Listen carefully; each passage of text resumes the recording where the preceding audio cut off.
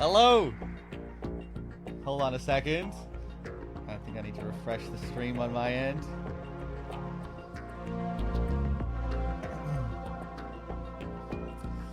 Did someone raid right as the stream was resetting? Hold on, is it Enigma? Hey, what's up, Enigma? Thank you for the raid, Enigma. That came in at a funny time. Hold on a second.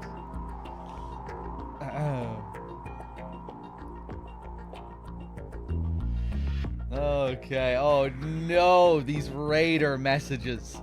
Isn't there a setting to turn this off? Are these messages going to be highlighted for like the next fucking 20 minutes now? I remember when this happened before, it was a nightmare.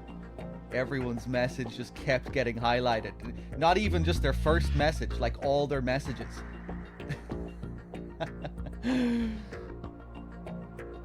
I do appreciate the raid, though. Thank you, Enigma. Welcome, everyone. I just got PTSD from seeing these yellow boxes around the raid messages. Hold on a second. Hold on. I need to change some stuff in Stream Elements. We're going to do something a little bit different for the plant. DRK probably mentioned it. We'll do a new game plant. Usually we don't have the opportunity to do this, so I thought we would do it just for a change. It's been a while since I've seen new game plant as well, but yeah, you get some alternate dialogue and some interesting little things if you start a new game plant without having done the tanker beforehand. Hold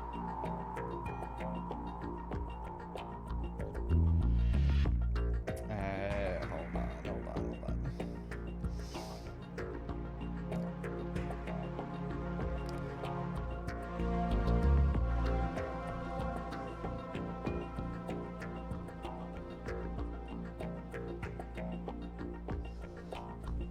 Okay, I just needed to switch over my donation settings on Stream Elements. I'm almost ready here.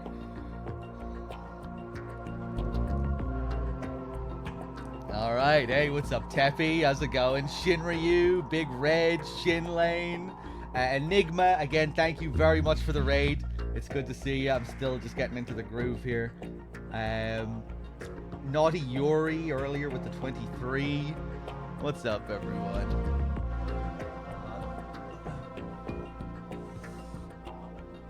So, yes, as I was saying, we are about to jump into new game Plant. We'll play on Extreme. I'm not sure if DRK started on European Extreme. I forgot to tell him to play 2 on Extreme instead of Euro Extreme. But he probably started on Extreme. There is one interesting little difference right at the beginning of the game if you play New Game Plant instead of doing the tanker beforehand. You know when the Colonel changes Raiden's codename from Snake to Raiden? The dialogue following that is a little bit different if you haven't played the tanker already. He says, "Alright, Raiden, this is your first infiltration mission." Instead of, "Alright, Raiden, you've already covered infiltration in VR." So yeah, pay attention to that when we get to that dialogue. It's an interesting little change. Of course, it might make you wonder about the nature of the tanker that we experienced and all of that. And of course, Raiden's voice is still the same. It still changes along with the code name. For the first few minutes of this opening scene, Raiden has a completely different voice. Well, maybe I shouldn't say completely different. It's subtly different. Sounds closer to his Rising voice or his MGS4 voice, where he's supposed to be doing a Snake impression.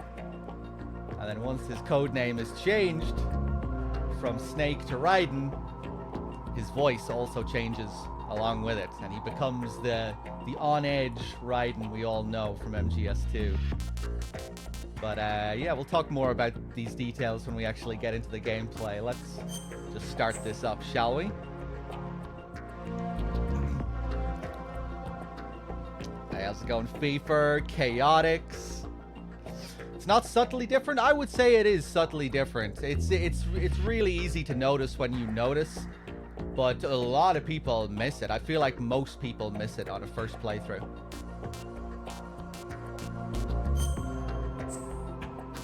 And sometimes I hear it and I'm like, oh yeah, that's really noticeable. And then in other playthroughs I'm like, you know, it's actually not that noticeable.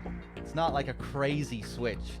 I don't know. Sometimes it kind of changes for me. Sometimes I feel like it's more obvious than it is. We'll do not game over if discovered, so we can, you know, show alerts and stuff.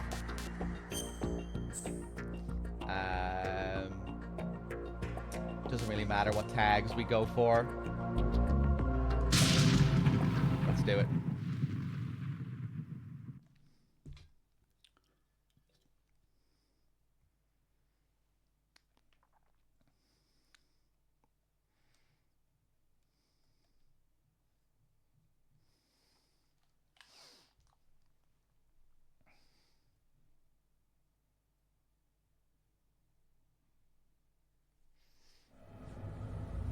Snake, do you remember the sinking of that tanker 2 years ago? Of course. Terrorists blow a hole in an oil tanker full of crude barely 20 miles off the shore of Manhattan. Your classic nightmare. It didn't take long for the government to put an oil fence around the whole mess. And then that massive offshore cleanup facility went up inside. The Big Shell. I hear the cleanup isn't quite over yet. It takes time. But in the meantime, the shell's become a landmark, a symbol of environmental protection. Calling teams Alpha and Bravo. Deploy at the Big Shell as scheduled. It's his personality here as well. Ago, the Big Shell sounds so was much more seized by an armed confident. group. Do we have an ID? Former members of the Navy SEAL Special Anti-Terrorist Training Squad Dead Cell. Russian private army members may also be involved. It's a highly trained group and they have the Big Shell under complete control.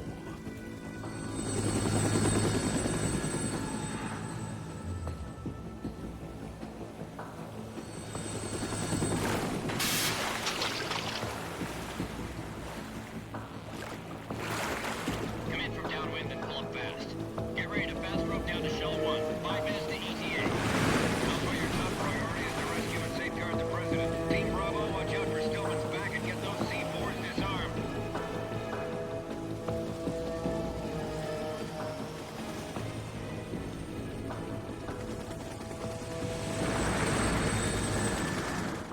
What are their demands? $30 billion. $30 billion. What makes them think they can get that much? There was a government-sponsored tour going on at the Big Shell that day. Hostages, huh? A VIP from one of the major conservation groups, and one from our own government. The most important person in a sense. The most important person? James Johnson. The president? Unless the demands are met, the terrorists intend to blow the Big Shell out of the water. And the crude will ignite, turning the Manhattan Harbor into an inferno. That's not the worst-case scenario. If the chlorides being used to decontaminate the seawater go up with the oil, toxins containing catastrophic levels of dioxins will be released. In other words, the bay's ecosystem will be wiped out, and the sea will turn into a toxic soup for centuries, becoming the worst environmental disaster in history.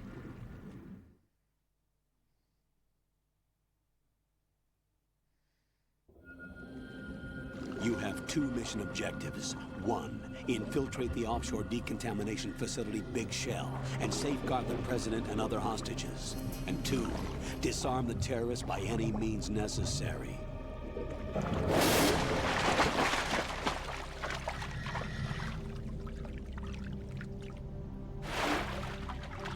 You should know that SEAL Team 10 is also conducting a rescue operation. Is this a joint effort? No. Foxhound remains a covert body. Don't alert them to your presence. That is an order.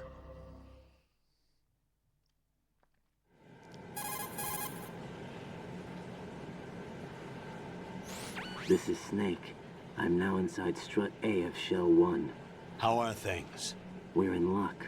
Looks like there are no sentries posted here. What's the visibility? The lights on the plant struts are functioning. I won't have to use the IR goggles. Any problems? There was a brand new hole cut through the oil fence. There's someone else besides me that wanted to get in badly. That's not possible. What about SEAL Team 10? They landed on the roof of the big shell as planned. And by the way, Snake, we're changing your code name for all following communication. What's wrong with Snake? Just a precaution.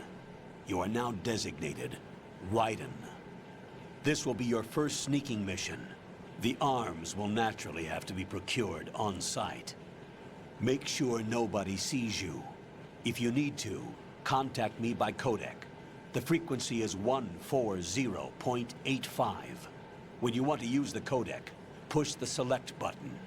When we need to reach you, contact you, the codec will beep. When you hear that noise, press the select button. The codec's receiver directly stimulates the small bones of your ear. No one but you will be able to hear it. All right. I'll contact you if anything changes. First, make your way to the upper section of the big shell. How do I get up to the next level? There's an elevator at the far end of that area. Use that. Sounds good. Your new sneaking suit Way uses less electrofiber noticeable technology, in this version. a byproduct of fiber optics research. The texture isn't far removed from rubber, but the material protects against a wide range of toxic substances. The suit itself has a wide array of built-in sensors. It is referred to as smart skin in military R&D. Data about damage to different regions of the body, including blood loss, is exchanged between the suit and the intravenous nanomachines to create a feedback system. There's a lot of pressure on my torso. Relax. The suit applies varying pressure to major internal organs to maximize performance and safeguard their functions. They call this the skull suit in Foxhound. Skull suit seems appropriate somehow.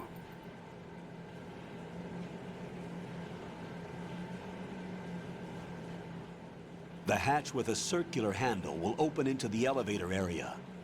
Locate the hatch first. Copy that. Moving on to main mission objectives. Okay. It's been a while since I heard that dialogue. It's, the voice change is way more noticeable if you play the tanker first. Because, you know, right after the Colonel changes his code name from Snake to Raiden, Raiden has that line, "I've completed 300 missions in VR. I feel like some kind of legendary mercenary." And it's right after you just heard him speak with his other voice. But in this version, where we haven't played the tanker beforehand, he doesn't have a line shortly after the Colonel changes his code name. The Colonel just keeps on talking. And it's a while before you hear Raiden's voice again. And when you do get to hear his voice again, it is different, but it's much easier to miss it. You know, it doesn't stand out as much. The difference doesn't stand out as much.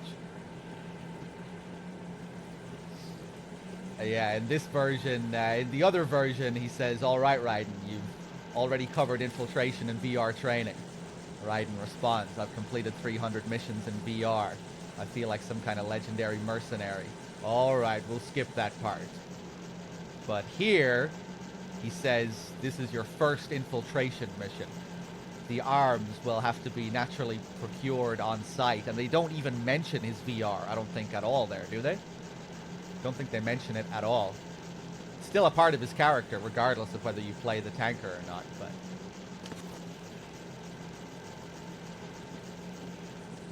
But yeah, the idea is to align the player's experiences with Raiden's experiences.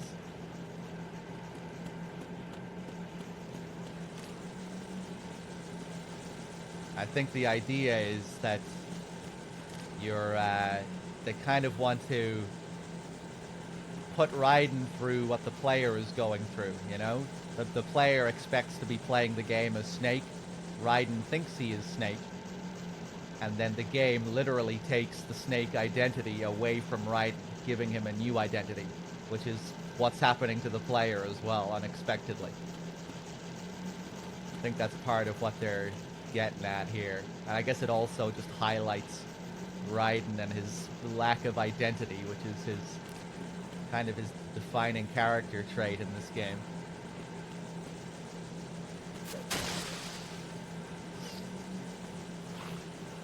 But yeah, it's interesting in that opening scene, the Colonel and Raiden, they sound like they're on the same wavelength for those opening minutes where he's behaving as if he's Snake. And that all changes. Got your feet wet? These are the basic controls for swimming. When you're on the surface, you can swim in corresponding directions using the up, down, left, and right movement of the left stick. Push the punch button to dive down from the surface. I played MGS2 first, Dog, and I told the truth to Rose at the start menu, so this was your first experience of MGS? Oh, wow. Yeah, in the PAL version of this game, at the start, when you were at the main menu, Rose guided you through options for how you should play the game. I know sometimes DRK shows it on stream, where Rose would ask you, Rose conducted a survey at the start of the game asking you if you've played MGS before, you know, how good you are at action games to determine what difficulty you should play on. And depending on how you answer those questions, you would either play the tanker first or you would play the plant first.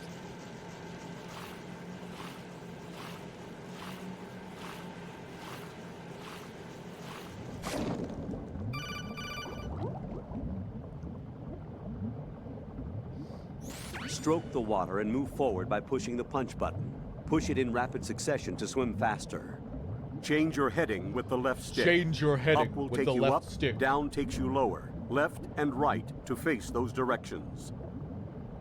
The O2 gauge will appear under your life gauge while you're underwater. The gauge corresponds to the amount of air you can hold from a single deep breath. Once the O2 gauge falls to 0, the life gauge will start to drop. You need to be aware of that.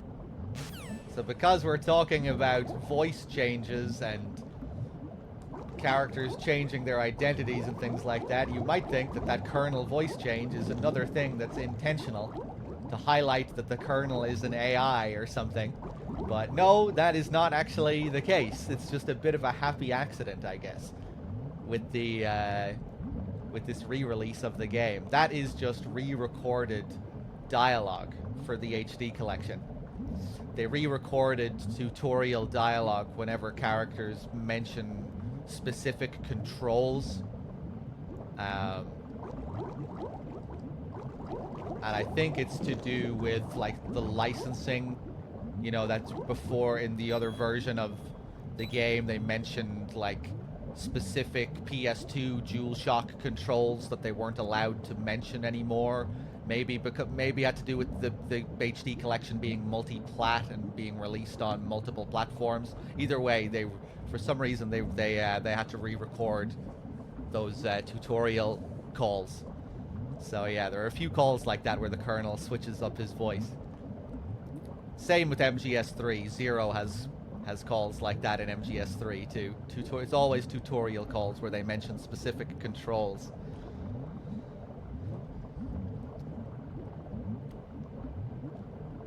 Yeah, I'm not sure, Enigma, because of course this game released back in the day on Xbox as well. Yeah, I don't know. If we go back down here, we can get our thermal goggles. It's another really interesting little detail which I never really thought about until the last playthrough. But isn't that kind of a weird detail where Raiden says, I won't need the IR goggles, and then he decides to leave his goggles in the water? It's just kind of weird, you know? When does that ever happen in the series, where a character just decides to drop one of their items that you can then go back and pick up? It's like just kind of a weird thing. Is it supposed to highlight something about Raiden's character? Is it supposed to say something? I never really thought about that until the last playthrough, but it's just kind of weird. Raiden assuming that he just won't need these goggles.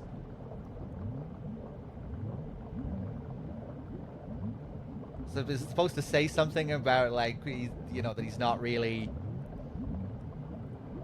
kind of showing that he isn't really ready for what's about to happen to him? That it's like some kind of reckless assumption. Kind of, to highlight how naive he is about this whole situation. I don't know. I don't know if it's... Raiden, you should be used to the controls by now. Proceed with your mission. The clock is ticking. Get on the elevator on the far side of this area and get to the upper section of the big shell. I think it's also interesting to compare this to the start of the tanker and how the game treats you. When you're hanging out on the tanker at the start of the game, Otacon never calls you to hurry your ass up. He never calls you to say, oh, you should be used to the controls now, Snake. Come on, get inside, you have a job to do. But here, oh god, if you just spend more than a minute walking around here, the Colonel is on your ass. I kind of like that, as we were saying at the start of the plant, Raiden and the Colonel, they're kind of on the same wavelength. They're, they're speaking with each other, as Mr. Man said. And then once the code name is changed to Raiden, Raiden is just under the thumb of the Colonel and pretty much everyone else for the rest of the game. He's then, then you're just being spoken down to. It's quite a difference comparing it to, Snake and Otacon on the tanker.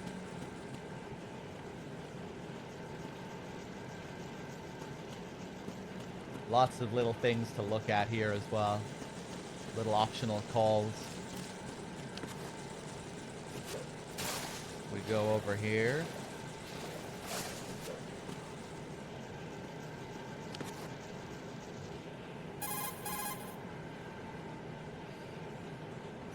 Colonel, there's a gym suit. Looks like a high barometric pressure diving suit. By maintaining barometric pressure within the suit, it should allow its wearer to carry out work at sea depths of as much as 300 meters. But it doesn't look even remotely usable. It's a very old model. Yeah, and it's rusted all over. It doesn't even look like it's been used. Raiden, that diving suit doesn't look like it works. Forget about it and return to your duties.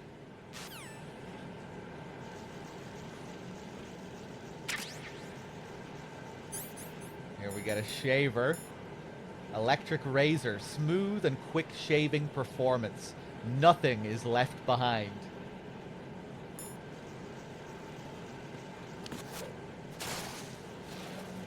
We can give this to Snake later so he can shave his beard. But yeah, there we get that call with the gym suit. It doesn't look operational. Doesn't even look like it's been used. It's rusted all over. Let's take a look at this submarine here. Raiden, over there is the submarine for deep sea dives. It is apparently used in repairing submerged areas of the big shell and for studying deep sea ecosystems and changes in water quality. It can dive to depths of around 500 meters at a maximum speed of roughly 3 knots. In addition to its normal water-resistant lighting, it is also outfitted with lighting resistant to muddy water. I doubt that you'll get it to work, though. That submarine is not operational. It doesn't pose any threat. Forget about it and return to your duties. So kind of similar to the gym suits. Why place a defunct suit in a new plant? To give the illusion that this plant is something other than what it actually is. To save on costs. Why would they need to spend money on a brand new swanky gym suit if they're not even going to be using it? And yeah, same with the submarine. It is not operational. It does not pose any threat.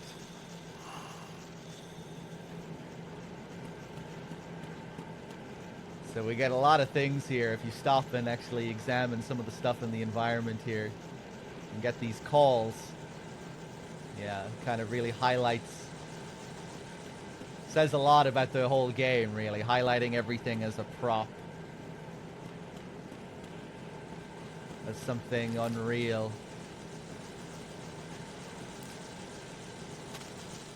If we examine the bugs as well, surely the bugs must be real, right?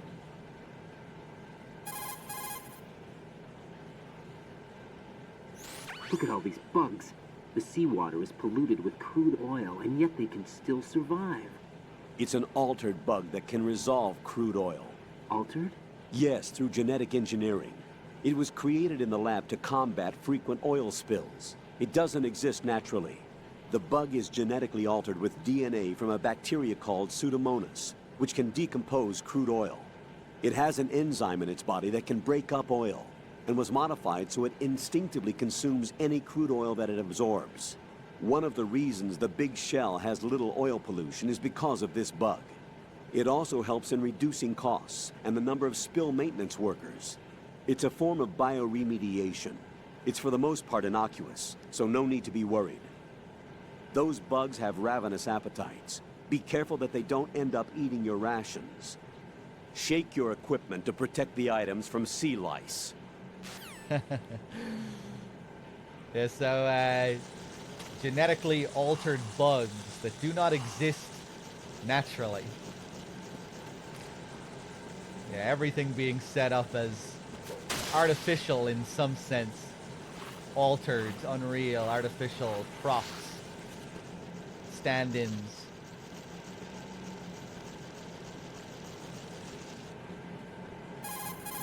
We can get a few other interesting calls here with the Colonel. Those bugs have ravenous appetites. Be careful that they don't end up eating your rations. Shake your equipment to protect the items from sea lice. Yeah, so if you crawl around in the bugs here, you can actually see them crawl all over Raiden.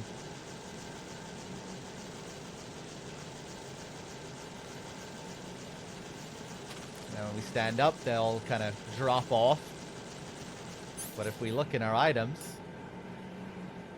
we have sea lice, genetically engineered bugs for oil spill accidents. Eats and decomposes oil. Rations are their favorite as well. And just like the Colonel said, to get rid of these sea lice, you have to shake the items. And that might be kind of confusing. You might hear that, well, what does he mean? How do I shake my items to get rid of the sea lice? Well, you rapidly move the menu up and down like this.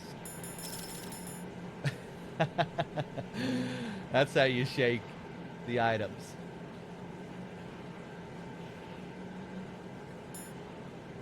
I wonder, did anyone fuck up their whole playthrough? Any of you guys get sea lice at the start of the game and not know how to get rid of them on your first playthrough? If you keep the sea lice in your items for the whole game, you get a special sea lice rank at the end as well. Kind of like the leech rank in MGS3 or something.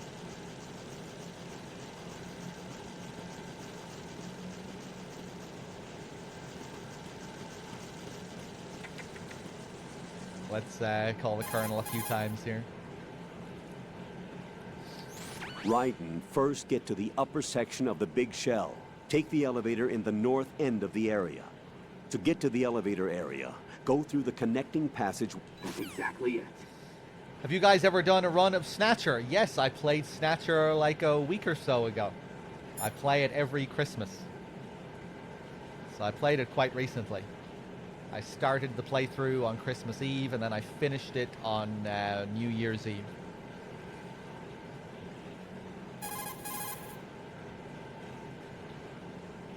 You're currently using artificial blood primed with nanomachines. What did you do with my own blood? It's being kept in cold storage. It will be circulated back into your body when you return. If the life gauge drops to the red zone, you won't be able to stop the bleeding by yourself. Bloodstains can give your presence away to the enemy. Be careful. To stop the flow, select a bandage from among your items. You can also go into a crouch or crawl and stay completely still for a while. All you have to do is stop moving for a duration of time, and your nanomachines will arrange for platelets to be produced in large numbers. The bleeding will stop as a result. Dr. Classy Turtle with the 6. Thank you. And Run Riot with the 4. Cheers. So, yes, now we learn about Raiden's blood. And Raiden's blood is apparently artificial. I always found this to be quite an ominous call. Raiden is only now just finding out that his blood has been taken from him. What did you do with my own blood? What, you're just finding out now? Damn, well, you better do what you're fucking told then, right? If you want to get your blood back. I feel like that really reinforces how much of a pawn Raiden is here, you know? We better obey our orders. If our blood is in the control of our superiors.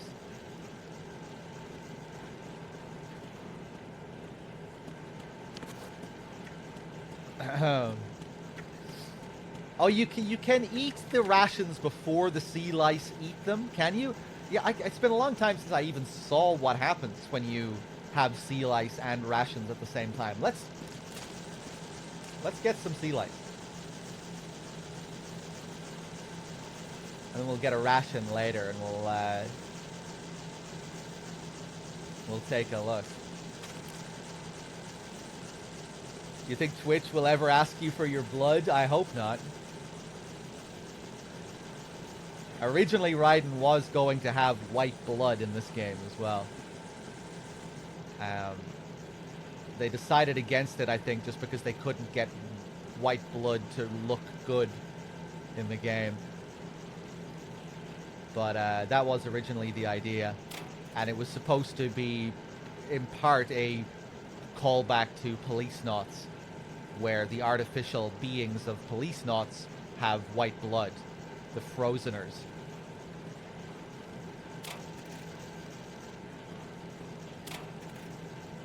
Which is a really suitable reference, you know, because it makes you think of Raiden as one of those Frozeners from Policenauts. Kind of in line with those characters, those artificial beings. He does have the white hair, though. In the script, Kojima comments on the mask here, comparing the eyes to the eyes of an alien. Like another thing, obviously you might think of Mantis or something from MGS1 as well. But it's also supposed to make you think of, you know, the classic gray alien design. Another thing that kind of reinforces this thing about Raiden. Raiden being this artificial being, something alien to the series, something new.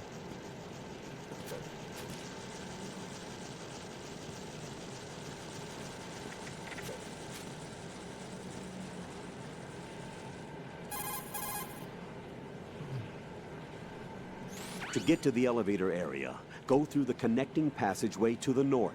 The passage is behind a watertight hatch. It should look like a door with a circular handle. Play the damn game? No, this isn't a playthrough about playing the game, I'm afraid. You'll have to go somewhere else.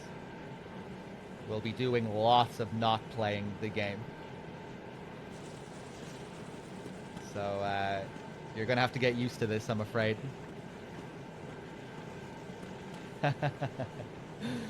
There's another call I want to get here.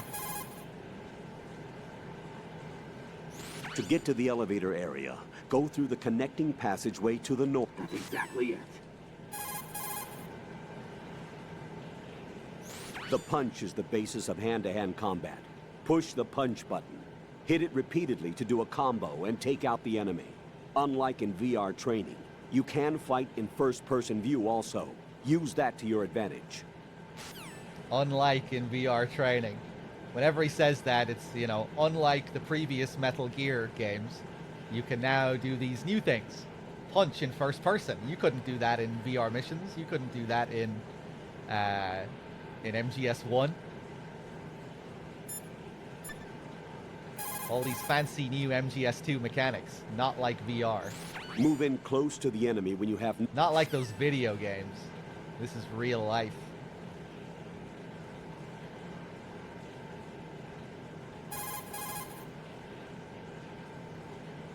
Move in behind the enemy and push the weapon button without touching the left stick. Move in behind the enemy. Raiden, push the R2 or L2 button while in first-person view to strafe right and left, respectively. You can use the strafe to quickly slide out of cover and scan the area. Of course, you'll be spotted more easily when you're visible. If you spot a terrorist coming your way, let go of the button and duck back into cover.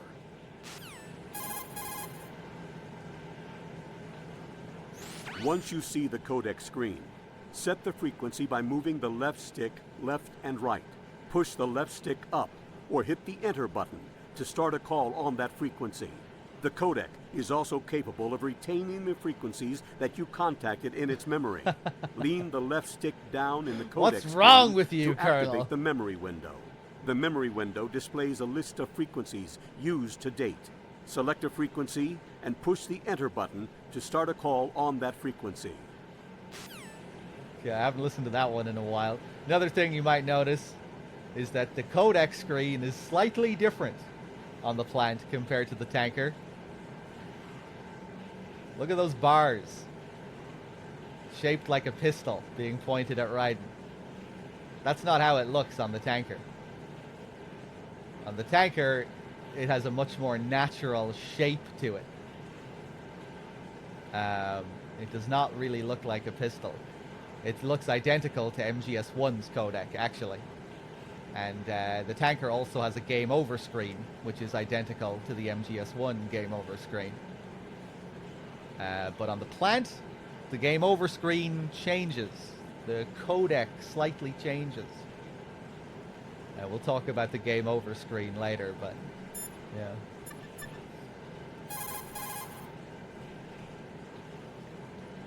Raiden, when you're flattened against a corner, you have the ability to survey the scene behind you while staying concealed. This is called the corner view. Use it to find an opening in their surveillance and move ahead undiscovered. Strafing is allowed, unlike in VR training. Peek by using the L2 and R2 buttons, and make jump-out shots with the weapon button.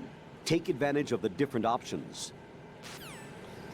Are you playing the recent re-releases or the older versions? An older version, the original HD collection. I'm not sure what kind of state the Master Collection is in now, but it was pretty bad when it first released, so we never really went back to it after our first playthrough. Maybe in the future, though, we might start playing the PC version of the Master Collection with mods if everything gets fixed up. It would be nice to switch to a better version eventually, because this HD collection has some issues, and the Master Collection has fixed some stuff from the HD collection. And I know modders are working quite well on fixing other things too, so I would imagine the PC Master Collection with mods will be the best way to play these games at some point.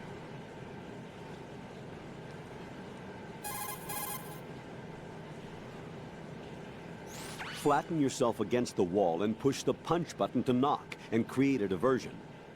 You can trick the enemy into coming over to investigate. Deception should be one of your strong points. Or is that only if the other party is a beautiful woman? Okay, so this is a crazy fucking call here.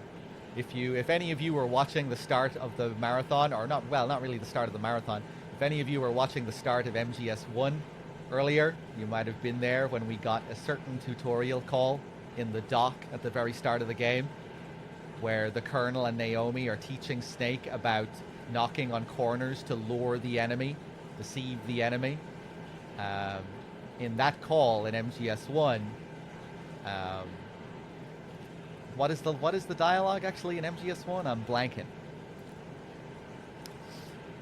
All I have in my mind now is the Colonel dialogue. Oh yeah. The Colonel teaches Snake how to knock on the corner and bait the enemy, and then Naomi butts in and she says, "You're good at tricking people, aren't you, Snake?" And Snake responds, only a beautiful woman such as yourself." And here in MGS2, we get the MGS2 version of that call. And like MGS2 does with a lot of things, it directly mimics MGS1. So here we have an example of a tutorial call mimicking another tutorial call from MGS1. Again, this is a call where they're teaching Snake how to, where they're teaching Raiden how to bait the enemy, and all about, you know, leaning up against corners and baiting the enemy. But when they get to that beautiful woman section, it's kind of weird, right? Because you don't have another character to butt in. And I've always had like a different take on this compared to DRK, but now I think I'm more open to DRK's interpretation of it, where it's just, where it's not supposed to make sense. It's just the kernel taking the MGS1 data and applying it to a context where it doesn't make sense. Because you do have instances like that later on in the game, where the kernel will just spout MGS1 dialogue when there's no reason for it. But what makes me think that it might have another meaning is that I feel like the line could still make sense with regards to Raiden's relationship with Rose. The kernel says deception should be one of your strong points, or is that only if the other party is a beautiful woman?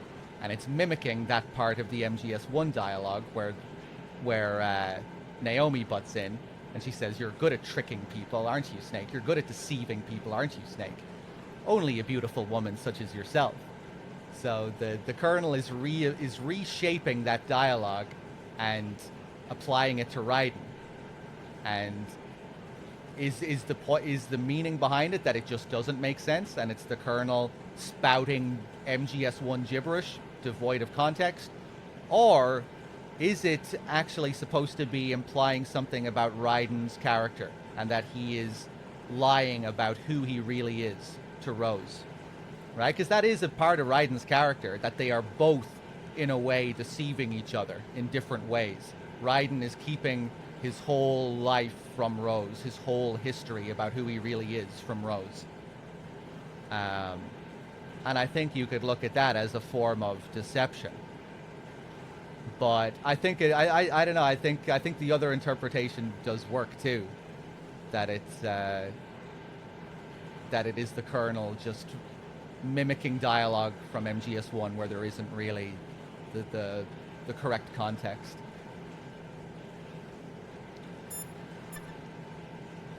Anyway, let's continue, shall we? Hey, what's up, Mei Ling? This is an AI. Yeah, the kernel is an AI right from the beginning of the game.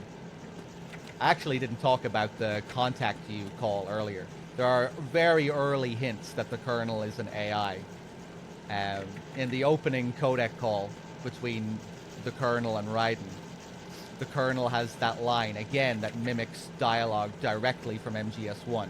When he's introducing the codec system, he says, "When we need to reach you," and then he stops himself and says, "Contact you, the codec will beep." It's a very strange line. Why would a real human care that they said reach you instead of contact you? Both of them are communicating the same idea. Why can't he just say, "When we need to reach you, the codec will beep"?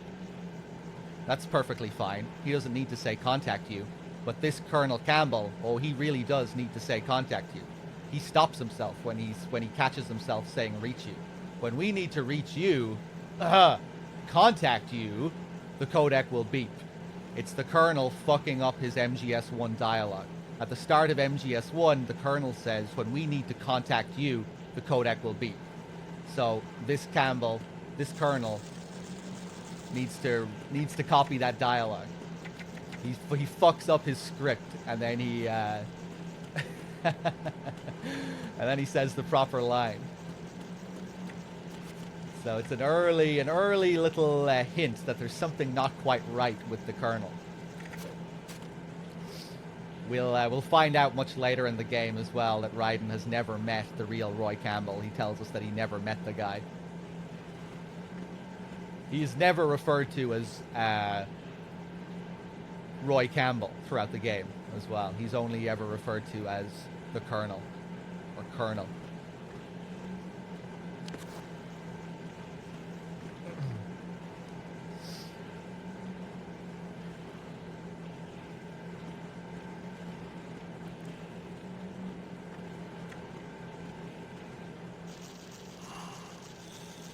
Metal Gear 2, Guns of Patriots. This is something that was added in the HD collection. I think this is just gibberish. I think this was just added by Bluepoint. And up here you can see it says Metal Gear Solid 2. Looks more like Sons of Patriots here. But, yeah, I don't think this is supposed to mean anything or anything like that. This was just, graffiti added on the HD collection. It is a very strange thing to add, yeah.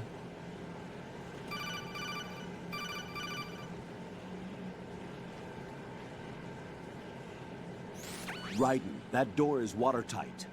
Turn the handle to open the door. Face the door and press down on the action button and the handle will turn. Punch the action button repeatedly if you need to turn it faster. Is that a call you only get if you haven't played the tanker as well? I think it is. It might have been added by a small remaster team comprised by some Koji Pro members. Yeah, maybe. Yeah, either way, it seems kind of trivial. In the next area, we'll see MGS Tank Hangar written on the ground. You'd think they would have put MGS Dock or something instead. At least make it relevant.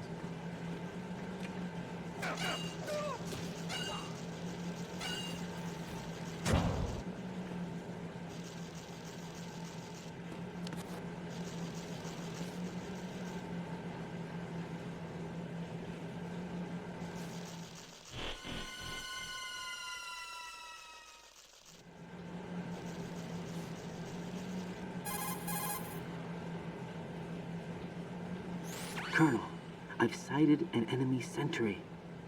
AN-94 and a Makarov. Those grenades, all his equipment, is Russian-made. Must be a Gerlukovich man. Gerlukovich? A Russian private army that was in line to work with the Shadow Moses takeover group 4 years ago. What's their stake in this one? They must have made a deal, an arrangement with the terrorists. They become a band of mercenaries, an army without a country. Hey, what's up, J Cash Money? There's UI stuff and weapon item stuff that Kojima talked about having his team upscale or make completely new. Okay. One thing that I really do like, and I think this is new stuff. It's been so long since I played the PS2 versions of this. But you know when you get to Arsenal Gear, the second Tengu fight in the, what area is it? The Sigmoid colon. You know the writing on the ground, on the platform in that area in the HD collection. Like, inspected and proved by experts. Do not stand too close to center. Be careful of alarm indicating excessive weight on platform and all that. All those little things that you can see on the ground. Can you read that on the PS2 version? I feel like that might be a thing that they added for the HD collection. I just can't remember. But I quite like those little bits of text that they have there. I feel like that's a nice little addition. Names Connor with the 4 months. Thank you. Yuki with the 74. Actually, I'm in really bad shape financially. I pay money to my ex-wife as part of our divorce settlement, among other bills. I just had no choice but to make you pay for lunch the other day. I'm really sorry. Thank you, Yuki.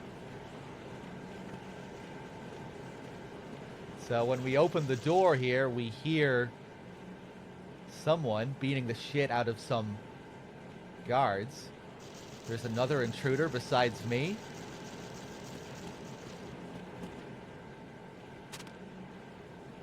Metal Gear Solid tank hangar. Okay. Alright.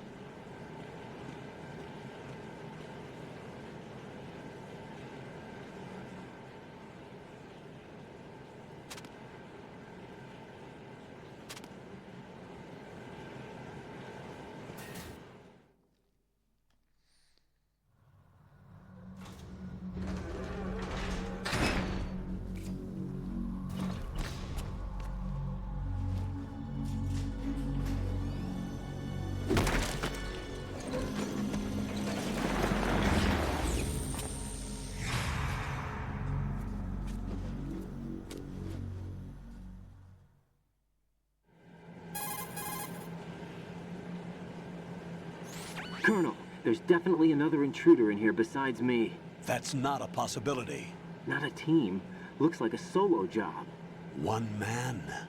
We may not know who he is, but he managed to take care of every sentry in the area. They're all out cold. Whoever he is, he's got some skills. We need to get an ID. But for now, you can take advantage of the situation and get to work. There's a terminal in front of the elevator. A node. Did you say nerd? Not nerd. Node. Oh, Use the node to gain access to the Big Shell's facilities network. then what? Pull up the map of the structure. That'll let you activate the Soliton radar. The Soliton radar? A radar system. Uses biological magnetic fields as input. These estimated enemy positions are projected onto a map according to reference points collected via GPS signals and field personnel reports. We need to get to the map through the Big Shell's node to put this data processing to practical use. The node unit is about 3 feet high. Should be colored blue. Each area has at least one. How do I gain access? Just push the action button in front of the node. The nanomachines in your body will take care of the security clearance and allow you access to the node. Complete the procedure before those sentries gain consciousness. If they spot you, you won't be able to gain access for a while. Stay on guard. Got it. Okay. So here we enter this elevator room. We see another character go up the elevator before we do. Same thing happens in MGS1. We enter the facility and we see Liquid Snake going up the elevator as we enter. And now we're seeing Solid Snake go up the elevator as we enter. And just like that first character going up the elevator in MGS1, who was the terrorist leader, we are told later that Solid Snake is now apparently the terrorist kingpin. But we also see Snake fill in the role of Gray Fox here from MGS1 as well. Raiden comments on another intruder that's here besides him. And just like Gray Fox in MGS1, he's already taken out 3 people. Like those 2 guards said at the start of MGS1. Snake takes out 3 guards before he goes up the elevator. And he's the other intruder besides us.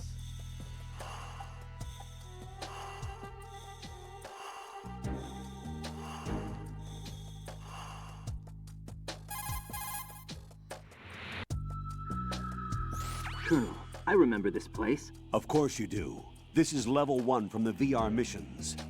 You're right. I see it now. You may not have field experience, but you've been trained in the hyper-reality of simulated combat. Don't give in to fear. Just do as you were trained and everything will be all right. Another interesting call here. This is level 1 from the VR missions. So you might think, does he mean the start of MGS1, the dock in MGS1 with the elevator? That's probably what you're going to think of most of all here. But no, it also does resemble level 1 from the VR missions, just not completely. In level 1 of the VR missions, you start at the bottom left of the screen like this. You have an obstruction up here, very similar to this. You have a hiding spot right up here. You just don't have all this other crap over here. But this little section right here is very similar to level 1 from the VR missions. And the goal, the node, is where the goal would be in level 1 of the VR missions. You take your turn up here, you go up, then you move to the right, and then you get your goal at the top right. And it's, just like the Colonel said, colored blue. The node is colored blue, just like the goals in VR are colored blue. It's interesting that Raiden is reassured by this as well. I always find that interesting. You know, he doesn't act... He isn't suspicious. Like, well, why is this resembling all my VR training? No, he's reassured. Now he's ready for it. And he actually gets anxious later when things start to go against what he's been trained for. When things start to really go against his VR training, he gets a lot more anxious. This is one of the few areas in the game as well where your shadow can get you caught. If an enemy is walking down here and they see your shadow there, they'll notice it.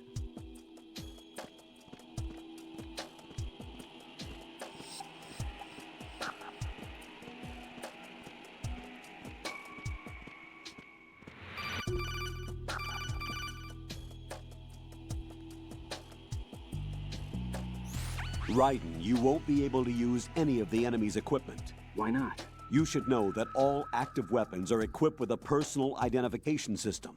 The owner enters their required user ID information during the weapon registration or at the start of a mission. If anyone other than the registered user tries to fire the weapon, the ID system will not authorize the action. But these are black market Russian weapons. How can they be equipped with identification functionality? They must have been customized by the terrorists themselves. These are professionals we're dealing with, and they certainly won't let their own equipment be used against them. I'm guessing it's the same for the Navy SEALs gear? Right. How am I supposed to procure weapons then? Find the ones that haven't yet been individualized. Everything you find in the item box is clean. You should know this from your VR training. Okay, I know those. Items in the item box are yours to use at will. They will be your supply source with regards to weaponry and gear. Okay, so that's another interesting call, I think. I've always wondered if, again, like the Colonel does with pretty much everything, I wonder if he's lying there. And that these weapons can be fired. And Colonel is just telling him they can't because, again, things need to go according to the script, according to the simulation.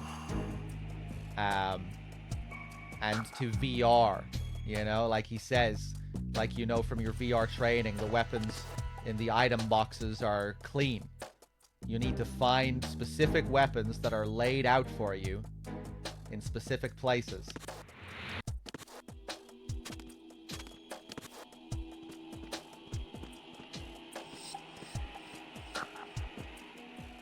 Maybe they are ID locked, but I feel like it wouldn't be out of character for all of this to be a lie regarding the weapons, just so it can go according to the simulation, just so Raiden can pick up the weapons that are, that he's authorized to pick up, and so it can mimic the experience of MGS1.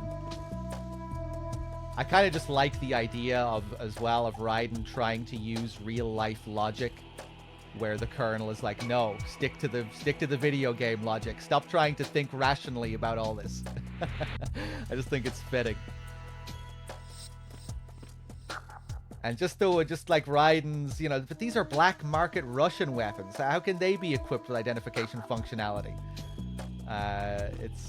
Like he's right. So I feel like Raiden is supposed to have a point when he brings these details up. These are professionals we're dealing with, and I'm sure they wouldn't have their own weapons used against them.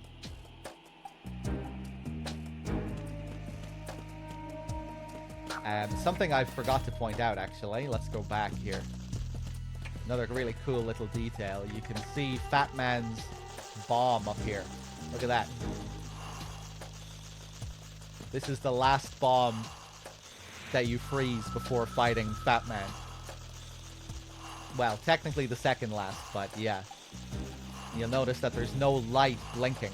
When we go up to the top of Strut A, we'll see other bombs, and the bombs up there are blinking. But if you remember in the story, this one only becomes activated when all the other bombs go offline.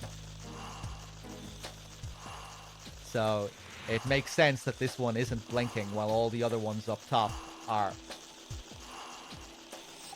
This one becoming active is dependent on all the other ones being frozen. But yeah, easy to miss.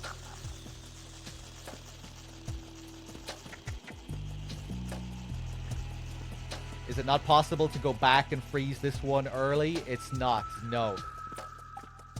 If you try and come back to this area later, the elevator won't be up top. It's impossible to call up the elevator from the top floor.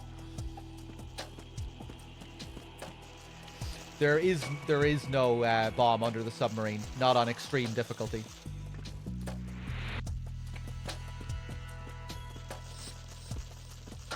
But if you were playing on a lower difficulty and the bomb was under the sub, it would be the same thing. The bomb would be there, but it wouldn't be flashing. Just changes position depending on difficulty.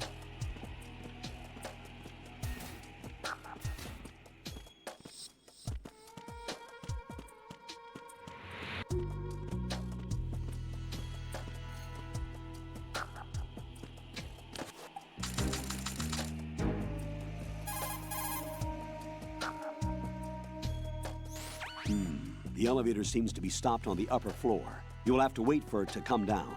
You see the node to the east? Access it for now.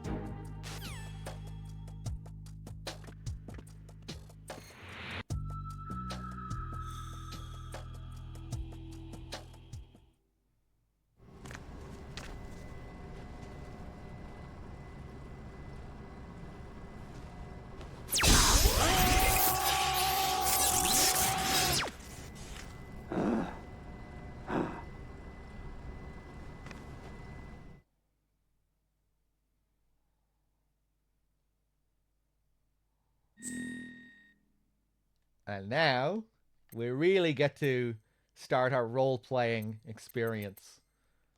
We get to enter in our code name, which gets imprinted on Raiden's dog tags. Little Easter eggs as well. You stick in Kojimbo's name. You get his details.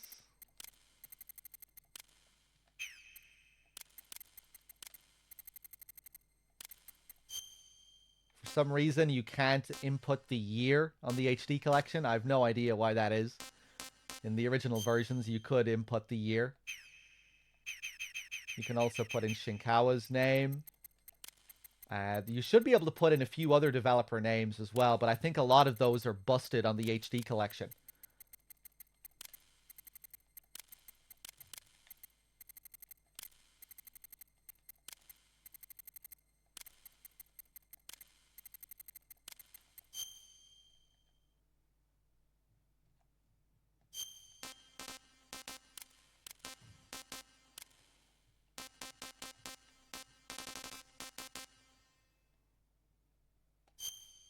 You get a happy birthday message if you put in today's date. My my PS3 isn't set correctly, but yeah, if you put in today's date, you get a little birthday message.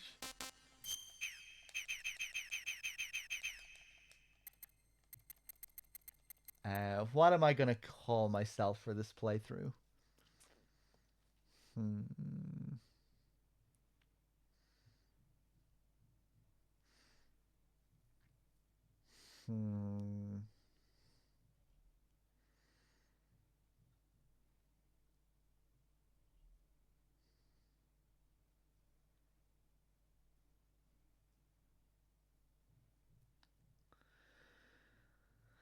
Oh, there's 49 that work in HTC. Really?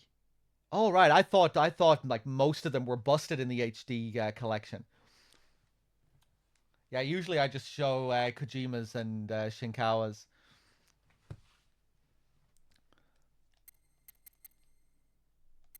I guess I'm mistaken then.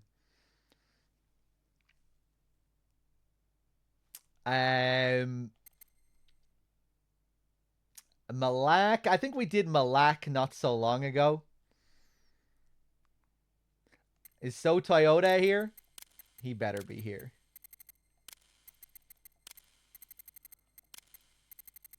He's not going to be here, is he?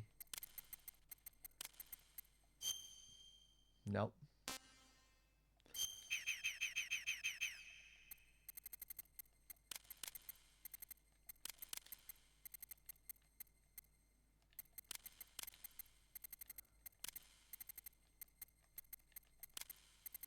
Hideki Sasaki.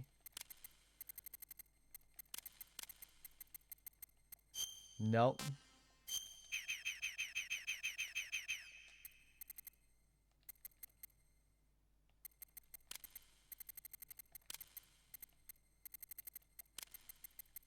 Kazu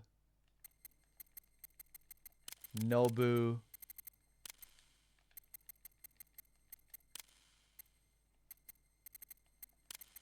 Ue Hara.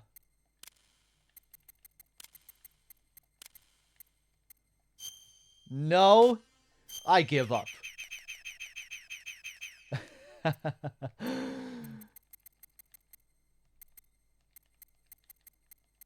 What am I gonna call myself?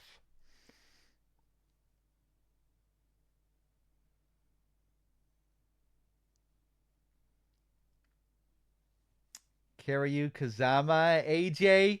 You can't really go wrong with AJ, a Japanese man, can you? You fuck it, let's go for AJ again.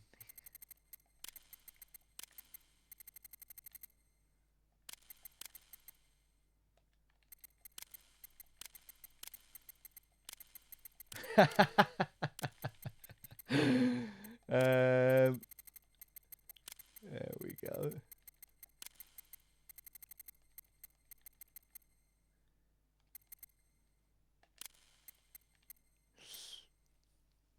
Gandhi was a good one. We did Gandhi a couple of playthroughs ago, didn't we?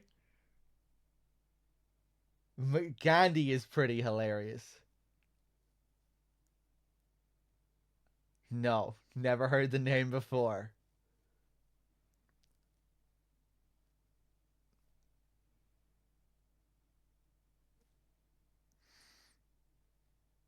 Nelson Mandela. We did Mother Teresa too, didn't we? Mother Teresa was very recent. I think Mother Teresa was during the last marathon.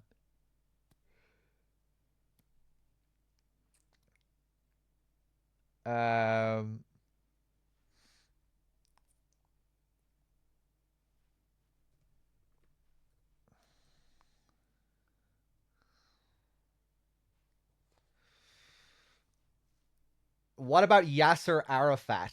I've always loved that name. I wish my surname was Arafat.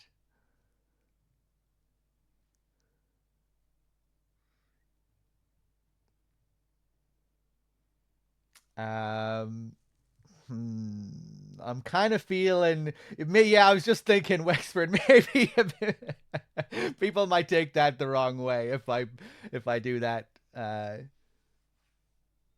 If I do that at this time, might feel like a bit of a political statement. It's just supposed to be fun and games, you know.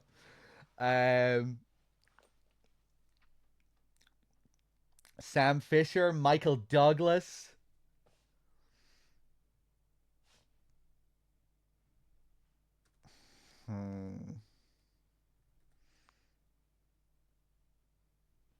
I think we'll go for Gandhi again.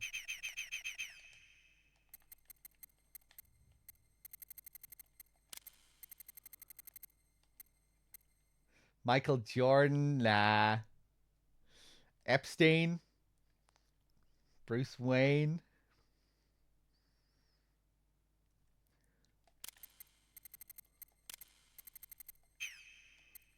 Fuck. Tom Craven. Keep throwing out suggestions. I might decide against Gandhi at the last second if I see something good enough. Danny DeVito, nah. Roy Campbell.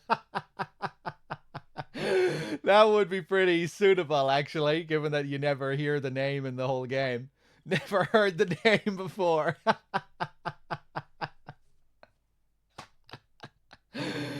That's actually kind of good. That's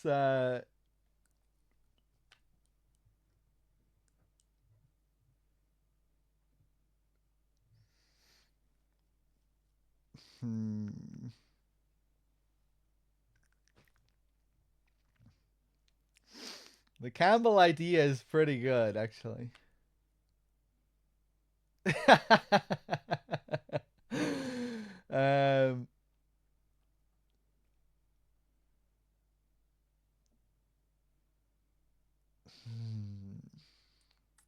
Okay, right, fuck it. Roy Campbell, then.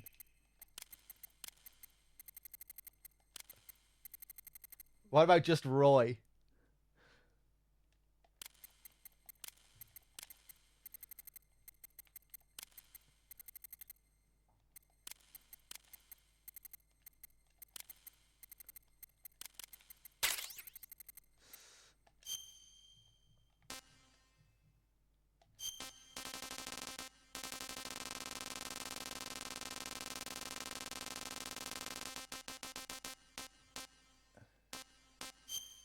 No. Oh, for fuck's sake. Yes, thank you.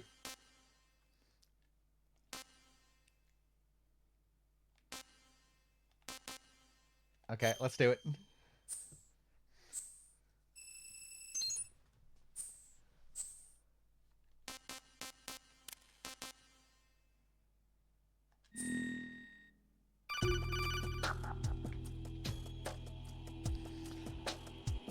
Good work, Raiden. The radar should be functioning now? Let me explain about your Soliton radar system. The bright dot in the middle is you, Raiden. The red dots are your enemies, and the blue cone shape represents their field of vision. Your radar isn't affected by the weather, but if you're discovered by an enemy, you won't be able to use it. It gets jammed easily, I'm afraid. It's all made from currently existing technology.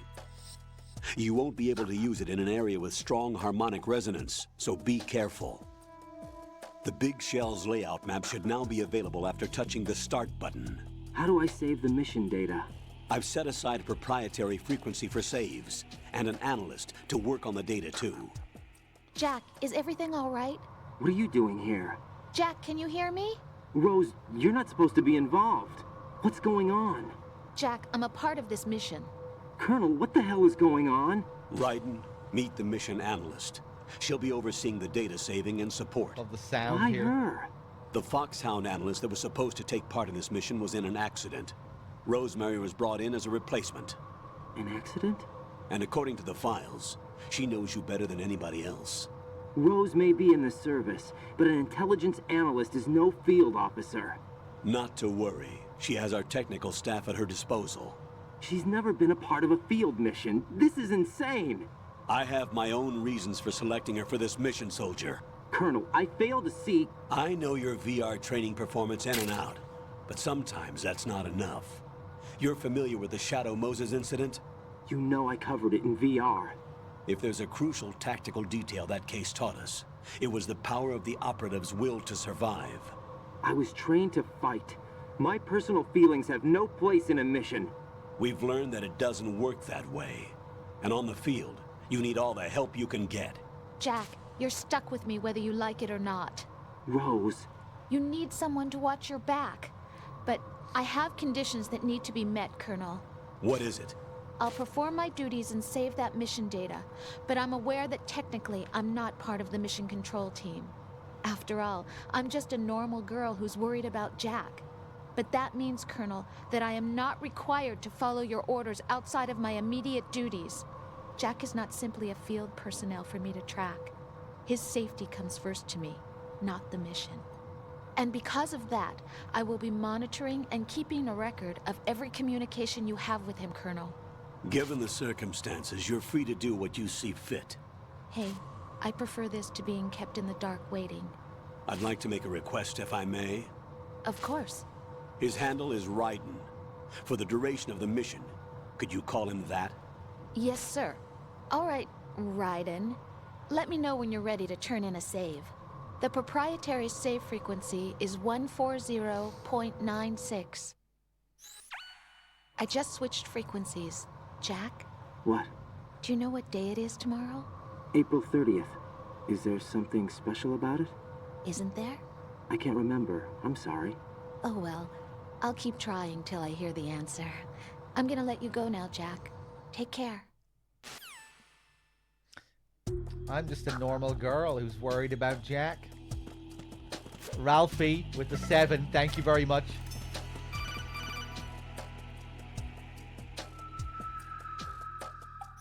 Raiden, the enemy sentry is regaining consciousness. Be careful, Jack. Find somewhere to hide until the elevator arrives. You must stay out of sight.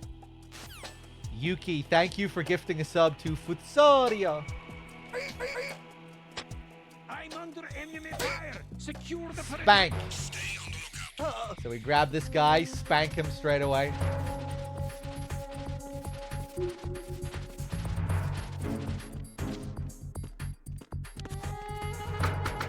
Come on. Oh! He woke up already? I thought on extreme he would stay asleep for way longer.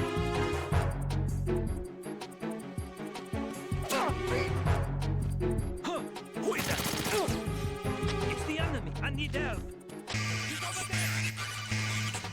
Did he just straight up kill his own man? Raiden, you have no weapons, and not a chance in hell against them in a confrontation. Get out of there and head south. Retreat down the corridor. Jack, get out of there, please. There's some cover back in the south area. Get yourself over there right now. I haven't heard this dialogue in a long time.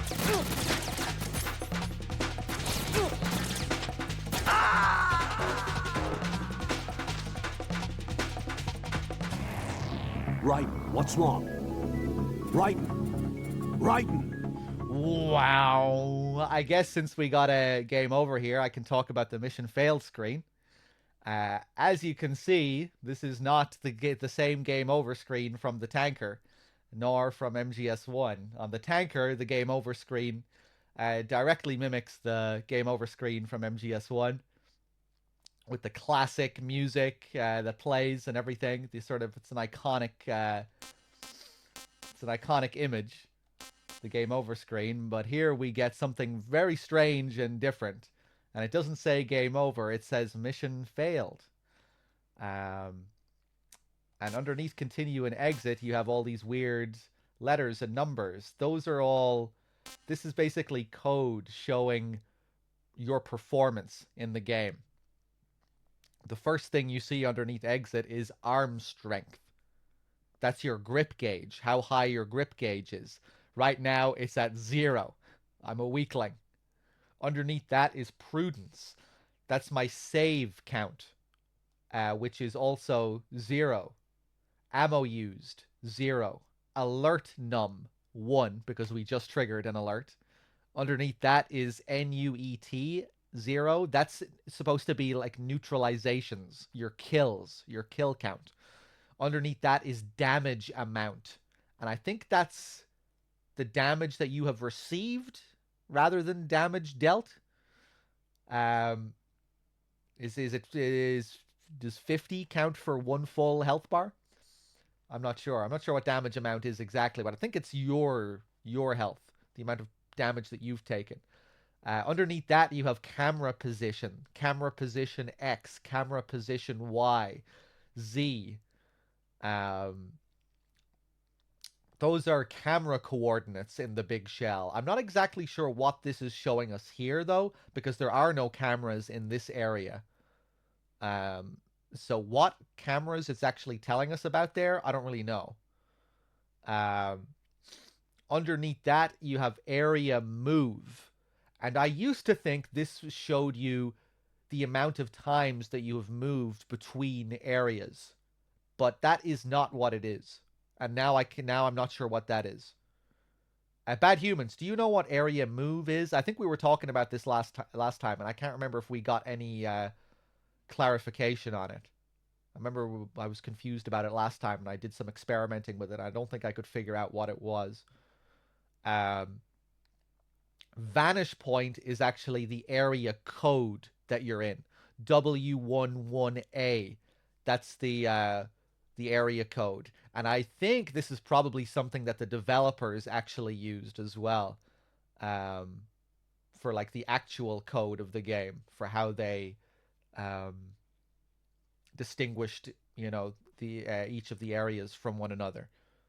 Later on in the game, you'll actually see some of these vanish point codes in the environment themselves. I'll point that out later. You can actually see these vanish point codes in the game, in the environment, written on some of the walls and stuff like that. At the bottom right, we have DSJW634285. This is a kind of signature, isn't it? What's his name again? Juntaro Saito, Bad Humans. I think this is a developer's signature for the guy who created this image. For the person who created the mission failed screen. Above that, you have Oni Komodo on the top right. Oni Komodo YK.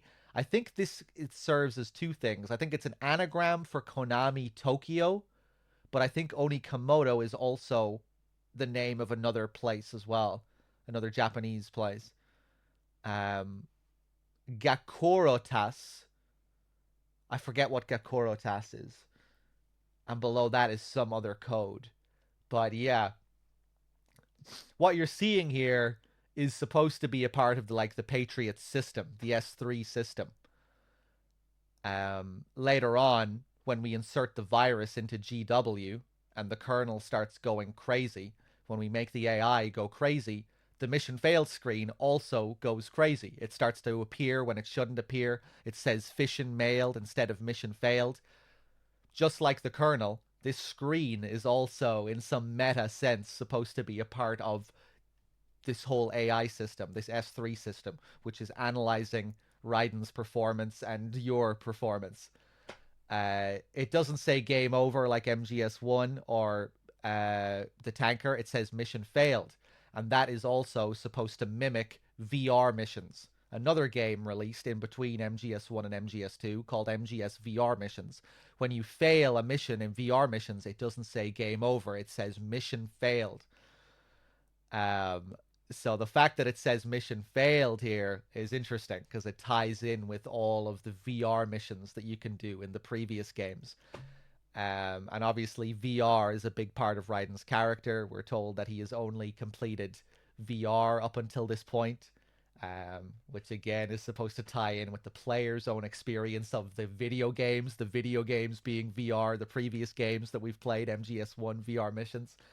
So, yeah, again, just another thing that kind of highlights how unreal all of this is, and maybe there to make you question whether this is real or whether it's VR, or maybe to highlight that now the world is becoming indistinguishable from VR, that reality and simulation are becoming indistinguishable from one another.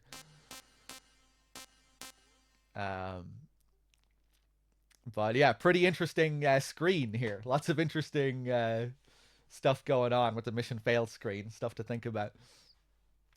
Yeah, he was known as JNT Works at the time of the game, a name you can enter on the node. And now he's known as, yes, JNT HED, right? Yeah.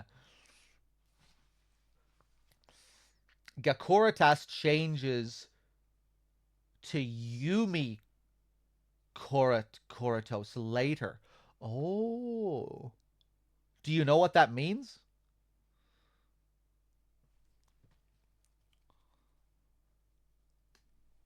Hold on a second.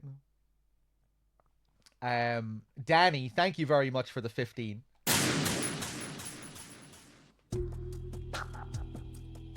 Let's try and do this properly. I knew I shouldn't have spanked this guy first before dragging him.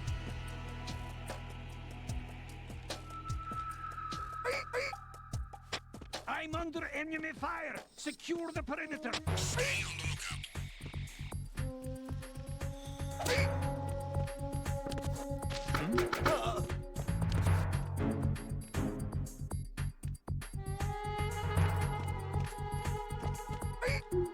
Fuck you. Who's there? Oh, who's there? Now we're gonna lure him down.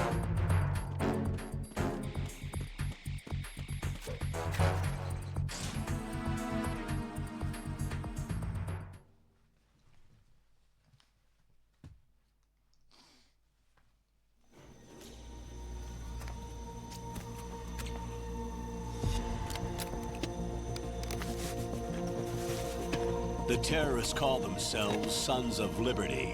Sons of Liberty? The name of their leader is Solid Snake. The hero of Shadow Moses? So that's why you changed my code name.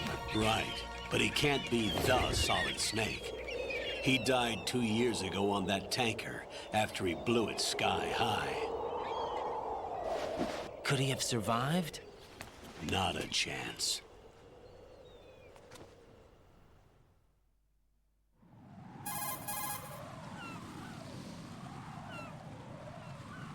Colonel, I'm on the roof. There are no sentries, but it would only take one to spot me in this light. You never had daylight VR training after all.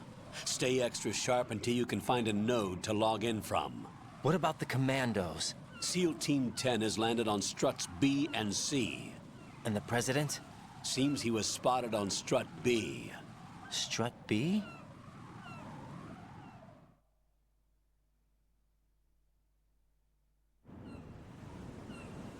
The big shell is comprised of shells 1 and 2. Each unit consists of a central core and 6 struts surrounding it. So the whole thing is shaped like 2 hexagons connected end on end. Exactly. And you're on the roof of strut A, shell 1 at the moment.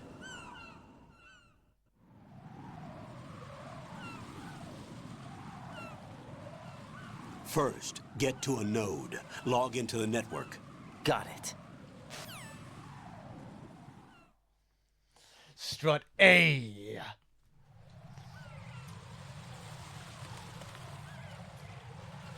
Hold on 1 second, guys. I wonder if area move changes now that you're on the roof. It's so close to what it's supposed to be for the next zone, but not quite. I'm not sure if I know what you mean exactly, but we can test it. I remember fucking around with it last time, but I can't remember what I learned about it last time. I think it might change. Like, even if you stay in the same area, area move will change. From, you know, from screen to screen.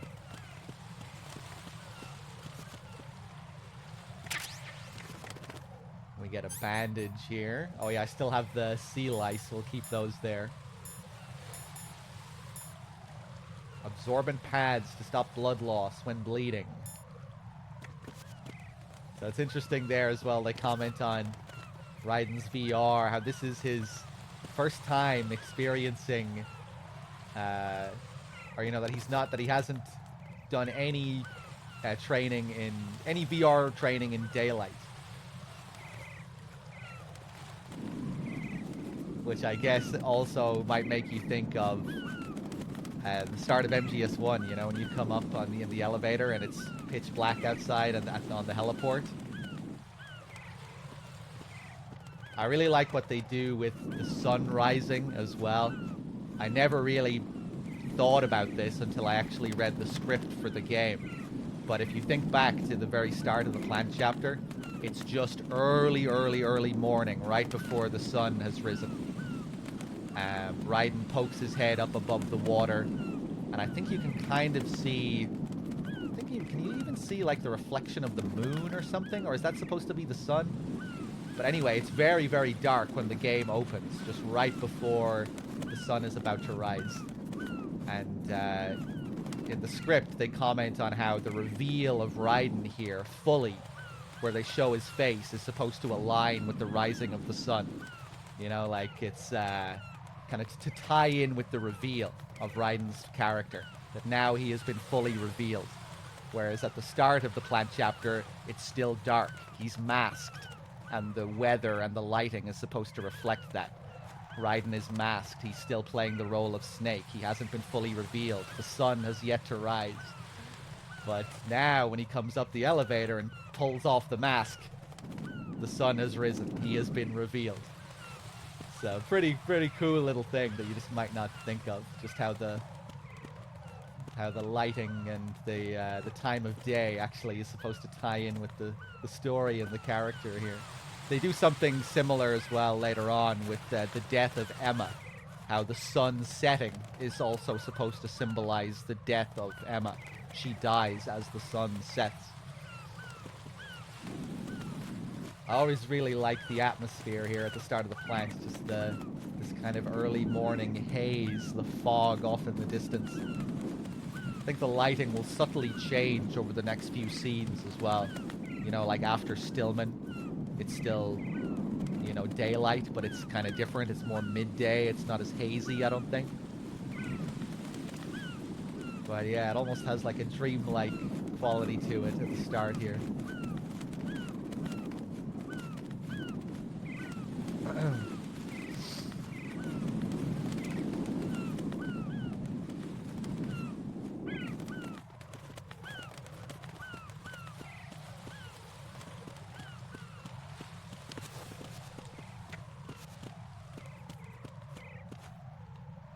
Let's do a few more calls here.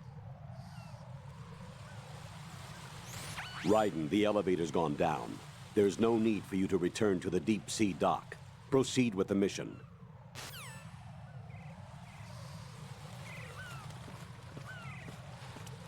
Reminds me of what you said about the Silent Hill team wanting to do the game in daylight.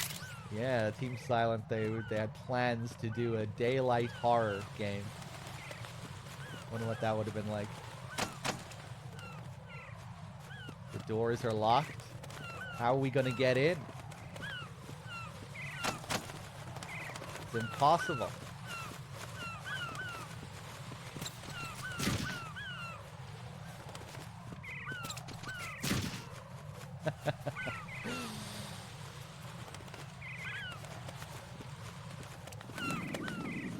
Of course, we can also get shat on here.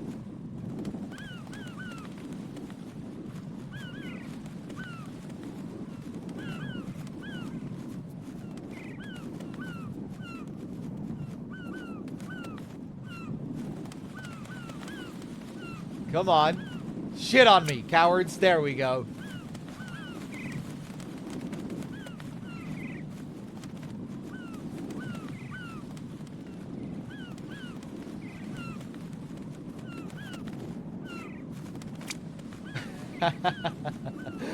Kind of interesting that,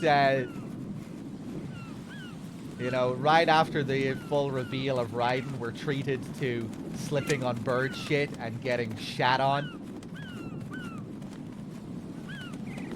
Not the most badass thing in the world, you know? Do you think they would have done that to Snake's character at the start of MGS1?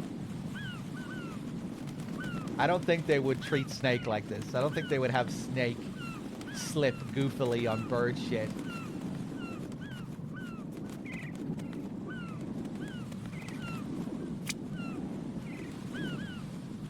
Really starts to feel like the anti-MGS1 here, the anti-Power Fantasy.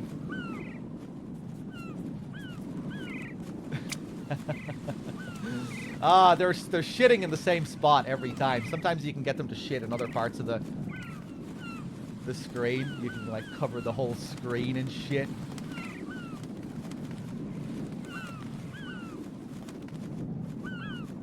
Yeah, not so long ago, Kojima was actually talking about this bird shit on Twitter. He was, just talking about how the times have changed and, the differences in making games back in the day to making games now. He's saying, back when we were making MGS2, we couldn't so easily look up pictures of bird shit online. We actually had to collect the bird shit ourselves. And I think there was one developer in particular who scraped bird shit off his car to bring into the offices so they could, examine it and copy it. Bad Humans will probably remember who that developer is. If you're there, Bad Humans, enlighten us. So what you're seeing here is very, very authentic bird shit. And it really does look great. This looks really good. This really looks like bird shit. I'm impressed.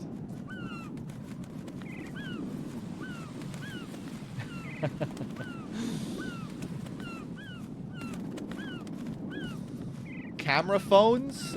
Oof. Not commonly, no. I don't think they existed at all, really. In 2001? No. People didn't really have cell phones generally. Like, I don't think the masses really had cell phones until the mid-2000s. That's when I remember everyone having phones. I remember the mobile phone, cell phone craze happening, like 2005-ish, 6-ish. And even then, they wouldn't have cameras. Maybe some of them had, like, really, really shitty, super low-res cameras.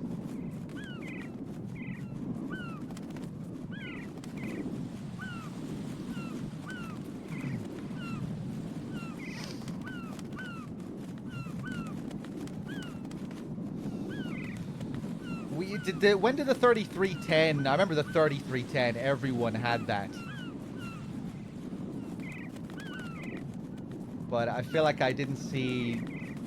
It wasn't until like the mid-2000s until like that's when everyone had a phone.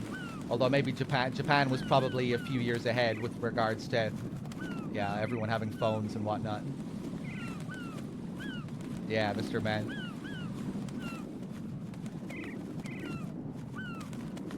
The 3310 came out in 2000. Okay.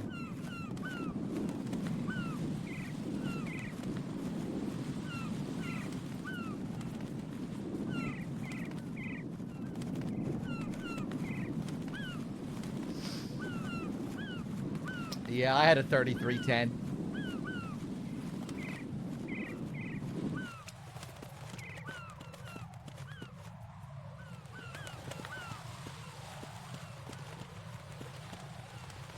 Phone cameras existed in like 2003, a couple of years after this game came out. But yeah, they would have been pretty, I would imagine most of those would have been pretty poor quality.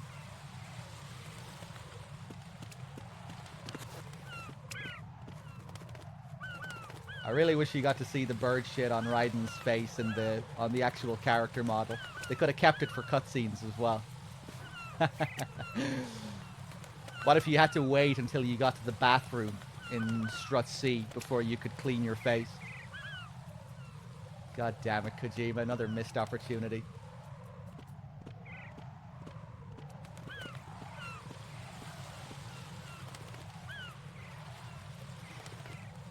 I never had a Motorola. No, I had that. I think I had my 3310 for years.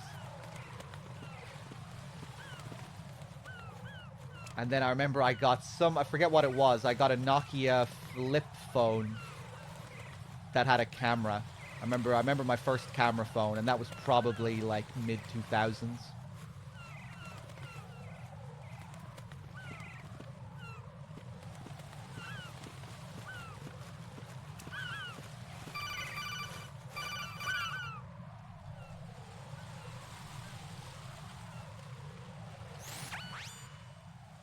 Raiden, look at that wire fence. You may be able to crawl through it. Crouch down using the crawl button. Then push the left stick in the direction you want to move. Push the crawl button again to stand up. You can use weapons even while crawling. This is different from VR training, so you keep that in mind.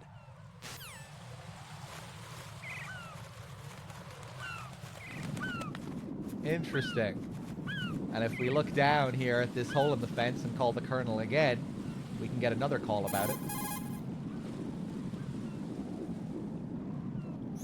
Colonel, don't you think it's strange that the fence is missing this spot right here? Yes, I do. You don't think that he got away? It's possible. Be on the alert. Roger that. So here, the implication being that this hole in the fence was also cut by the same person who cut the hole in the fence at the start of the game. The other intruder besides us, Snake. We accessed the big shell by swimming through that hole in the fence that Snake cut open. And now he's here helping us again. We'd be fucked if it wasn't for Snake.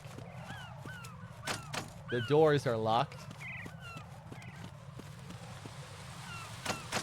But this guy, we're told later, is apparently not a part of the simulation. He's not supposed to be here. But yet he's helping us every step of the way. Our key to accessing the facility. Both times. It's kind of funny here as well. As soon as we go inside, a guard comes up to open the doors.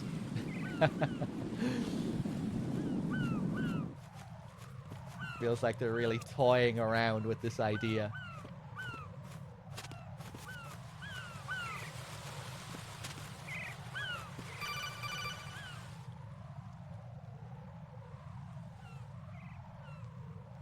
Raiden, SEAL Team 10 is in. Do we really have no line of communication with the SEALs? They don't know a thing about us. You know we work in the dark, and this mission is no exception. Only a few people know about your presence here. There's no need for concern. This operation is under Pentagon's direct command, and the NSDD came from the Vice President and the Secretary of Defense. Your mission may be top secret, but it's gone through the usual channels. So how is he supposed to get in according to the simulation? Well, what if Snake not being a part of the simulation is actually Snake being a part of the simulation? What if us being told that he's not a part of the simulation is just another part of the simulation?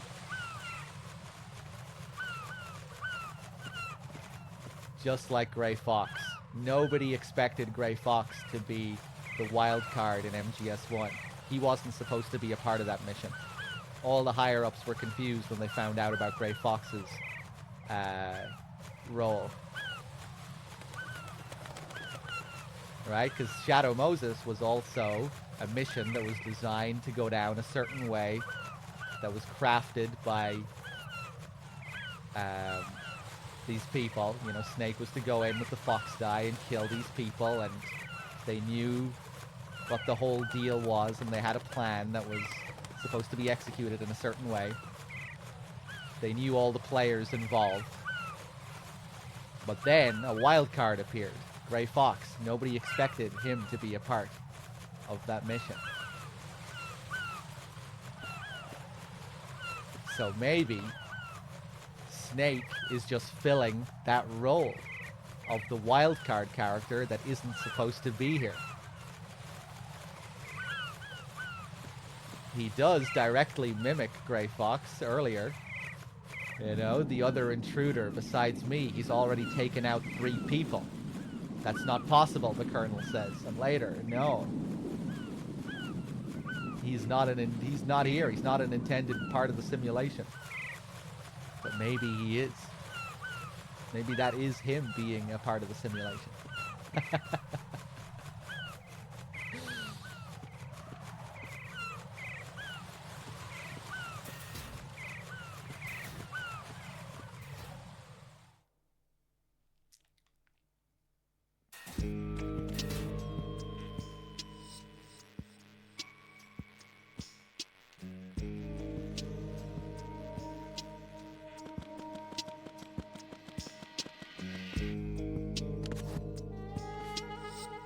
I'll go check the roof. I'll leave the first floor to you, okay? Understood. Now he's gonna go up and open up those doors. As soon as we don't need him to open up those doors.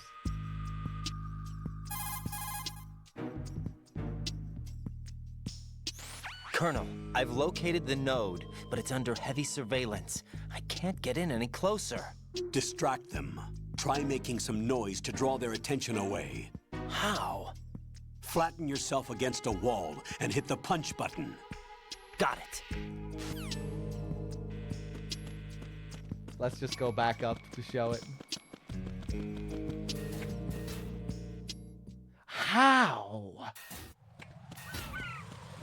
Yeah, thanks, man. Great. Yeah, I really appreciate it.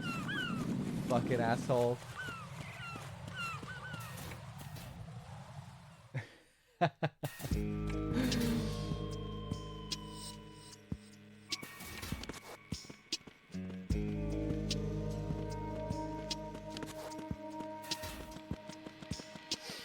Raiden could just jump over that fence. You can't climb fences. Raiden is incapable of climbing fences. You can't climb anything that's above waist height in these games. That's just a ridiculous idea.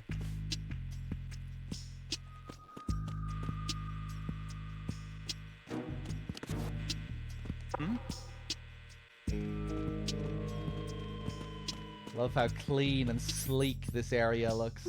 Not a speck of dust in here. Sleek and sterile.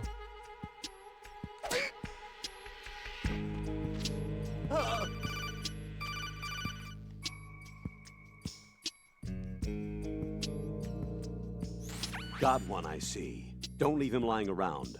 Hide the body as soon as possible. When his comrades come back from the roof, you don't want him being found. If they do find him, they'll be on the alert and things can get difficult. When you take a hostile down, hide the body where a patrol is unlikely to come around. You can drag an enemy personnel's body. This is how to do it. First, walk up to the body. Get real. Get real, Colonel.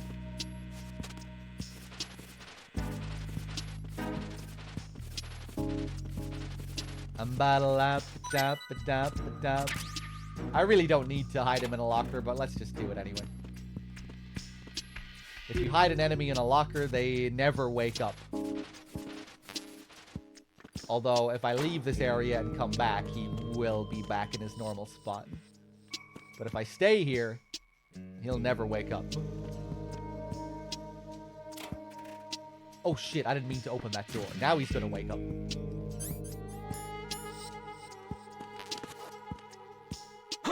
Who is that?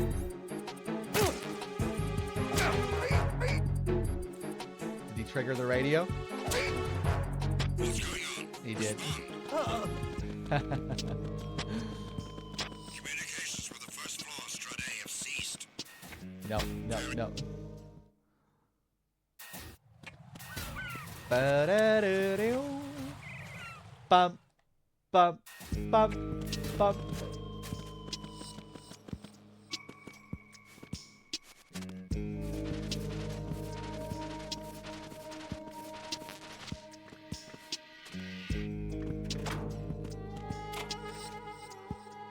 Nothing. Okay, let's go access the node. You can actually see that it's the pump room. We can't get into the actual pump room section, but...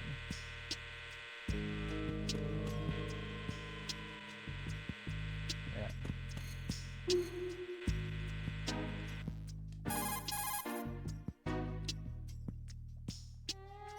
Logging into a node will permit you to use the radar and the overview map of the area. You will also be able to access other functions such as option changes. Customize the settings according to your needs.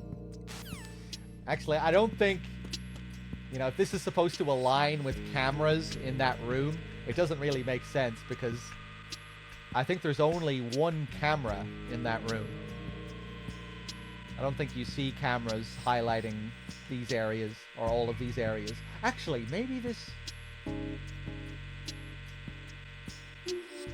Wait, actually, maybe it does line up with that one camera. Oh, I don't know. You can shoot out the screens, yeah. Right. Radar utilization is key. The ability to check the enemy's movements and field of vision through the radar will be indispensable in a sneaking mission. But don't be so reliant on the radar that you miss the obvious. Always check your surroundings in first-person view as well.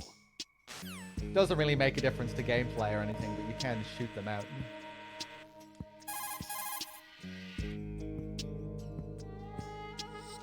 Nodes are the terminals of the Operation Support Computer Network for the Big Shell. Of course, only Big Shell staff can gain access, with their job description determining their system authority and access. I installed a program in your nanomachines that automatically enters the passcode for unrestricted access. Press the Action button in front of the node to activate it. Use the node by pressing the Action button in front of the terminal. So this all sounds very in character for Roy Campbell from MGS1, doesn't it? Installing programs in people's nanomachines and whatnot. This is the Roy Campbell we all remember.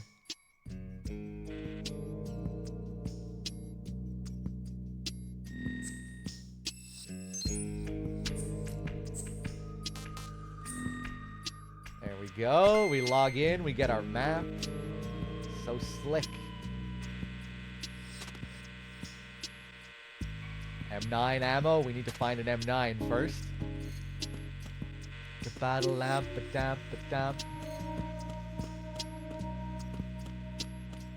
we look at our map here, you see the outline of the shell. We are currently in strut A. We are supposed to be going towards strut B and then to C. But we're actually going to take a little detour. We'll go to strut F first, which is where they keep the weapons. So we can get an M9.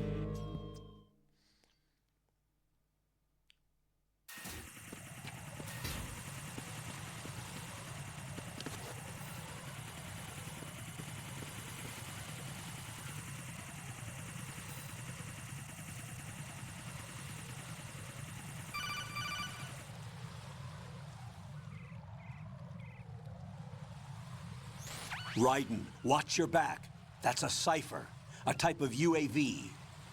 If it spots you, it will alert enemy personnel. Exercise extreme caution. But you can use chaff to set up an interference field. That'll knock its sensors offline for a while.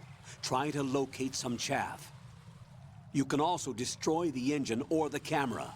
Some of the UAVs may be armed. Be careful. Copy that. Wait a second. I just intercepted new intelligence on the operation being executed by SEAL Team 10. Intercepted? As I said before, they need to be kept in the dark about our presence. So we just listen in. I'm patching it through. This is Alpha Zero. We have the president. Is he safe? He is safe. What about the package? Tell the guys upstairs that we've secured the package. Easy money. Good work. Your retrieval is on the way. Come on home. Roger that. Holy! Alpha Zero, report. Damn it! Cover the president! Come in, Alpha Zero. This is Alpha Zero. We're under attack. This is crazy. Is that... Alpha Zero, respond. All Alpha, respond. Raiden, the president's life is in danger. Head to Strut B now. No, I'm good. I'm gonna go to strut F, but I'll get there eventually. Don't worry.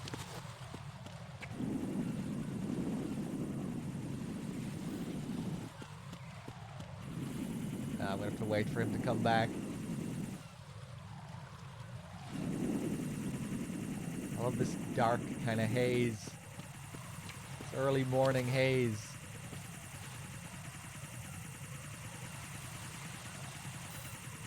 There we go.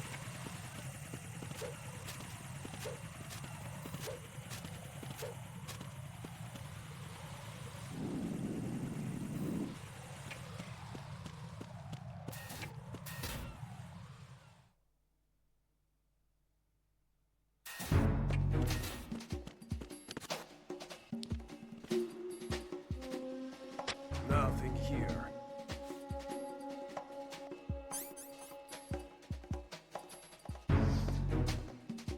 The ciphers are modeled after Sikorsky ciphers. The exact name was most likely omitted because in Japanese it sounds just like I love jerking off.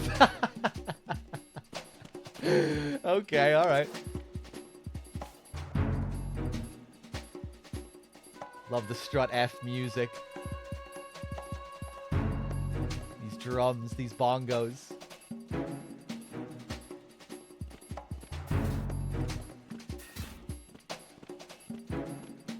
Here's where we get our M9. Very easy to pick up the M9. You don't even really need to interact with anything here.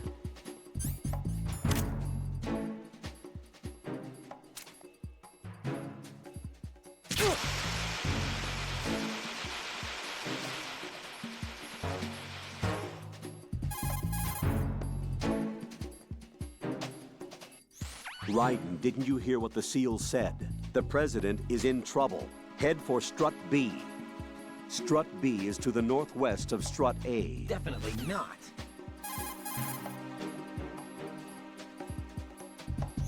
Colonel, do you think the terrorist ringleader is really Solid Snake? Yes, I do. But during the Shadow Moses incident, Snake was a hero? Yeah. Certainly. You went through VR training, but it is not as if the simulation is faithful to every fact. It changes people. You too, Colonel? Raiden, focus on the task at hand. Solid Snake is the terrorist kingpin. He is an opponent you can't underestimate. Understood?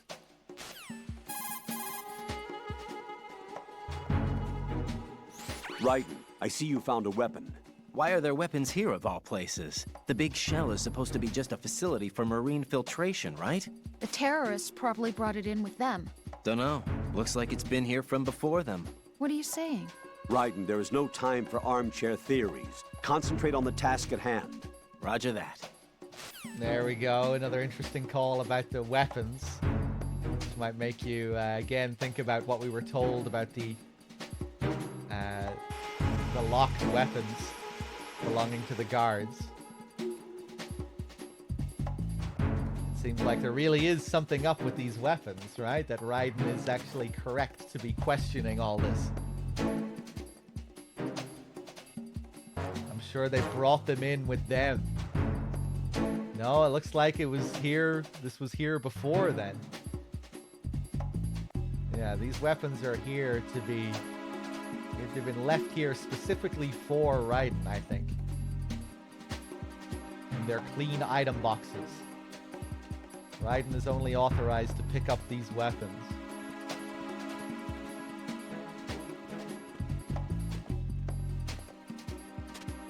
Ba-dum-bum-bum.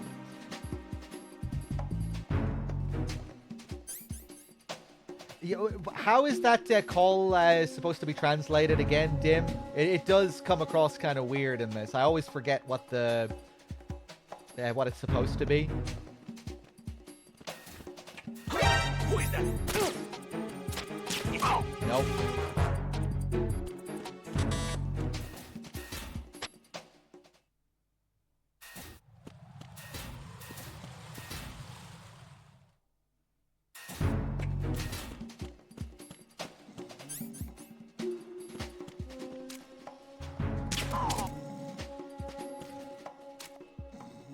Can also pick up a magazine while we're here. Any other guards around here? This place can be quite dangerous later on, but it's not too bad, I don't think. At this point, early on. Oh yeah, one of the guys is asleep here.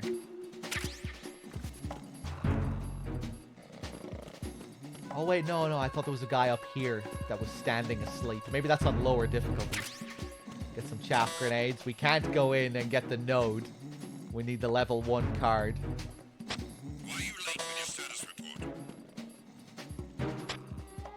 What's going on? Respond. The bomb is still there. Communications with Strut. Yeah, but you can see all the bombs in their spots here. We don't have the coolant yet.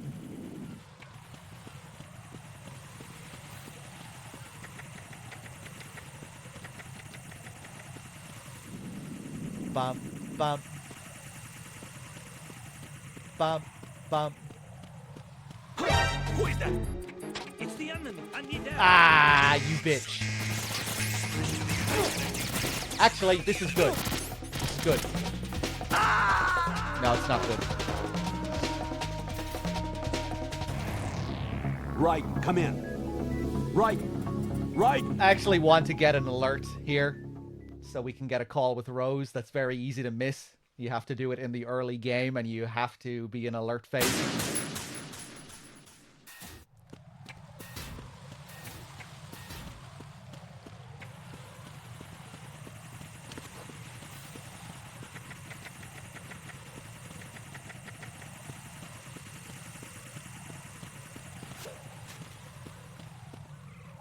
Actually, I'll do it in the next area.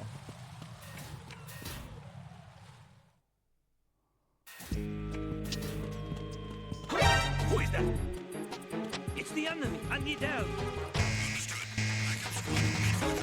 Destroy first floor. Cut off the enemy.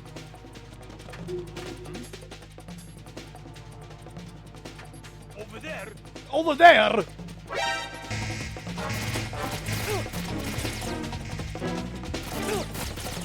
I think I need to be on orange health as well. Or low health at the very least.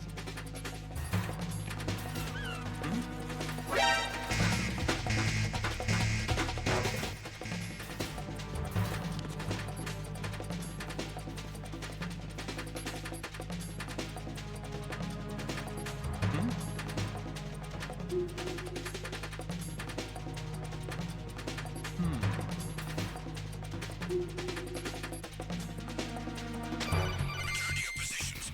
Increase security.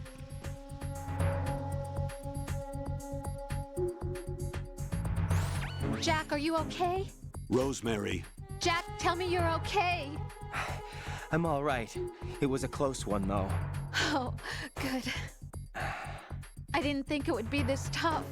Hey, It's the helplessness of it, you know? Just watching with no power to help you. It's like having a ringside seat at a boxing match, but much worse because it's someone I love and the stakes are... Rosemary, maybe this was a miscalculation on my part. Selecting her wasn't the wisest choice. No. I apologize for the outburst. I'm all right. I will see this through with you. Rose? We fight together, okay? You have nowhere to run. Neither do I. Rosemary, you're not obligated to continue. You know that. I'm all right, sir. Raiden, how about you? I'm good. Then the mission goes on. But Rosemary, there's one thing you need to understand. Sir? His name is Raiden. Got it? Yes, sir. I understand. Never heard that one? Yeah, this one's easy to miss. Sending reinforcements to the first floor, strut A. Boost security. I only found out about this one like a few playthroughs ago. I'm not sure if DRK knows about this one. But I only found out about it a few months ago. I triggered it by mistake at the start of the game. And I think you have to do it early in the game. If you get into a similar situation in the mid-game, I don't think you can get the call.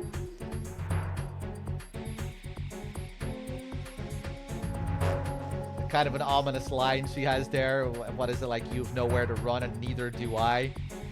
It makes me think of how her life is also dependent on Raiden's survival, which we'll talk more about later with regards to the mission failed dialogue. Or maybe now would be a good time to talk about it, actually. Attack team, come back at once. Guard team, stay alert. Yeah, let's see if we can get the dialogue. I'm just going to let this guy kill me. Pay attention to Rose's dialogue during the mission failed screen. The game over dialogue is random, but sometimes it'll be Rose. Sometimes it'll be Rose, sometimes it'll be the Colonel. If it's Rose, she calls out Jack's name. And at the end of the dialogue, there's a long pause. And after the pause, she goes, there's this gasp. And you might think that that gasp is just Rose crying, but that's not what it's supposed to be. That final gasp is Rose getting killed. Because Raiden and Rose are both hooked up to the same nanomachine network. And the system recognizes that Raiden has died, and so it kills Rose. It triggers some switch that kills Rose. They're all hooked up to the same system. The Patriots explain it at the end of the game. The Colonel explains it at the end of the game, or at least he alludes to it. When he tells, you know, when Raiden is really starting to question things and he's kind of trying to deny what's being asked of him. And they tell him, oh, you know, but if you don't do what we say, Rose is gonna die. She's wired the same way. I think that's the line they used to describe it at the end of the game. She's wired the same way. Along with Olga's child. You know, if Raiden dies, they're all connected, so Rose will also die, and so will Olga's child. So everything is dependent on Raiden's success, or they'll all get killed. But yeah, let's just kill ourselves on purpose here. It's the enemy. I need help.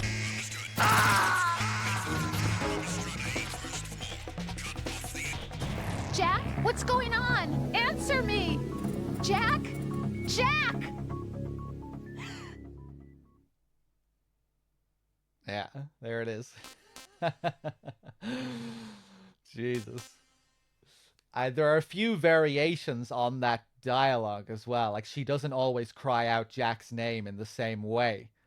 But the one consistent thing that you get for each of those dialogues is the pause and the you get that every time, even though the other crying sounds are different.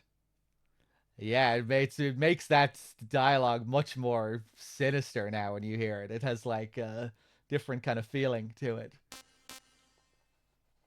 It's very easy to mistake it for a whimper or just another part of her crying. I was mind blown when I discovered this for the first time, because I always thought that last whimper was memorable. It's like it's kind of a strangely memorable part of the mission failed dialogue. So when I learned that the whimper actually had significance, I was like, oh man, this is crazy.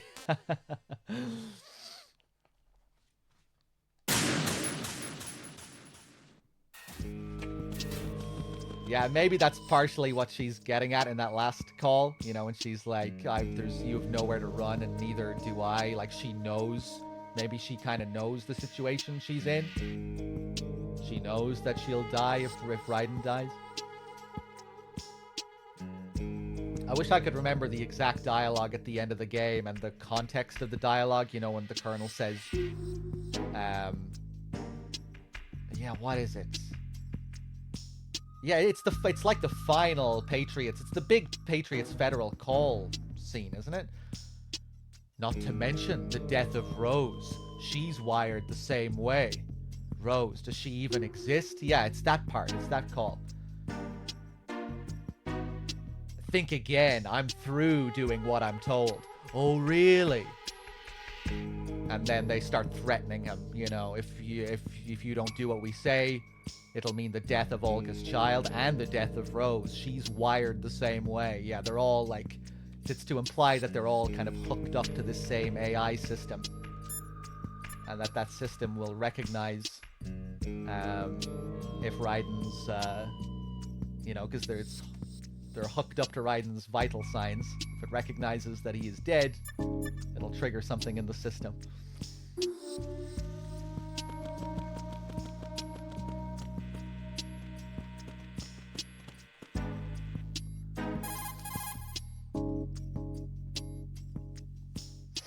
If you find an item box, walk up to it and take a look at... Yes, thank you for posting the dialogue. Yeah, I forgot that they mentioned the vital signs and everything. Yeah, the termination... Yeah, it's actually quite clear, isn't it? The termination of vital signs from your nanomachines means the death of Olga's child, not to mention the death of Rose. She's wired the same way. I forgot they were as explicit about it as that. Yeah. But I guess it's an easy bit of dialogue to just not really think about. You know, technical mumbo-jumbo.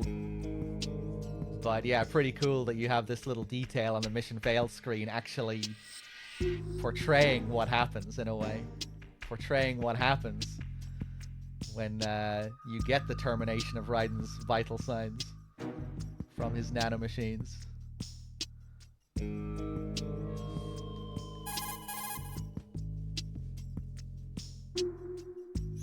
Jack, I did a search on the Big Shell.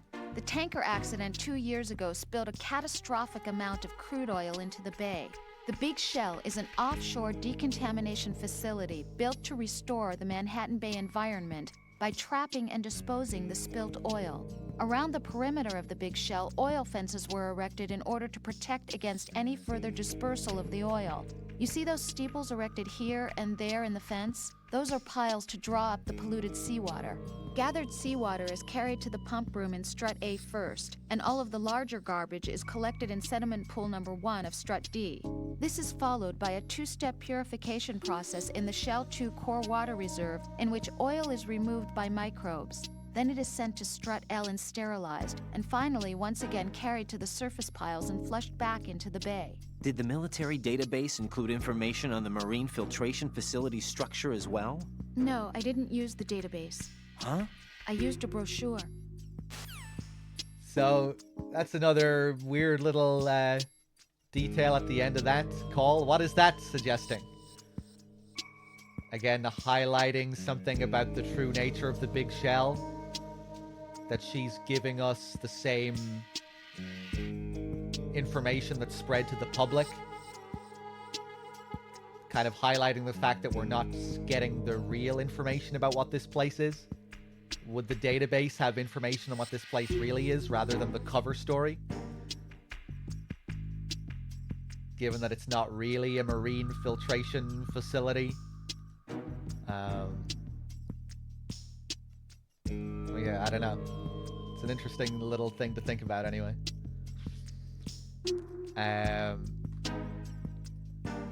Another thing with a payoff at the end is the introduction to Rose in the beginning. The Colonel says, according to reports, she knows you better than anyone else. Then what Rose confesses to Raiden in Arsenal reveals that the Colonel was cynically alluding to reports handwritten by Rose. Right, yeah.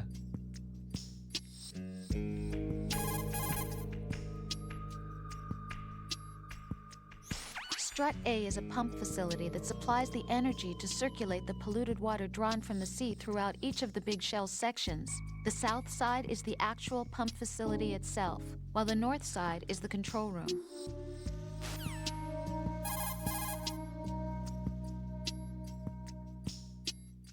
An item box can That's exactly it. Thank you, Colonel. Let's just do a save call. What's up, Jack? I love you.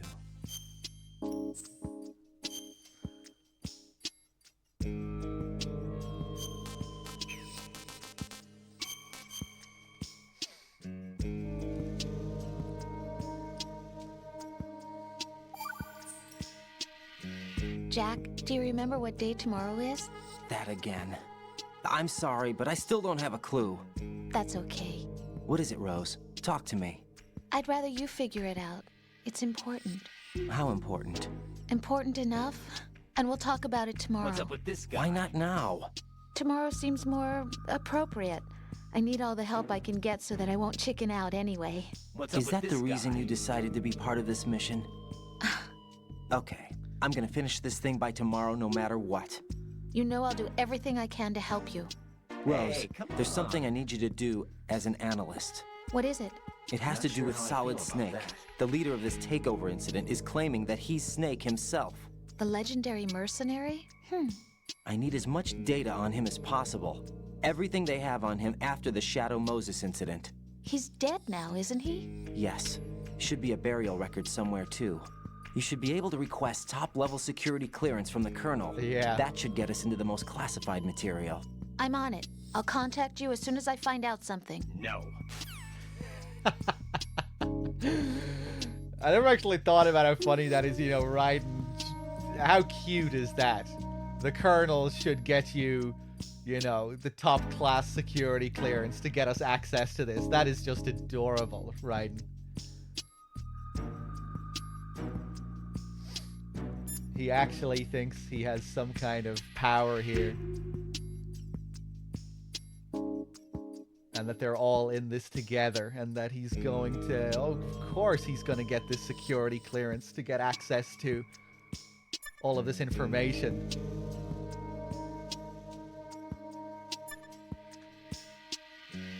Implying that Raiden doesn't think for a second that information would be withheld from him, you know, when it's like the exact opposite is true to the extreme. No, I can get any information I need, surely. Why would information be kept from me when I need it for my super spy mission? Poor Raiden.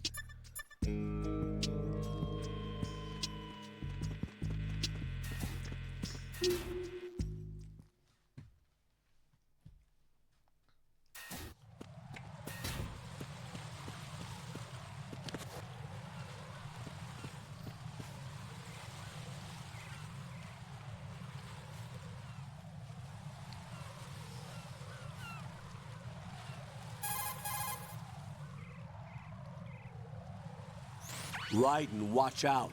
There are sentries posted on the connecting bridge. They will spot you if you continue on course.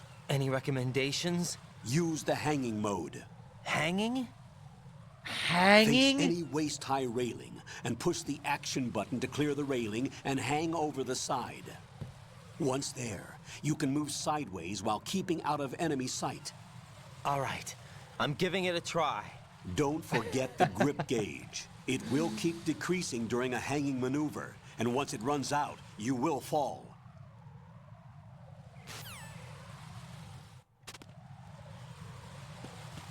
One thing I'm curious about, in the Japanese version of MGS2, is Raiden as like cautious and anxious about hanging, or is he? He's definitely not as heightened as Quentin Flynn is here. But is there still like some kind of anxiety there? I feel like it would make sense, given that, again, this is something that he hasn't done in VR, right? These are new actions that he hasn't been trained for. I always felt that when he gets so confused about knocking in the previous area, that feels kind of weird, right? Because that's something that you can do in VR. You know, when the Colonel tells Raiden to knock on the wall to distract the enemy, and Raiden is like, how? But how do I knock on the wall? I'm kind of curious about some of these differences in the Japanese version, because I know the Japanese version of Raiden is way more reserved, you know, he's way more subdued, generally. But I think it still makes sense that he has some degree of anxiety here about these new actions.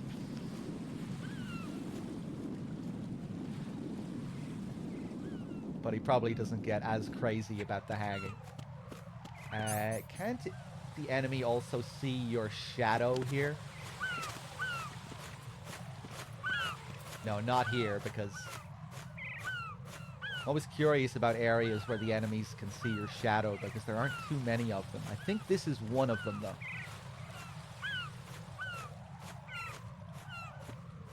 How?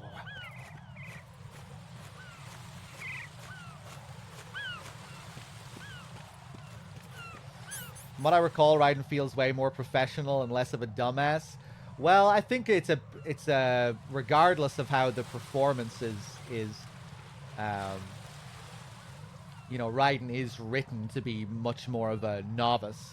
Like he's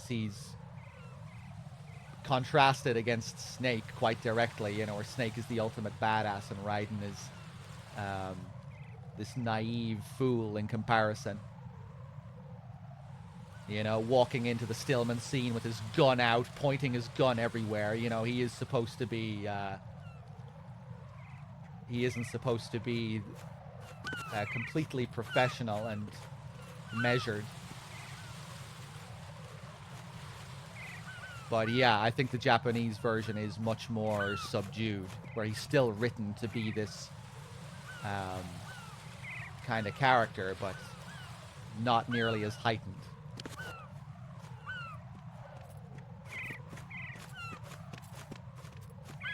I think something that comes across much better in the Japanese version of Raiden as well is the kind of dark past that he's hiding. You know, the fact that Raiden really is this experienced killer underneath the surface of it all. Quentin Flynn's depiction of Raiden feels kind of very childlike, almost emotionally immature. Like, can you really believe that this guy was like this murdering child soldier in his past? I feel like you don't really get that impression from Flynn's performance. Like, you need this kind of real darkness underneath the character. You know, this kind of subdued darkness, and I don't think you really feel that in this version of Raiden, where you do in the Japanese version. Because in the Japanese version, he's way more, you know, I don't think he feels as as immature, I guess.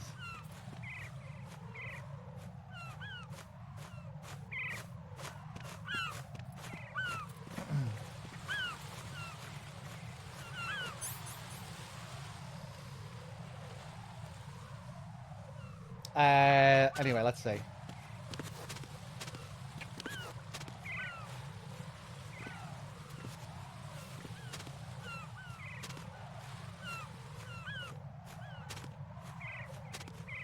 Just want to test something here. I want to see if he can see my shadow.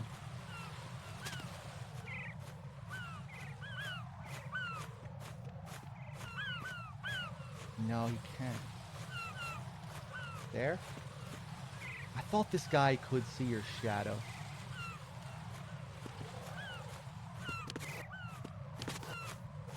What about this guy?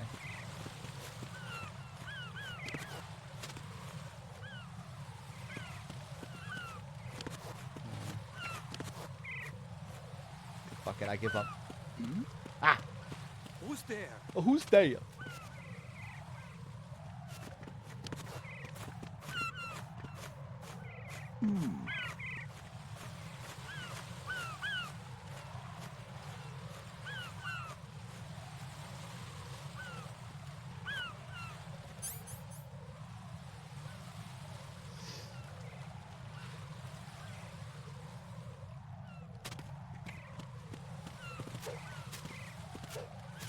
Freeze!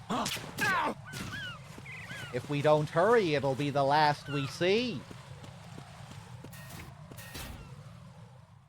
I used to be a Liberian child soldier in my early days.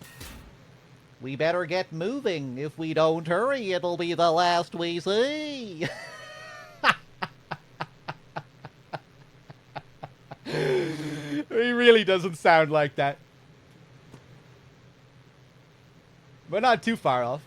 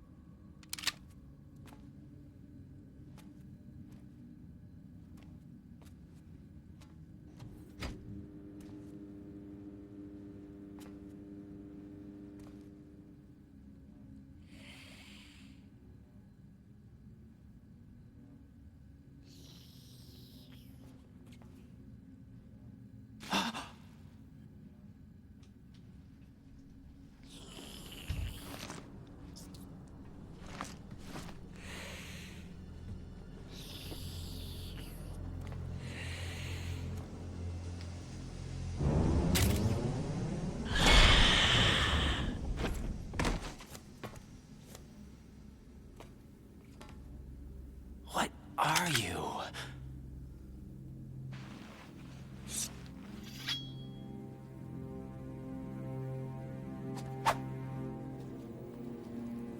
Five today.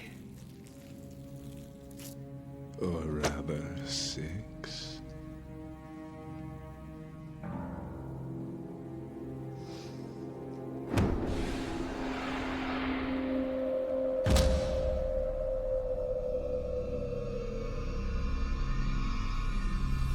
Get down!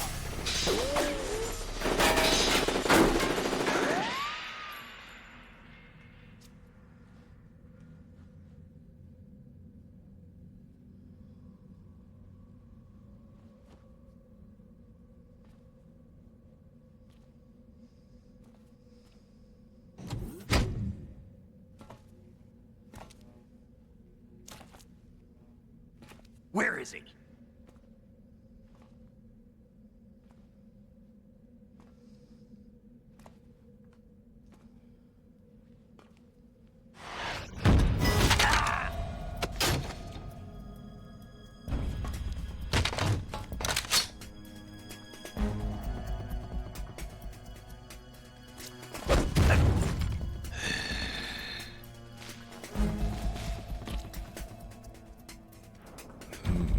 Strange smell.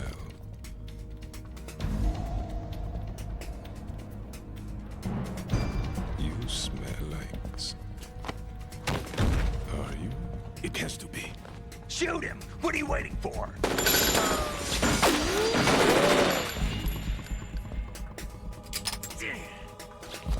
Vamp, Yeah, Queen? are you all done cleaning up? Yes, but wait till I tell you what I found. Something interesting?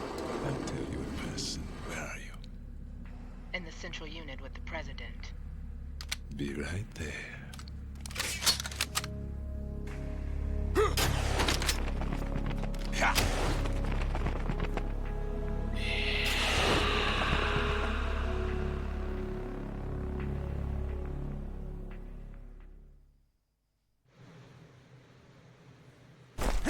Hold on. I'm not an enemy. Calm down.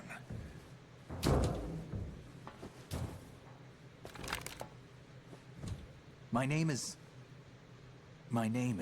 Pliskin. Iroquois Pliskin. Lieutenant Junior Grade.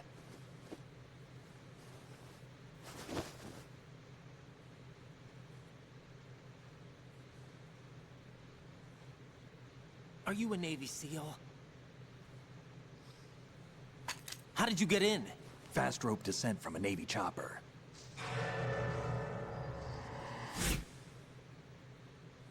Have I seen you before? That suit. Are you Foxhound? That's right. Foxhound was disbanded. Huh? Where were you before Foxhound? Delta Force? I was part of the Army's Force 21 trials. Force 21? That's about tactical IT deployment, right? Any field experience? No, not really.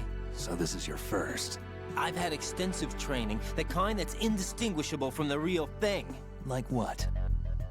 Sneaking mission 60, weapons 80, advanced... VR, huh? But realistic in every way. A virtual grunt of the digital age, that's just great.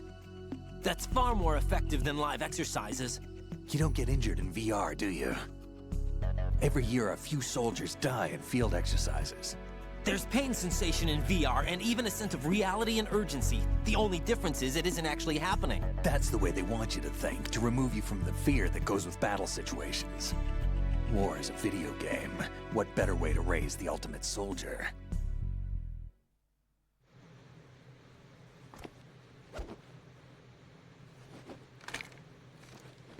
So you're saying that VR training is some kind of mind control? Raiden, what's going on? The Alpha team from Navy SEAL 10 is dead. No, a single survivor. The kid's wired with nanomachines.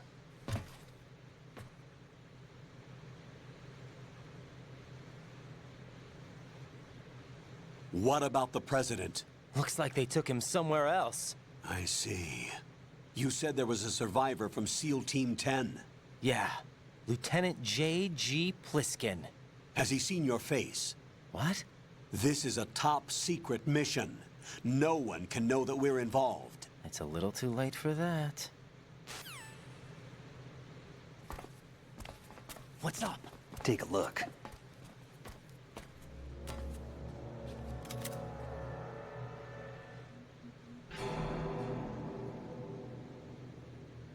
What the hell?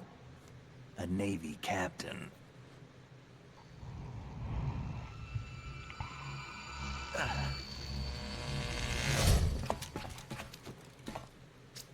You all right? Give me a few minutes. Must have lost a few more pints than I thought. What was that man just now? That blood-sucking freak? That was Vamp. He's Romanian, a wizard with knives, as you saw. The way he moved didn't seem human. You won't see that in VR, I guarantee. What is he? One of the members of Dead Cell. Dead Cell? Him? A special forces unit created by ex-President George Sears. The name was originally intended to reflect its anti-terrorist functions. The unit would launch unannounced assaults on government complexes for the ultimate terrorism simulation. They were needed to show VR troopers like you how to deal with the real thing. But around the time their original leader died in prison, the unit began to unravel. They were always close to the edge, but they became more and more extreme, began to go after US allies, even civilians. We estimate that no fewer than 100 people died as a result of accidents the Dead Cell arranged on their own. They were out of control, and it all came to a head 6 months ago. What happened? The unit was devastated. There are only 3 left now, and you just saw one of them. Why would they go after the big shell? How should I know? I told you they were on the lunatic fringe. What about their leader? He says he's Solid Snake. Snake died 2 years ago. You mean the incident that made this big shell necessary in the first place? Right, and he was the one that sank that tanker. But he's a legend. Legends are usually bad news. There's not a lot of difference between heroes and madmen. You're saying Snake is still alive and pulled another one? No, he's not involved in this one. His body was positively ID'd 2 years ago. Snake is dead. And buried. What about the other soldiers? I saw Russian equipment too. Former Soviet military. They're probably mercenaries. The big shell is too much ground for just Dead Cell members to hold down. You weren't briefed on any of this? And you came in alone to boot? Why? What are you really doing here? Can't tell me, huh? Fine with me. I don't smoke. Keep it anyway. May come in handy.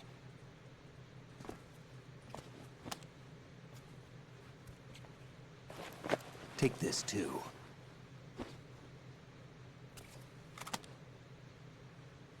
Here, take this.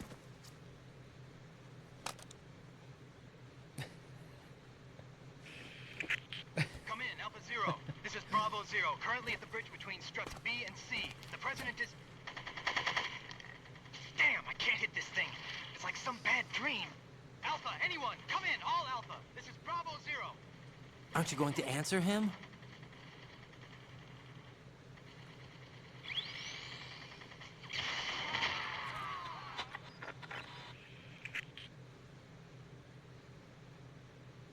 The BC connecting bridge. We need to get there. Can you handle it? I need a few more minutes. Remember my frequency. It's 141.80. 141.80. Got it. I've been briefed on this plant's layout. If you need information on the place or about Dead Cell, contact me. You're using nano communication, right? Yeah, but I can patch into your frequency.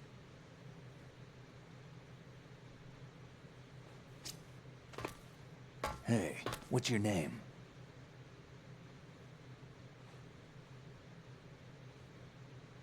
Raiden. Raiden? Strange code name. Makes up for the boring one my parents gave me. Maybe I'll find out someday. This fucking kid.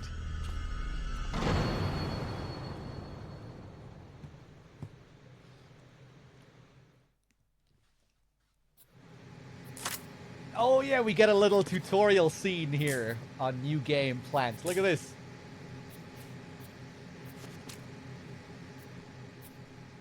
Forgot about this.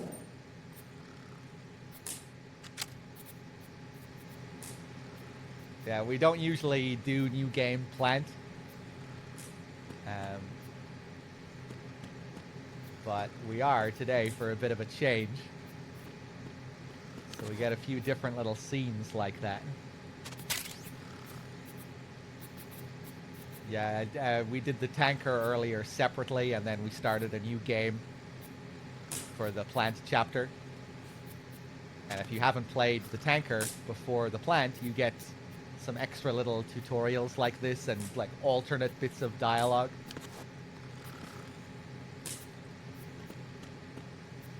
So here we get our introduction to Pliskin. We learn a bit about Vamp, Dead Cell.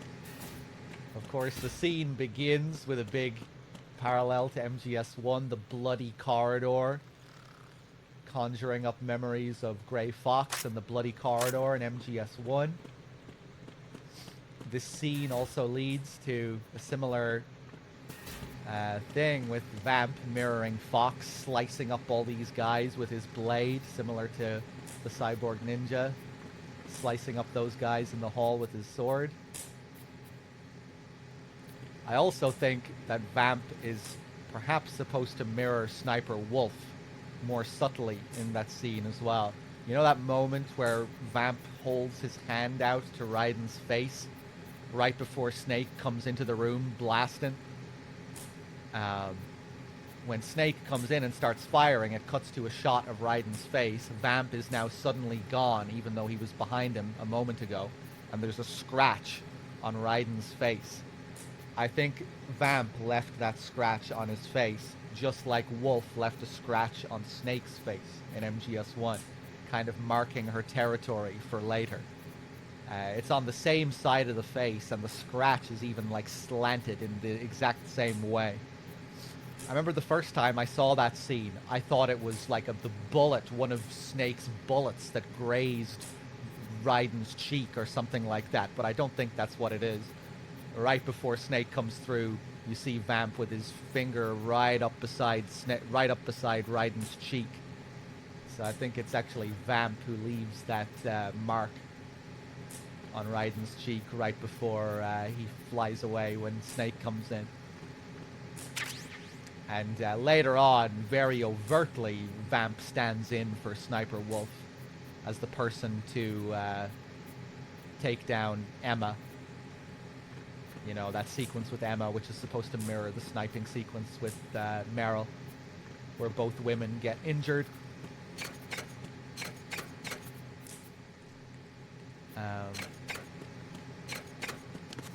Red Cell, or rather, Dead Cell, they are inspired by a real-life group known as Red Cell, which were a team of people that were designed to test the effectiveness of like military institutions, test the effectiveness of military tactics, and they like staged kidnappings. They used false IDs. They would test fences, like they would dismantle fences and barricades. They would kidnap high-ranking military personnel. Simulations, essentially. So you can see why Kojima was inspired by this real-life group for Dead Cell, and to fit with this, to fit with the themes of this game. What we're told about Fortune's husband as well is interesting. That he was accused of misappropriating government funds. You know, the former leader of Dead Cell was Fortune's husband, and we were told that he was accused of misappropriating government funds. He went to prison. Dead Cell snapped with the loss of their leader after he died in prison. A lot of that stuff is also inspired by the real-life Red Cell. The leader of the real-life Red Cell, Richard Marcinko, he was also accused of misappropriating government funds, went to court. There was this whole thing over one of their staged kidnappings as well. Apparently one of their staged kidnappings turned into more than just a staged kidnapping, where the guy actually ended up getting tortured for real by these guys. And unlike MGS2, where the misappropriating government funds thing was just a setup by the Patriots, I think the real-life Richard Marcinko was actually guilty of misappropriating those funds. But yeah, there are some crazy stories related to the real-life Red Cell. And you can see why Kojima was inspired by that that real-life story. I would imagine, especially hearing things like that, you know, where they were supposed to stage this kidnapping / torture, but then they ended up actually torturing the guy legitimately. That you know, a simulation turning into not just a simulation becoming all too real. There were games and books written about this guy as well. You know, Rogue Warrior, the video game Rogue Warrior, that's based on the leader of Red Cell, Dick Marcinko. It's supposed to be a pretty bad game from what I understand. And I think Jeremy Blaustein also used his book, Rogue Warrior. The guy, Dick Marcinko, wrote a book as well, I think, called Rogue Warrior. And if I remember correctly, Blaustein cited that book as a reference point for his translation of MGS1.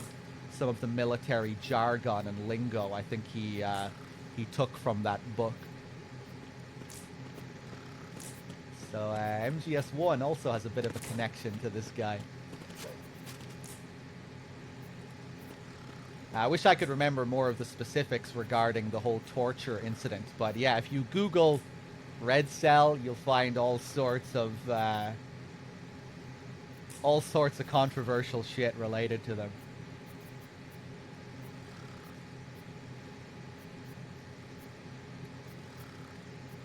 Hold on a second here. I'm just looking up the Wikipedia page for them. In 1984, Red Cell was formed after Richard Marcinko relinquished command of SEAL Team 6.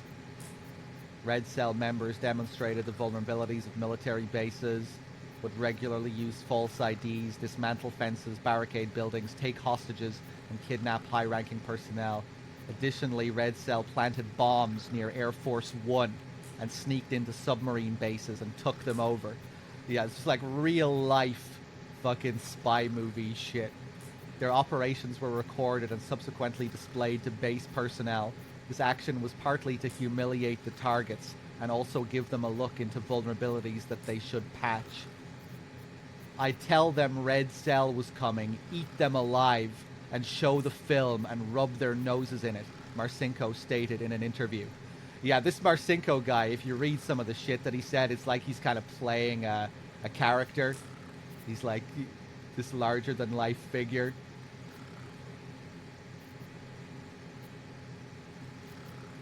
Let's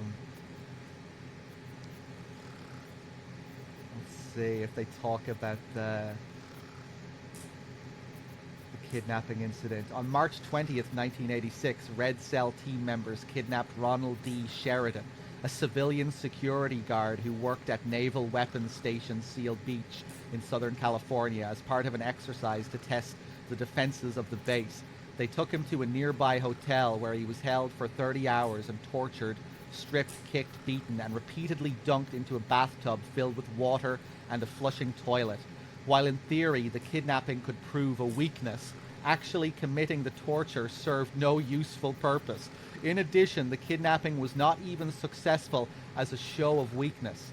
Sheridan's wife saw the suspicious men with a van and got the drop on them with her own pistol, and was only prevented from shooting the would-be kidnappers by her husband calling her off and insisting it was part of an exercise. Jesus fucking Christ. This is real life MGS2, basically, man. Oh, Jesus Christ. As he thought at the time it would be a brief matter, since Sheridan was not naval personnel, he sued the government afterwards. Yeah, this was before he got tortured by them.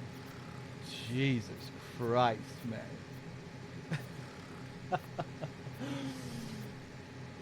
I always like bringing up this real-life inspiration for Dead Cell because it's incredibly relevant. The simulation turning to reality.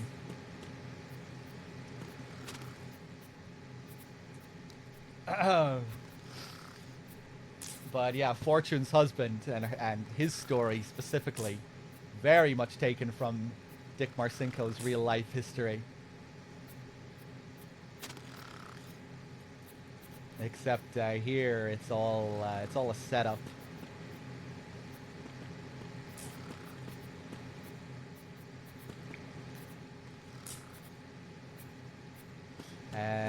Anything else I want to say about this scene? This Navy captain with the handcuff. This is another, obviously, when we get introduced to Pliskin, another reference to Escape from New York. Snake's character being heavily modeled on Snake Plissken from that film. The Navy captain with the handcuff as well, I think, is probably alluding to the president with the handcuffed briefcase in this Escape from New York.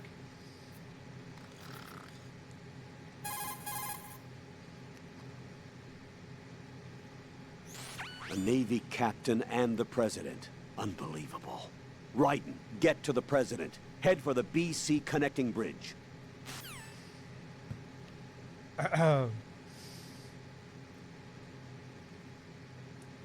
Yeah, that kidnapping incident, man. I really must look more into that.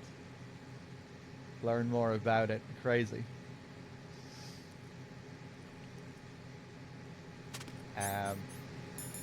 We also got cigarettes, of course. Highly addictive and hazardous to your health. Oh yeah, you don't actually... your health only drains to this point, doesn't it? It doesn't go all the way to 1 HP. We're already pretty low here. That looks like a fat blunt. Is that a cigarette? Is that really a cigarette? Now it looks a bit more like a cigarette from that angle.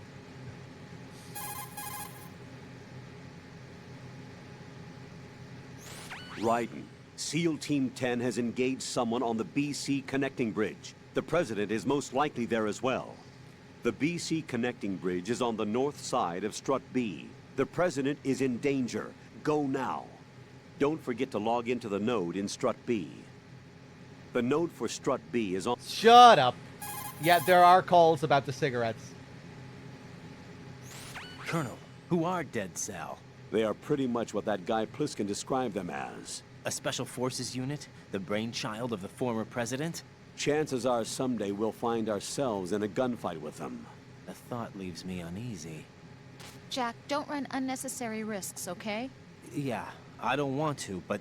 I know. Is there anything I can do? Yeah. Could you check for any data on them for me? Okay, I'll do it. Good luck. This is another interesting little detail. We always have to ask Rose to look up information, and then we need to call her again later to get the information. And it's like it's a whole ordeal getting information on people from Rose. But Snake also serves that same purpose of being someone who we can ask for information. You know, we can... All the people we ask about with Rose, we can also ask about with Snake. But when we ask Snake about a certain character or organization, Snake has the information right there. He doesn't need to go and look it up. And generally, Snake's information is better. You know, Snake speaks from experience, and he has, you know, more nuance. Whereas when Rose eventually comes back with her information, it's like very cold, you know, Wikipedia bullet points often is what it feels like in comparison to Snake's information. Just an interesting little detail when it comes to some of these optional calls with Rose and Snake. Mainly with the Dead Cell members, you know, like you can ask Rose about Dead Cell and all the different Dead Cell members, and you can ask Snake about Dead Cell and all the different Dead Cell members. But it's interesting just to contrast the differences between the information that you get.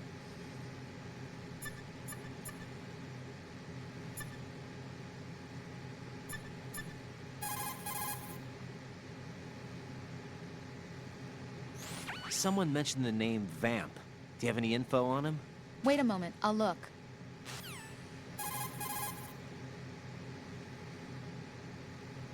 I see you've acquired a gun. Pliskin gave it to me. Don't trust that man. But the gun itself seems all right.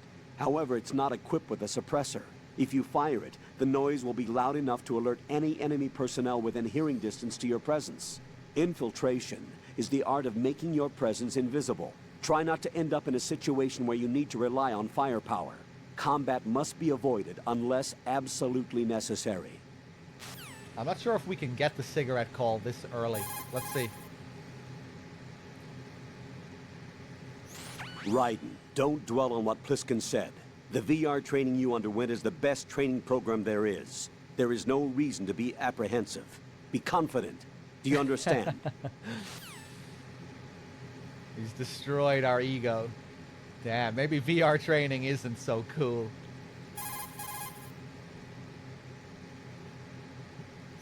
Strut B is a generator facility that generates electricity for the big shell. The first floor is its substation.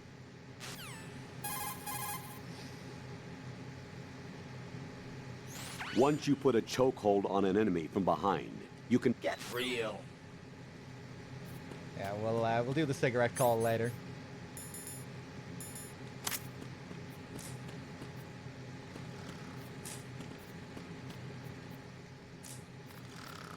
We can call Pliskin, who has the same codec frequency as Master Miller.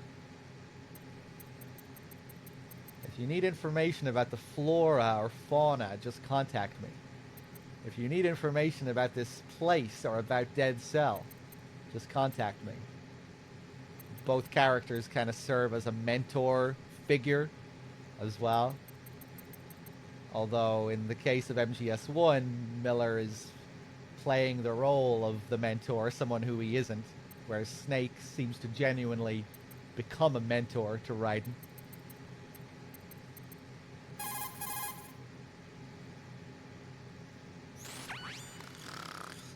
He's asleep?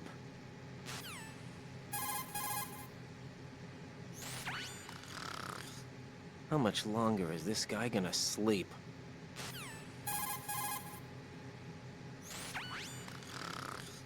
Wish I were that relaxed.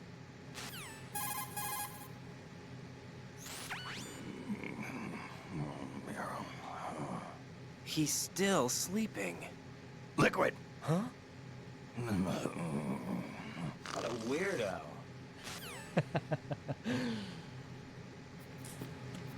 So he might seem like he's fast asleep, but Think you can shoot that thing? he wakes up pretty quickly. You point your gun at him.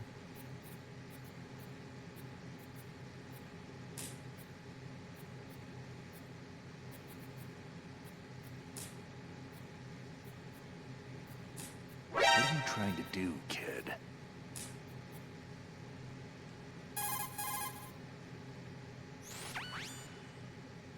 I see.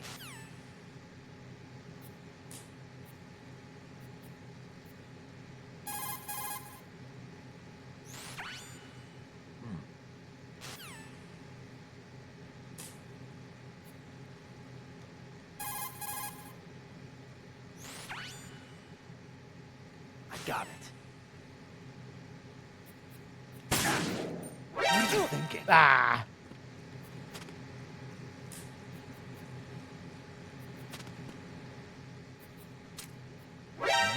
wouldn't do that if I were you. Moron. Ah, Jesus.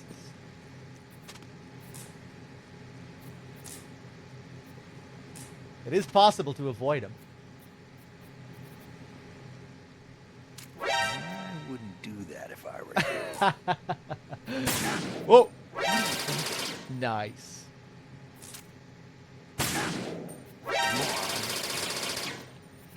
Okay, now I think he's really angry.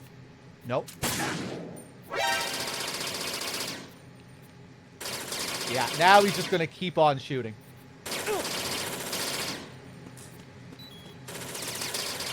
Now he's never gonna fall asleep again.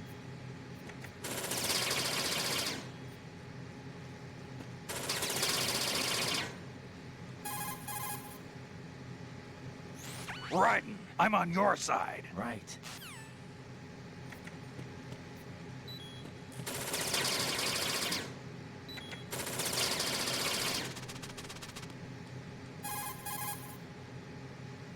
Raiden, I'm on your side. Raiden, I'm on your side. I see.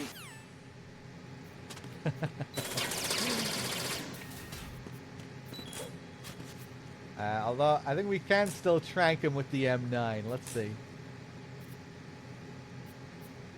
Hold on.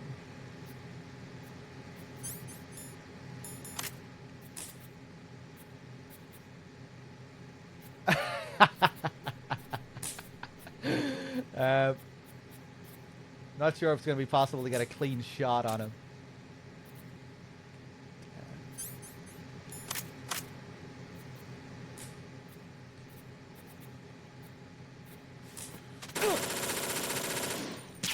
Nice.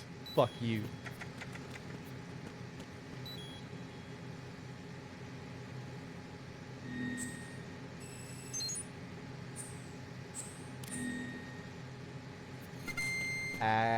Oh yeah, there is something I forgot to do. I might not be able to do it now.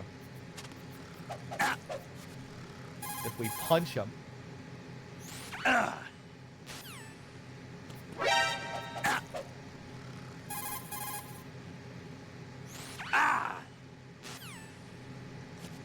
kid.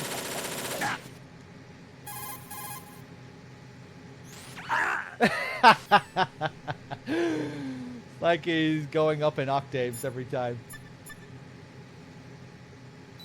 Whoa! Don't kill me! Don't kill me!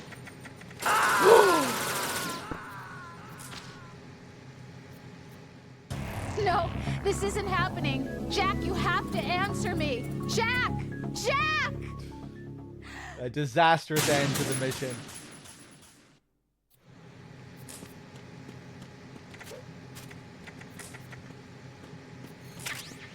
Hold on, let's log in one more time.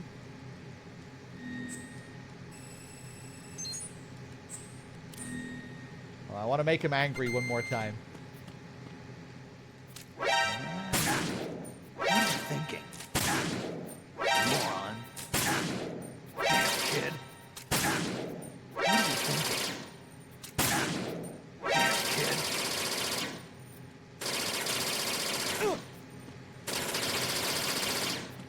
Yeah, see how well he tracks you here. Look at this.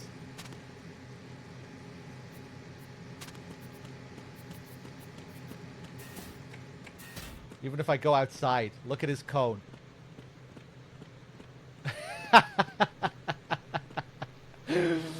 Oh, shit.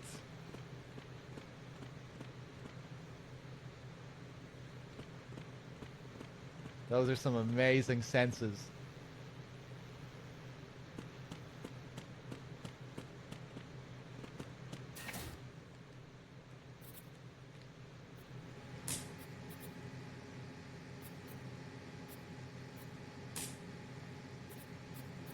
Okay, I think it's time to continue. Oh yeah, I'll have to redo these calls again. Raiden.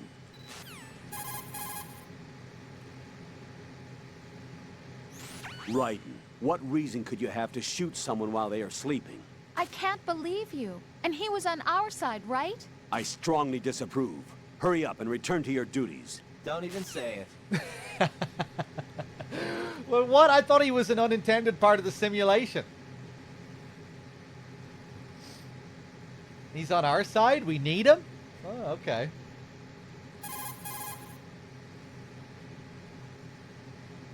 I see you've acquired a gun. Pliskin gave it to me. Don't trust that man. But the gun itself seems all right. However, it's not equipped with a suppressor. If you fire it, the noise will be loud enough to alert any enemy personnel within hearing distance to your presence. Infiltration is the art of making your presence invisible. Try not to end up in a situation where you need to rely on firepower. Combat must be avoided unless absolutely necessary.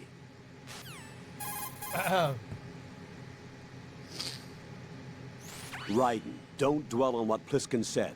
The VR training you underwent is the best training program there is. There is no reason to be apprehensive. Be confident. Do you understand?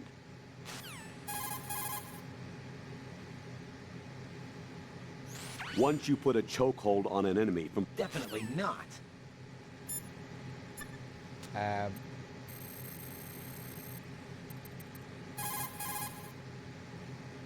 Raiden, I'm on your side. Why don't you do it?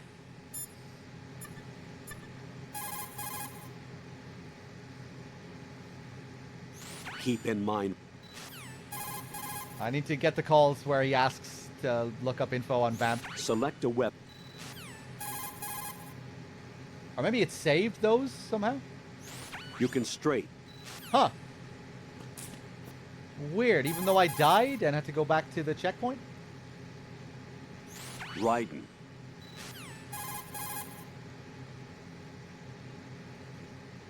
Handguns are... Okay. Hold on, let's see if it's saved the, Oh, wait, no, I don't want to go back down there. Okay, fuck it, let's just keep going. We've been here long enough.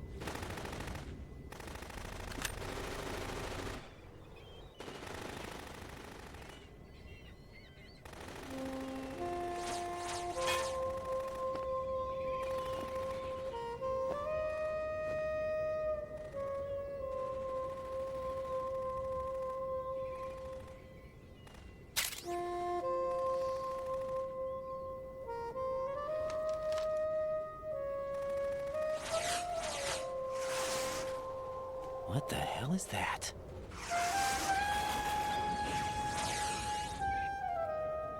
Come, put me out of my misery. This is impossible. Nothing will hit her. Is she the one they call Fortune?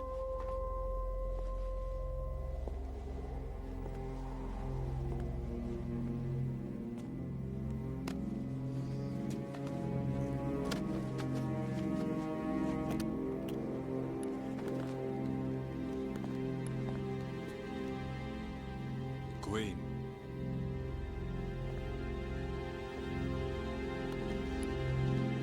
Don't let them take the president!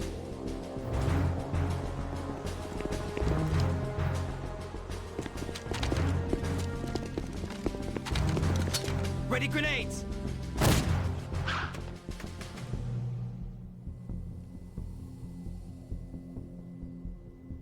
A dud!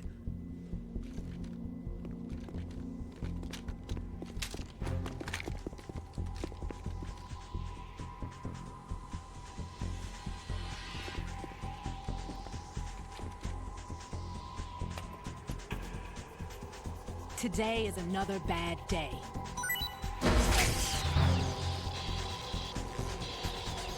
Is there anyone here that can give me happiness?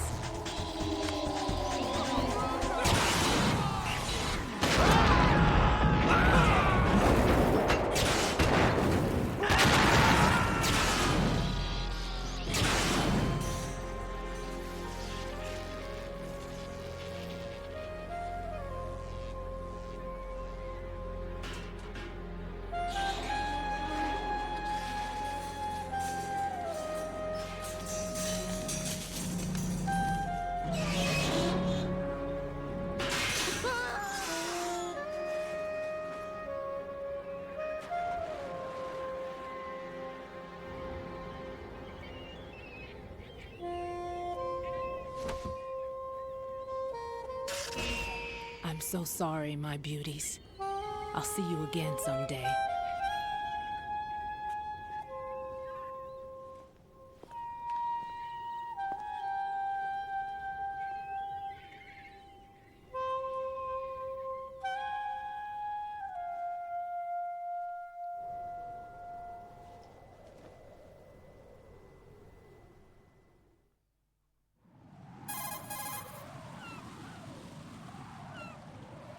Colonel, SEAL Team 10's Bravo team was wiped out.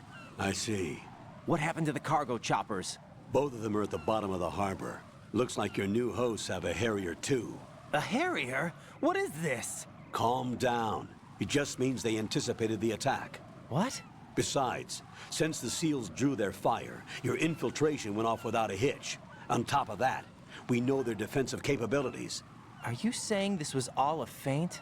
Raiden, get a hold of yourself. The entire mission is in your hands now. Do you understand? But... There's no time for questions. They could decide to retaliate for that failed assault. You mean the hostages? They could be in danger, yes. But we need to consider the possibility that they'll blow the whole shell. If that toxic spell does take place, it'll devastate not only the harbor, but poison the coastline for generations. Raiden, we've had to adjust the mission objectives. The priority is now on removing those C4s that the terrorists wired over the big shell. The President can wait, but this can't. Colonel, you know I'm no bomb disposal expert. That's not a problem. The Bravo team brought an explosives pro in with them. He was supposed to stand by on Strut C according to their mission plan. You should find him there. Is this according to Simulation 2? What are you talking about? Get to Strut C and find him. Understood. But I need to ask you something before I go. Make it quick. Who are they? Dead Cell, I mean. They couldn't hit her no matter how hard they tried. And that vampire, too, it's like being in a nightmare you can't wake up from. Jack, snap out of it. And you, Rose, I can't believe you're on this mission. I keep thinking I'll wake up. Raiden, this is real. And that's why you won't wake up. But nothing seems real. I've made up my mind to stay with you. Whether this is real or a bad dream, I'll keep watching you till it's over. Thank you, Rose. And I won't let you be just a dream. Are you two done? Raiden, you're needed on Strut C. And I won't let you be just a dream.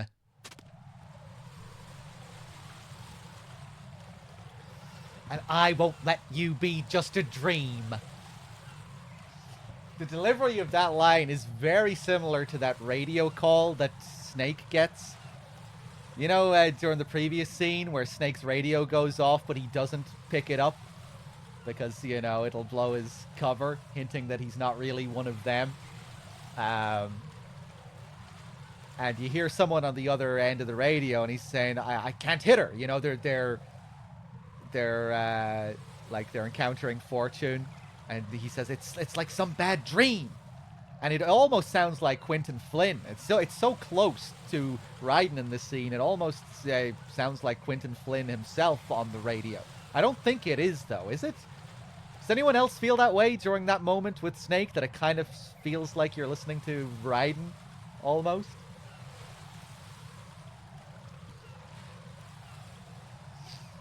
I don't dislike the line. I just I think Quentin Flynn could have toned it down a little bit. It's more the delivery of the line that I think could have been a little bit more subdued. But here I usually like to talk about some cut content ideas with regards to Fortune, because some of them are pretty interesting. Before I talk about that, actually, one interesting thing in that call just now is when Raiden says, "Is this according to Simulation 2?" You know, when the Colonel is trying to hurry his ass up to go and meet Stillman. Raiden is starting to get worried that things are not going according to simulation. Remember earlier at the bottom of Strut A when Raiden was being reassured? When the Colonel was telling him this was just like level 1 from the VR missions. You know, he was confident because He's basically done all this stuff in VR. He's done another version of all of this in VR. But now I think he's starting to get worried that things are not going according to VR anymore. He's worried that all this potential bomb disposal stuff with Stillman is stuff that he isn't really trained for. And that is true. In this story, the bomb disposal sequence is characterized as a departure from the main part of this simulation. Later on in the game, this next segment will be described as a sort of examination used to test Raiden's progress, to test his ability before he really tackles the main course of this simulation.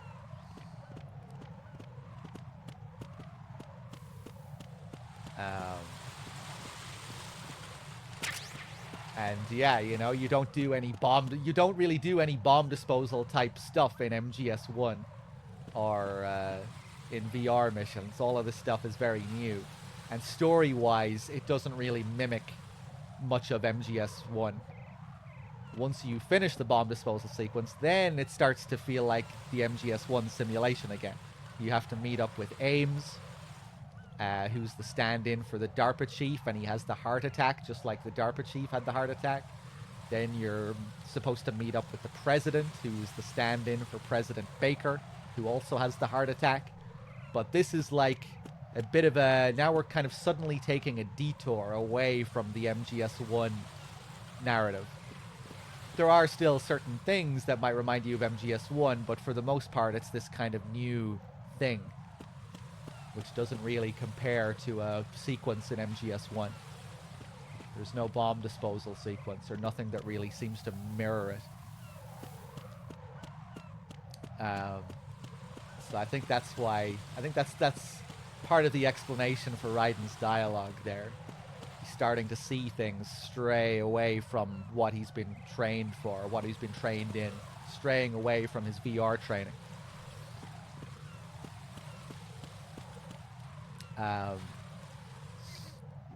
But yes, regarding the cut content and stuff, there are some pretty interesting unused ideas for Fortune. Originally, all the Dead Cell members were going to appear wearing sunglasses, shades,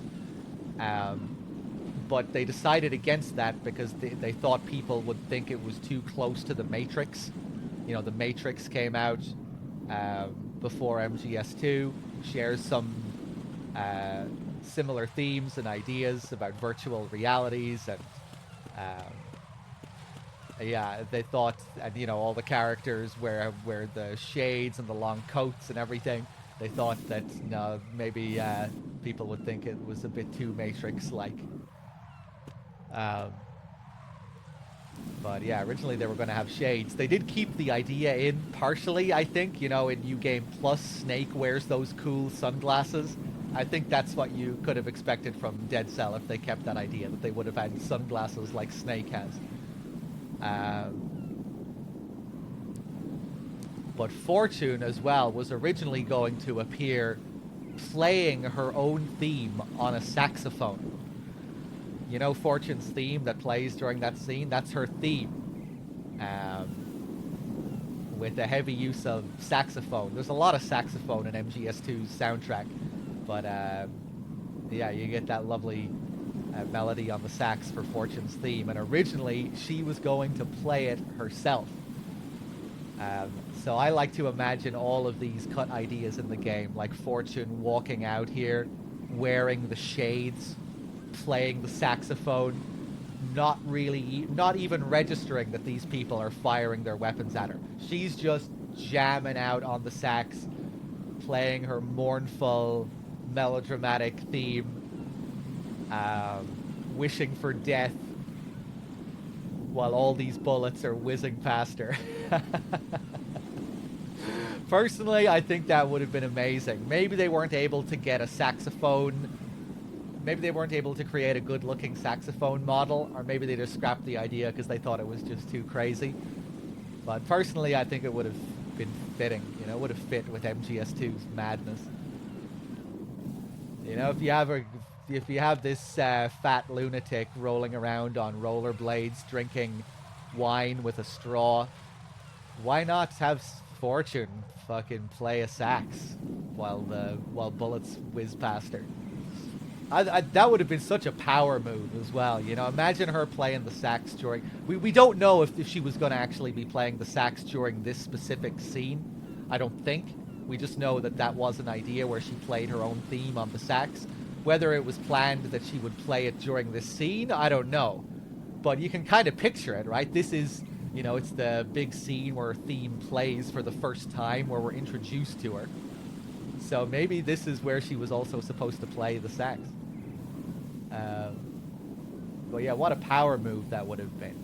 Not even registering that the soldiers are there. All she's concentrating on is the music.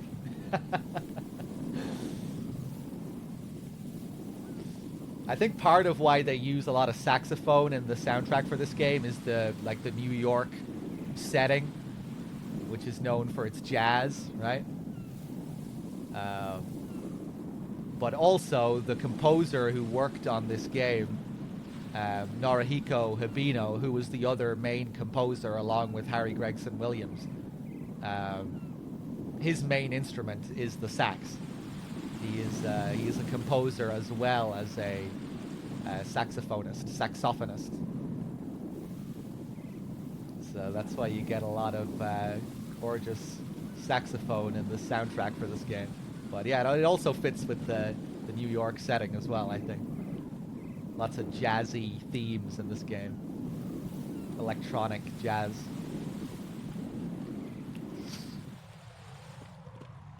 Remember that sound at the start of Yell Dead Cell? I didn't even register that that was a sax for the longest time. It sounded so crazy.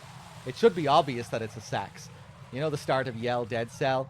It sounds like some fucking monster getting fucking strangled or something. It sounds like some creature almost.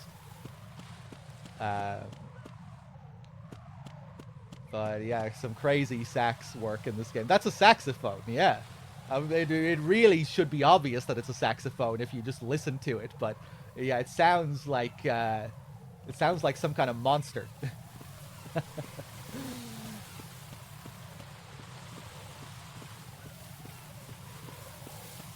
Yeah, it's a crazy kind of melody. Like a monster roar, yeah, or a monster getting strangled. Almost sounds like a flock of birds getting strangled. Just those high-pitched kind of squelching sounds.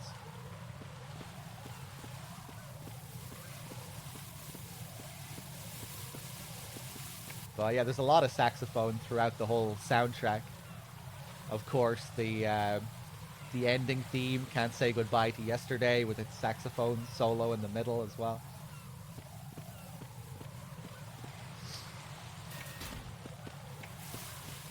Oh yeah, another thing that they cut for Fortune.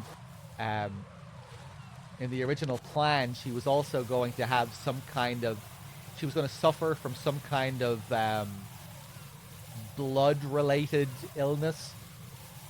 And Vamp would periodically have to suck her blood to prevent her from dying. So you would get, periodically you would get these sort of erotic vampire fiction-esque scenes of Vamp sucking Fortune's blood, biting into her neck. I think that also might have been partially based on something real, like the condition she had was some real condition.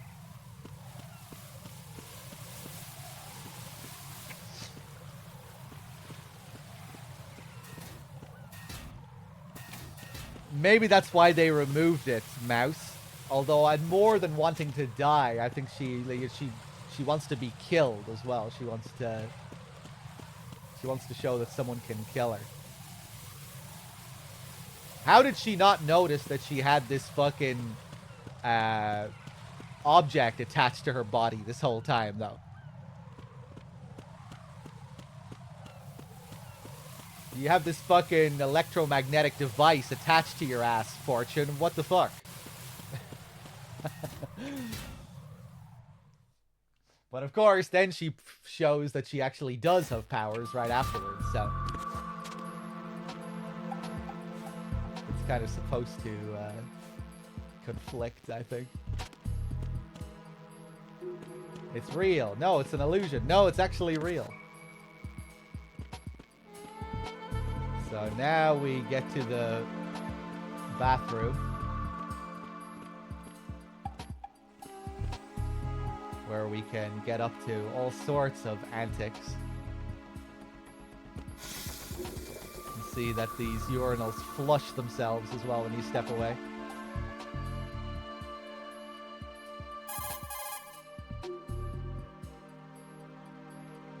Raiden, what are you looking at?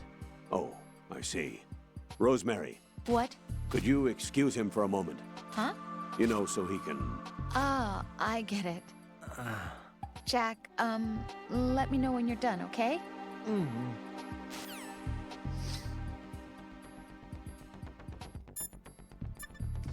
It's not powers. What's the explanation for her final show of strength when they reveal that she really does have powers then? That Ocelot is just unaware of this other technology that the Patriots have that deflect missiles away from Fortune? Personally, I think a lot of that stuff in Arsenal Gear, it's like it's not supposed to... it's not even really supposed to be an answer, you know? Reality breaks down to the point where it's impossible to tell what is real and what is not. Reality and fiction becoming indistinguishable from each other. I think that's kind of part of the point of it.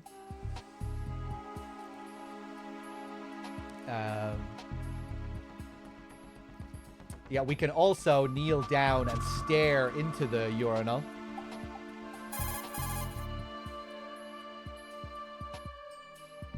Raiden, I didn't know you had such weird interests. Not that there's anything wrong with that, though. Just that, well, it's a little weird. Jack, I think that's a little weird.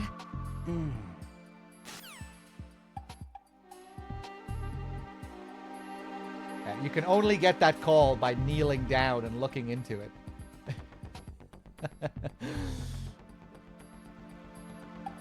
Going in for a little sniff.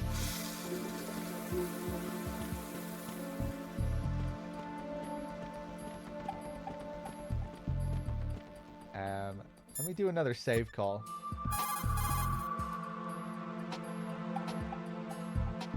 Jack, do you need to save?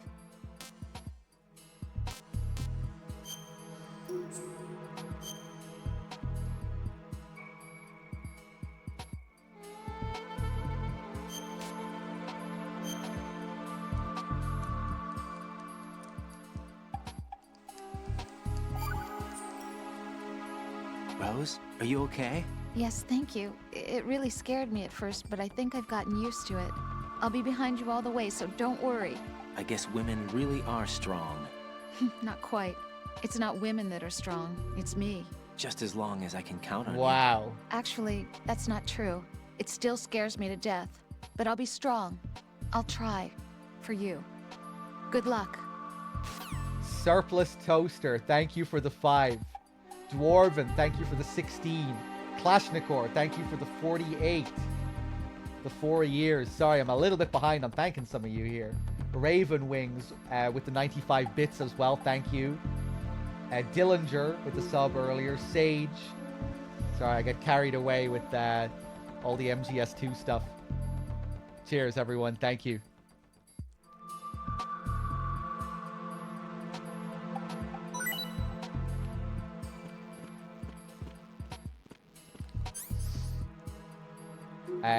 K Charisma. Thank you for the 10 bits. In Japanese, Ocelot says that technology today can manufacture miracles and supernatural in parallel to genuinely occurring ones. He assumed that Fortune had nothing but the technology leased to her as part of the S3. Right, yeah.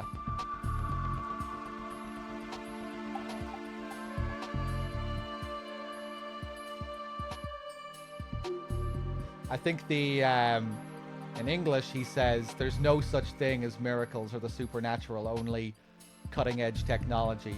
Where in Japanese, the line is, with today's technology, like even miracles are possible, or something like that, right?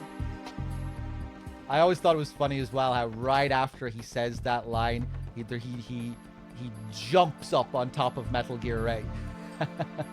He does this massive super jump up on top of Ray. And then, of course, a ghost starts possessing him through an arm.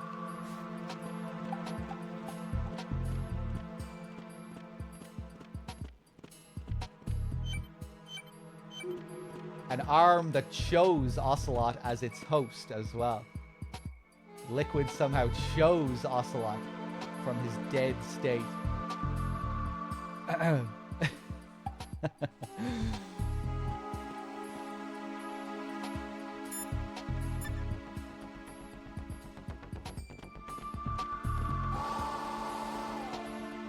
Another bomb here.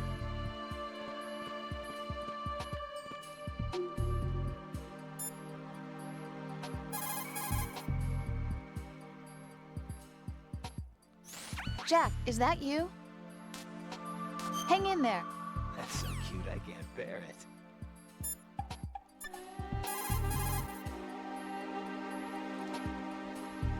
It's possible the terrorists will attempt to destroy the big shell in retaliation for the SEAL strike. Defuse the bombs before they make that move. The bomb disposal expert is somewhere in Strut C where you currently are. Locate him and request his assistance. What's that supposed to mean? Hokage Peaks with the 4 months. Thank you. Colonel, do the terrorists have a Harrier? Yes, an AV-8B Harrier II designed for the Marines. It is a VSTOL attack aircraft outfitted with a 25mm gun, air-to-air missiles, and anti-ground rockets. It's not something you want to try to take on in a SEAL helicopter. Yeah, even more so if unprotected. Colonel, where did they get such a weapon? I don't know. Are they really just run-of-the-mill terrorists? Relax, Raiden. Right now, just think about your mission at hand. Do you understand? The L2-R2 peak, yeah, if you look in the mirror and strafe, you can see Raiden's strafe, but if you press L2 and R2 to get on your toes, the reflection doesn't get on its toes. So you can now look down on your own reflection like this.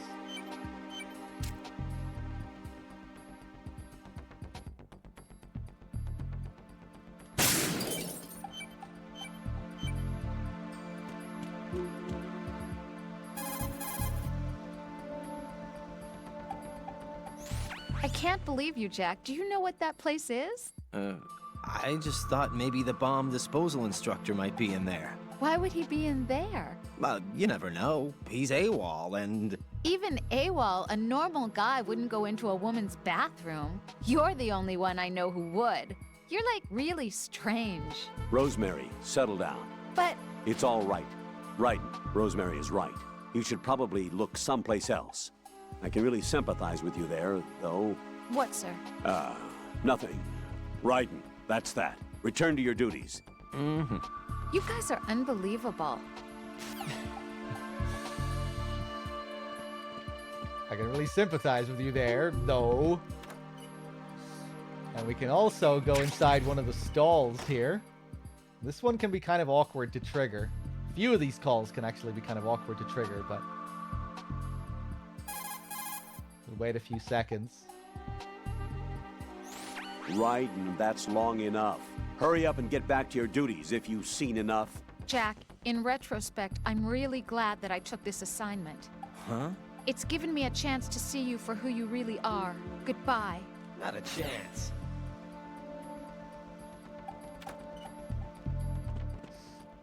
There is one more, and I think there might be two ways of doing this next one. You can either go in here, crouch, and look at the toilet seat. Or I think, this is something I want to test here, I think you can also get it by just crawling around on the floor. I could be wrong. Raiden, I doubt that the bomb disposal instructor would be in there. Look someplace else. I remember getting a call once by just crawling on the floor.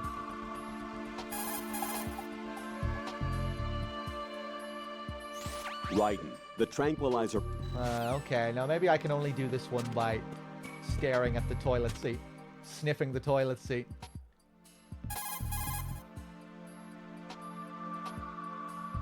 Raiden... Jack, give it a rest. I can't bear watching you do that. I disapprove. Return to your duties. That's what I feel like saying, but I'm beginning to feel like putting you in charge was not such a good idea. Damn, you know shit's getting serious when the Colonel can't even say return to your duties. Actually, maybe you shouldn't return to your duties. Your duties.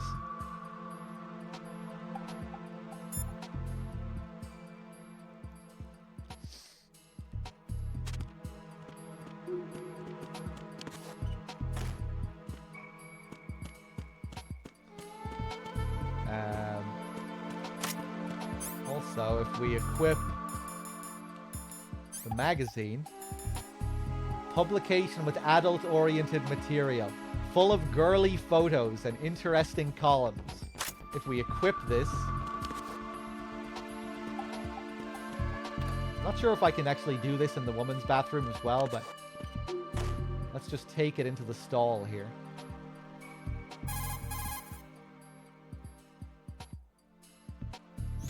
Raiden, what are you doing there? With that? I don't believe it. What are you thinking? Enduring your duties? I highly disapprove. Even though every one of us is scrambling to do our best to support you, this? And what exactly are you going to do? Drool over pictures of voluptuous girls? Exactly. At least use a picture of me instead. What? I mean... I completely disapprove.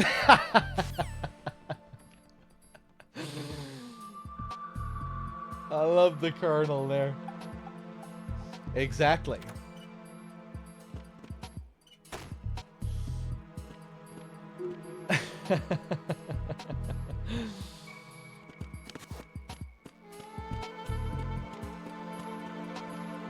Alright, I think we can continue for now.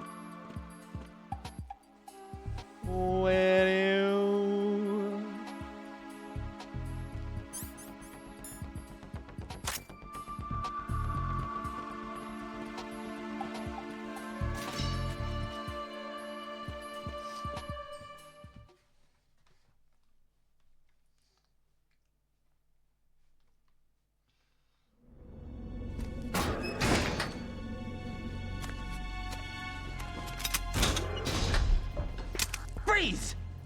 Don't shoot.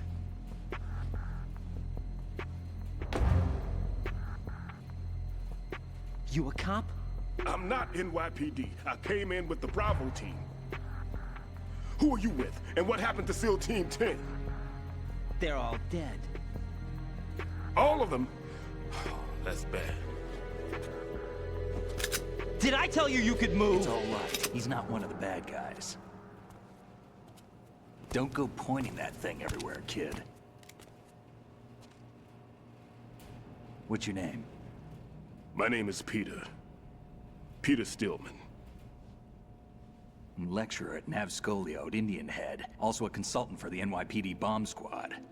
A poor old man who got dragged along for this picnic.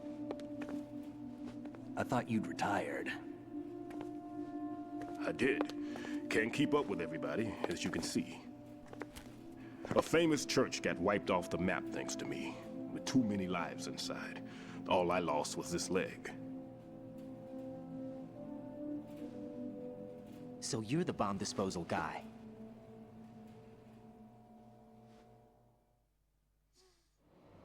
Kid, this is the bomb disposal guy. Open any explosives disposal textbook and you'll see his name. Just ancient history now. Why did they bring you out of retirement then? Because the terrorist group here includes one of my students, the Emperor of Explosives, Fat Man. He built an atomic bomb when he was only 10. I created him in a sense. And that's why you're here. I'm pretty rusty. I was supposed to supervise the bomb disposal. Looks like it was taken care of before I had my turn. I wouldn't say that.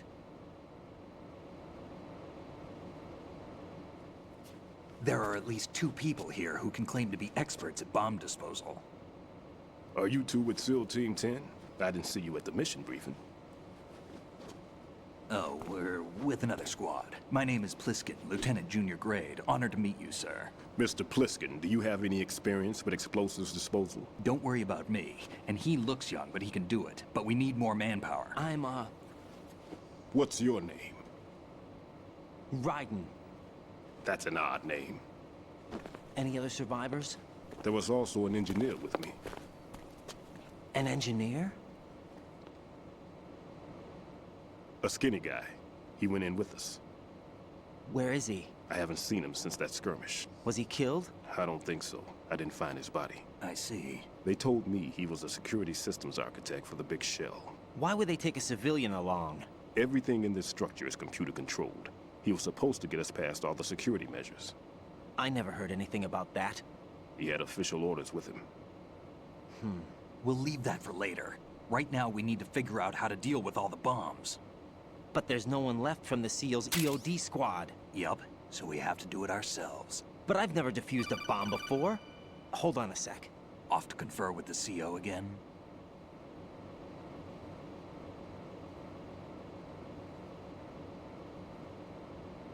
Glad to hear Stillman is safe.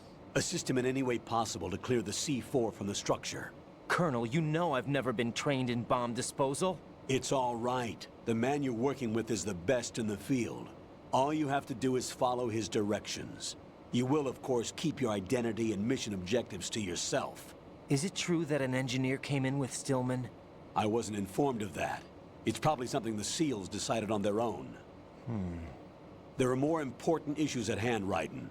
The enemy may retaliate for the failed assault. Get those C4s neutralized now. Colonel, I'm not qualified for bomb disposal. Jack, it's me. Rose? You can do this. Trust me. You haven't had bomb disposal training per se in VR, but you're more than capable of handling C4. This is a little different from using C4. You're up for this. You know that. How about it, kid? Are the results in yet? There's no need to think about this so much. You won't actually be dismantling the bomb. That's not for amateurs. What we'll try here instead is a temporary freezing measure. Here, look at this.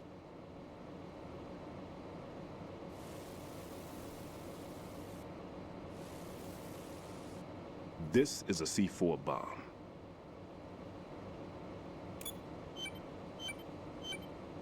It's live. You can see it pulsing. Now you spray this on the sucker and... there we go. Simple, huh? The spray freezes the detonator instantly. How long does the effect last? There's no way the thing can detonate in this condition. Even if you leave it alone, it'll stay out of commission for at least 24 hours. That's enough time. If we had the manpower, I'd recommend complete disposal. But this will have to do. The spray can be used from several yards away. Now check the floor, ceiling, walls, under a table, everywhere. Try to imagine the locations the bomber would choose. That won't be easy. We don't know a thing about Fat Man. Is there anything that'll help us locate the bombs? Here, take this with you. It's what they call an ion mobility spectrometer. It can recognize ionized gas emitted by C4s. The what? In other words, that little gadget sniffs out C4's scent. That's right. I've established a link up with your radar network, so any scent detected will be represented visually. Have the sensor activated and keep your eye on the radar. What if he's using some other odorless substance? I know Fat Man well. I know how into his own aesthetics he is. Signatures? Yes, on every bomb he builds, he always leaves a trace of the cologne he uses. The sensor also picks up that particular scent spectrum.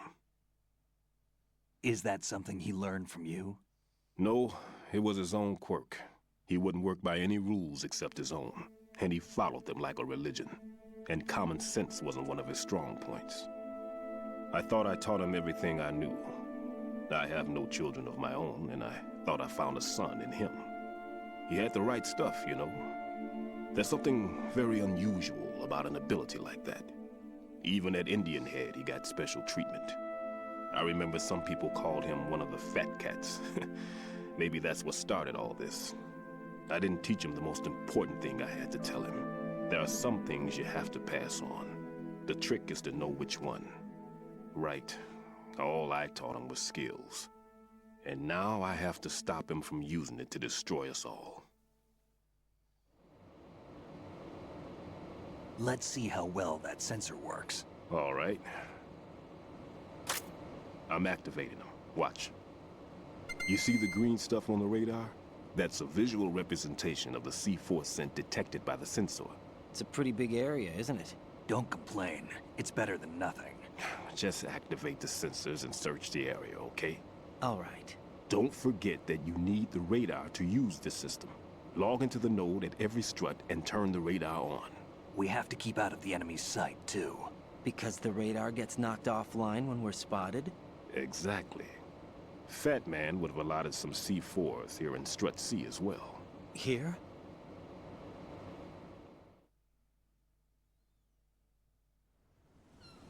I know the structure of this facility, and if he wants to take out the plant, where he would target. You know this for sure? Of course. I taught him the techniques he uses. His ideas are based on my theories. Demolition is a kind of ideology. It makes no exceptions for time or place. Big Shell consists of 2 hexagons joined end on end, north to south. There should be packets of C4s on each of the vertices, or the struts in this case. You need at least that to take a building of this integrity out.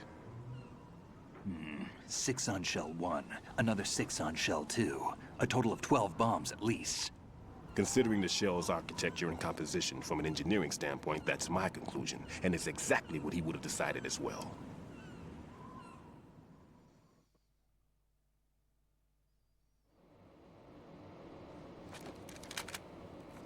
Kid, this place is all yours. I'll take care of Shell 2. Take this.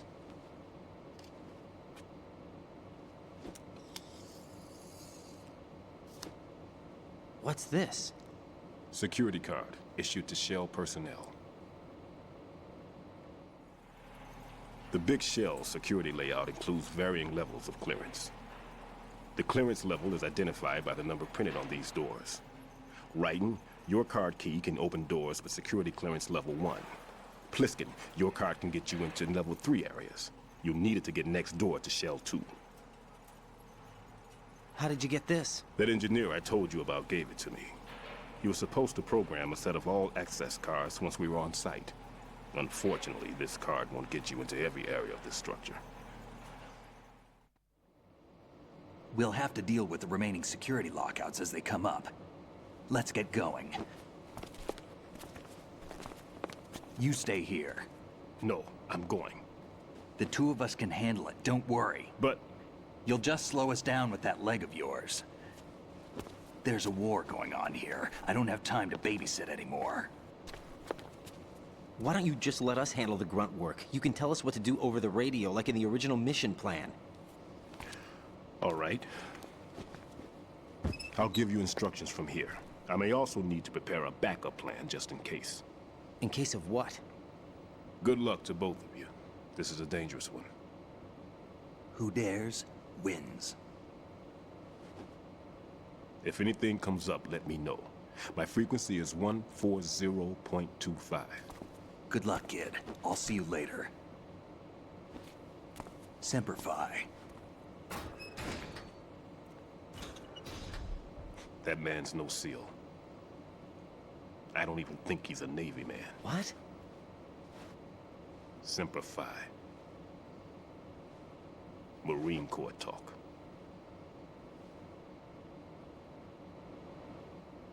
Normally, team leaders stay in the CP and give orders with those headphones.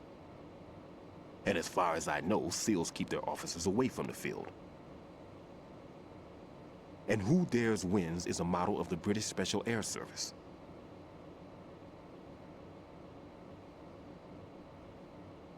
Is he one of the terrorists, then? No, somehow I don't think so. If there's someone to suspect, I'd put my money on you.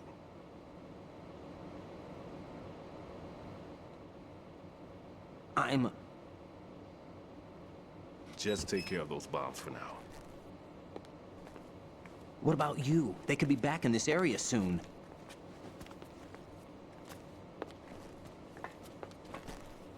I'll hide out in this pantry for a while. If I lock the door, it should be all right. Plenty of food in here too, so you don't need to worry about me. I'll give you instructions by codec from here. Good luck, kid. Bomb disposal is a face-off with your own mortality. Don't let the fear get to you. When you give in to the fear, the darkness comes.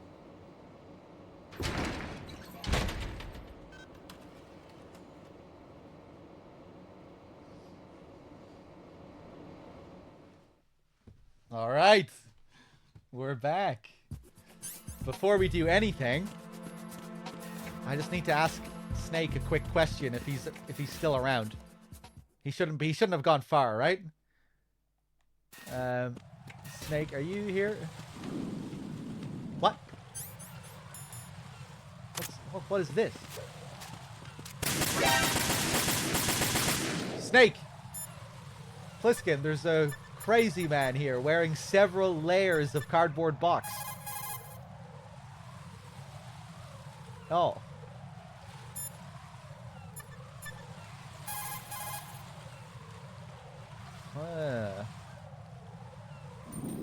No response from Pliskin.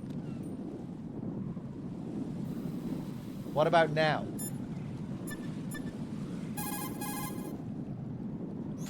That pistol you have is a SOCOM. It's a .45 caliber offensive handgun designed for the American Special Yeah, you Ops definitely Command. know all about this With pistol, 12 don't rounds you? of 45 ACPs, it has outstanding stopping power.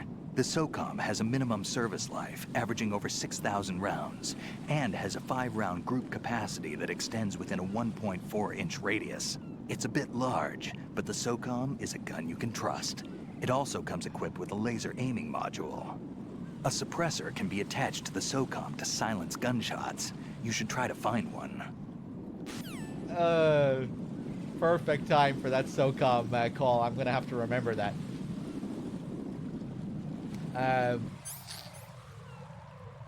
Yeah, Pliskin here is wearing an infinite number of cardboard boxes. See, you have one here, then you have a second one here. I shot 2 off him, and I think it's possible to get like 3 off him before he gets into the next area. Maybe 4 if you're super fast. But if you hack like an assault rifle into the game, you can peel off like 50 layers of cardboard boxes. And it's just never ending, an infinite number. Let's go back here. Yeah, this asshole. That shot lands. Let me thank some people here before we continue. Managerial Aftermath with the 8. I'm just here for my Metal Gear addiction. Hey, it's good to have you. I'm happy to be of service. Thank you. Sons of Liberty with the 7 as well. Thank you. Cheers. Yeah, so here we encounter Stillman for the first time. I was just thinking of something there at the end of that scene. You know, people always wonder about Snake's dialogue when he fucks up the quotes and whether he's doing that intentionally or if he's actually slipping up there. I wonder, does the screenplay say anything? I really must check out this scene in the Master Collection screenplay to see if there's any commentary on it. I forget. Maybe I've read it before and I just forgot about it. But yeah, I must look that up.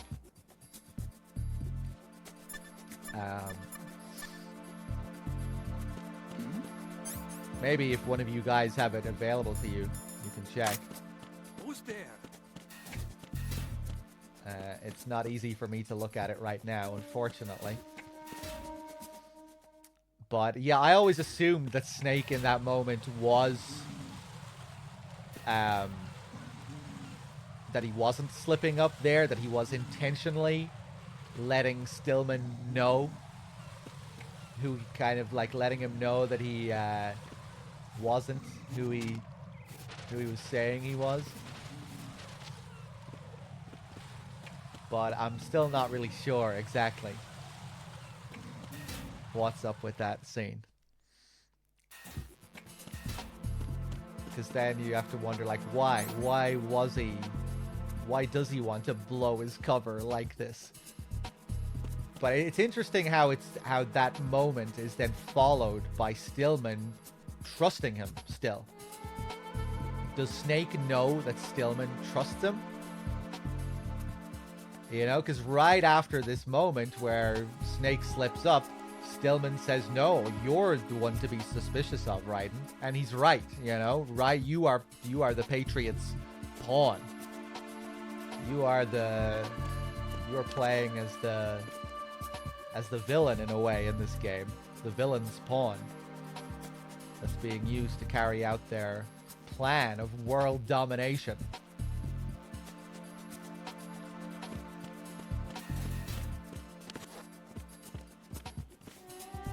So maybe, yeah, I don't know. Maybe Snake can sense that Stillman sees something in him or something, and he just feels comfortable letting him in on who he really is, or at least letting him know that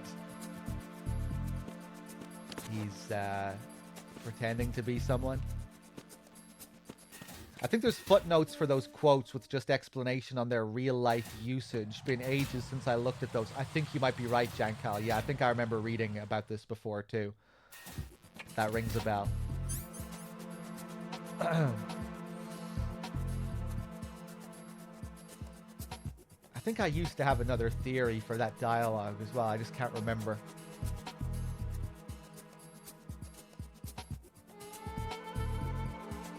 But yeah, like it kind of feels cheeky, you know? The fact that he says it right as he's leaving, you know, so he doesn't have to explain himself. Isn't that also very convenient, you know? Like he says these things that just as he's leaving. You know, it kind of, I don't know, there's something about it that just feels kind of, you know, kind of sly and cheeky, like he really is just playing with them. Yeah, I don't know. That's how it comes across to me anyway, that he is just kind of playing.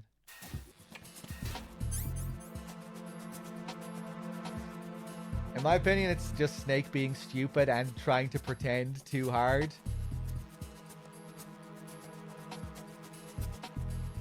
Maybe. Maybe.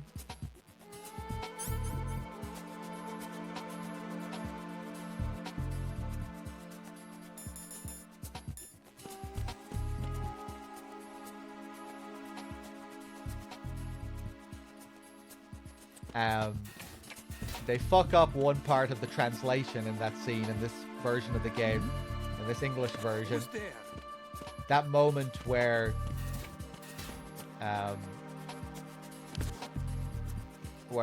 Stillman is talking about Fat Man and how he has created Fat Man, taking responsibility for Fat Man, and he's saying there are some things you have to pass on. The trick is to know which one. Snake is supposed to be the one who says that line. The trick is to know which one. Stillman says there are some things you have to pass on. The trick is to know which one. But that second line is actually supposed to be a response from Snake. Stillman is supposed to say there are some things you have to pass on. Then Snake replies, the trick is to know which one. And then Stillman replies to Snake saying, right. But it doesn't make sense here if you listen to it, because Stillman still says right, but he's saying it in response to his own line of dialogue. He says the trick is to know which one when it should be Snake, and then Stillman agrees with his own comment right afterwards. Right, all I taught him were skills.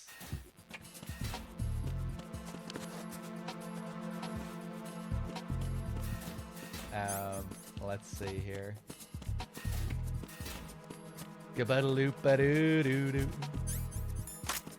Freeze! Let's put you asleep for now.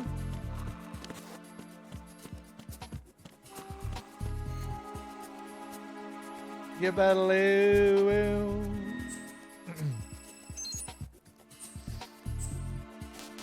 Log into the nodes. Get our radar.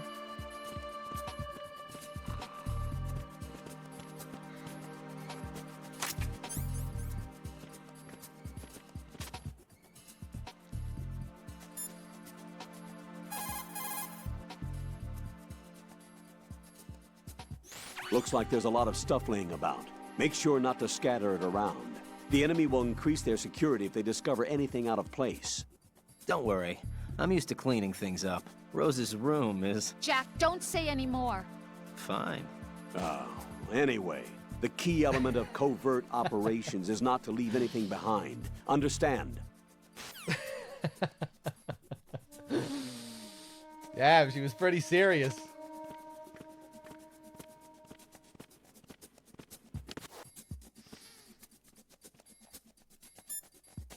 If I lean up against the pantry here where Stillman is hiding, does the Colonel say anything? Stillman is safe as long as he's in there. You worry about defusing those C4s instead. I'm all right. We can really annoy Stillman here if we keep knocking. No need to worry. No need to worry. No need to worry. He really has a lot of patience. It takes a while. I'm all right. If you need to talk to me, use the Kodak. Everything's okay in here. Get to work on those bombs. I'm all right. You need to go and take care of the C4s now. There we go. Stop bothering me. Lay off the knocking already. You need to go and take care of the C4s now. Lay off the knocking already. Lay off the knocking already. Unfortunately, now if we call him, he doesn't actually, he doesn't comment on it, I don't think. What are you doing there? Hurry up and dispose of those bombs. Oh, okay, still does talk about us being outside, though.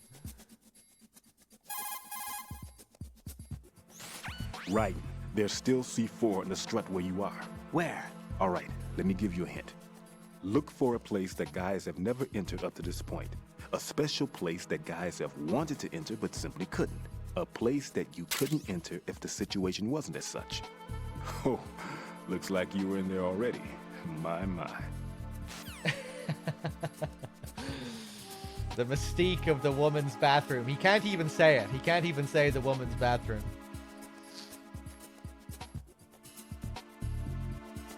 A place that you couldn't enter if the situation wasn't as such. A place that guys have wanted to enter up until this point, but couldn't. All men dream of entering the woman's bathroom. What's beyond that door?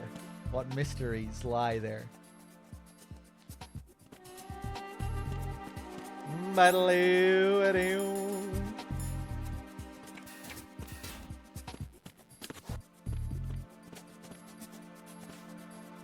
Another little parallel that you have to MGS1 during that last scene as well is, of course, the leg. You'll just slow us down with that leg of yours. Very similar to Otacon. You know, when you meet Otacon in MGS1, you have that very similar line with Otacon's bad leg.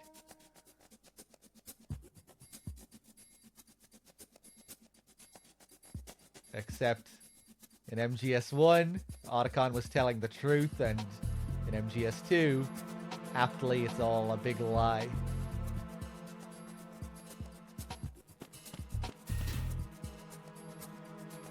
It's interesting as well, Raiden follows that up when he says, after Snake says, "You'll just slow us down with that leg of yours."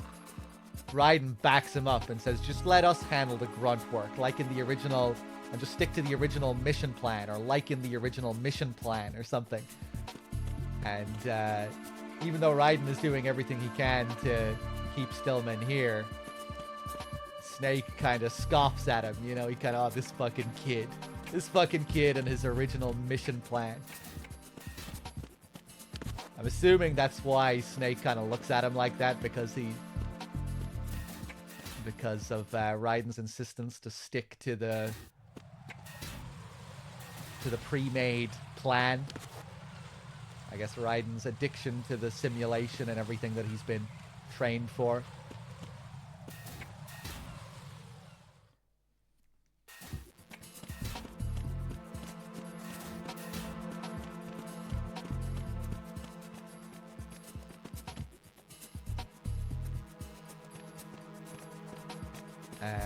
Let me try and fuck around with the clearing sequence here. I don't usually play around with this much, but we can get some pretty unique evasion sequences here, I think.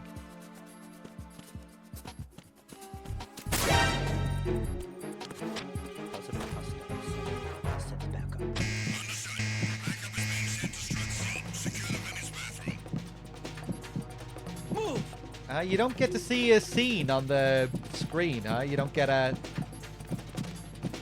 radar scene.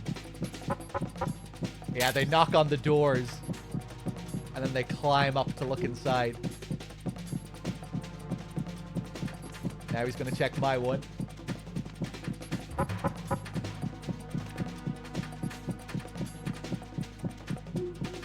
Hello there. Oh! Are you blind?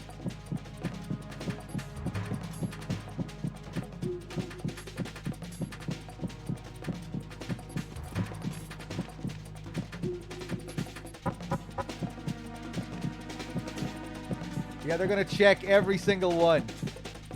Yeah, if you're on the ground, they can't see you. Clear. Clear. Wow.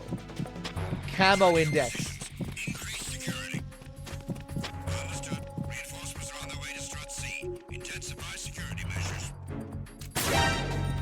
Encounter the enemy requesting backup. Understood. I want an additional unit sent to the women's bathroom in Strut C. Corner the subject and neutralize. Now I'm gonna open the door while he's looking in. I wonder if I can open the door from a crouched position. I think I can.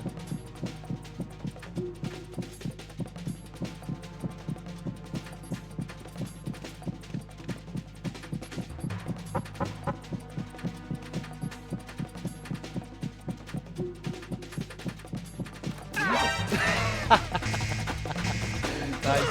Oh shit.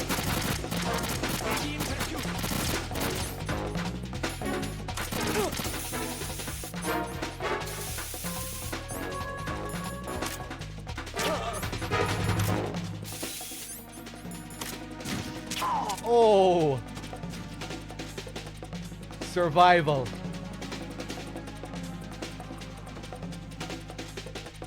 Is anyone else gonna come in? Look at this mess. I was in physical therapy. Sorry I couldn't answer. Yutaka Nagishi is the dev that let birds shit on his windshield for a week to get the perfect sample texture. Thank you, bad humans.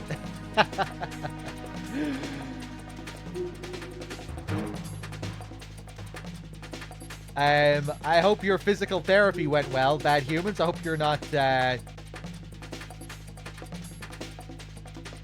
hope you're not too injured at the moment.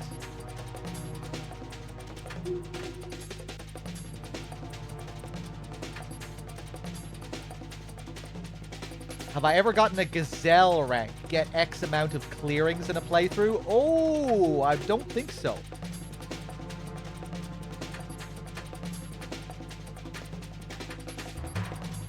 Bunya, did I thank you for your 36 as well? Thank you. And Emo with the 5. Cheers. But yeah, I've been meaning to do like a clearing playthrough. Understood. Reinforcements are on their way to Strut C. Intensify Is this your phantom pain? I hope not.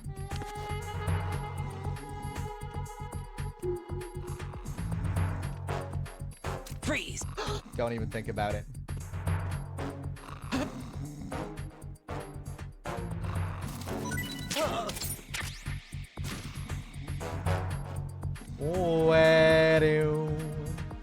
But yeah, I hope it's nothing too serious, bad humans.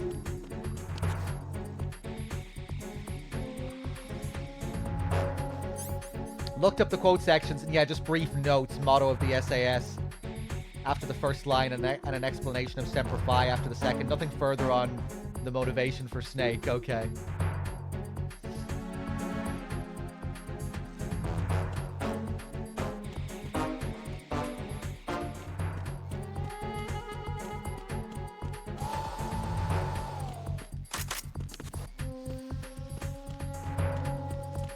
And we have a lot of calls to go through at this part. Once we meet Stillman, we unlock a load of optional calls. Raiden, Stillman is a top-notch explosives technician. Follow his orders and disarm the explosives. Okay, but exactly who is Peter Stillman? Gotcha. I'll look him up. Hold on a moment.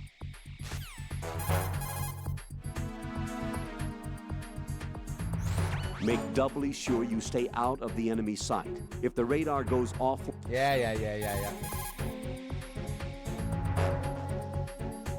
Raiden, Stillman is a top-notch explosives technician. Follow his orders and disarm the explosives.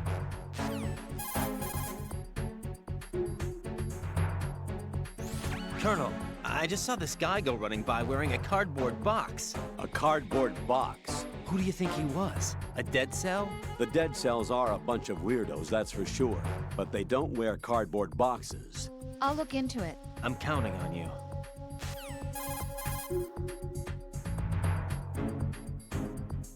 It's possible the terrorists will attempt to destroy the big shell in retaliation for the SEAL strike. Defuse the bombs before they make that move.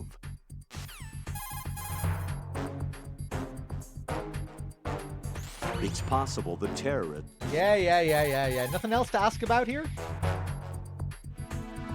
It's possible that... Okay, you're stuck on the loop. Make doubly...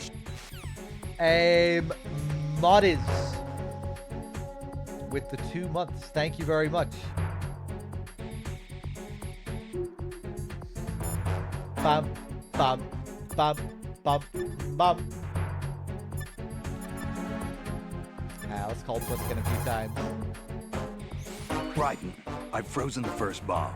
How are you doing? Nothing yet. Pliskin, what was the exact location of the explosive? The heliport. It was behind some cargo. Thought I was gonna have some trouble with the patrols, but it was an easy job. I see. What's the matter? Nothing really.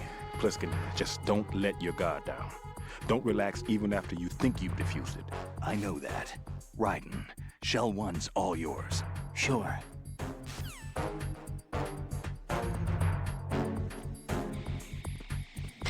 team, come back at once. Bum, bum. Stay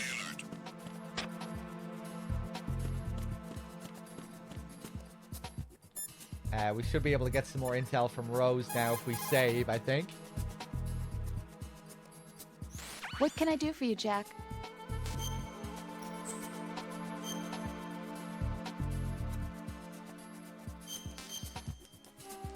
Well,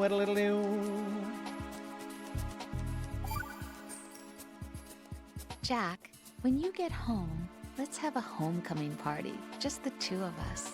Yeah, that's a good idea. I'll make dinner. Oh, what's wrong? Well, that sounds good, but how about we eat out at that one restaurant instead? You know, the place that we went to recently with the amazing lobster. I really like that place. Well, yeah, I guess that's okay too. Huh? Nothing. I just love lobster. Yeah, can't wait. Woohoo! Well, then I'll make a reservation. Promise me you'll come back safely. Don't worry.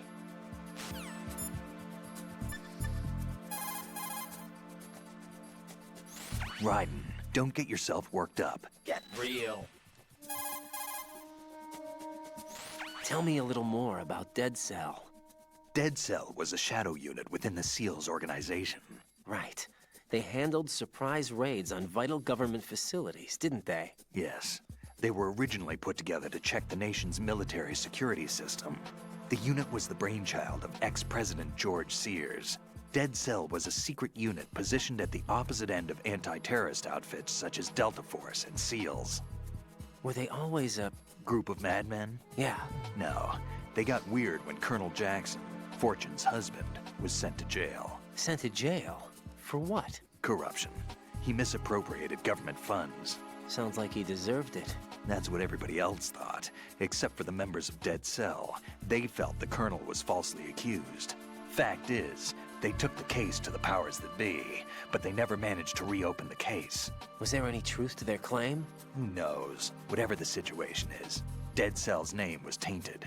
And Colonel Jackson? He was being held at Leavenworth. Was? Meaning he's been released? Well, in a manner of speaking, the colonel's dead. Oh. Apparently, he lost the will to live and died in prison. The members of Dead Cell snapped with the loss of their leader. They underwent a radical change and became uncontrollable. And that's why they undertook this terrorist operation. Seems as good a reason as any. Yeah, so there we have more info on Dead Cell. A lot of that, obviously, very much in line with what we were talking about earlier with the real-life inspiration behind Dead Cell. That backstory. I think the reason Pliskin says all those things is to confuse the player. If we see it from the Japanese perspective and the original ideas for Pliskin, he was meant to make players think he's liquid or someone other than Solid. Another thing that, yeah, like ties into the whole confusing narrative with Solidus and Solid.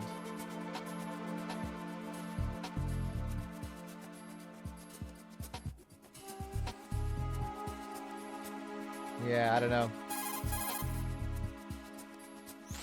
Vamp is a member of Dead Cell. Born in Romania, his specialty is knives. But I guess you know that by now. When he was just a kid, he lost his family to a terrorist bomb that went off in a church they were attending. His body pierced by a crucifix, Vamp was buried under the rubble for 2 days before he was finally rescued. During those 2 days, he survived by feeding on the blood of his family to quench his thirst. That was how he acquired a taste for blood. So that's why they call him Vamp. No, Vamp isn't for vampire, it's because he's bisexual. Rumor has it, Vamp was the lover of Scott Dolph, the Marine Commandant who accidentally died 2 years ago. Scott Dolph was also the father of Fortune, the Dead Cell leader. Fortune's old man? But Fortune and Vamp? You noticed, eh? Not bad for a rookie. All right. As you say, Vamp and Fortune are very close. Not lovers, but very close. Friends? No, there's more to their relationship than that. But Vamp was her father's lover. Would it have been better if it was with her mother? Well, I don't really think they care what you think. Focus on the mission. By the way, have you ever met the guy before? No. But he seemed to know you. Right. Well, No, it can't be. What? Nothing. I told you the Dead Cell is a group of madmen. I wouldn't take anything they say very seriously. So at the end there, they're calling back to that moment where Vamp had Pliskin held up to the wall and he was smelling him. You smell like... He was about to say Solidus. Vamp recognizes the scent. The scent of Solidus, who he's working closely with.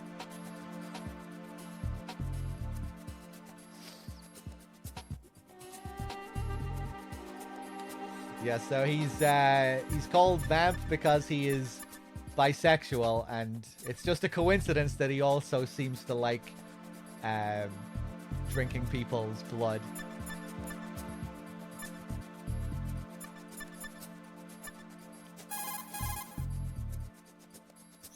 What do you know about that strange woman? You mean Fortune? She's the Dead Cell leader. Her real name is Helena Dolph Jackson, known to her friends as Lady Luck. Lady Luck? Yeah. She got the name because bullets seemed to veer away from her in battle. People have heard her say that her fortune in battle was payback for the lousy luck she's had in life. Lousy luck? The death of her father, the Marine commander, the conviction of husband and Dead Cell leader Colonel Jackson.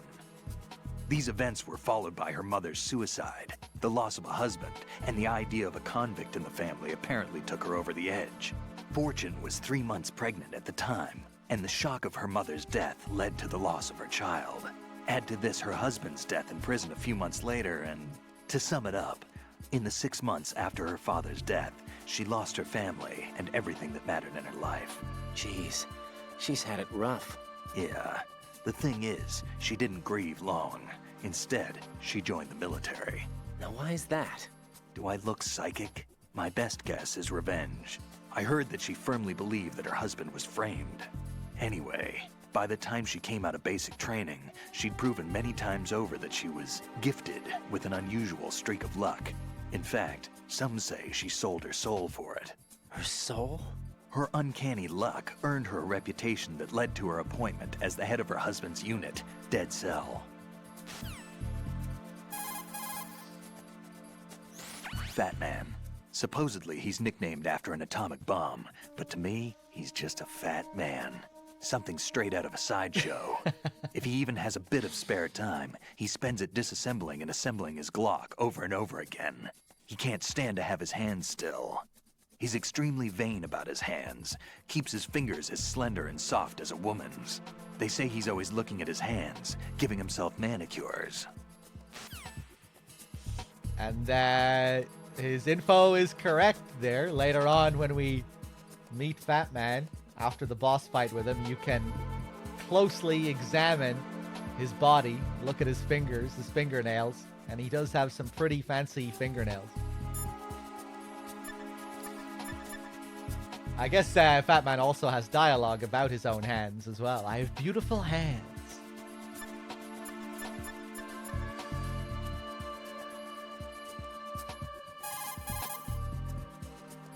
Pliskin, I saw someone wearing a cardboard box just now. A box? I don't know anything about that. You sure you weren't imagining things? Of course I'm sure. Do you think it's one of the members of Dead Cell? How should I know? I don't want to fight someone like that. Why not? Because it looks so dumb. Anyone who's willing to be seen like that must be completely insane. I mean, he's a psycho, there's no question about it. Oh. Yeah.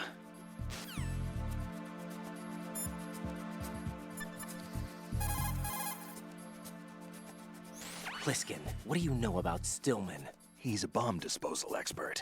Probably the best in the world. What else? What do you mean? Like why he retired. Are you here to gossip? No. Then get back to work defusing those C4s. If there's something you need to know about Stillman, go ask him yourself. Love it. Riding like an inquisitive child around Snake a lot of the time. But Snake, what about this? What about this? You seem to know something about this.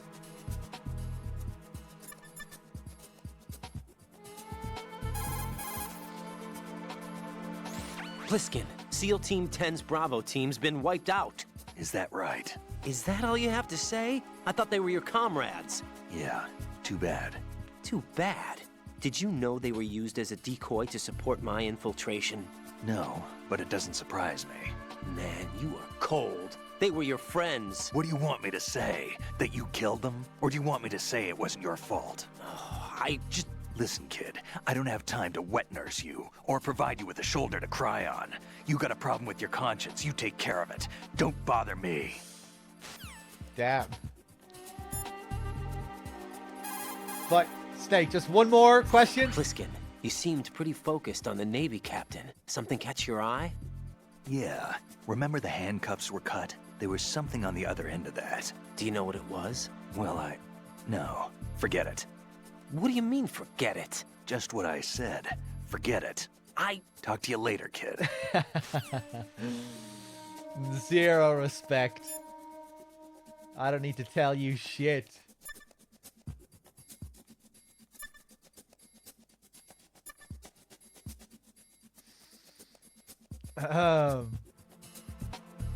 Let's see. Do I want to go and defuse a few bombs now? Yeah, fuck it. Let's do it. We can pace out some of these other calls. Ba-ba-da-loop-ba-doo-doo-doo.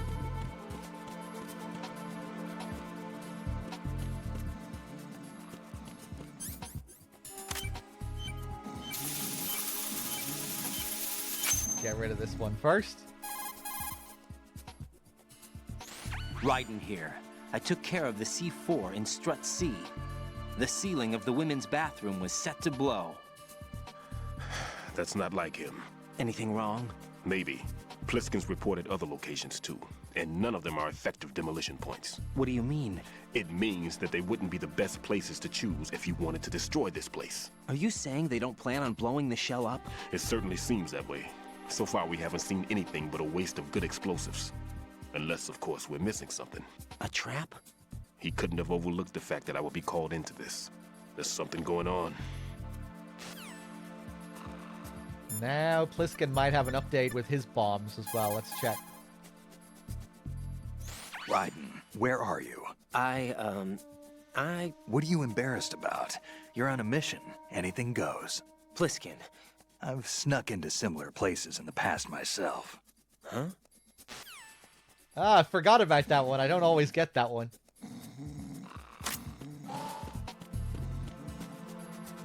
What about now if I call him? Raiden, another C4 down. There was one planted pretty high up on the ceiling. The coolant spray couldn't reach that far, so I had to get up on a stand to do it.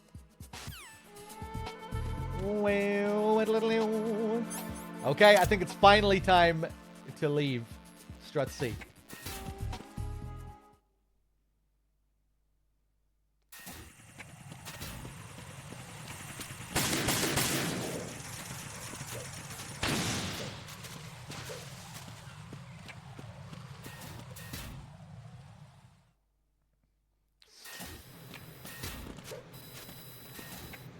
Yeah, whenever you check in with Pliskin to learn about the bombs he's freezing, he gives you little hints about things that you might, that you could be doing to find hidden bombs.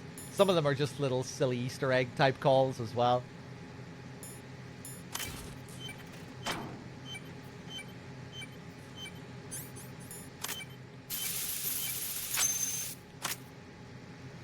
Even when you don't get automatic calls after freezing a bomb, you can manually go and check in with Stillman as well. Raiden reporting. The C4 in Strut B has been disposed of. The wall containing the transformer panel was set to blow. You're taking too much time. You should work a little faster. There's no time, Raiden. I've got my hands full here, so it doesn't look like I can help you. It's in your hands. Well done. It looks like there are no more bombs in that strut. Now, head for the other struts. These calls will slightly change as well, depending on how you play. If you're fast or slow, they will comment on it. Whoop. Who's there?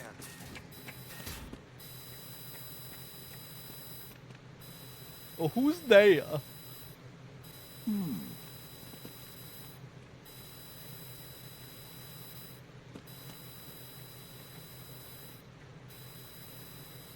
Gonna wait for this guy to come back up.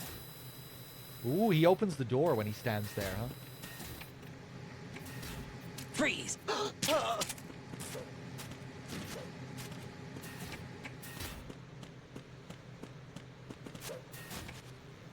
Oh, who's there?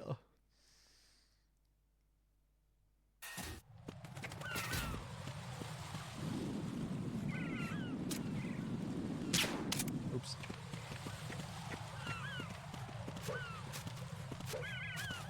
Oh, yeah. Another thing I wanted to test something again here. I think I was wondering about this earlier. I didn't say it, but yeah, I think the shadows in this area change depending on the time of day. Remember earlier I was trying to see if I could get the guard to see me by leaving my own shadow? I think I can do that here. I just wasn't able to do it earlier because it was early morning and there were shadows being cast over this area where there aren't now. Let me just check. Freeze! This might be an interesting new discovery here.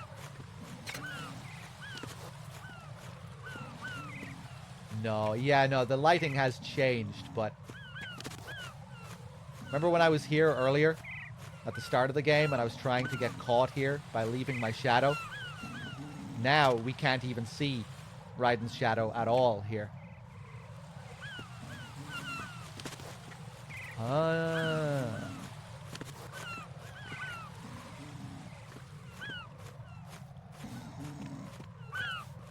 Anyway, something to experiment with another time.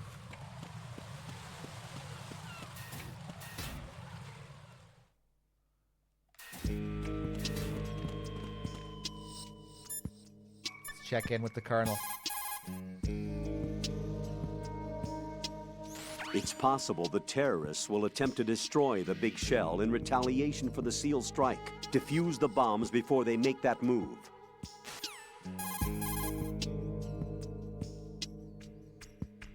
Colonel, do you really think they'll blow up the big shell? It's highly possible. We'll have to listen to their demands in full. They are pros. They won't hesitate to take the upper hand if they see an opening. Do you plan on meeting their demands? Absolutely not. You're the only person I can depend on. You must remove the explosives quickly.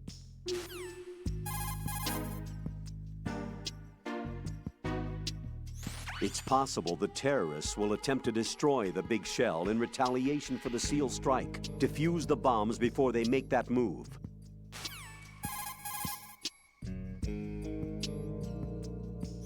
If the big shell explodes, massive quantities of chlorinated chemicals used in killing marine bacteria will go up in flames along with the crude oil. If that happens, expect a large amount of harmful chemical substances, including dioxins, to be released into the atmosphere. Dioxins are common nomenclature for polychlorinated dibenzodioxin and polychlorinated dibenzofuran. They are organic chloride compounds that are highly acute and toxic, and are powerful chemicals that can cause cancer, genetic disorders, and birth defects. On top of that, they do not decompose easily, nor dissolve in water, making it easy for them to accumulate within the bodies of living organisms. The environmental impact on the bay and coastal area ecosystem would be unfathomable. Environmental restoration would likely require several generations. That is why we cannot allow them to blow up the big shell. Raiden, you must disarm the C4. Wow, I'm really convinced. The Colonel really cares about the environment, you can tell. You can hear it in his voice. He's such a passionate man.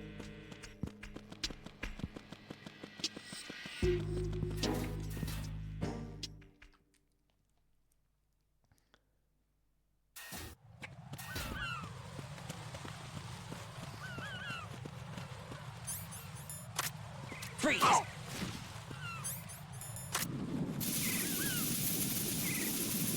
Nice.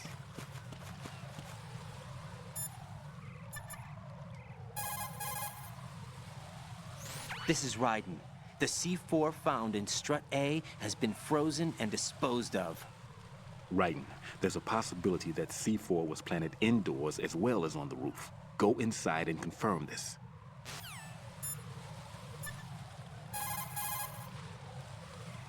Raiden, I'm done with one more C4. This one was in a spot so narrow, I had to crawl in to get at it. The enemy is attacking! Stay alert! I'll try a fancy strat here with the chaff. Oh, nice!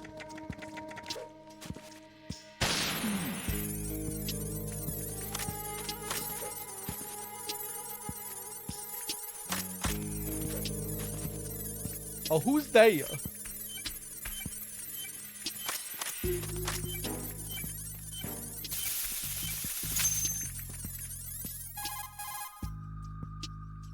This is Raiden. The C4 found in Strut A has been frozen and disposed of. Explosives were planted in the pump room on the first floor. This is all wrong. This is something only an amateur would do. What do you mean? All the bombs that have been found so far don't appear to be in the right kind of locations. And the quantity of explosives isn't sufficient either. Even Fat Man can make mistakes, right? No, there's something else going on here. Get a move on with the disposal, Raiden. I've got a bad feeling about this. Do you think it's a trap? I don't know, but I'm gonna tell Pliskin to watch his back too. Just hurry. Dog, when I was working in the buffet station, there was this dude that made small talk with me regarding the BP oil spill.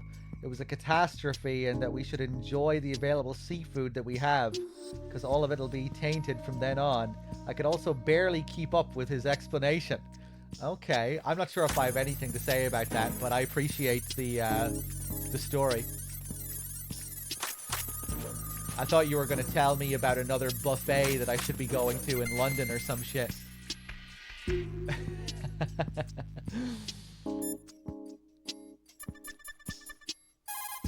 That's usually what Hepmind is here to tell me. One more bomb defused. There was one I managed to find only because I took a good look in first-person view. You should try it too. I haven't ordered any Nando's yet, Awesome Possum. Right now I'm sticking to cheap microwavable meals. But I'll probably order a couple of deliveries later on in the marathon. I'm in the UK now. I've been in the UK for like the last 7 or 8 years.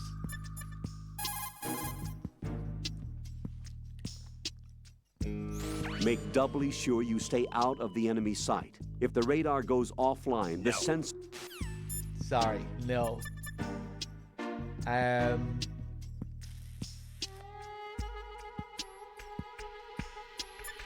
Anything else, Colonel? It's possible the terrorists will attempt to destroy the big shell in retaliation for the SEAL strike. Defuse the bombs. What? Yeah, you get some pretty good Indian food here. KFC, I'm not really a big fan of.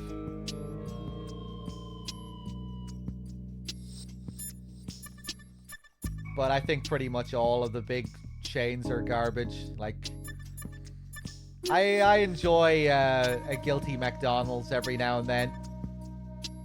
McDonald's is probably my favorite out of the big ones, like Burger King, McDonald's, KFC.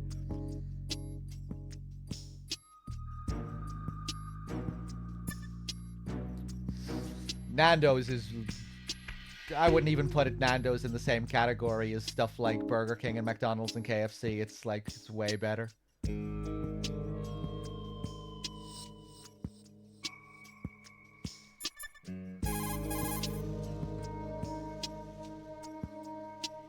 Colonel, who are Dead Cell? They are pretty much what that guy Pliskin described them as. A special forces unit? The brainchild of the former president? Chances are someday we'll find ourselves in a gunfight with them. The thought leaves me uneasy. Jack, don't run unnecessary risks, okay? Yeah, I don't want to, but... I know. Is there anything I can do? Yeah. Could you check for any data on them for me? Okay, I'll do it. Good luck.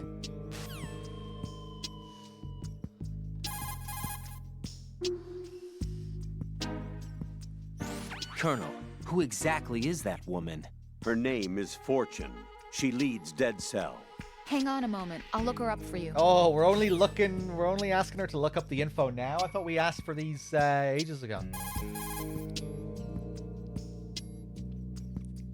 Raiden, Rosemary has some information to report. Thank you, finally. I looked into Mr. Peter Stillman's file.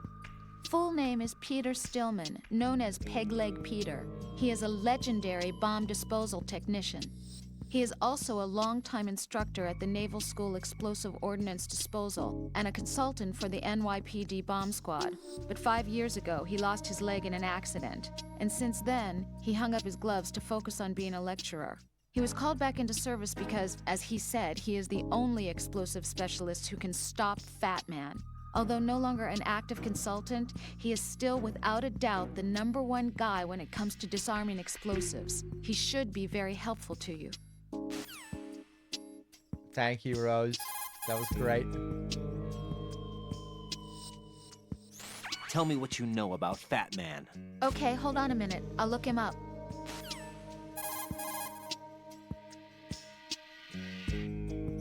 Raiden, Rosemary has something to report. Jack, I looked into that guy a few minutes ago wearing a cardboard box, but Did you find anything? no, there's no corresponding data in the files for neither Dead Cell nor Colonel Gorlukovich's private army. How about as a surviving member of SEAL Team 10? Of course, I looked into that possibility too, but You didn't find anything. no. I'm sorry I couldn't be of any help. Wonder who the heck he was. Raiden, be on the lookout.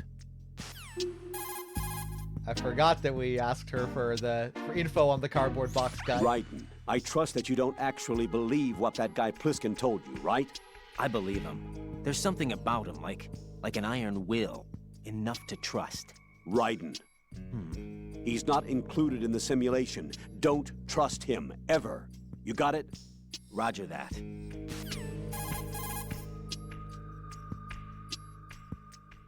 Raiden, how is Pliskin doing? Looks like he's doing fine. Stillman said it too.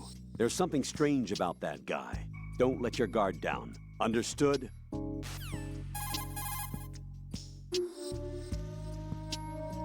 Handguns and automatic rifles inflict very... Get real. Okay, I think that's all we can do for now. We'll call back later to see if we can get our reports from Rose. Nope, nope, nope.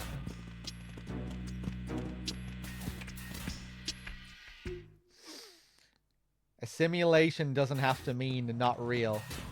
Simulation doesn't mean virtual reality.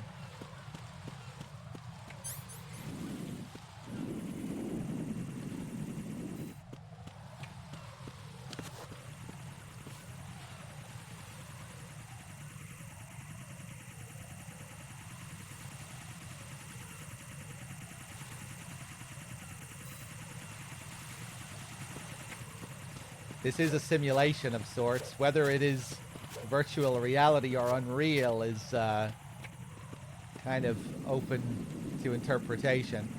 Although, only if you're not including the future of the series.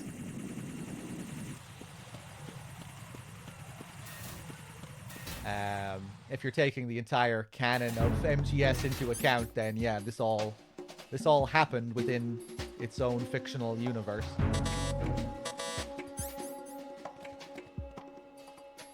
But originally, the plan was for the game to be left open. It was never supposed to be... MGS4 was never supposed to answer the questions that this game left open. So usually when I'm playing MGS2 and thinking about its story, I prefer to think of it within its own context, where I just think of it in relation to this game and MGS1 and the previous games.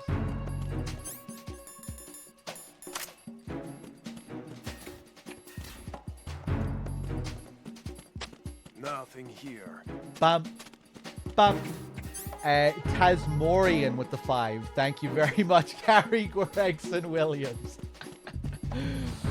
No. Narahiko Habino. Oh shit! Enemy sighted. The other guy didn't even notice. Oh, I avoided the alert at the last second. Unbelievable. What's going on? Respond. Communications with Strut F have ceased. Nah, I'm gonna cheese it and reset. Bam, bam.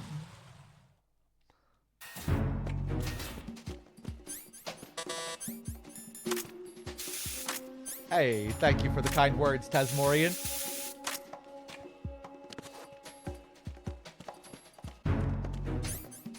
Freeze! Actually, no, I meant to let him talk on the radio. I'm not concentrating. Hey, what's up, Cynic?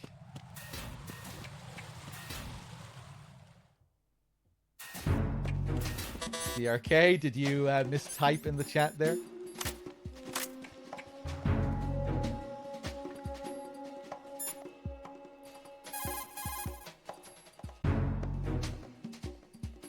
The sensor you receive from Stillman visualizes the C4's detected odor on the radar screen. This means that the radar must be enabled in order for you to take advantage of the sensor. Raiden, log into the node first.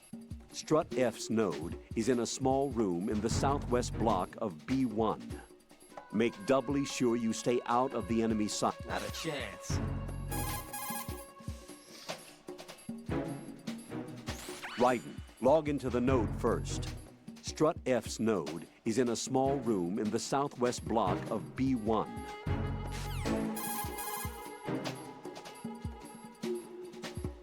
Raiden, log into the node first. Shut up. Are you going to talk about this other stuff, or do I have to get the node first? Rosemary researched Fortune for you. Thank you. Jack, here's the data I found on Fortune. She goes by Fortune. She leads Dead Cell. Her real name is Helena Dolph Jackson. 2 years ago, her father, Commandant of the Marine Corps Scott Dolph, was killed in a training accident. Her husband was the former Dead Cell leader, Colonel Jackson. Died in captivity, my data says. After her husband's death, she joined the military. She didn't have any combat experience, but was soon singled out for a particular trait and was reassigned to Dead Cell. What trait? Luck. She was real lucky, like miraculously lucky. Wherever she went, bullets curved away, and missions always ended in success. Is that some kind of joke? I thought so too, but there is not a single record of her ever being wounded, not even a scratch. Jack, be careful, please. Bam, bam.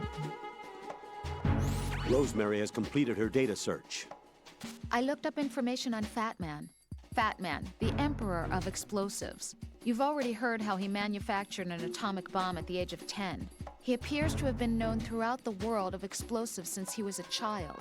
He entered the Naval School Explosive Ordnance Disposal at Indian Head and graduated at the top of his class. That's around the time that he met Stillman. He was assigned to the Nuclear Emergency Search Team. He quit soon after, though. After that, he joined Dead Cell as an explosive specialist. He's been there ever since. Why didn't you ask Mr. Stillman? I'm sure he knows lots of other details about it. He does. You don't know shit, Rose. Make doubly sure. Doubly my balls, Colonel. He really loves that word, doubly.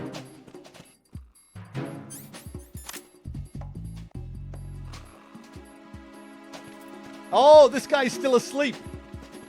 Freeze! Fuck it, I'll take him out then. Forgot about him. Usually I do a very fancy method here. Right now I'm being very casual.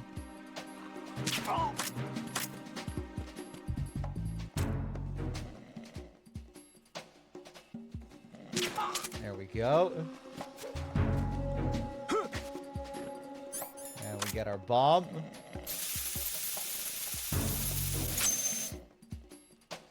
Check in with Stillman. This is Raiden. I just finished disposing of the C4 in Strut F. Found explosives on B1. Well done. It looks like there are no more bombs in that strut. Now, head for the other struts. Hey, what's up, Al Greggs? Yeah, we had the dud scene a while ago. We're a bit further. Pliskin, how are your bombs getting on? Everything's going smoothly over here. I just finished defusing another C4. For some reason, there was one planted on an enemy soldier's back. Classic. Probably there to give you the idea that maybe you can do the same thing. I always associate that with MGS1 especially as well. Remember doing that a lot as a kid, playing this game for the first time, or playing MGS1 for the first time. Remember I got obsessed with placing C4 on the enemy's back. Ba-da-ba-ba. Yeah, I never really do it when I play the games anymore. I should fuck around with that mechanic more when we do these marathons. Here we can log into the node.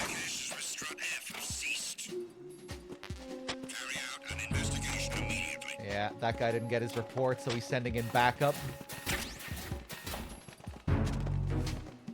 Little crawl space here, which leads into the room on the opposite side.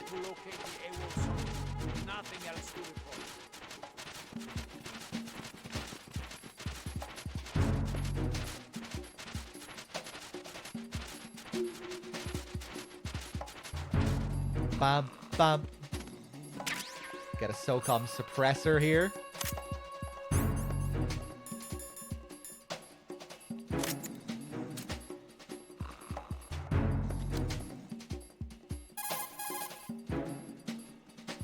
Your SOCOM's got a suppressor.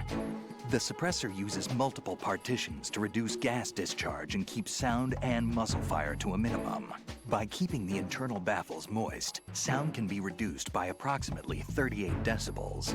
That suppressor can be screwed and secured to 10 different positions. This function allows you to adjust the gun's impact point, but that doesn't really matter. That's because the suppressor's already been adjusted. You should be able to get the same results you got when you didn't have a suppressor attached. This'll reduce your chances of discovery, as long as you don't leave too many bodies around. Your ammo is also limited, so don't go shooting everything in sight. Sweet. Get some more ammo. Oh, I forgot the mine detector was here as well. I usually don't even bother using the mine detector.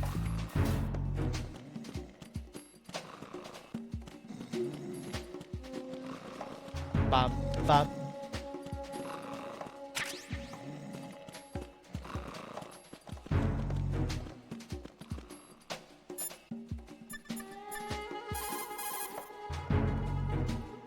Well done.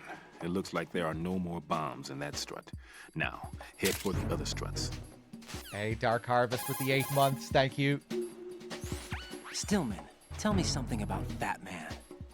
Well, to start, he was born the son of a clockmaker, neglected by his parents and without friends. It seems that he spent a lot of time by himself in his father's workshop. Maybe that was the reason, I'm not sure, but apparently he has had a tremendous fascination with clock mechanics since he was a child. It was at the age of 10 that a guidebook that he found on the internet changed his life forever. That guidebook served as the basis of his eventually piecing together an atomic bomb. It was from there that he came to be known as Fat Man. And soon enough, there was no one associated with bombs that didn't know his name. In a sense, Fat Man was a hero.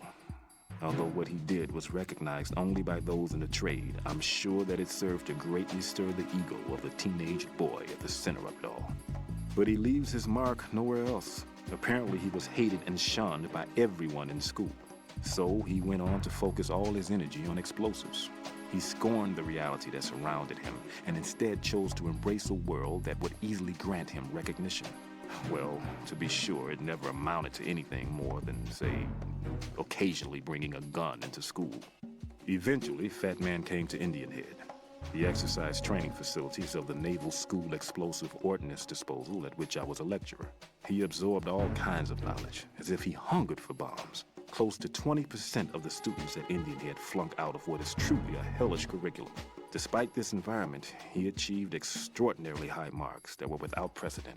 After leaving Indian Head, he joined up with NEST, said to be the most accomplished bomb disposal unit. It was there that he apparently got into some trouble. What exactly? You got me, but Fat Man was definitely not cut out for group operations from the very start. Having been ousted from NEST, he was picked up by Dead Cell, which was already becoming notorious for being a motley crew of sorts. It seems that it was through surprise attack maneuvers later conducted by Dead Cell that Fat Man completely subdued his former companions from NEST.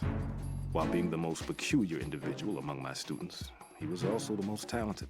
Be sure not to underestimate him. Are we clear? Troops. Fat, short, accent, teenage boy, and plutonium consumer. What a fucking nerd. What an idiot. I like that you highlighted accent as one of those things. What's wrong with Fat Man's accent? His accent isn't there to be mocked, is it? I don't think his accent makes him foolish.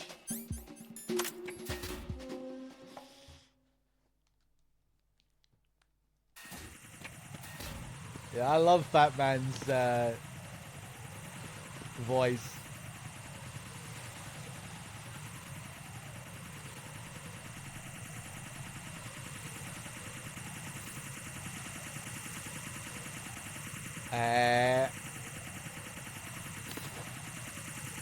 Oh yeah, I'm not used to triggering that scene there, actually. Usually I get a caution here.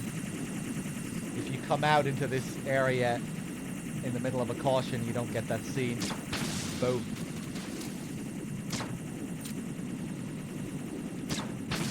Nice. This guy up ahead is using binoculars, surveying the scene. Oh, I forgot to get a ration earlier.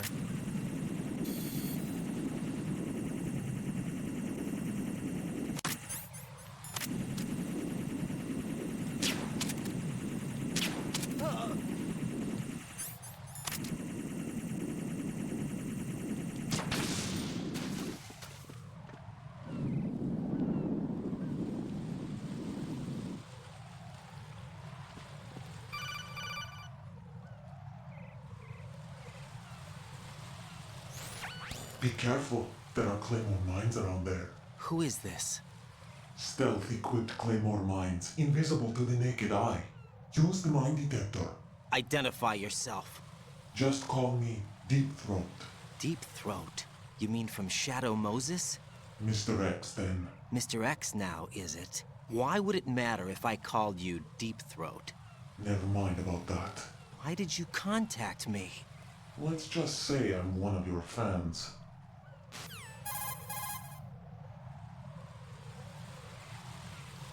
Colonel, someone calling himself Mr. X just contacted me. Do you know anything about it? No. And whoever it wasn't a burst transmission. The transmission was sent from within the big shell. He called himself Deep Throat at first. Do you think... I caught that part too. But the possibility of it being true is none.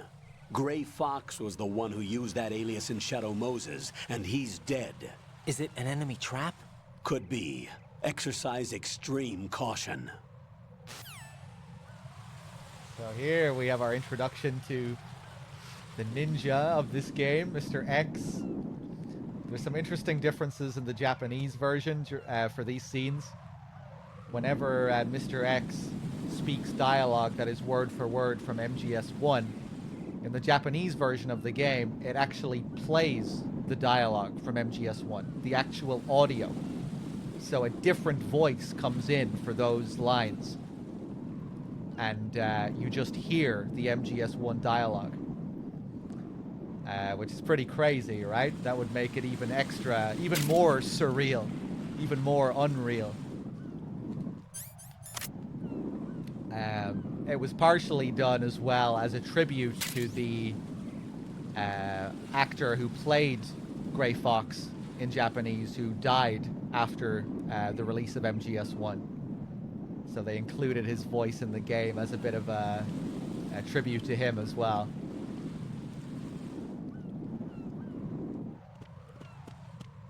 But I'm sure that was pretty surreal for Japanese players.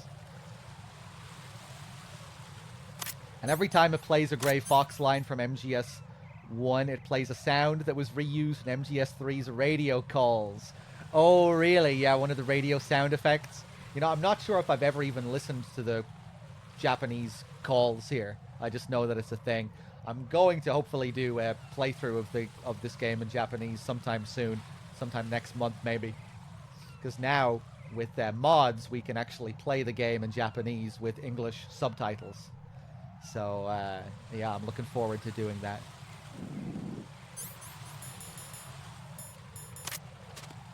So we can talk about the Japanese version a bit more and the differences.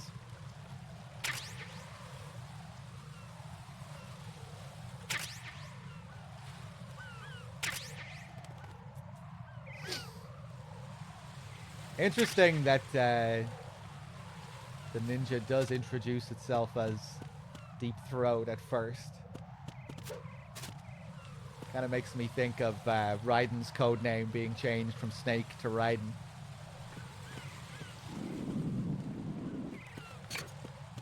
Did the Patriots order Mr. X to introduce herself as Deep Throat first and then change the name?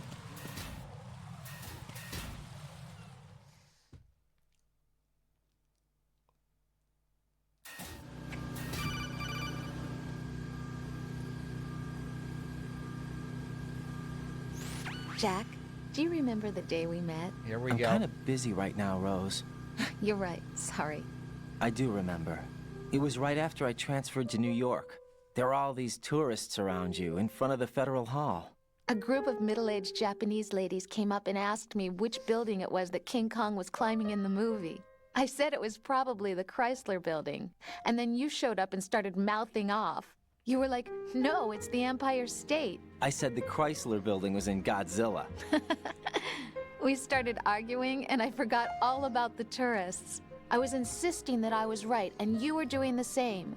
The next thing we knew, the Japanese women had gone away, and we ended up going to the Skyscraper Museum to see who had the better recall. We argued all the way to Battery Park. And for nothing. Since the museum was closed, we went our separate ways from the museum. And then I found you again by coincidence out in the base corridor. An amazing coincidence that we were actually working at the same place. That night we went up to the top of the Empire State. It was so beautiful. I could look down on the Chrysler Building from 120 stories above ground. I felt overwhelmed. I didn't care anymore who was right. And that was our first date. We watched King Kong in your apartment a bunch of times that night. Didn't sleep till morning. If it weren't for that coincidence, we wouldn't be together. I know. What a perfect I'm sorry, story. Jack. I'm taking up your time again. What? Take care. What a picture-perfect romance. So how many times did they watch King Kong? That's the real question. Did they watch different versions of it?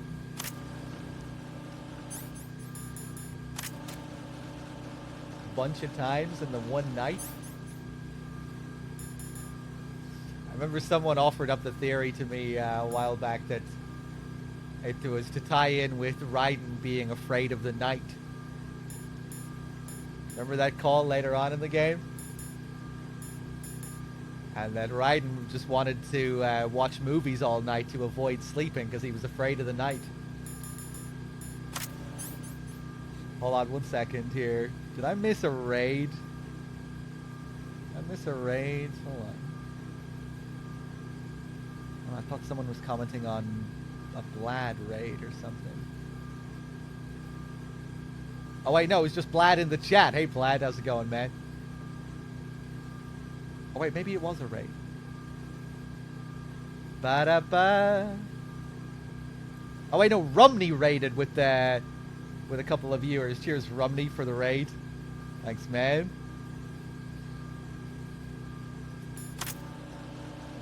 Hold on, let me reset the area.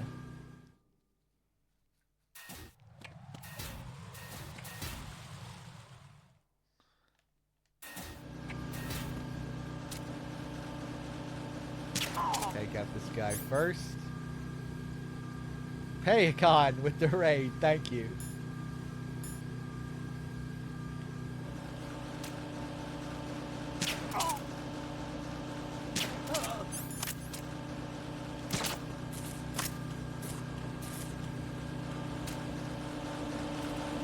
Oh. Grab the box. Take out the last two cameras. Fuck it, don't have time. Go, go, go, go.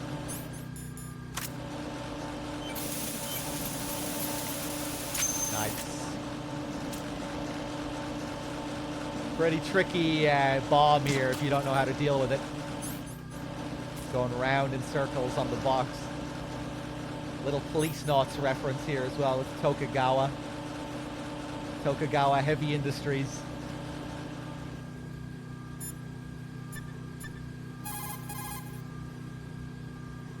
Raiden reporting.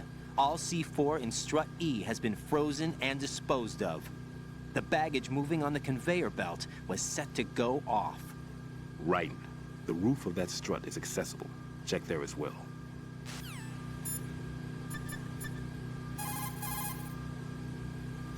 Looks like the enemy sentries have the defensive perimeters of each strut covered. You'll be safe as long as they don't radio for more men, but if you're spotted, run for it. Find a good concealment and wait until the backup leaves. You won't be able to defuse the bombs while you're being chased down, believe me. The True Lion with the Prime sub. Thank you very much. Cheers. Hold on, I'm just scrolling up here. Gorlab, speaking of, have you seen any good movies recently? I've watched a good few films recently. I watched Steven Soderbergh's a biopic of Che Guevara, the 2-part, 4-hour film, which I enjoyed quite a bit. The second part is a bit of a slog. It's kind of part of the point that it's a slog as you're going through his failure in Bolivia. But it was a pretty interesting kind of biopic, kind of an interesting approach to it, the way it was filmed and shot. I rewatched David Lynch's Lost Highway recently as well, which I hadn't seen in a long time. I really liked that film. It really grew on me over the years. I wasn't super crazy about it at first compared to some of his others, like Mulholland Drive and whatnot, because it's quite cold. But it really grew on me. Another film. What else have I watched? I watched that recent film that came out May, December with Julianne Moore and Natalie Portman. That was really good. Quite disturbing as well.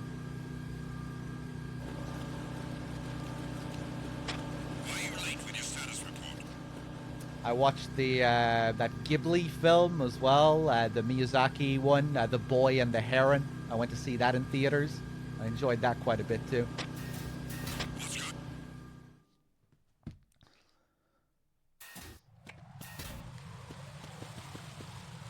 I haven't seen the recent Godzilla. No, I heard good things about that. I watched it subbed.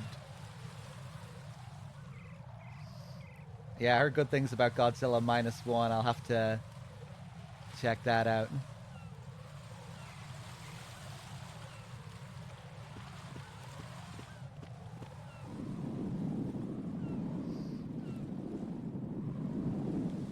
My fan of 007? Not really. Not really. I'm not super crazy about James Bond, but I mean, I'll watch a 007 film every now and then. I haven't seen many of the most recent ones with Craig.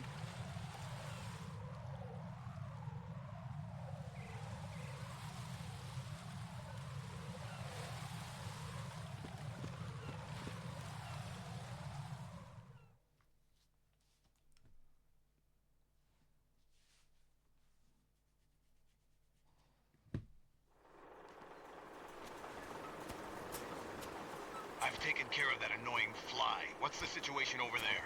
Puzzling. I saw a man dressed like a ninja just now. Ninja? It's the only way to describe it. A kind of cyborg ninja, complete with a sword. What? Are you hiding something from me? Olga, are you sure it wasn't an Arsenal Tengu? Don't be a fool. Think I wouldn't know the difference? I've never seen field gear like that ever. All right. We'll intensify patrols. Anything else? Actually, one more thing. You'll find it hard to believe, though. I saw a man hiding under a cardboard box. Where? On the connecting bridge to Shell 2. So you believe me this time? I've seen someone use that box trick before. We'll lay a trap on the Shell 2 connecting bridge. Over and out, then. Freeze! You must be one of Dead Cell. Of course not. What a thing to say. Drop your gun! Not a chance.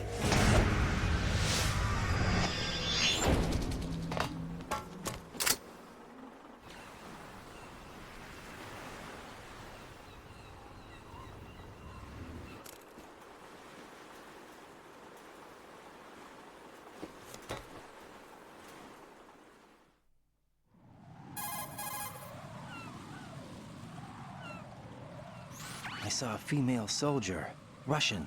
Must be Olga Gurlukovich. How do you know? Unlike you, I've been briefed. She's not a Dead Cell? No. She commands a Russian private army. They must be the ones patrolling the Big Shell. That's right. She's led the group ever since her old man, Colonel Gurlukovich, died. Watch yourself with her. She's a tough one. Alright, let's go and get this last bomb. Well, this last bomb in Strut E.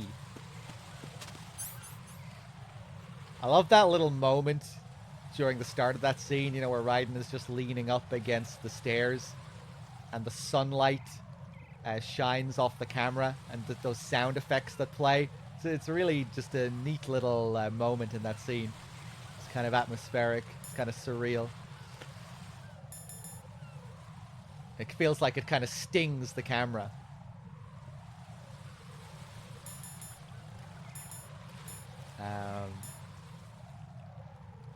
Of course, that's where Olga flips back up into that position. When she appears as the ninja after the Fat Man scene, she appears in the same spot. So here it's kind of like she flips over and then later she flips back.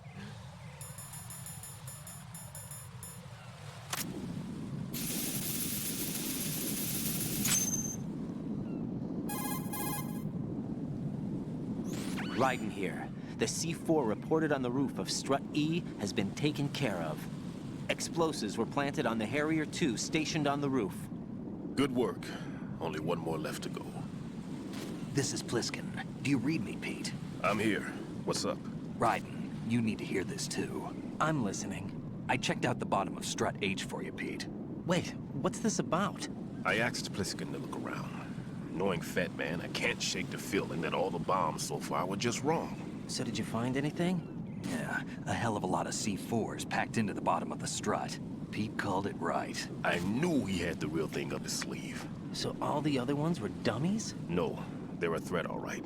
But the detonation wouldn't be enough to destroy the entire shell.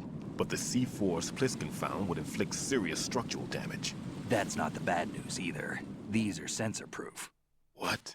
New model, I guess. The ionization sensor can't detect them. The whole thing is sealed tight to prevent vapor leak, and there's no trace of that cologne signature. Pete, looks like he fooled you. Yes. But you managed to find the thing anyway. It was sheer luck. Bombs that are invisible to the sensor? Any ideas, Pete? Are there more out there? I'll go see for myself. You can't move fast enough. He's right. I can try the spray from a distance. Hold on. There's something not right about this one. I can feel it. Well, Pete, should I come back and get you? No, there's no need. Raiden, you have one left to go, correct? Right, except for those scentless ones. How about you, Pliskin? I have 2 left, not counting this one. Okay. It'll have to be me.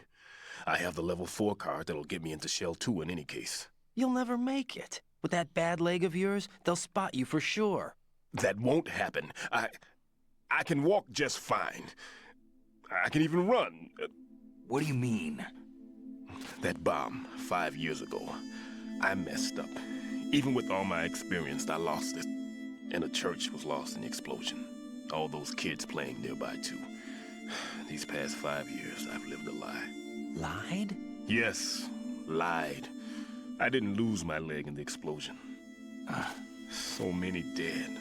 All because of my mistake. All I could think about was hiding from the crime, shielding myself from the public outcry. I wanted people to be sorry for me, for my weakness. I faked being a victim myself because I couldn't bear to face the families of the real victims. This is no prosthetic.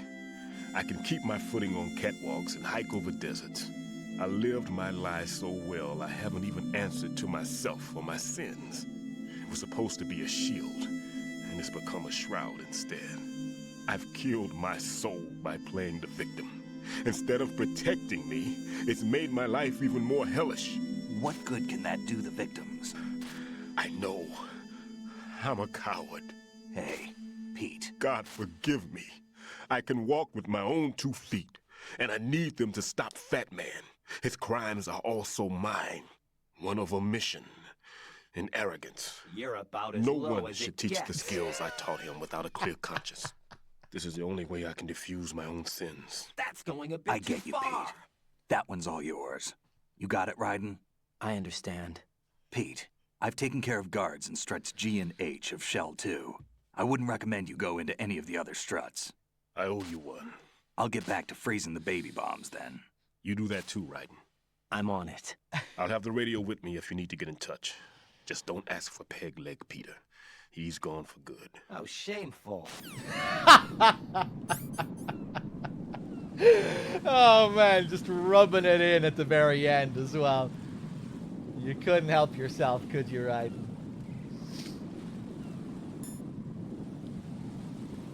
And for those of you that don't know, you get those Raiden comments by pressing R1 and R2 during codec calls. If you press R1, you get a positive thought.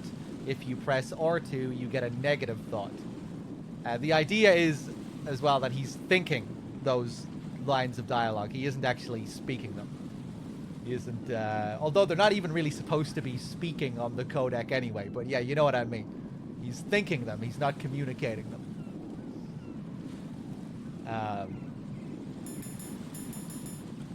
But yeah, a light press of R1 will get you a lightly positive comment as well, and a hard press will get you a very positive comment. Same with R2. There's a difference between a light press and a hard press. You can get all sorts of different reactions depending on the type of call.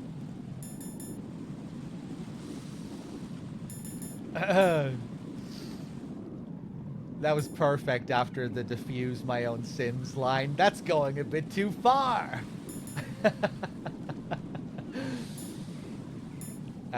We can also get a call about this Harrier here. This is the same Harrier we fight later on in the game. Just chilling here. Raiden, that's a Harrier 2 you see over there. That's what shot down the SEAL chopper? That's right. Unfortunately, the weapons you have at the moment aren't up to the task of neutralizing this plane. Leave it alone for now.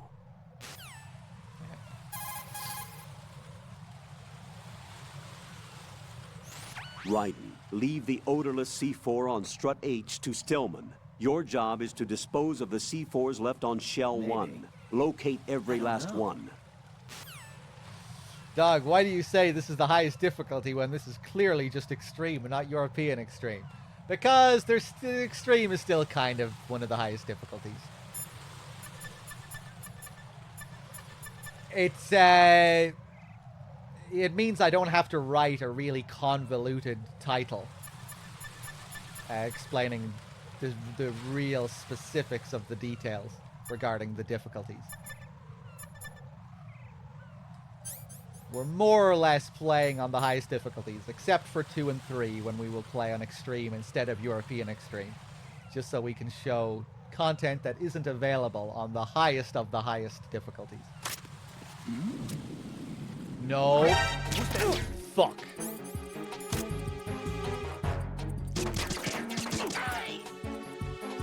In the dick. What's going on? Respond. Communications with the heliport on the roof of Strut E have ceased. Carry out an investigation immediately. I'm just gonna hang back here. I want to see where these guys investigate. Something we didn't talk about as well with the Olga scene is she was talking to us.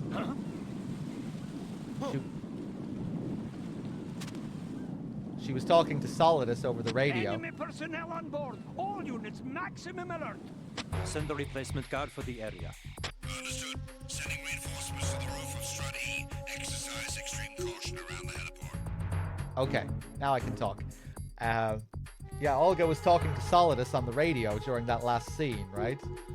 And it's interesting because you hear Solidus's voice several times before you actually see him fully in person. And that's to tie in with the whole storyline about the terrorist kingpin being Solid Snake, and if Pliskin is really Snake, and all of that. In the Japanese version, they have the same voices. Hold on a second. Hold on. Oh, I didn't think I'd be able to look up there. Anyone else hear that? We good? Oh, who's there? Anyway, where the hell was I? I'm getting distracted by the game. What was I talking about? But yeah, and hold on. To summarize, in the Japanese version of the game, all of this stuff with Solidus is more confusing because both Solidus and Snake have the same voice actor. So when you're hearing Snake's voice, when you're hearing Solidus's voice in all these scenes,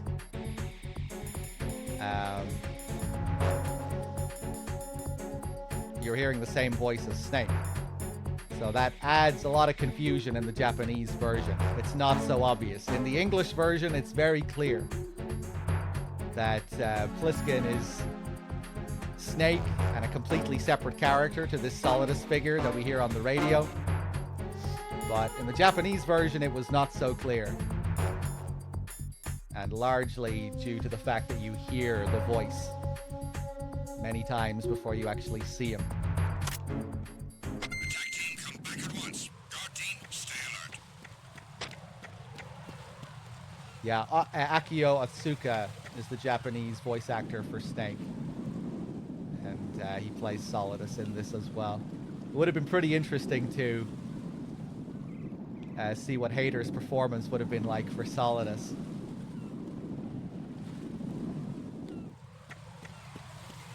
But, you know, like later on, we get the sequence with Ames. And during that scene, we use the directional mic to listen in on Solidus. And even during that scene, you can, like, kind of make out the characters behind the screen, but you can't fully see them.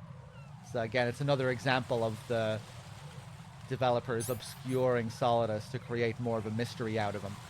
But again, in the English version, you hear a completely different voice, so you know it's a completely different person. So doesn't really work in the English version.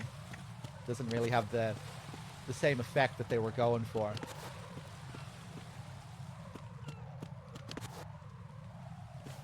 In the HD collection, you can actually see them quite clearly behind the screen during that sequence, but in the original PS2 version, it's not nearly as clear.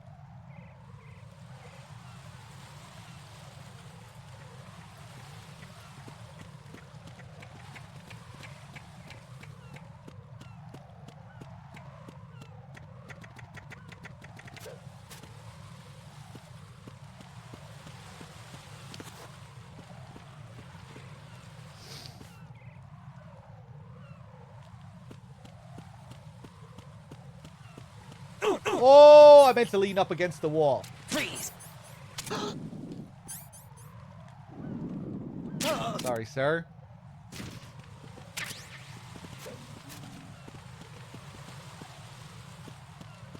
I really do like Saigan's performance as Solidus in this. I find it hard to imagine Hayter doing some of those Federal Hall scenes as well as Solidus's voice actor, but I mean, again, it just would have been a whole different take on the character. It probably would have had its own, you know, it might have been good in its own different way. This would have been really cool seeing Hayter play that villainous kind of character. Imagine Hayter during the Harrier fight and, you know, hearing all his boss fight dialogue. That would have been crazy. I'll let you go out in style.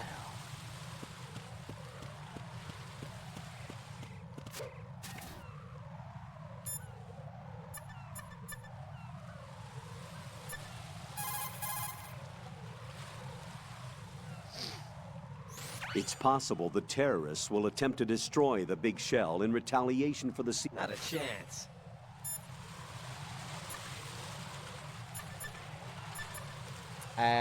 Pliskin, tell me a bit more about Olga. Raiden, like I said before, there's a huge load of C4s at the bottom of Strut H that won't show up on the radar. The old man's right. There's got to be the same thing in Shell 1. Watch your back. I just got a call from Pete. He made it to Shell 2. I guess he really can run. Pliskin. I'll take good care of Pete. Don't worry.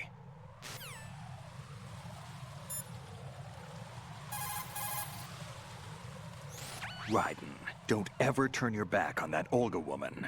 Olga Gerlukovich, daughter of Colonel Sergei Gerlukovich, ex-GRU and former Spetsnaz commander. She's the leader of Colonel Gerlukovich's private army that's been wandering around the Big Shell. Those men were gathered by Colonel Gerlukovich. Following his death, she inherited his command and now exercises full control. Her father's name was widely respected throughout the old Soviet regime, and he was the goal of just about every military man. Why would a respected soldier become a leader of those cutthroats? The collapse of the Republic resulted in a lot of unemployed soldiers. Most found themselves suddenly cast out into the civilian world, hopelessly lost. The colonel took these men in. He organized a mercenary army and led his men from battle to battle in various disputed regions around the world, hoping that one day he would rebuild his homeland.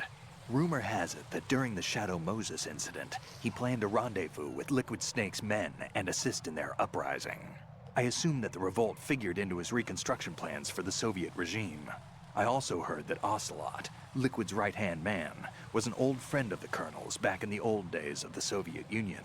In any case, Olga inherited her father's military genius and has become a force to be reckoned with.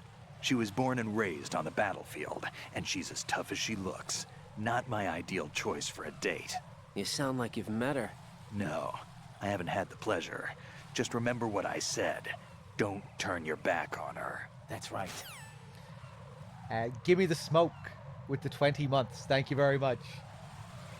Some more backstory. Portraying Gerlukovich in a similar light to Big Boss. Olga, another inheritor of someone else's legacy. Like Fortune and her husband, Fat Man and Stillman.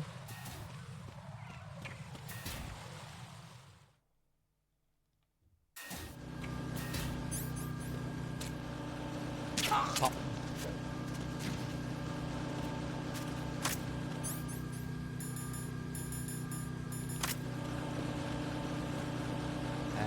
Let's log into the node here.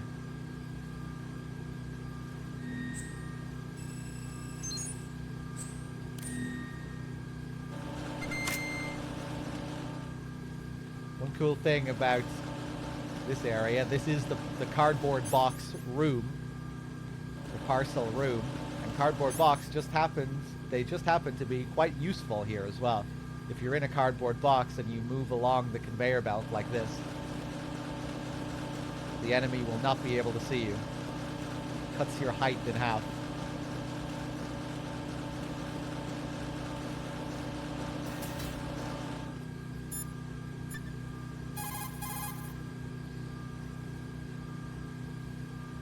What's up, Jack? How did I get bugs on the ration here? I got bugs way earlier at the start of the game. I just didn't get rid of them yet.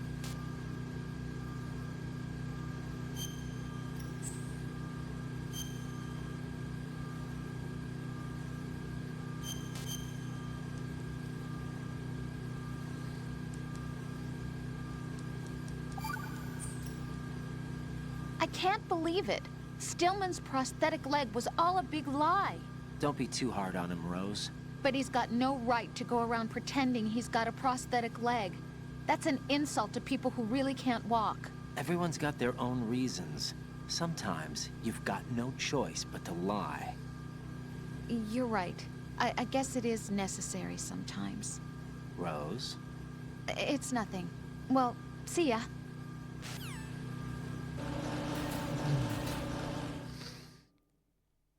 Rose.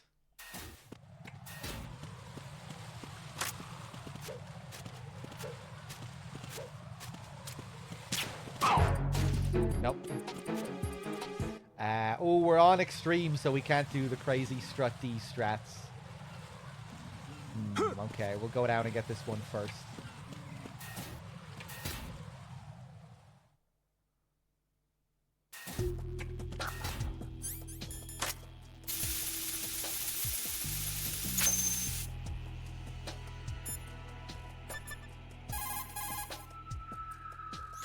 The sensor A that I gave you is set so that the position of bombs will appear on the radar. Didn't I say that if you don't first initialize the radar, you won't get anywhere? Now search for the node. If you're not sure where the node is, ask your superior officer. He should know. Right here. Pretty handy node to get as long as you approach it from this side.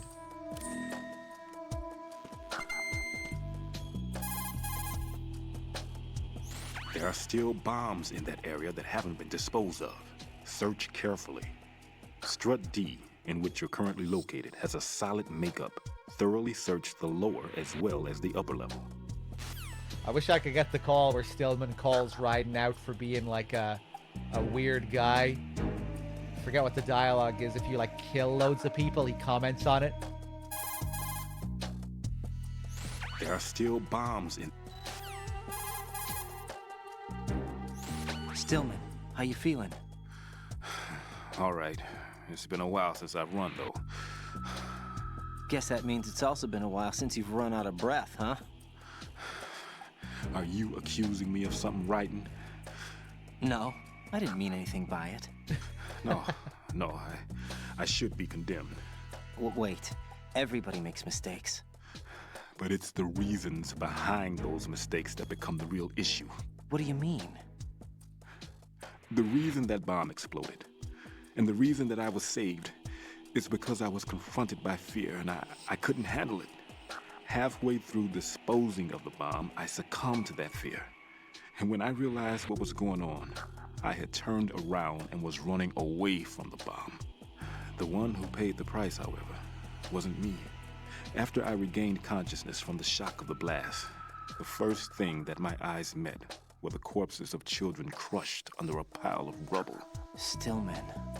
Yet, what do you think I felt at that time? A sense of relief. Relieved that it wasn't me. Oh. That's not all. At the time, I was known as the top bomb disposal technician in the United States. Now, to someone like me, who had neither a wife nor children, that reputation was everything. I didn't want to lose it. That's why I lied about losing my leg. Ran away from the responsibility that was mine. Closed my eyes to the victims. Stirred up the sympathy of the public. All right, Stillman, that's enough. For now, let's just worry about what we're going to do about Fat Man's bombs. Yeah. Weird cadence at the end there, Raiden. That's the line I was thinking of, Dwarven. Yeah, you have issues. Has anyone ever told you you have issues or something? I think he can, depending on the call, he can like insert it in the middle of another call. I remember it really threw me off during one playthrough. It was funny. Where just out of nowhere he accuses Raiden of having some issues. I think it's based on the kill count. I think you need to kill a lot of people to get that. Peikon. Rose is partially based on Kojima's wife, who, while they were still engaged, constantly asked him when they would marry. This was incorporated into Rose constantly asking Raiden about April 30th during the Big Shell incident. Where did you read that? I remember Kojima talking about this in the making of MGS2.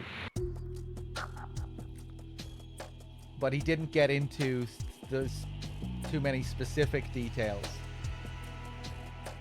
He just said the remembering of the date thing was something that was inspired by his relationship with his wife that almost caused a crisis in their relationship, apparently.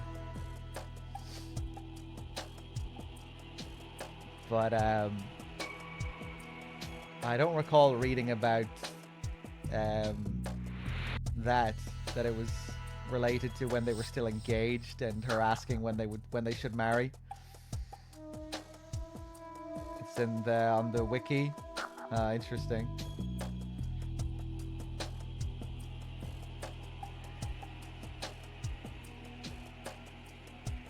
Let me call Pliskin. That's a tranquilizer gun with a sound suppressor. Hit an enemy with that, and it's good night, sleep tight. The time in which the tranquilizer takes effect depends on where you hit your target. If you want to knock somebody out with a single shot, aim carefully for vital spots like the head or heart. That's an American military M9 modified for tranquilizer bullets. When the tranquilizer bullets hit a target... Yeah. Yeah, in the wiki, I think they only sourced that BAFTA interview, and I don't remember him saying that in the BAFTA interview. But maybe it's somewhere else, or maybe it's made up or kind of partially interpreted based off what we have in the making of, although that is very specific information.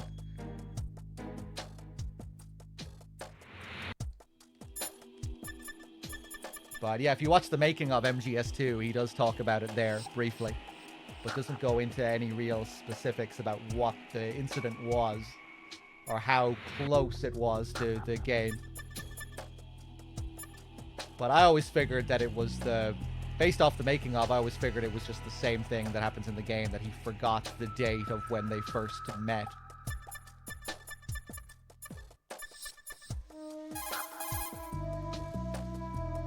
Hey, Pliskin, were you really a SEAL? That's what I told you.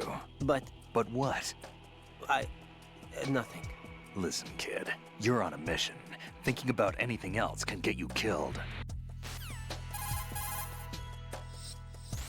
Shoot a fire extinguisher and the contents will... Not a Yeah.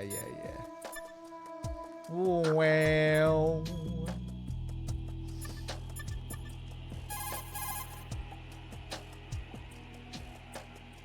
Jack, is that you? What's that supposed to mean?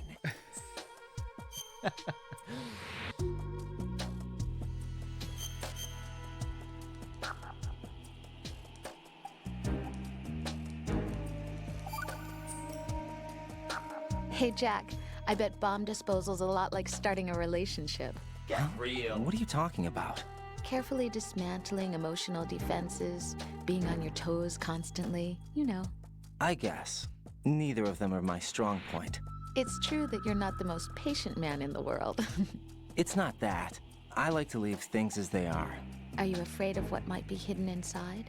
Not afraid, just unwilling to deal with complications. Like me? You're... Hey, Jack? Yeah? Do you know why I took this job?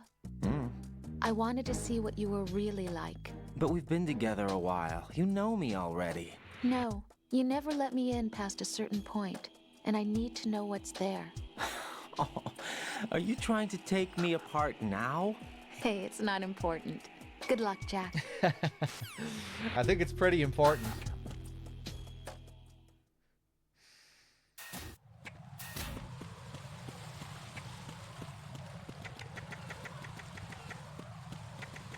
Okay, let's go back up to the top floor, get the rest of these bombs.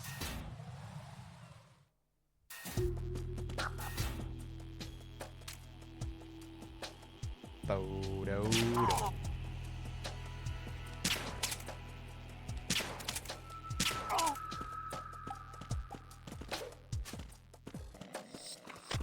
Nothing here.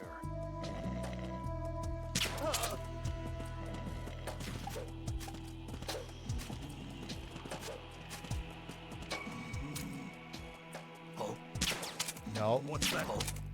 No. What's that? No. No.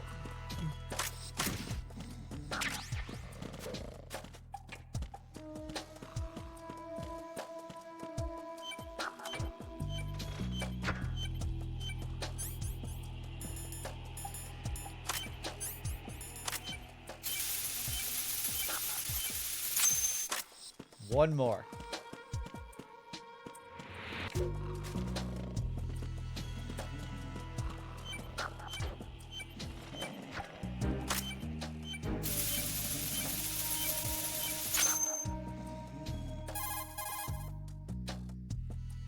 I have the last C4 frozen. There's nothing showing up on the sensor now. Good work, Raiden. You're way ahead of me, kid. I still have one to go. How's your bomb, Peter? It's a bomb, all right.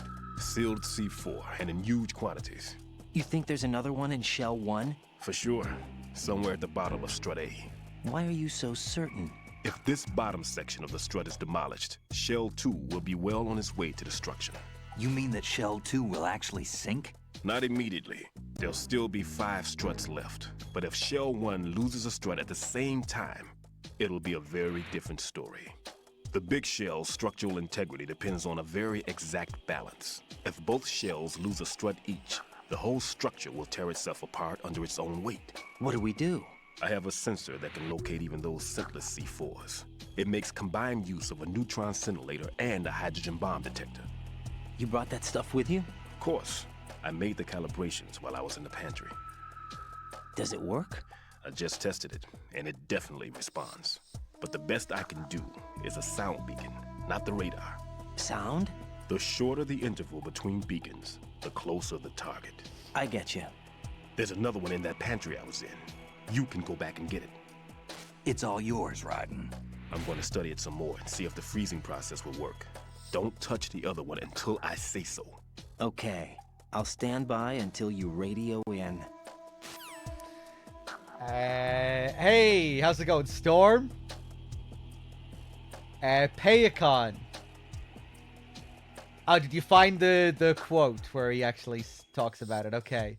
That said, I think there was one female character, Rose, and she wasn't too popular. Ironically, she was the one female character I tried to base on actual people that I knew. She was based on past girlfriends or female acquaintances. Yeah.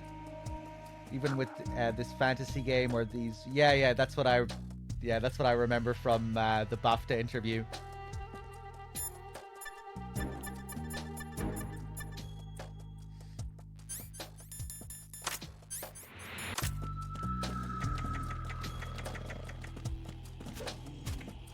But yeah, it looks like he doesn't go into the specifics of that incident with his wife in that interview. I don't remember him doing so. What's going on? Respond.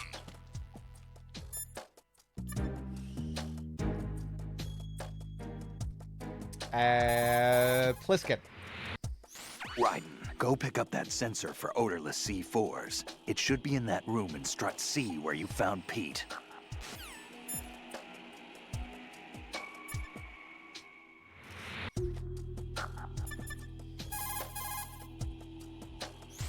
Right. I've readied a sensor that's capable of detecting odorless C4. It's stashed in a safe I was hiding in. No. In the Strut C pantry. Fetch it. I'm too afraid to mention wife. I think he's just been very... Communications with Strut D have ceased. He's always been very private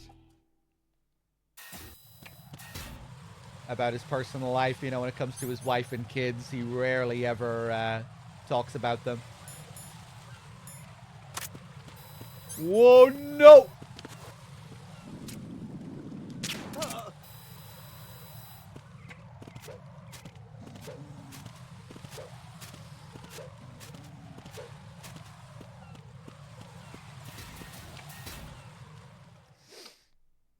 Maybe ex-wife now. Yes, I remember that crazy Kojima stalker person on Twitter who brought that to my attention, that Kojima hasn't been wearing his wedding ring for a while, so now maybe she can marry Kojima.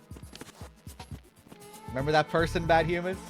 Remember that incident we had on Twitter a while back with that lunatic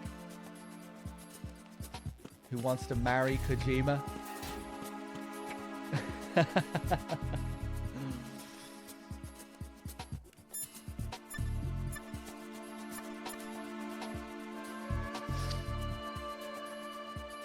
Yeah, they were posting pictures that Kojima was seen without his wedding ring.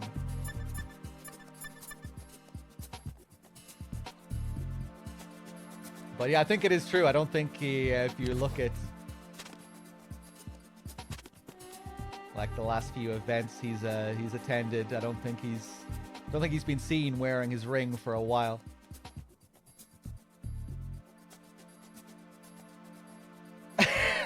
Bad Humans.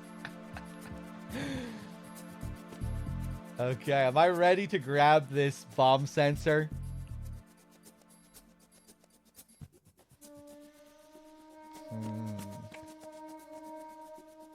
Any other calls I want to do? Let's do just one more save call with Rose. Raiden, go pick up the new sensor Stillman told you about. The one that can detect odorless C4. I'm just going by who he was sitting next to at the Game Awards. You think that's his new woman, Bad Humans? I remember you were wondering about that person that he was sitting beside.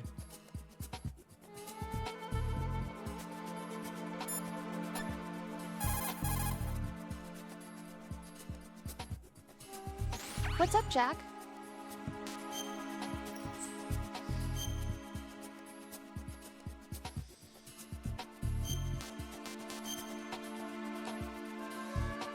Jeff Keighley is his mistress. His long-term mistress. See ya.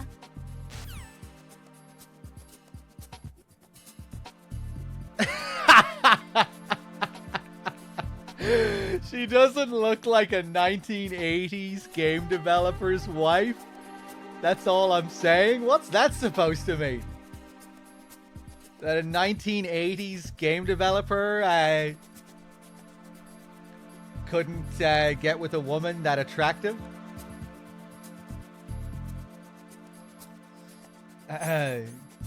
Kojima was a very skinny boy back in the 1980s as well. He really he started lifting weights after a while, I think.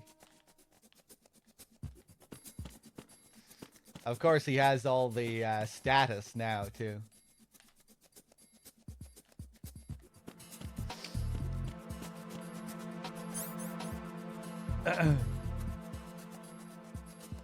Did I see what Kojima looked like before MGS?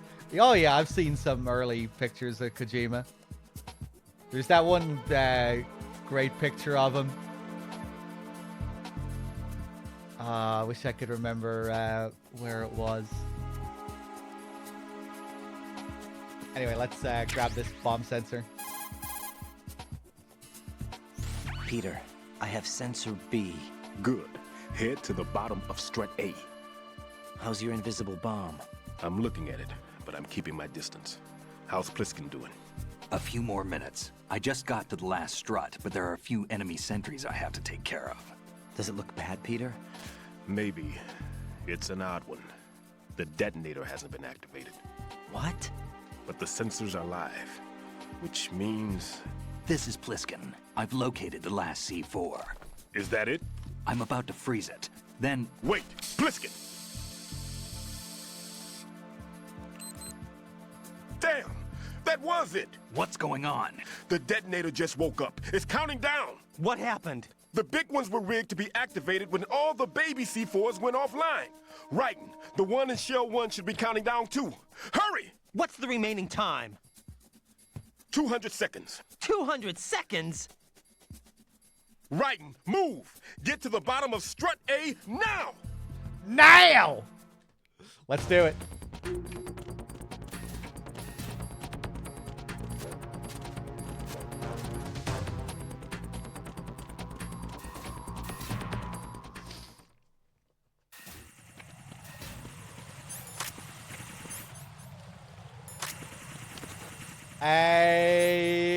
Yeah, let's just use the chaff here, I guess. I should just wait.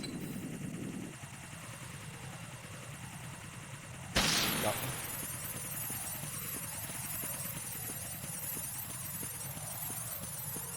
I love how we don't get the tense music when we're outside.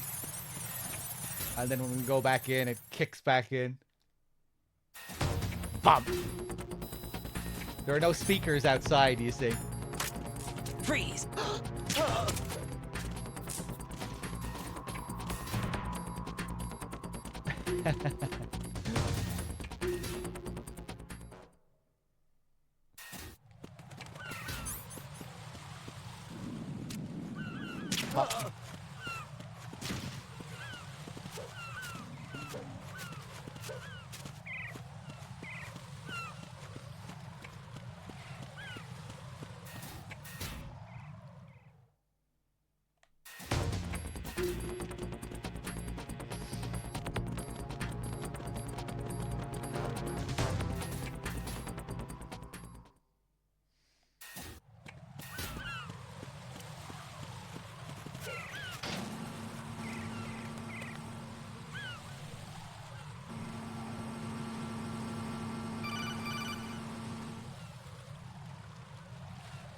Right. Pliskin, listen carefully. What is it? I fell for it. Fell for what? That man has my number. A proximity trigger. Microwave. Microwave? With a 7-foot range. It's not a technique I taught him. Neither was that multi-bomb booby trap. Looks like he's far surpassed me as far as explosives technique goes. As for the rest... Pete, get the hell out of there. There's less than 30 seconds left. It's too late. No! Pliskin, get away from Strut H as fast as you can. Pete! Right! Keep your distance. Use the spray from as far away as possible. Me? You can do it. I know that. I'm not so sure. But I am. Do it. I know you can.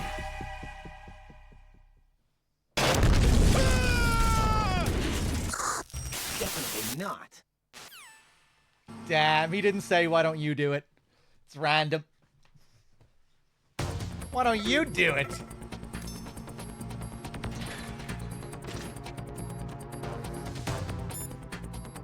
Colonel?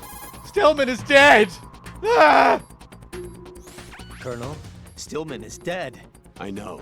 Pull yourself together, Raiden. I can't. I can't do this alone. Jack, are you listening? All right, calm down. Stillman is dead. There are no more explosive specialists. You're fine. I won't let you die. Rose. All right then. Is Sensor B equipped? Yes. See if it responds or not. Jack, no matter what, you have to bring an end to this crisis. Okay.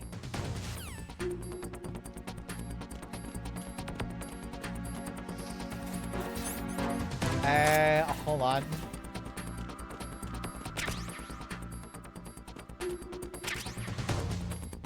I love when you come back here, you can see all of the stuff that was here before, but it's all just been rearranged. The forklift is here, but it's in the center of the room.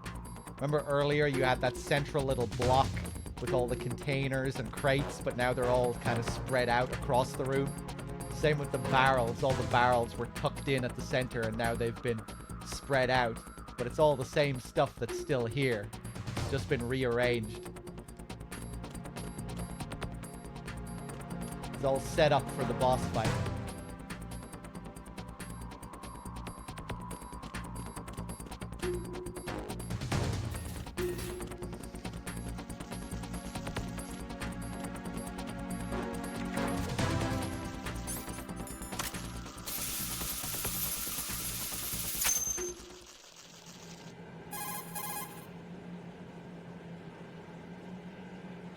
Colonel, I've neutralized the bomb. Good work, Raiden. It was a great loss for everyone. Yes, it was. Colonel, any damage report on the explosion? Seems that the duct for diverting the contaminated seawater was destroyed, and the central section of Shell 2 is flooding. The explosions ignited the oil slick on the surface. What about the toxins? The chemicals stayed in containment. There's no immediate danger. Is the big shell stable? Shell 1 was unaffected.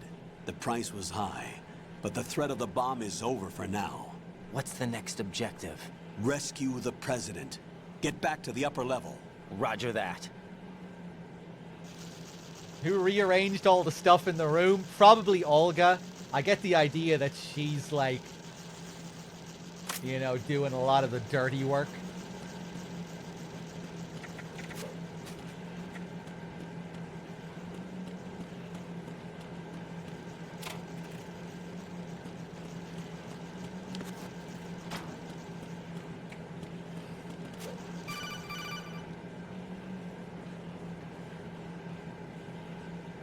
Raiden, the terrorists have retaliated for our bomb neutralization. What? A hostage has been killed, shot in the head. They shot one of them on the roof, just to make sure we caught it. One of our satellites caught it clear as day. Damn. They announced they would kill one every hour from now on. What are my orders? What should I do? Stay with your mission objective.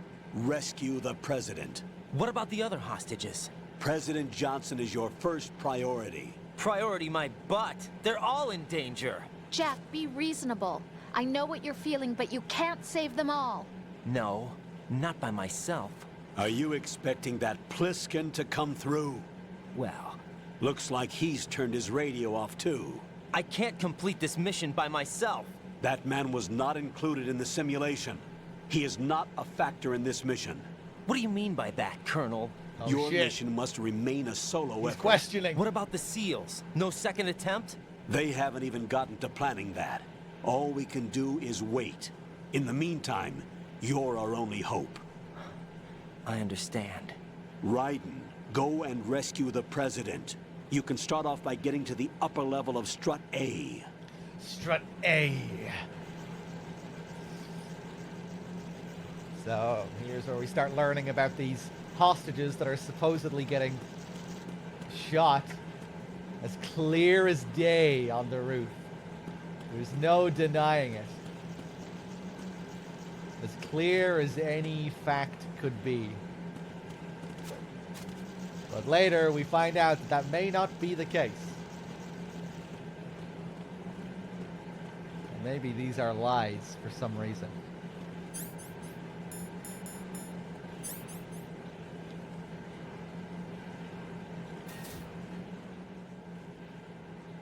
Okay, let's see if the bugs get bugged.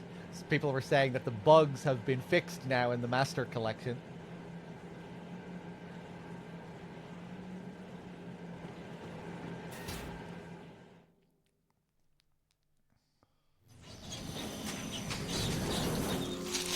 No! They bugged.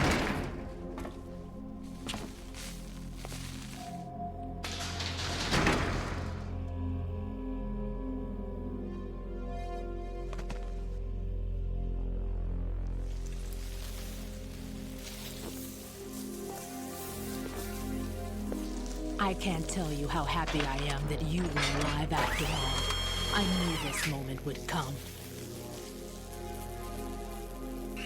Show yourself and finish me.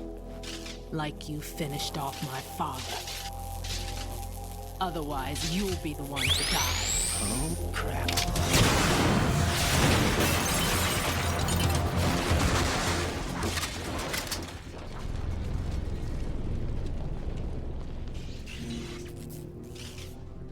That's not him. This could be interesting. You've seen the fires of hell, haven't you?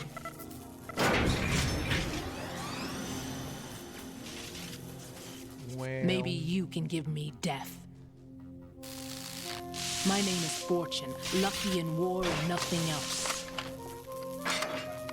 And without a death to call my own. Hurry, kill me, please. Here we go.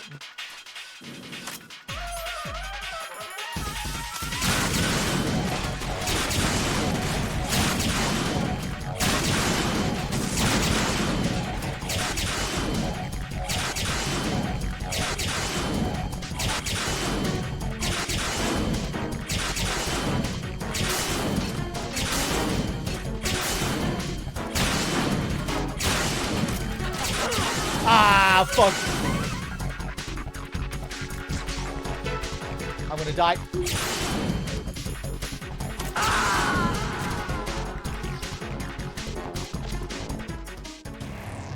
What the hell happened? Raiden! Raiden! Take two.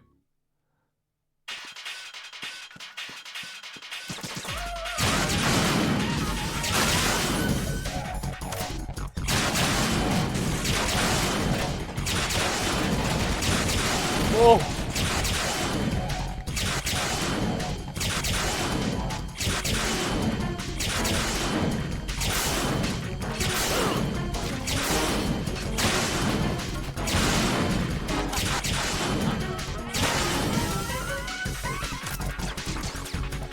Don't kill me again.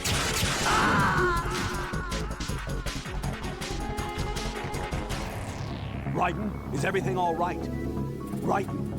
Raiden! I really need to find safe moments to shoot at her. I know you can't hit her, but I still want to shoot at her to get her dialogue. Sorry.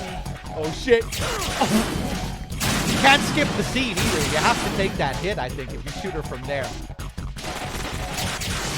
Stop that!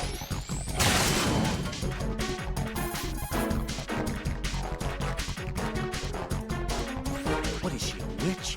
Or some reason I can't hit her. I don't understand. She's obviously impervious to attack. What are my options? Disengage her and get out. The elevator is still upstairs. My retreat's been cut off. Hang on until the elevator comes down again. Your weapons can't hurt her, and you need to stay alive. Use whatever cover you can find and invade her.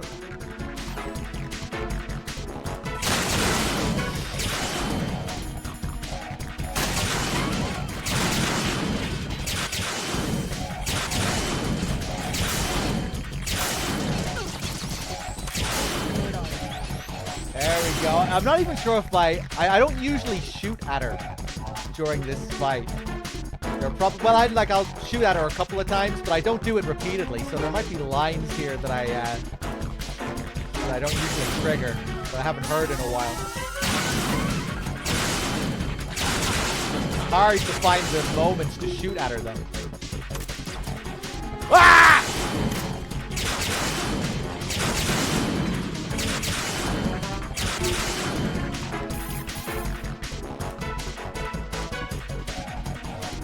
Fortune's railgun packs some power.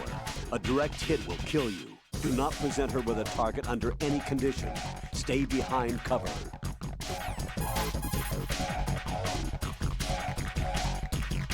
Don't even think about attempting melee combat. Keep your distance and evade her attacks. Just buy some time until the elevator arrives.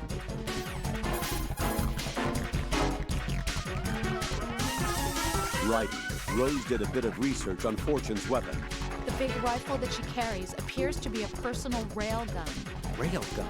Yes, an electromagnetic gun that fires bullets with magnetic force. As a movable conductor, it uses plasma electrons to boost acceleration capabilities. The kinetic energy of the ammunition is approximately 10 megajoules. Incidentally, that of a 140mm smooth bore gun ammunition is 20 megajoules. I can't believe something like that even exists. It's not available, though. What she has is only a prototype. That thing sure doesn't sound like a prototype. Problems with the rail plasma and inner rail electromagnetic release have yet to be solved. Evaluations exist that criticize it as unacceptable as a field weapon because of the high risk of accidental discharge. But hers doesn't? Most likely, probably because she's lucky. Unbelievable. Either way, it's a weapon that she alone can wield, that's for sure. Yeah, and a weapon that's uncontrollable, too. Be very careful, Jack. Ba-ba-da-ba-da.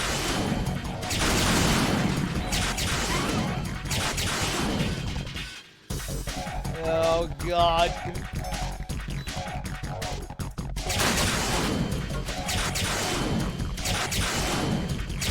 Woo! Ah!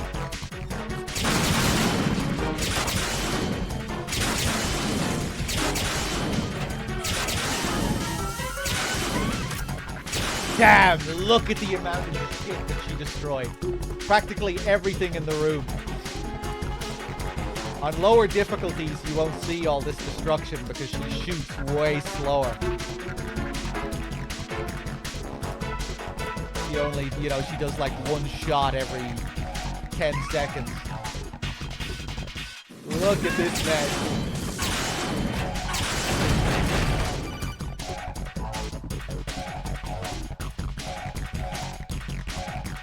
Raiden, Fat Man just contacted us directly. Fat Man called us? Yes. Looks like he placed a bomb on the heliport. He specifically asked for you, Raiden. What? He's killed off Peter. Now he's after you. Why me? How should I know? Look, this is really not a good time for this. The countdown's already begun, Raiden. Great. How much time do I have left? I'll show you the count. 200 seconds remaining. So he's planning on taking this place out. It looks like he has a different agenda from that of Dead Cell. What about backup? None. There's no time. Which type of explosives is it? He didn't say.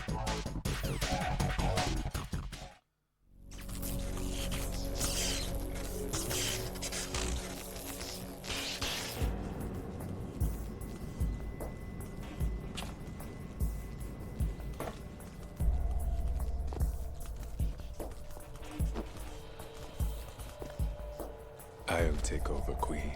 What is it? It seems our friend Fat Man is out of control. He'll actually try to destroy this place? Yes, this could unravel everything we've planned. But why would he do such a thing? Who knows? But he's nothing more than a stereotypical mad bomber now. He's completely lost sight of our ideals. And with it, his loyalty to Commander Jackson. All right. I'll take care of the wayward soul. It wasn't him. Unfortunate. I expected more of this one. Really. But he couldn't kill you, I see. Completely useless. Then he's all mine.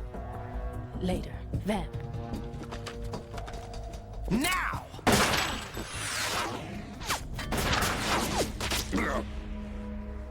Now!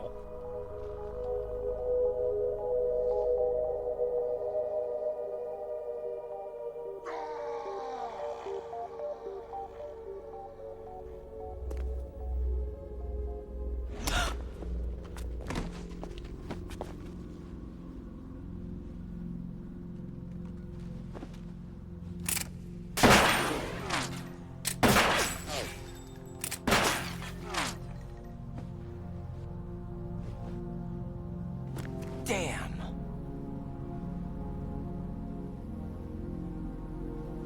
Vamp.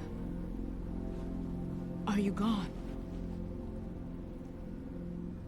No. No. That death was meant for me.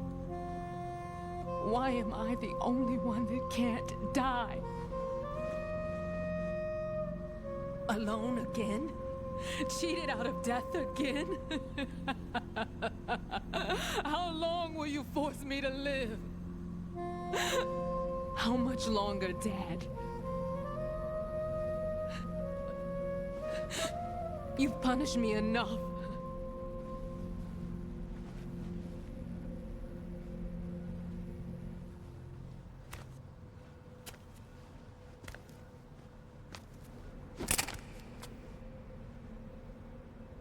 I thought you could give me peace.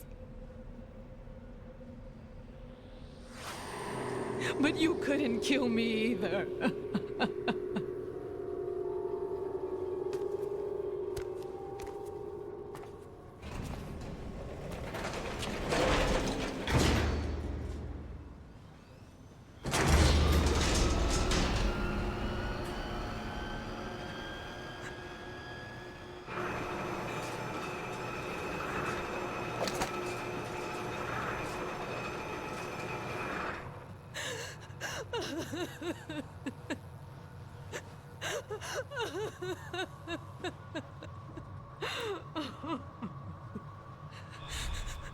There's no need for sorrow, Queen.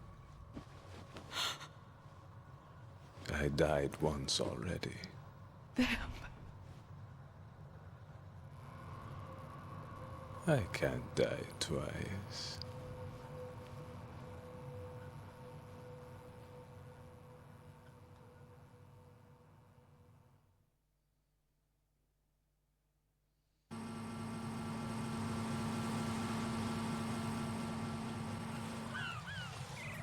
And the timer is very polite here. It waits for us. And now you can start your 200 seconds. Cutscenes don't count. Let's do it.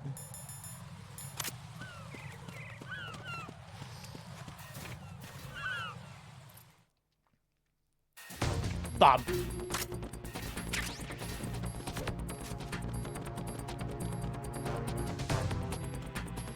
There's one line from Fortune before the boss fight that really makes me think of a line from Psycho Mantis in MGS1. You know, when she says, "You've seen the fires of hell, haven't you?" She's talking about Raiden's history, his past as a child soldier. It's foreshadowing that part of Raiden's character. You know, that he really has, you know, that he has seen a lot of real combat before this. He has seen the fires of hell, and that Fortune is looking at him, and you know she can see this in him. It really reminds me of that moment in MGS1 where Mantis says to Snake, "I see you have suffered the same trauma and he's looking into Snake's past and his history with Big Boss and all of this pain that he suffered. Whether that's an intentional parallel or not, it's an interesting little line anyway that Fortune has. A bit of foreshadowing of who Raiden really is.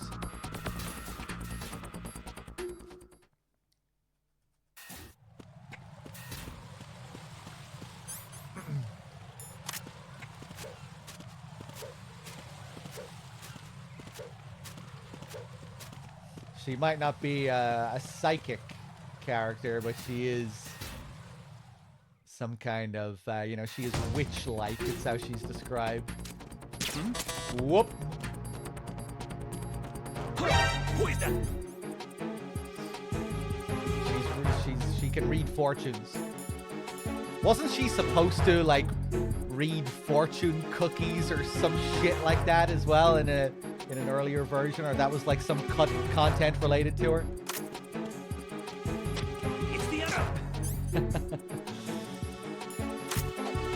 Oh no!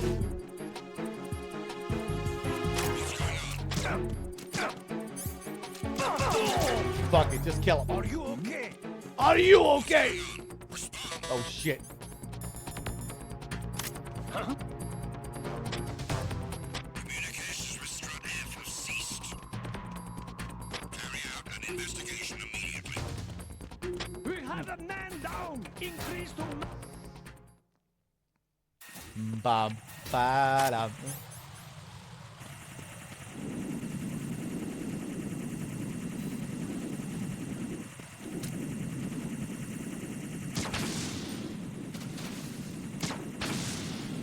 I don't know why I'm doing this slow method. No!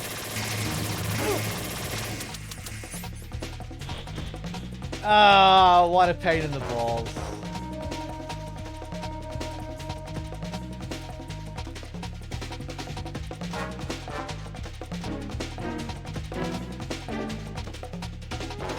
If I use a shaft, I forget.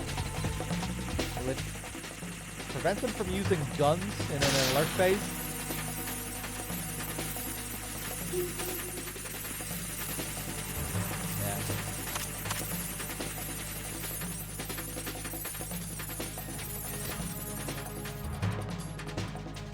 Yeah. Hey, welcome back, Wexford.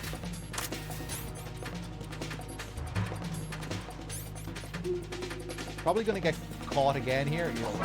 No!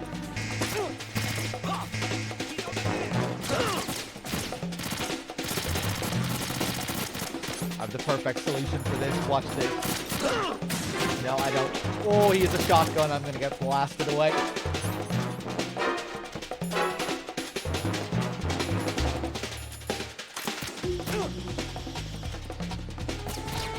Woo! Quickly, use the bandage.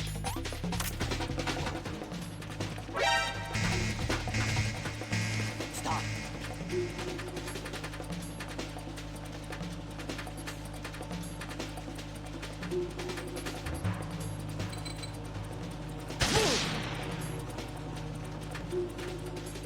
I think this is just completely random whether I get caught here or not. They'll either check the vent or they'll check where I am. They're going to check the vent, I think. Yeah. Clear. Yeah, here it's just a 50-50 whether you get caught or not. Positions. Increase security. Understood. Dispatching reinforcements to Strut-E. Exercise extreme caution. Yeah, that's a 50-50 clear, I think.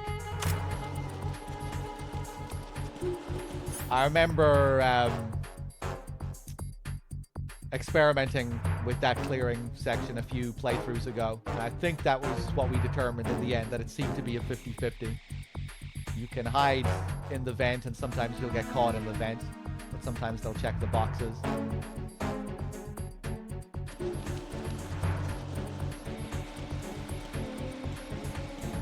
Oh, look at the time! Well, it's over.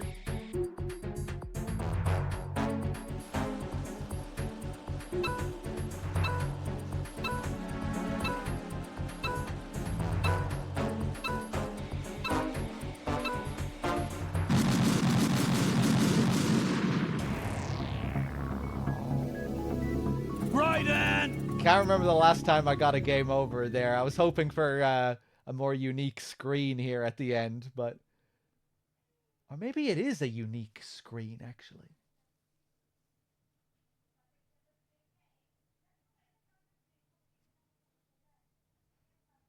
Oh, yeah, actually, I don't think I have seen this screen for a while. I was thinking this was the same as the screen for, you know, if you let Fat Man, during the boss fight with Fat Man, if you let the bombs blow up. But I think this is a little bit different to that.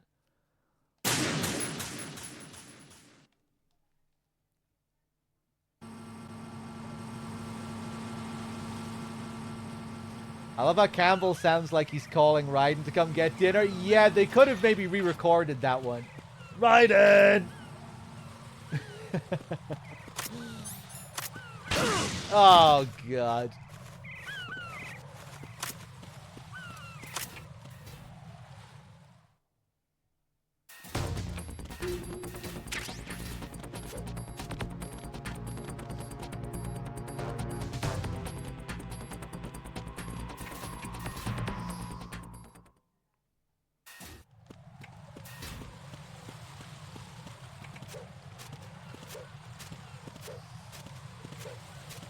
Okay. Perfect execution from now on. No silly mistakes.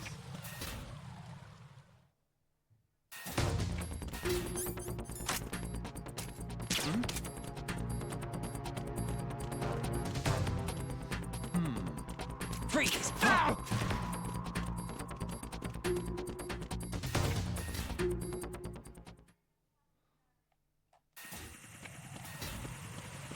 Just run straight out. Whoop. Into the prone position. Nice.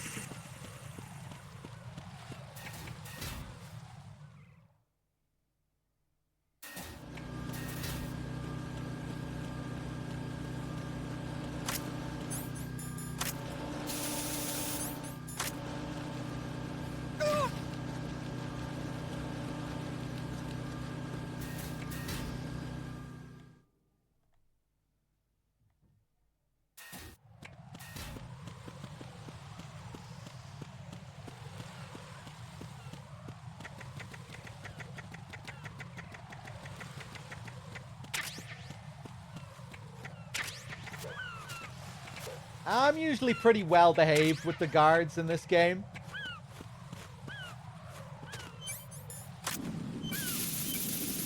Here we go.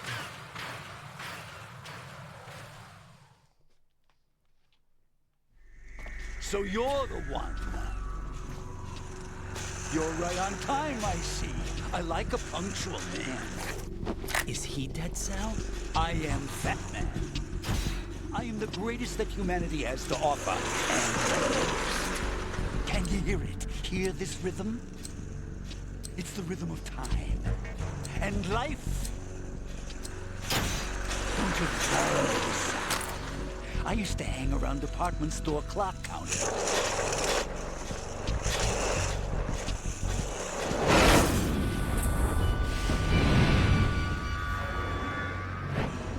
Life is short.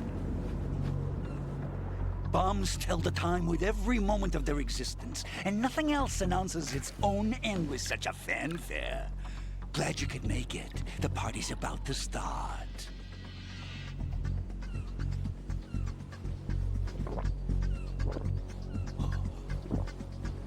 Yum. Good year. Let's drink the Stillman, shall we? If you destroy the big shell, you'll never collect your ransom. Ransom? What are you talking about? $30 billion in cash.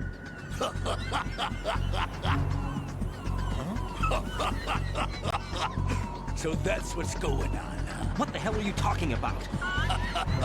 Oh, you'll know soon enough. And I could care less what they plan to do. My ambitions are much more simple. To be the most famous bomber of them all. You're nuts! No one's gonna give a damn about you! Oh, yes, they will. I'll go down in history as the man who beat Peter Stillman. That's the only reason I assisted them. Like hell you beat Stillman. He had your number. What did you say? You have nothing of his courage. Or... What are you laughing at? That croc died a dishonorable death 6 months ago. 6 months ago. The liquidation of Dead Cell. Call it what you want. Only the right stuff survived that hell. It set me free, you know. Opened the way to a new dimension.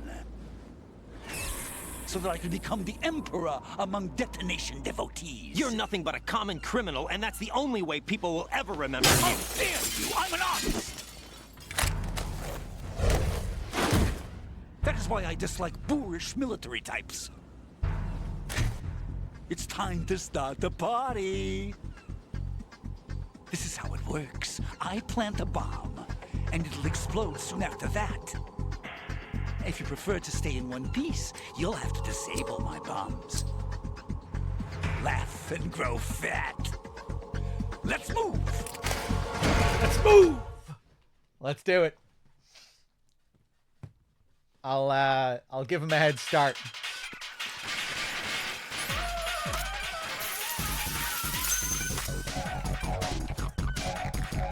He waits for you.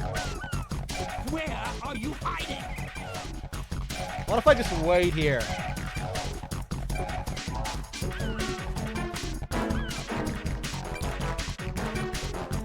Nah.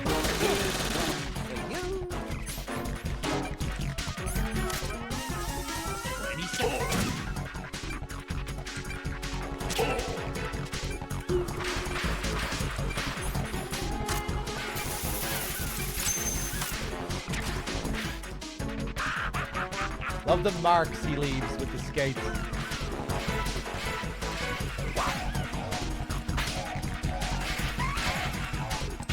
2, 3, 4, 5. 5! Wow. To get back to Mars.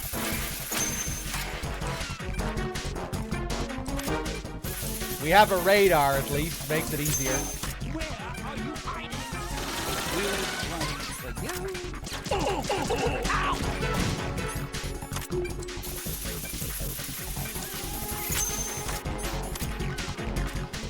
Ow!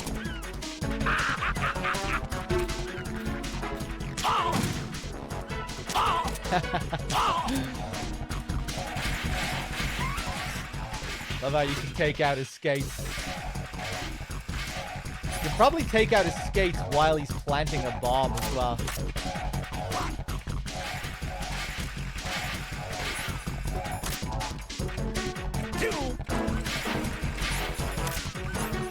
Oh, I didn't mean to plant this. Can I cancel it?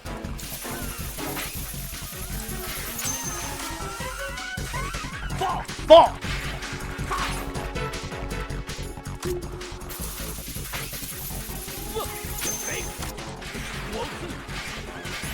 Ooh.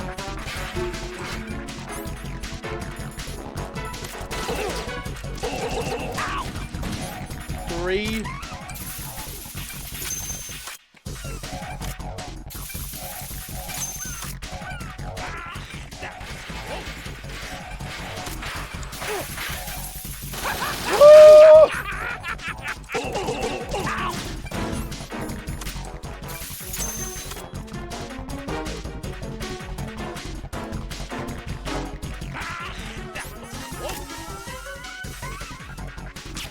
Oh!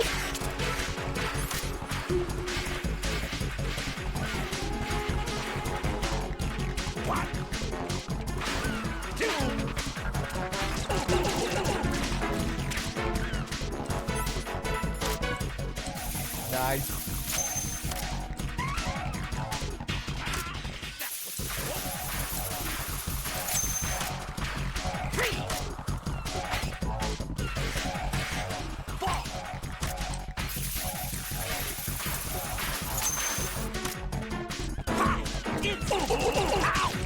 Damn, he's planting 5 every time.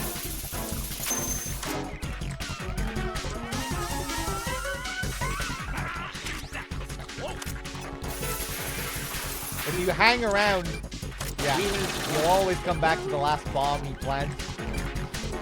So if you have time to wait, it's a good way to keep track of him. Just lure him back to his first bomb, or back to his last bomb. Whoop!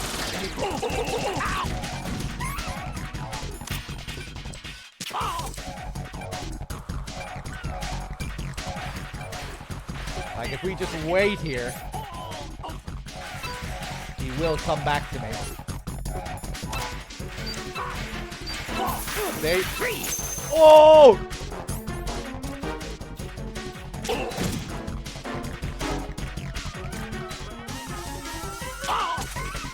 Get out of my way! So close. What?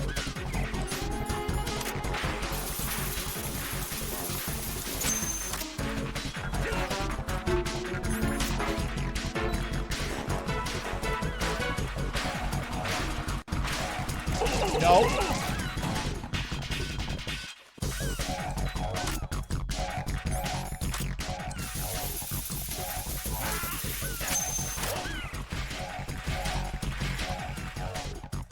Free! Ah!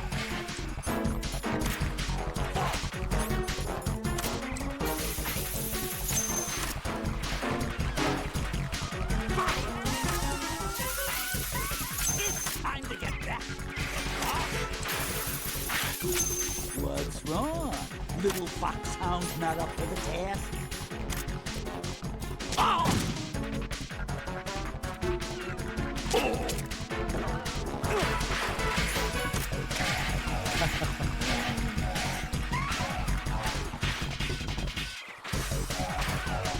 Whoop!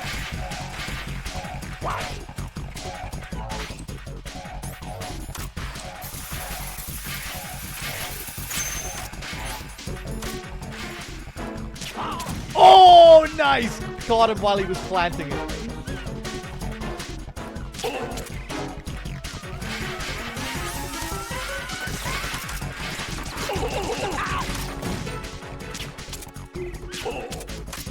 Get out of my way!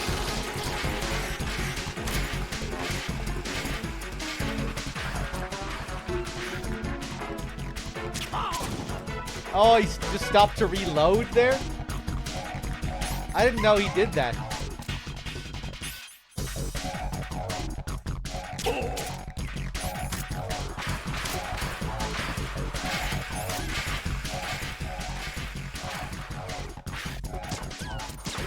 Oh. Try aiming for a change.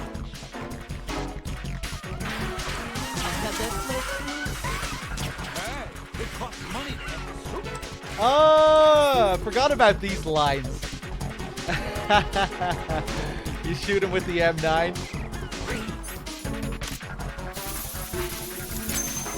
I might be fucked here.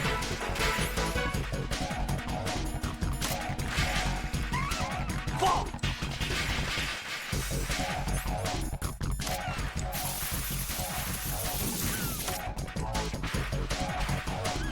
Uh-oh. Uh-oh. Where's the other one here? Oh, I just didn't freeze it fully. Ah! Where is it? Whoa! Where'd you go? Here's one.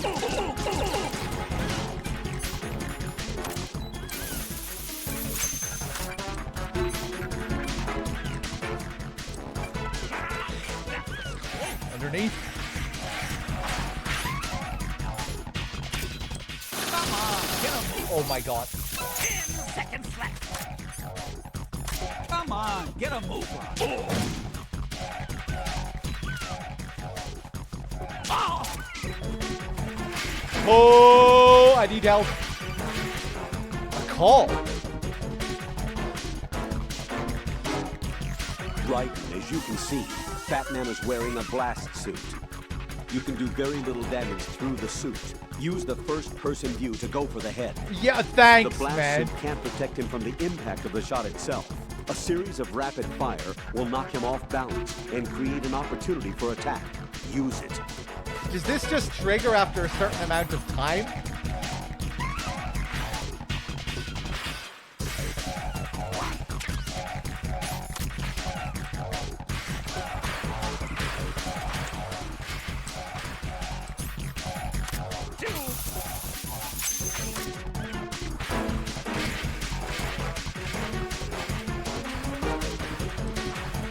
Bob, Bob, Bob.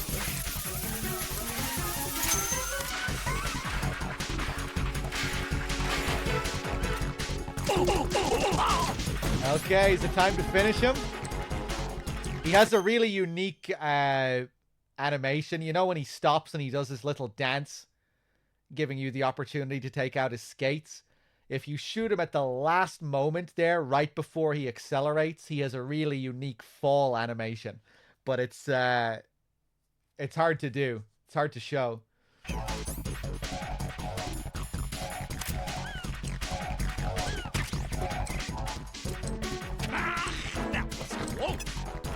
Ah. And it goes. Love how you can see him use the switch there.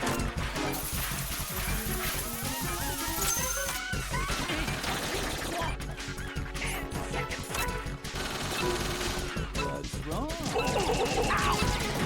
Woo!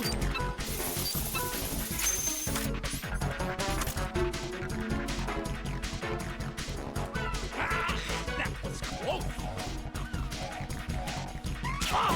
There it is!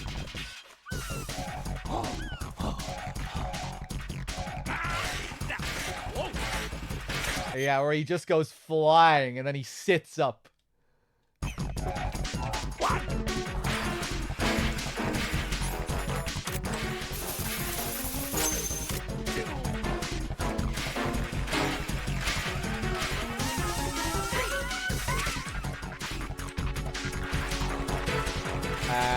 Uh-oh.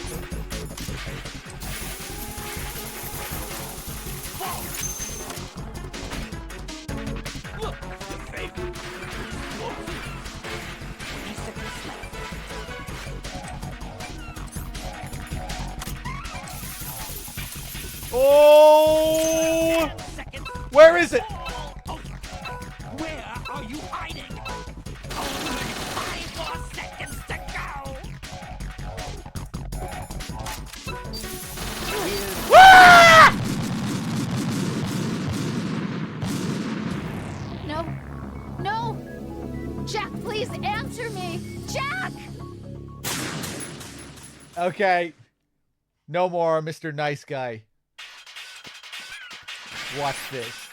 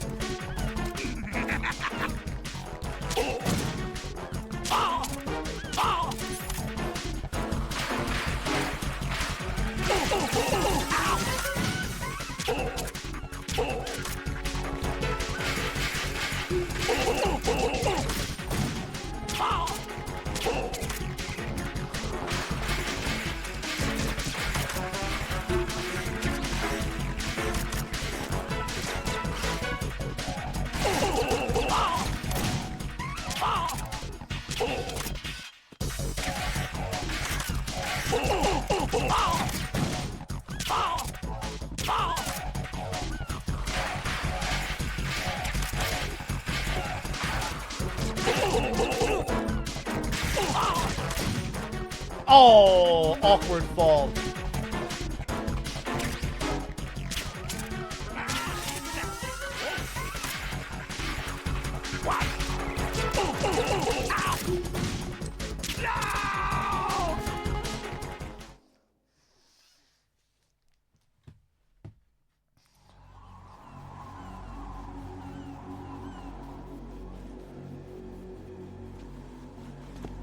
My suit.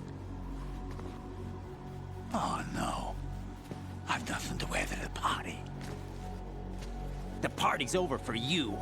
That's what you think. What do you mean?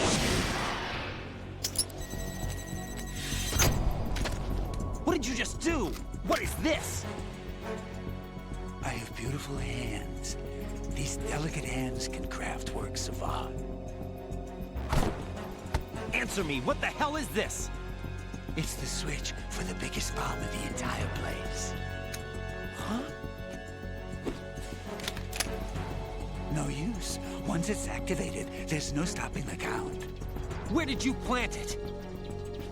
Where is it? Somewhere in this area. Don't worry, it's very close by. Where is it? Go ahead, shoot me. I'm already dead. Damn! Think you can find it? When it goes off, it'll take the big shell with it. Tell me where I can find the bomb! That's your problem. This is the highlight of the party. Bring it on, I say. They'll be happy too. I die here and start my legend. Too bad you won't be around to see the movies. Laugh and grow fat.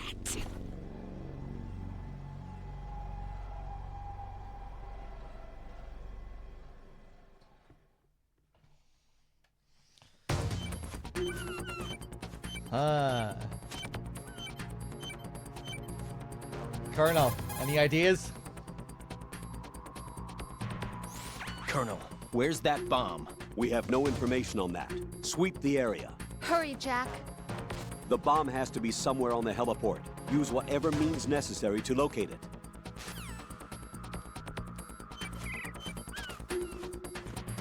Well, the sound is indicating that it's very close. He said it's very close.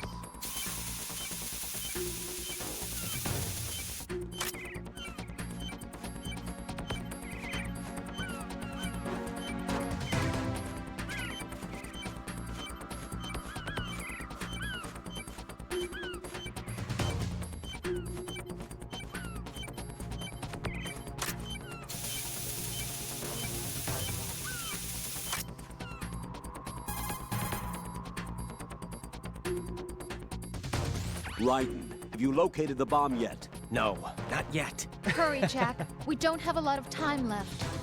He wouldn't have had the time to find a good hiding place. It must be somewhere near him. Take a closer look. Just get closer, Raiden.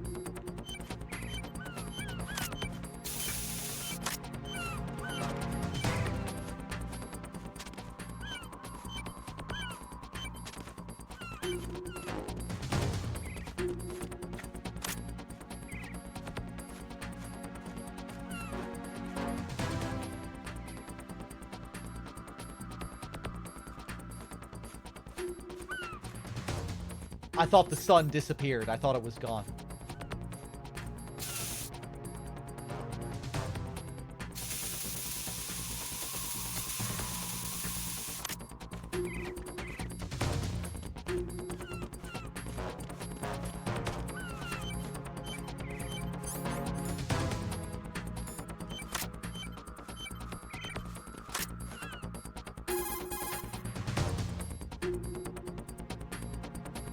Raiden, the bomb? Nothing yet. Where is that damn thing?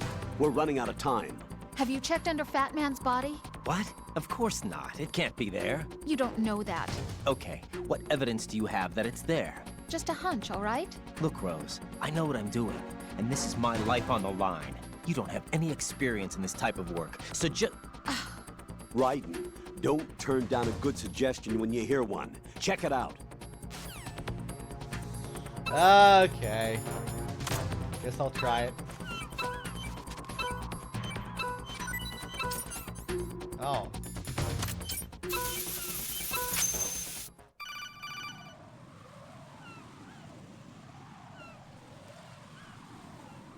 Good work, Raiden.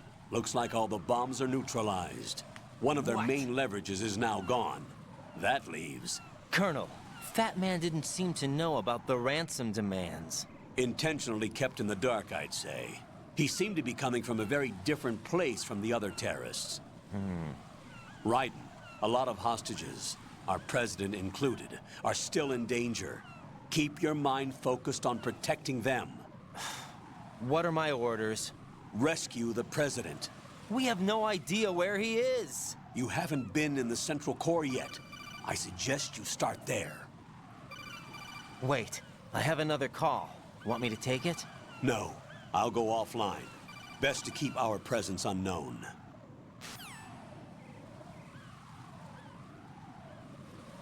How you doing, kid? Pliskin, is everything all right?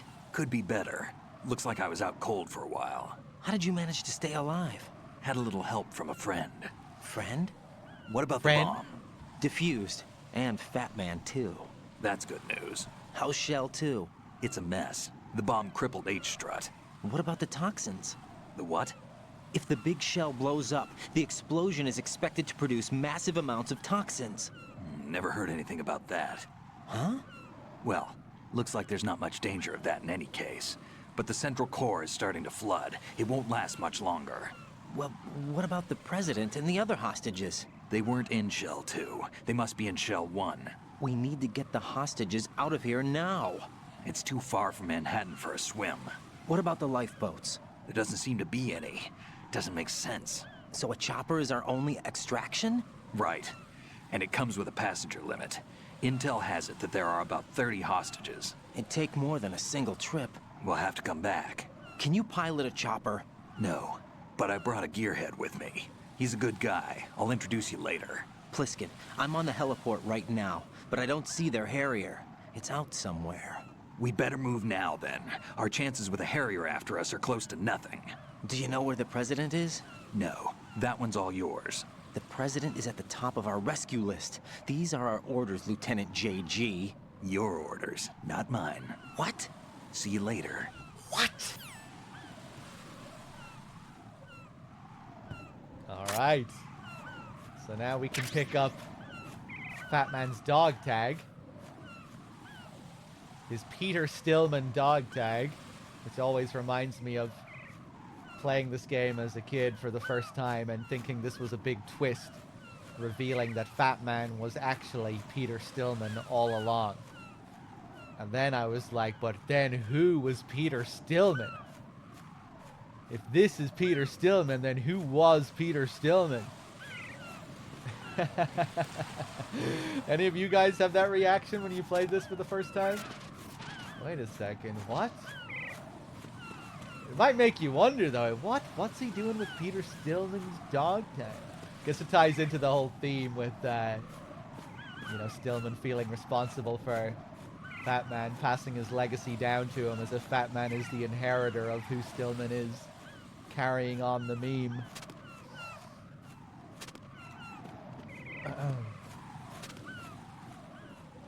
We can look at his beautiful hands here as well. Snake, or he wasn't lying about his manicures.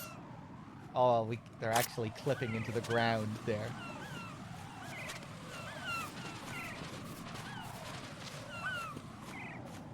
Let's see if we can see them now. There we go. Yeah. I have beautiful hands.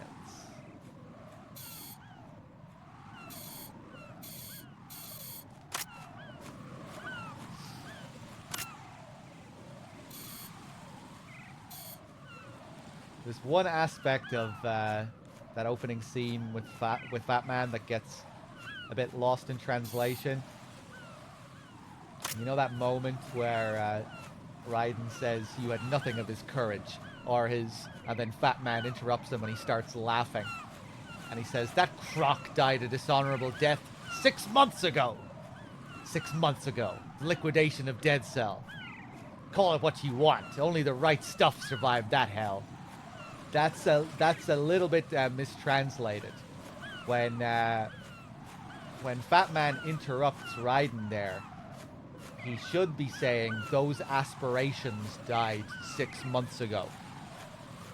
When Raiden says you had nothing of his courage, or when he's comparing him to Stillman, Fat Man responds by saying those aspirations died 6 months ago.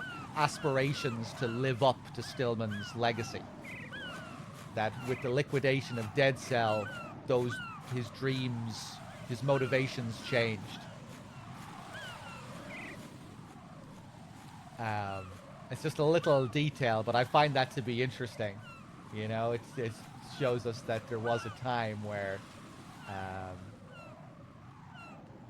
you know, Fat Man tells us that there was a time essentially where he did care about his, you know, his lineage, so to speak. You know, who he came from, who made him.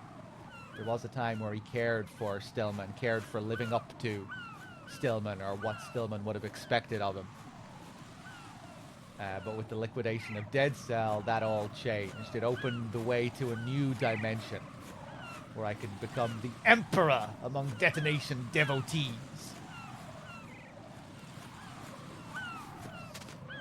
And then he goes on to say, you know, that's the only reason I assisted them. Which is another interesting line as well, I think, because it suggests that Fat Man was making his own decisions, right? You know, like, oh, they were lucky that I assisted them. I made the choice to assist them. But again, the liquidation of Dead Cell that opened the way to this new dimension, as he described, that was all set up by the Patriots to manipulate him into doing all of this. So all of these things that he believes he's doing of his own free will were actually, all of this was set up. This is what they wanted of Fat Man. They created this context.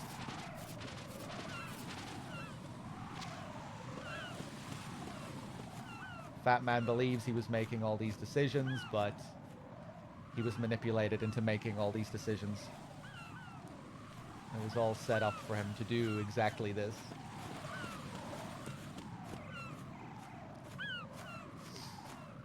The whole thing was laugh and grow fat, you know, the catchphrase. Again, I think that ties into what he says about, you know, the movies they'll make about him. That he, you know, he wishes, he's imagining himself as this character that's going down in history and the films that'll be made about him. And this legend, so he's kind of behaving as the character he wants people to see. And I think that's what they're getting at with that line, you know, it's like, this is my catchphrase, this is the... I'm a movie character, essentially.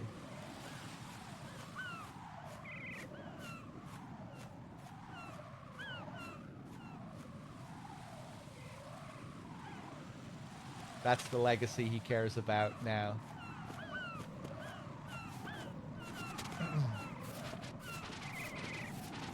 He wanted to be the fat, bald Joker. His opening line as well is kind of interesting too. I think they're supposed to have a bit of a double meaning, you know, when he says, I'm the greatest that humanity has to offer and the lowest.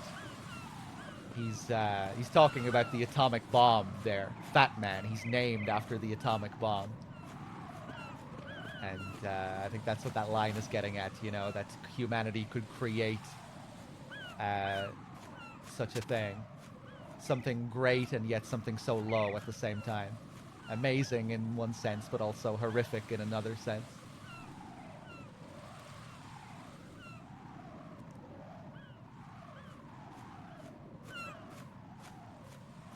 And he's still breathing here. If you trank kill him, he'll still be breathing. Even though he's supposed to be canonically dead. It's pretty weird what they do with him here. And then you can shoot him here if you want to get the kill.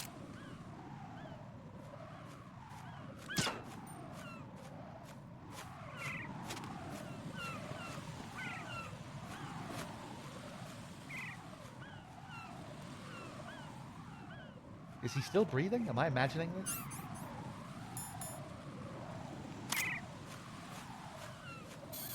No, he's not. He's not moving.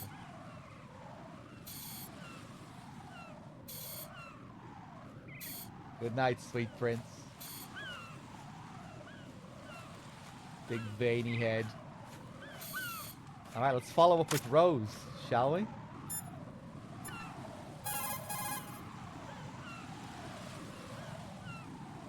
What's up, Jack?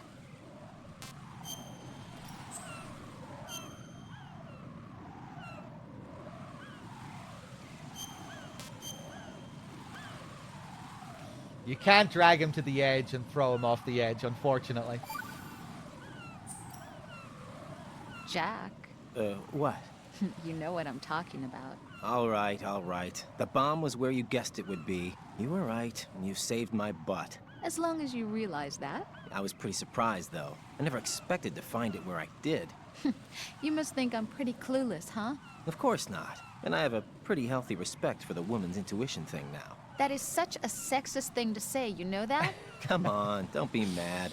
I apologized already. Don't sweat it. I'm just messing with you. I want you to recognize that I can help you through this thing, and that I care about you. Rose? Hang in there, okay?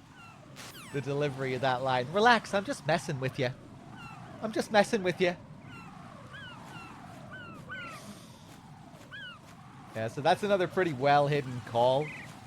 To trigger that call where Rose tells you to check under Fat Man's body, that is easy to miss. And to do that, and you need to do that to unlock that save call, obviously, because that's what they talk about.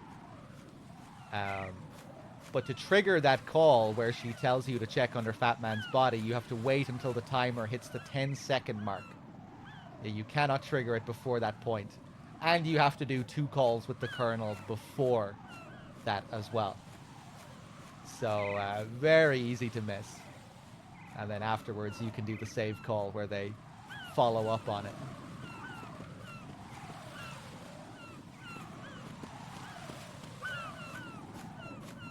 Okay, I think it's time to continue.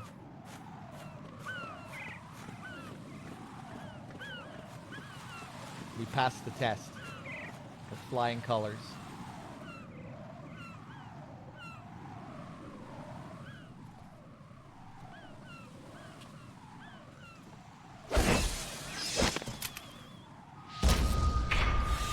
You passed with flying colors. Identify yourself. Unlike you, I have no name. Are you Mr. X? If you like.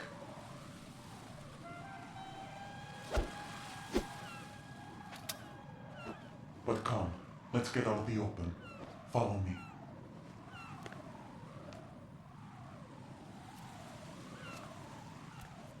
Are you with Foxhound too?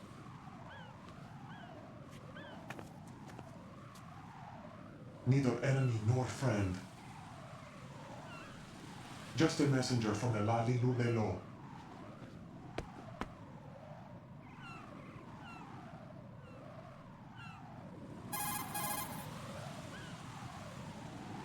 This is safer, I think. Safe from what? Eavesdropping, of course. All right. Why did you contact me? I've been ordered to give you backup, including the relaying of necessary intel. Ordered by whom? Why won't you identify yourself? There is no need for you to know. I'll decide whether I need to know. You are not yet trusted to make such decisions. I'll tell you something you do need to know instead. The current location of the president. What? Or rather, the person who knows the current location of the president. Who is it? A Secret Service agent named Ames, currently being held with other hostages. Secret Service, huh? The head of the president's security detail, Ames, has been fitted with the same type of VIP nanomachine system as the president. If you're within range, you should be able to communicate. Why are you telling me this? Do I need to repeat myself? There's no reason for me to believe any of this. You understand that? Of course, but you also have no choice but to believe. Do you have any other leads? Where are those hostages?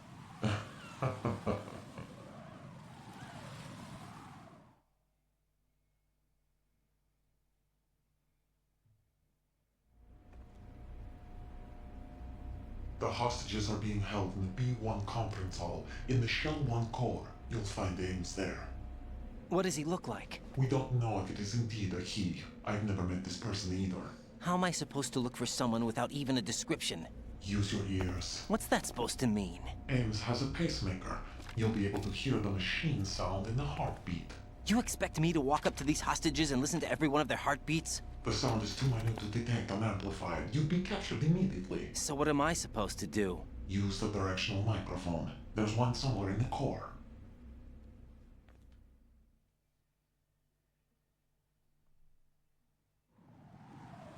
Take this. This security card will unlock all level 2 security doors, including the one into the core. It's called a PAN card. It works together with your body's own electronic field. And watch yourself. The core is more heavily guarded than any other section of the big shell. You'll get nowhere just like that.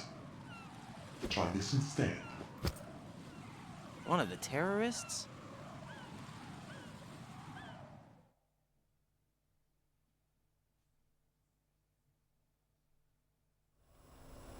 The surveillance camera won't let you on the elevator without the right uniform. You want me to disguise myself? Men assigned to the core and those on perimeter duty are given different colors to wear. Your new outfit will work in some areas, not others. The uniform alone won't fool them either. You're talking about weapons. Right, you need an AK. But I saw them carrying an AN-94. All men assigned to the core section carry AKs. So without an AK-74U, someone will see through me really quick. You could take care of the weapon issue yourself. One other thing. There's more? You'll also have to pass a retinal scan to get into the conference hall.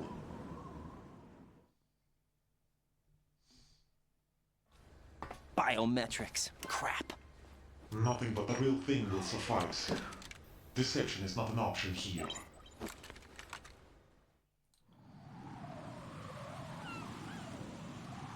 I suggest you hurry. They have a nuke on their side. The nuke? They have a nuclear weapon with them? You didn't find their continuing presence here unusual? Even with the president as hostage, this is an island, and they have no visible means of escape. Even if they do have a nuke, the warhead is no good without an access code. The security lockout can't be bypassed. They don't need to. They have the code.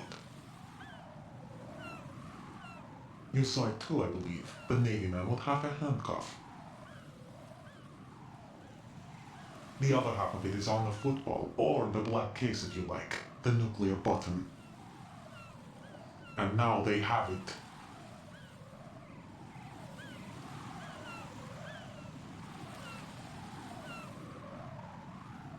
Why did they have to bring the football along? To a decontamination plant of all places. But they did have to. Because, after all, the big shell is the farthest thing from a cleanup plant there is. What? Dead Cell didn't have to bring a nuke along with them. It was right here to begin with. Nothing in this affair is what it seems. A cover-up? But why? For what? For Metal Gear that is housed here.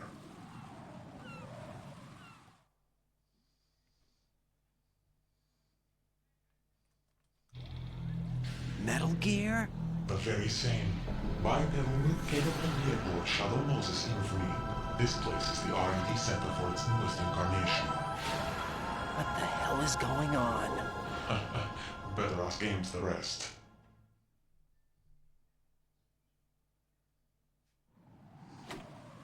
What's this for? You might be glad you have it. Keep the controller's vibration function on. What do I need a cell phone for?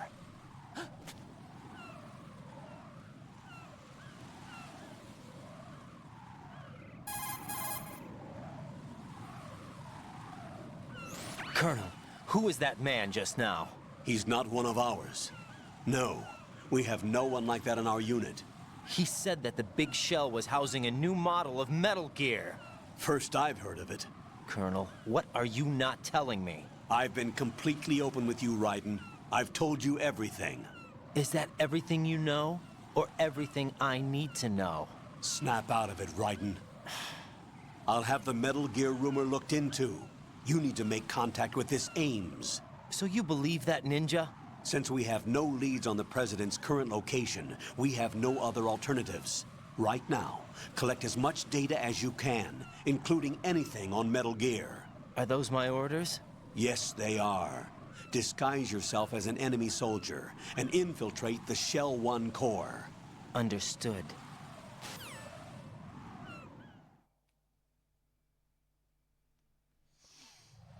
All right, we're back.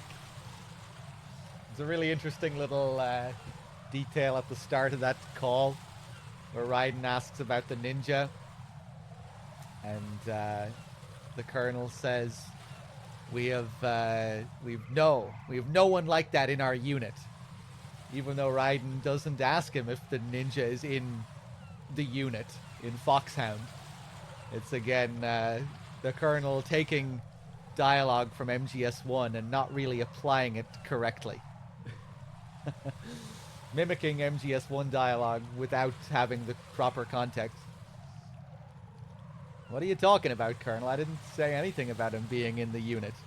I was just asking if you knew who he was.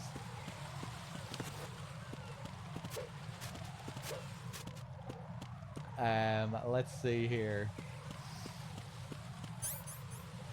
We got our phone, mobile phone with vibration features. Allows receiving of emails. We'll get a few messages from Mr. X with this thing.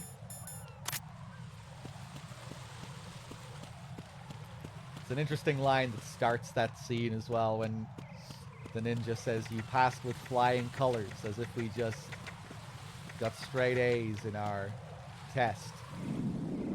Like we were saying earlier, that's what the bomb disposal is in the simulation. It's like this exam that Raiden must pass before tackling the real meat of the S3 plant. And then once we're done here, we get back on track with all of this stuff starting to more closely mirror MGS1. We have to go and meet Ames now, who's the stand-in for the DARPA chief. And then we have to meet the president, who's the stand-in for President Baker. In the Japanese version, they both have the same voice actors as well. Ames has the DARPA chief's voice actor, and the president has President Baker's voice actor. But this bomb disposal section was like a detour. A bit of a test to see if Raiden could really handle this next section. You passed with flying colors. Ties in with what Ocelot says at the end of the game when he describes Fat Man and how they hired him to be a part of this project. A sort of examiner we hired to test the boy's progress before letting him tackle the exercise.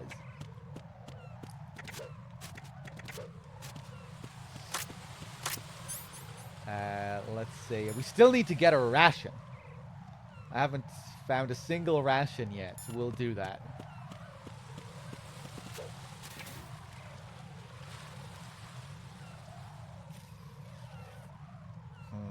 Okay.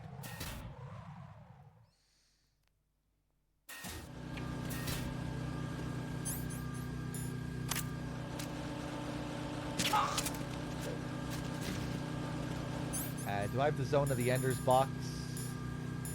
Yeah. Let's get the digital camera as well. We'll need that for the Shell 1 core. For all our perverted antics.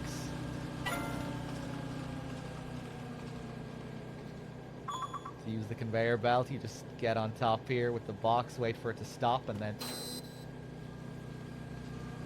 move up.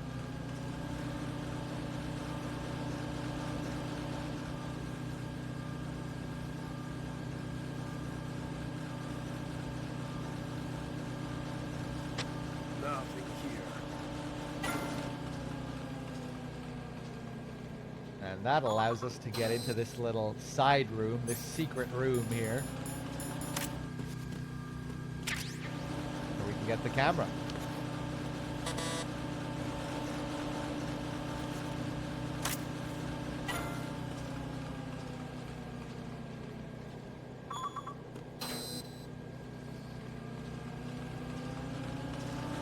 Bubba Groove, thank you for the 2 months. Much appreciated. And Mr. Mola, thank you for the raid earlier.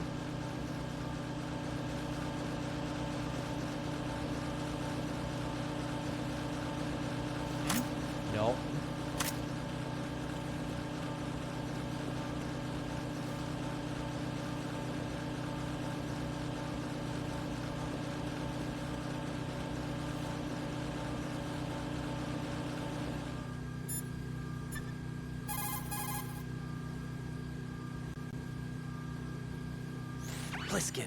Do you read me? What's up, Raiden? I just ran into a guy decked out like a A ninja. A ninja? Yeah. Do you know anything about this? No. Can you trust that costumed freak? I don't know. But the colonel told me to follow the guy's instructions. And like a good soldier, you'll do it, right? I'll let you in on a little secret, kid. Wow, the ninja Snake. that was publicized in the Shadow Moses incident need no to be longer that hard. exists. The guy you met has no connection whatsoever with the incident. And how do you know that? Because I do. Huh? Just be careful who you trust, okay? Can you trust that costume freak? Actually, pretty fitting description in a way. Costumed. Because, of course, this is not a real cyborg ninja. It's just a suit. It's like a costume. Just playing the role of the cyborg ninja from MGS1. Not a true cyborg. Not a real exoskeleton. It really does have that look to it as well, you know. It has this big, bulky kind of... Doesn't look like it's a part of someone, you know. Doesn't look like it's fused with her body.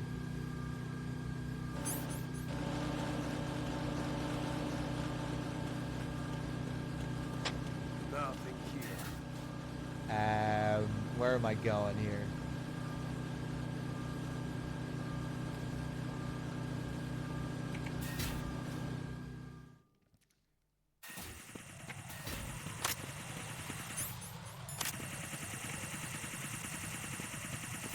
So now we'll head to Strut F to get our AK. We have the uniform, but we need the AK.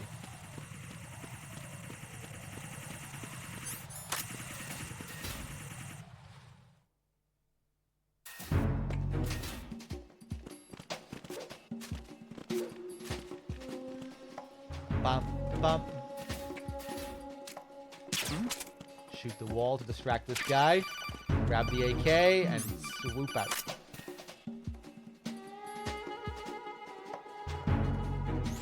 Looks like you've got an AK. If you wear an enemy's field outfit and carry an AK, you can pass for one of them. Listen up, kid, and don't forget this. Only the guards in Shell 1's core are armed with AK rifles. The others are armed with the AN-94, the official rifle of the Russian army. If you hope to disguise yourself as the enemy, you don't want to be carrying an AK outside of Shell 1's core. Oh. Oof. You! Yo! What are you doing away from your post? Wow! When was the last time I heard that dialogue? Right, it's unique for the uniform.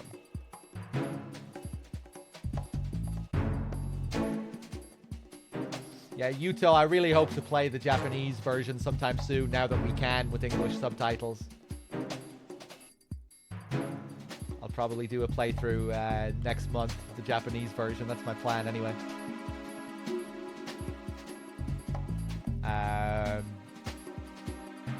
Ba ba ba. Whoa!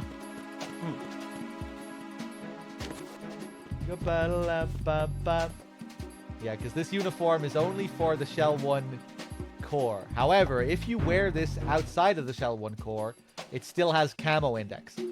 You won't be able to pass as a guard, but they won't be able to see you as easily when you wear it. Hidden camo index. Pretty cool.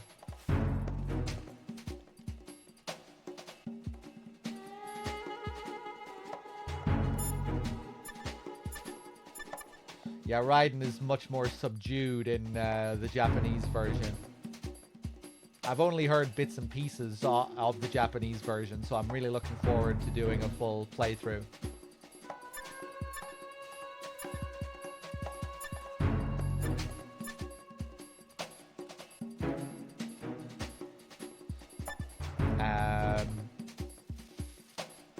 Colonel.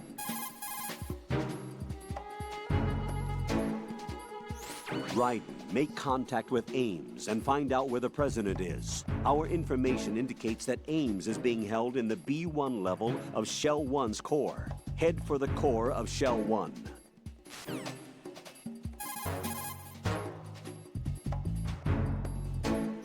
Raiden, make contact with Ames. Colonel, should I really believe what he says? The fact is that there is no other option, unfortunately for us.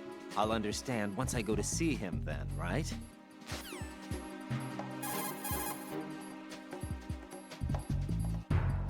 Colonel, Pliskin wasn't killed. You look happy, Jack. Yeah. Raiden, don't trust him. What? Don't you think it's suspicious that he alone came out unscathed? Things don't add up. Raiden, don't put any faith in that guy. You will carry out your mission alone. Do you understand?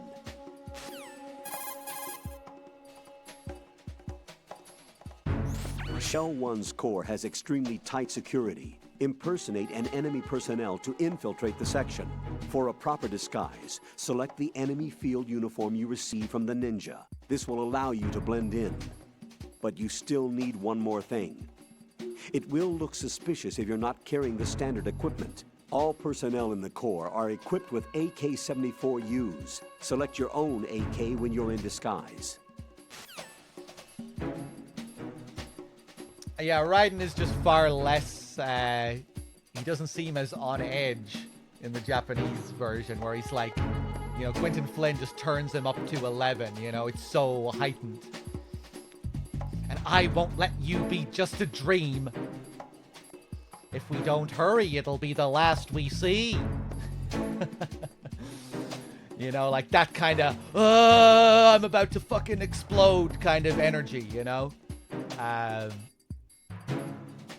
I always got the impression as well again, I've only heard pieces of the Japanese version, but I always got the impression with that more subdued version of Raiden that you kind of felt his kind of, that there was a darkness to the character that you don't really get in the English version of Raiden. You know, where you can kind of feel more that part of his history that he's hiding. You know, his history as this child soldier that he's hiding for 90% of the game that gets revealed at the end. I feel like you can kind of feel that part of his character more.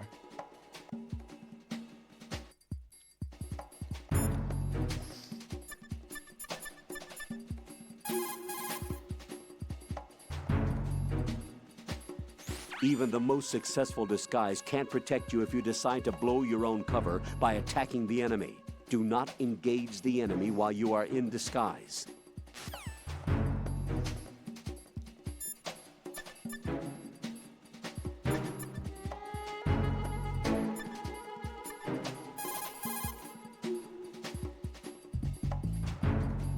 Raiden, don't act in any way that will excite the enemy's suspicion. A perfect disguise can be ruined by a single odd behavior. Be careful. I don't want to skip call by mistake here, so I'm letting these tutorials play.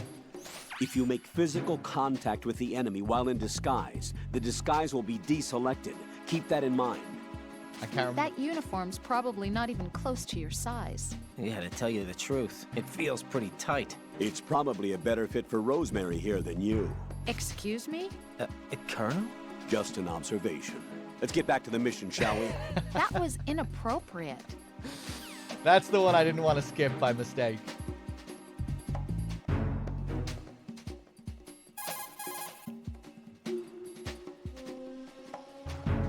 Colonel, who's that person Ames?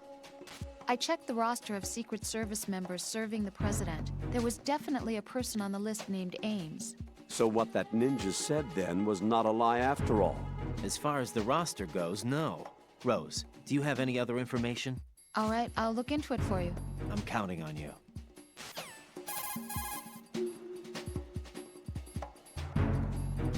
Colonel, the stories about a Metal Gear within the Big Shell? That is still being looked into. Sorry, Jack. And stories that the Big Shell is just a cover. Well, every record I've looked through only ever has it as a legitimate offshore decontamination facility. On paper, it's clean. So you're saying that we have no choice but to talk to Ames or whoever else?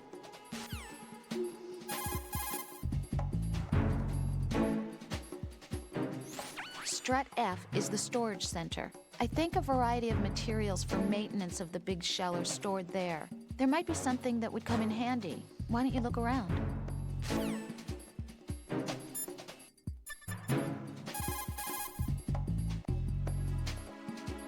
Pliskin, do you know anything about a Secret Service agent named Ames? Ames? You've heard of him? No. Listen, if you know anything... No. I got the name mixed up with someone else. Forget it. Ga-ba-ba-ba. So, you've got an AKS-74U. If you wear an enemy's field outfit and carry... Yeah. I see you're wearing the enemy field uniform. Looks pretty good on you. Cut it out. It's bad enough that I'm dripping with sweat, wondering when somebody's gonna see through my disguise. Don't worry. And quit being so sensitive. At least your walk won't give you away. My walk? What do you mean, my walk? Nothing. Forget I said it.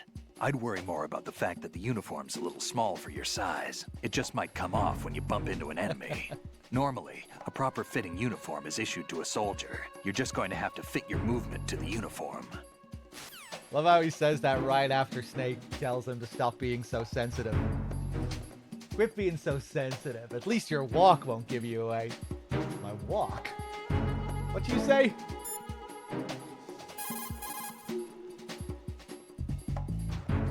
If you shoot those pipes along the ceiling or the floor, jets of steam will escape. Use it to distract or... Whatever. All right, let's keep going.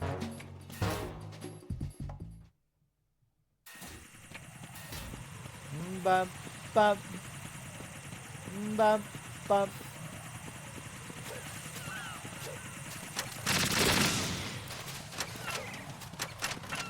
Bum, bum.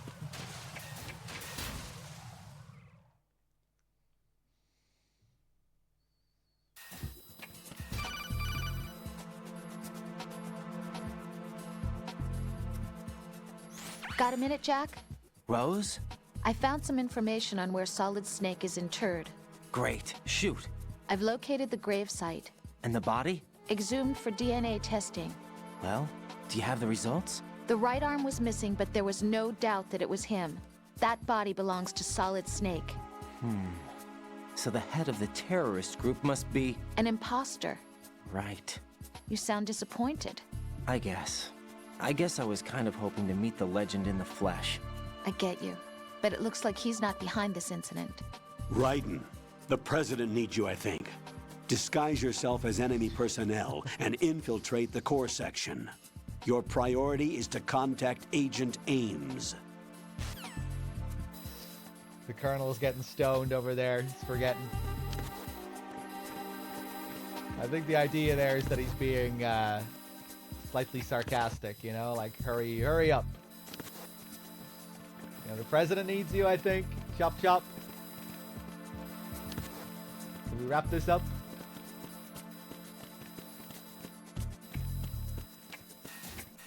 Okay, let's go log into the node, shall we? Grab some chaff.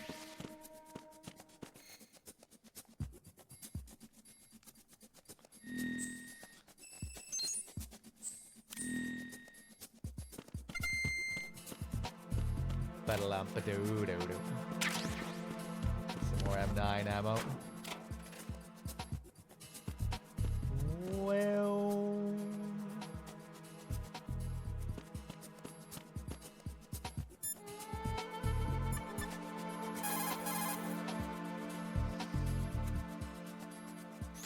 Raiden, make contact with Ames and obtain information about the president. You're in the Shell 1 core now. Ames is being held on B1. Head for B1.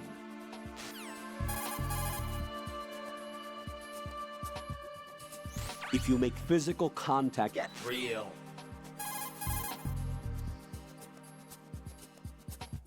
Ames is most likely being held with other hostages. Sure, but I don't even know what Ames looks like. Use the directional microphone to distinguish Ames from the other hostages. It's the only way. According to our information, Ames has a pacemaker. This should make his cardiac pattern fairly distinct. Use the directional microphone to locate it. Isn't the directional microphone supposed to be somewhere in the core of Shell 1?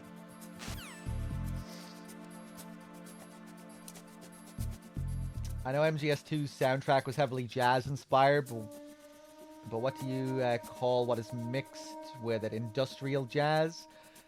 Yeah, electronica jazz. Yeah, drum and bass influence.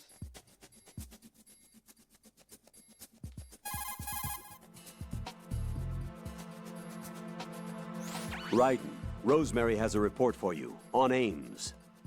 Jack, it's about Ames. Did you find anything? Yeah, only that there's nothing to find. What? There is not a single record, let alone his social security number, address, or background. I couldn't even find Ames' gender, age, or full name. What does that mean? All I found out was Ames. Just that one word. Even still, Ames is our way to the president. We'll have to make contact. Head for floor B1 in the core of Shell 1. Oh, well.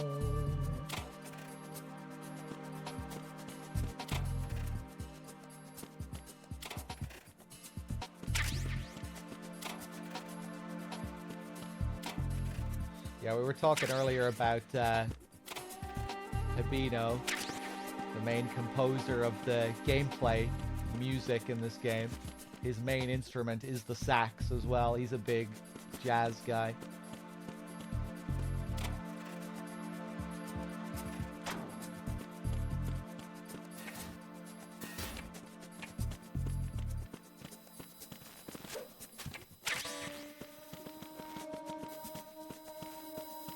Ba-da-loo-doo. So sleek.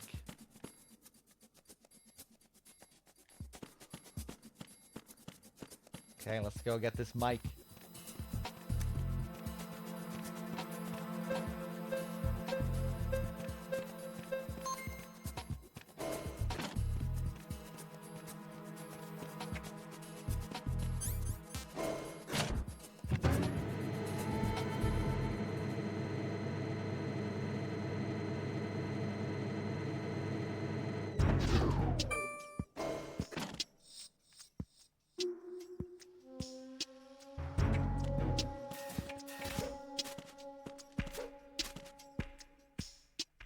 Bum, bum.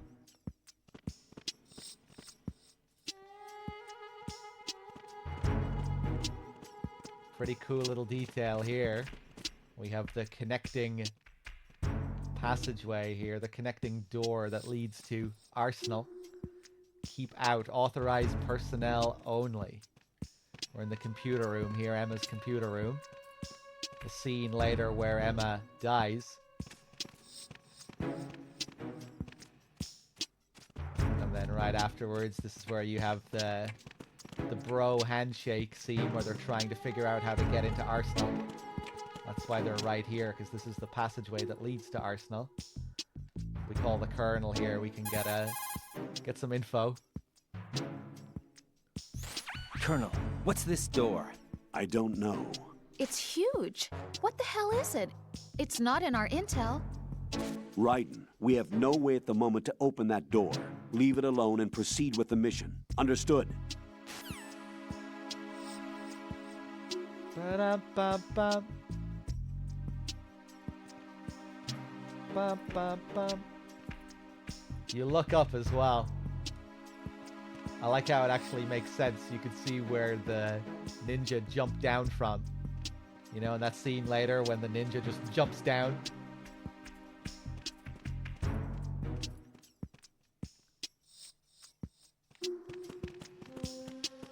Bum, bum.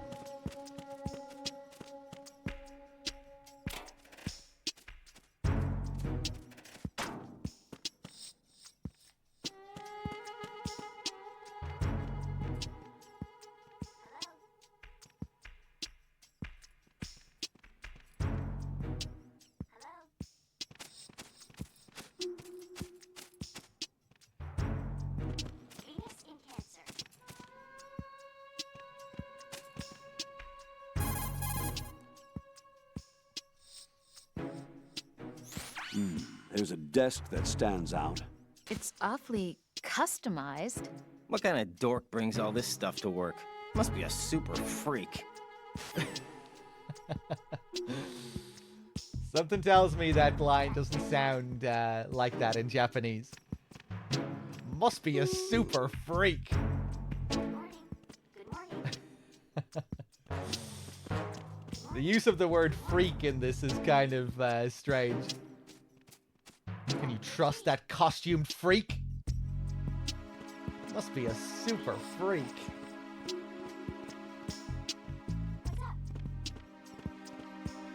Ba-da-ba-ba.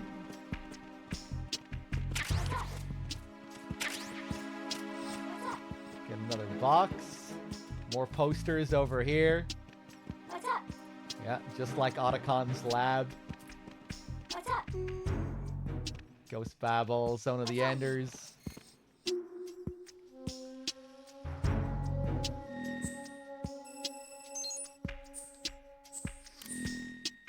Bum, bum. Bum, bum. Good morning. Time for a treat. Good morning. Good morning. Venus in Cancer.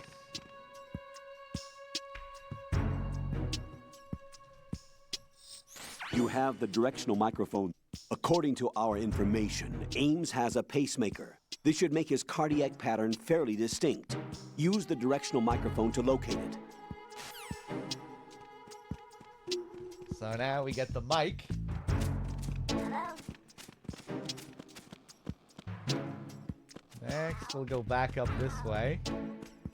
Should trigger another little scene.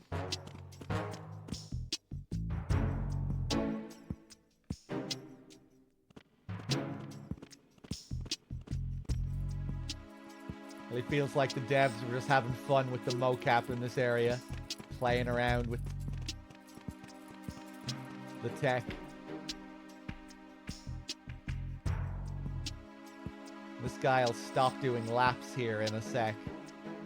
He'll get exhausted. He used some pretty unique animations. Ba-da-ba-ba.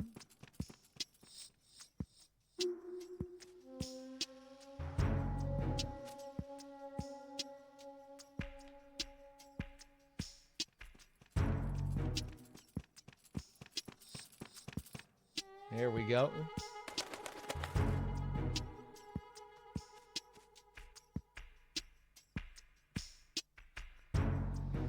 Not sure if spam. No, that's just Hemp Mind in the chat. Hold on, I'll read your comment in a sec, Hemp. How dare you call Hemp Mind spam?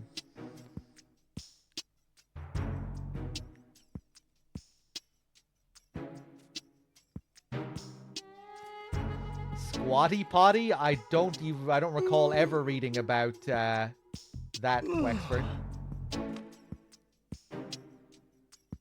Now he does some stretches. And off he goes.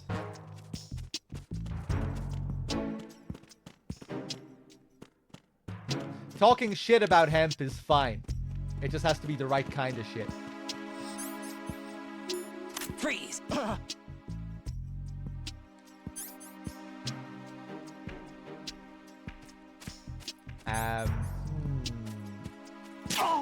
let's take him out.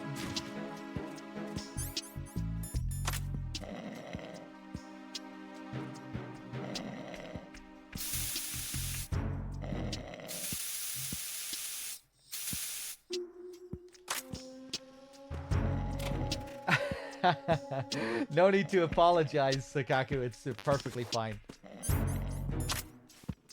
I was half joking.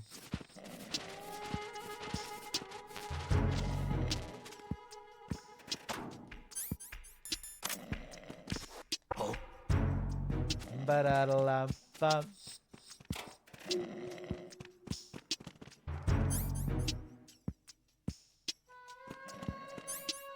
Freeze! Move! Ah.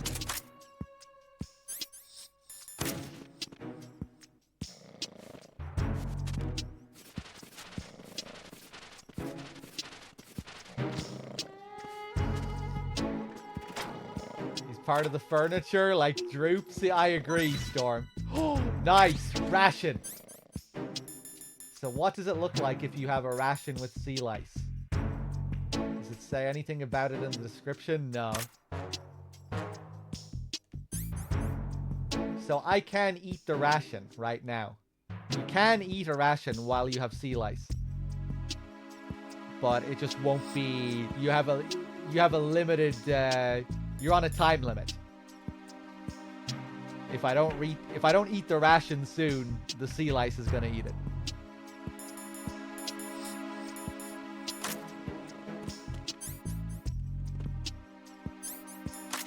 Ba-da-ba-ba.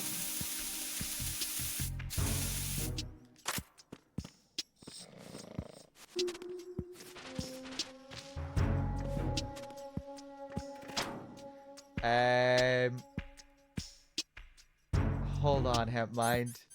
Choose one of our irresistible snack boxes or build your own box. Fuck. Hold on, I take it back, man. Whoever you were who spoke about Hempmind spamming the chat, he doesn't usually do this shit. He doesn't usually fucking copy-paste, you know, messages like this. What the fuck is this, Hemp? Our boxes make ideal gifts for family, friends, or colleagues. Plus, we enclose our Do you expect me to read this, Hemp? Do I have to read the previous message? Yeah, that was a perfectly valid comment from whoever that was. I forget your name. Hold on.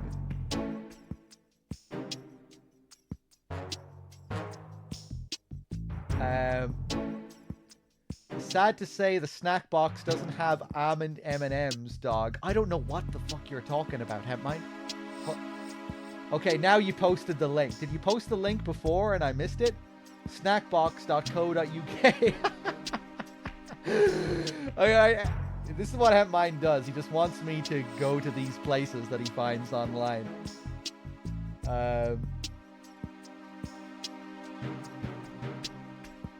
All your favorite snacks.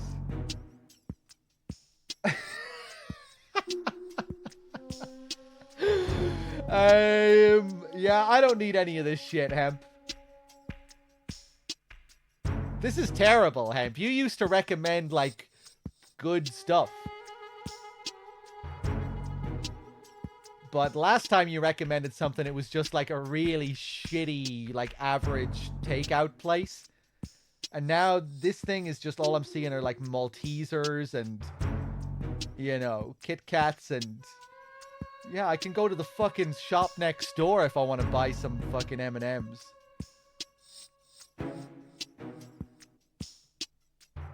And maybe I missed a key part of this. Maybe I don't understand what's being communicated here.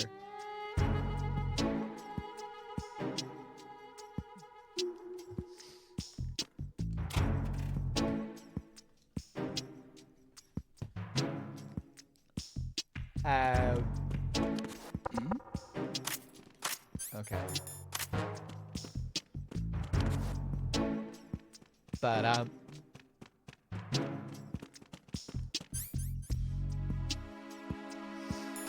freeze.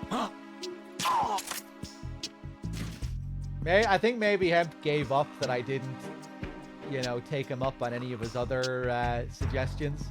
So now he's, you know, he's easing up on all the fancy suggestions. He thinks I might be more likely to take him up on these other suggestions, which I guess is a decent strat.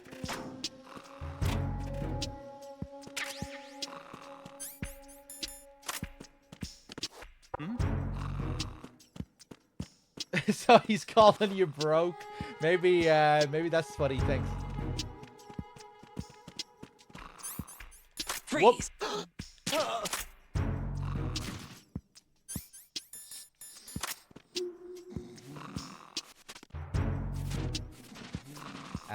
Wait, hold on.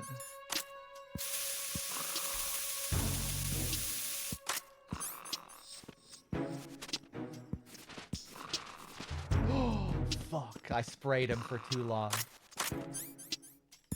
Freeze! But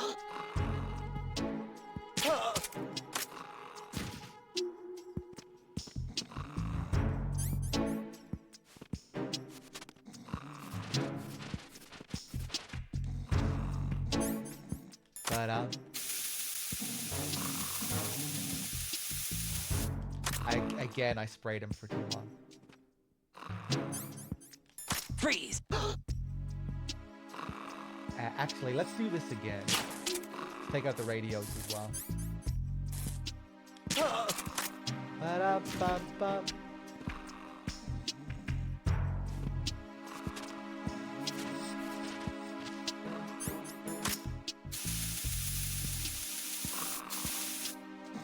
Actually, no. Fuck the radios.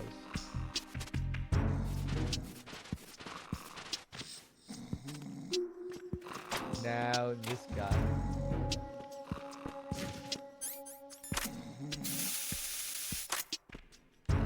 Quick.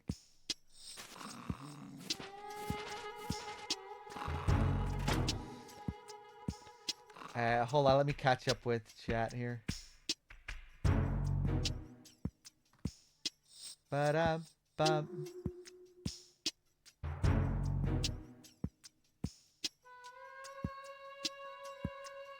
That was indeed one of the bare minimums. I was definitely typing Snackbox UK and it actually existed.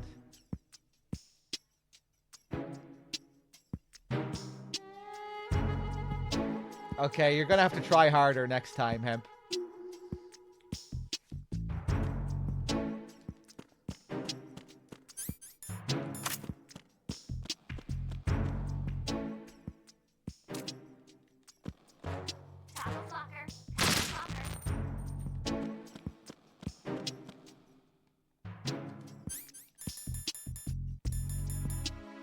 Top of locker. Top of locker.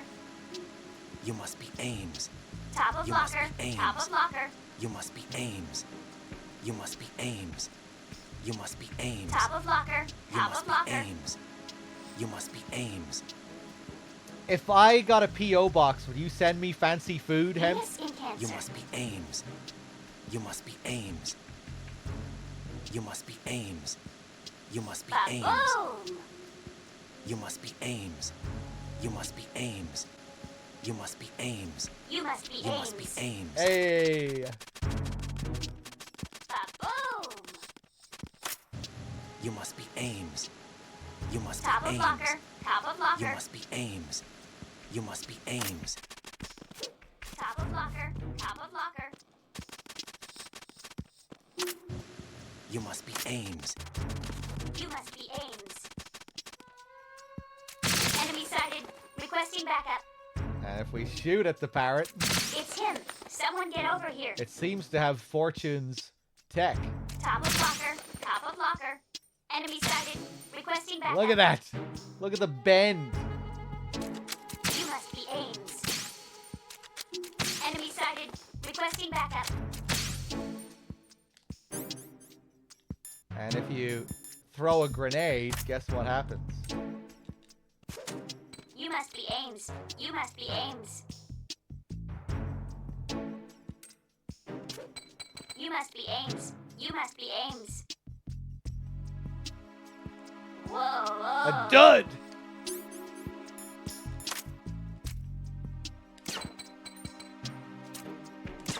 Ba-boom!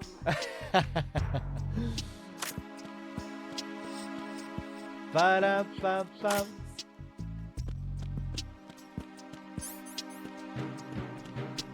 The top of locker, this is what she's referring to, the magazines here.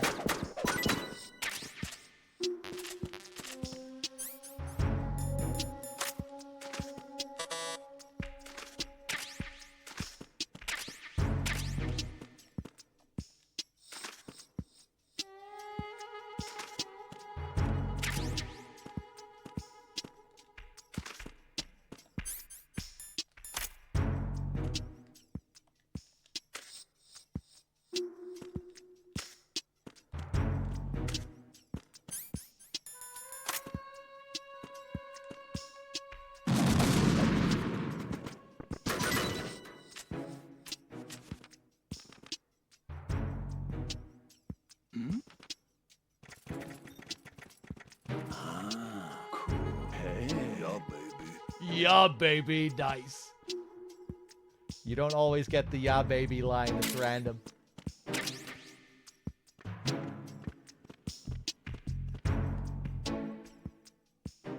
Look at their weird shiver as well. Ugh. They do this in every game. In MGS3 they do it. In MGS4 they do it.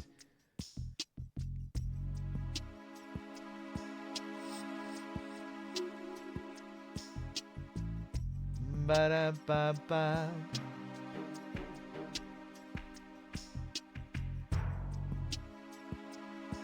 Ugh. Damn, they're all lined up here almost. Human centipede.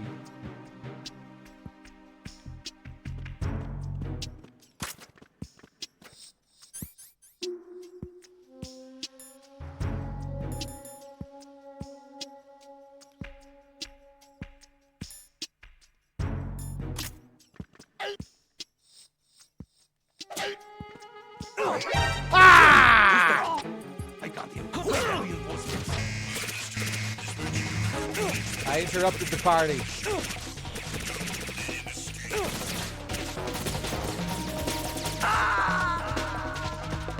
Yeah, I'm just gonna let them kill me. Are you all right?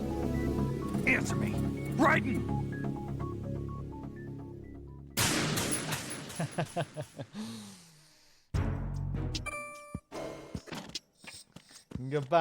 Bam. Tell me more about this place, Rose.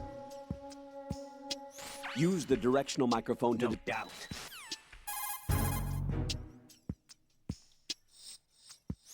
The Shell 1 core is what its name implies, the center of the big shell. The first basement floor is a capacious meeting hall. I'm sure that's where they held the welcome reception for the president and the Environmental Protection Inspection team. But its core function is concentrated in the second basement floor computer room.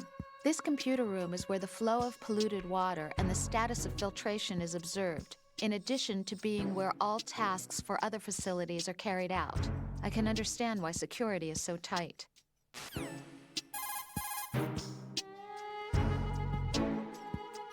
If you shoot out the radio behind the enemy's right hip, you can prevent him from calling in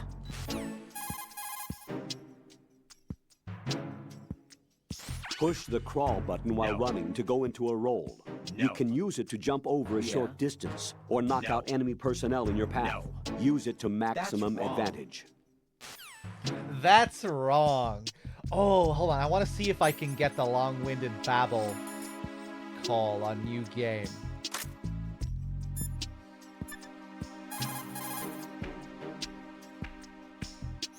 That's a Claymore mine. The Claymore is a directional mine that can be set up on the ground. It's mainly used for ambush or defense.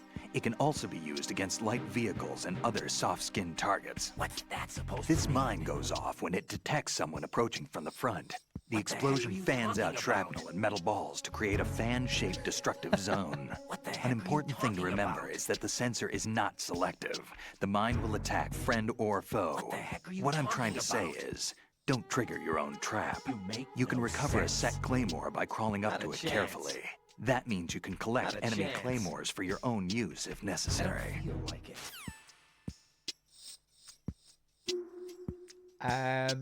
Maybe it's a new game plus only thing. Well, let's see C4. I see you've managed to get a hold of some C4 plastic explosive. Composed of 91% RDX and 9% inert plasticizers, it's a white clay-like material. It's a very stable explosive with over 1.3 times the power of TNT. Immune to heat or shock, C4 will only explode when triggered by a detonator. Since your wireless detonator is equipped with both a scrambler and encryption, you don't have to worry about the C4 being accidentally triggered by other wavelengths such as those emitted by jamming devices. You set the C4 with the weapon button and detonate it with the punch button. One other thing, don't get caught in its blast. What's that supposed to mean? Okay, you can get it in a new game. I wasn't sure. What long-winded babble. Waiting for Dog to open a P.O. box like I'm waiting for his merch. It'll happen one of these days, don't worry.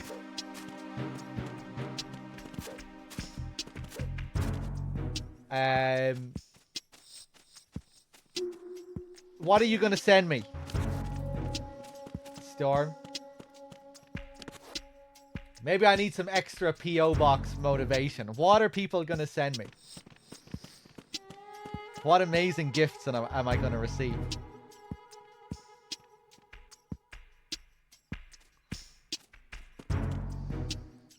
An empty packet of M&Ms?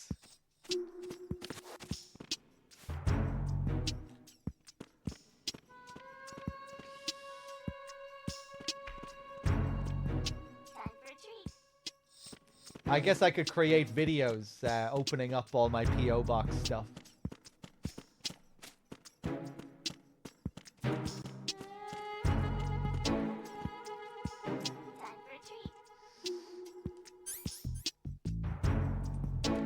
The artwork. Oh, the birthday artwork.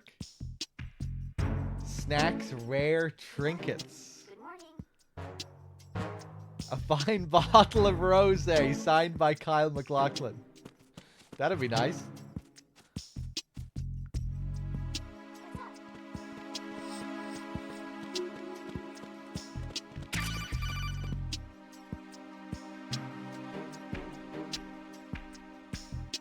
You have the directional microphone. According to our information, Ames has a pacemaker. This should make his cardiac pattern fairly distinct. Use the directional microphone to locate it. Cuervo? I don't think I've ever had Cuervo.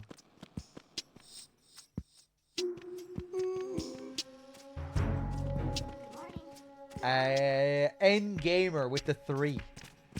Thank you. Thanks for all the years of entertainment. Love your analysis. Never change. Thank you, man. Cheers, N Gamer. Just seeing that now. Oh, Jesus. Cheers, N Gamer.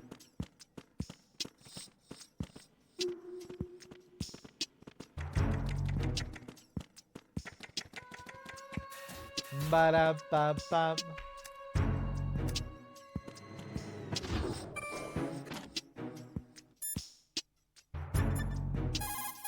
Do another save call.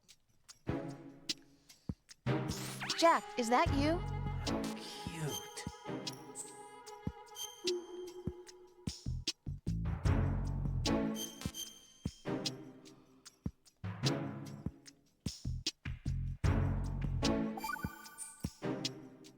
Jack, I know you're probably doing fine, but don't get discouraged.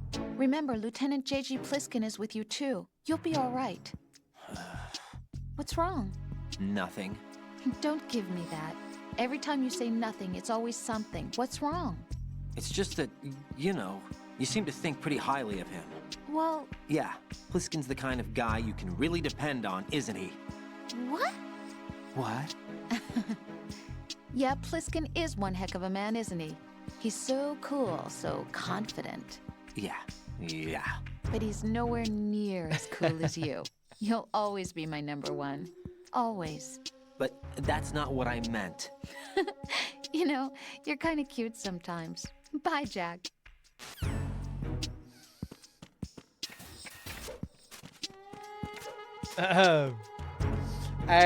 Hold on, I want...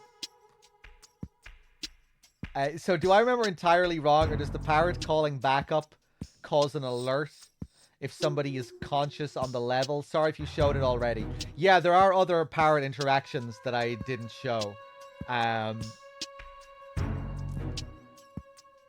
Yeah, where the parrot will call for backup. I'm forgetting what the other things are. Hold on, let's play around a bit then. I don't usually fuck around with the parrot when other guards are awake. Hello?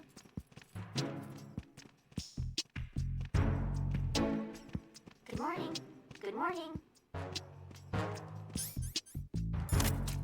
Time for a treat. Nothing there, huh? Hey, you! Just Someone wait a get minute. over here. What are you... Back up. I have an unknown target here.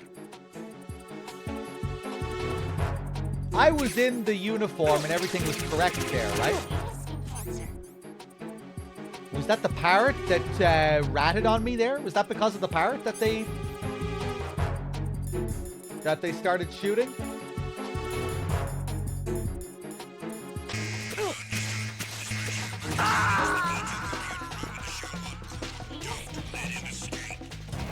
Oh God, no! Jack! Jack!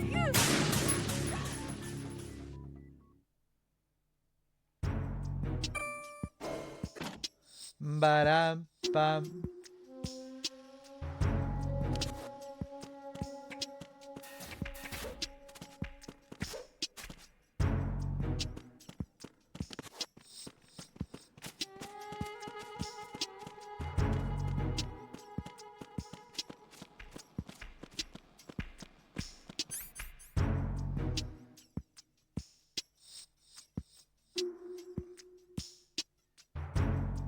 Yeah, I'm trying to think. I thought there was something else with the parrot. Oh, there is another call with the parrot that we haven't done. I forgot about that as well. How?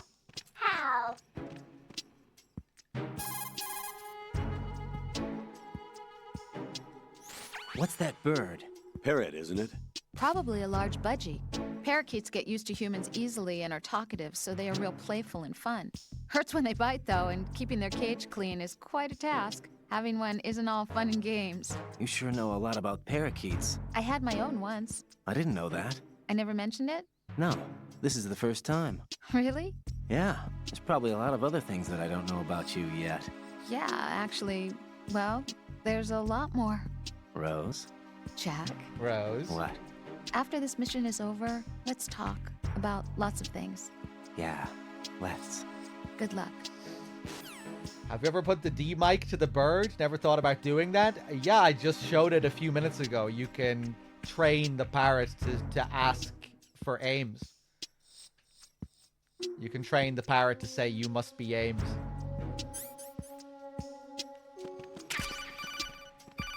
Good morning. Good morning. Good morning. Good morning. I can't remember what happens if you try and use a C4 here. You know, because you can't, you know, the stun grenades are duds.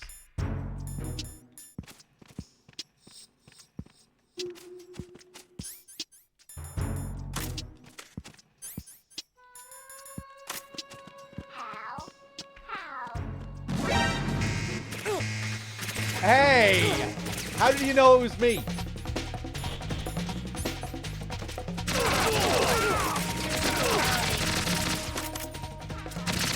Enemy sighted. Requesting backup.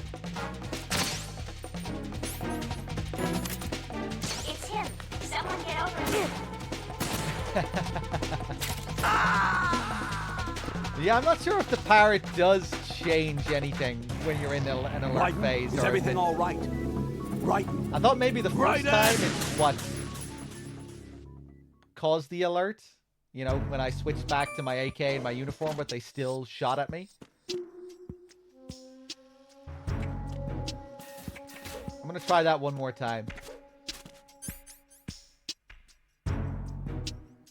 Alpi Kutka. I'm not sure how to pronounce your name, man, but thank you for the tier 1.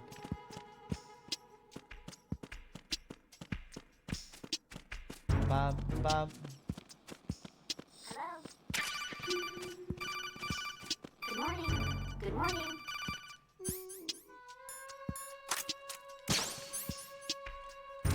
It's him. Someone get over here. Right, yeah, it does. It feels a little bit delayed. You know, it feels like they should be reacting sooner. But yeah, that's the parrot getting me caught there.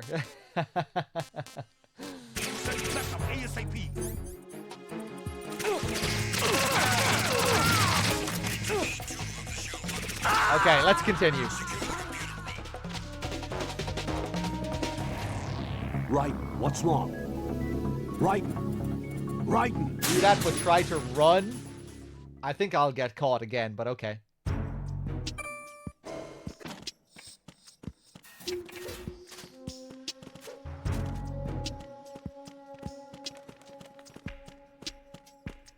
Yeah, I wonder if it has that delay on PS2.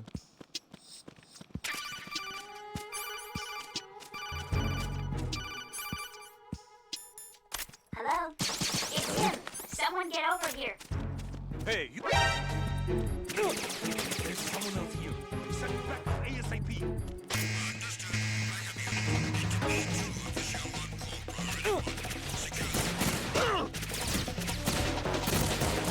Kill me one more time.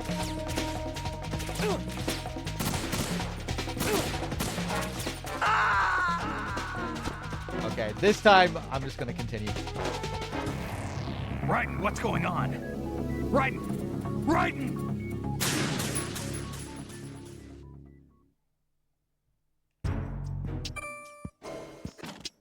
Ba-dum-bum. Yeah, no, it was clearly the parrot getting me caught the time before that because nobody reacted to anything. It was only the parrot. Nobody heard me shoot the parrot or anything. Hello? Or saw me with my gun out. Good morning. Good morning. Bum, bum.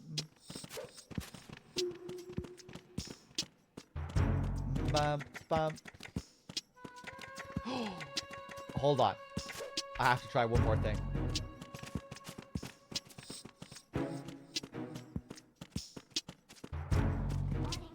Good morning. This sucks. Hey, you! Just wait a minute. What are you up to? Good morning. Good morning. Good morning. Good morning. Yeah, with the coolant, it doesn't call for backup.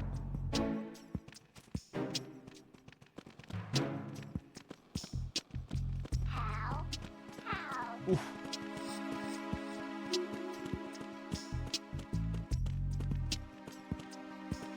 Ba-da-ba-ba.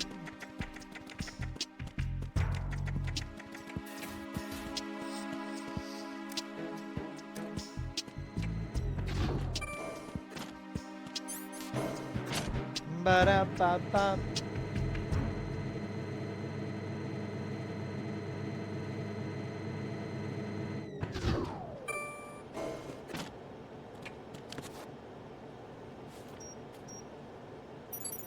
Retinol pattern recognized.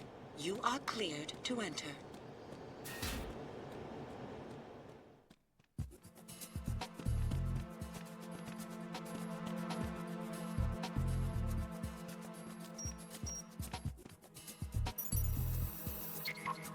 Retinol pattern is not recognized.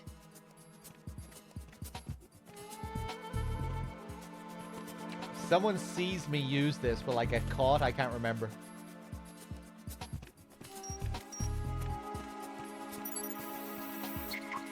Retinol pattern is not recognized. Guess it would have to be timed well. Let's log into the node.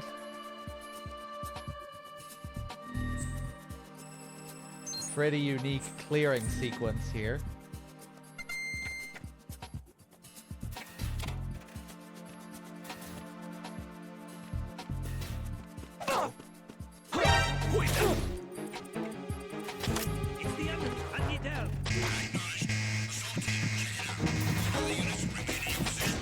Oh, what the fuck? Did you see that tactical roll? That combat roll into the room? This guy doesn't give a shit about the clearing sequence.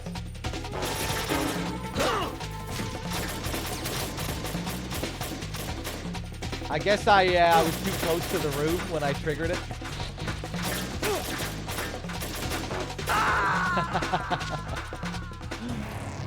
Raiden, what's wrong? Raiden! Raiden! Damn, I thought you could trigger the alert anywhere outside the room and it'd be okay.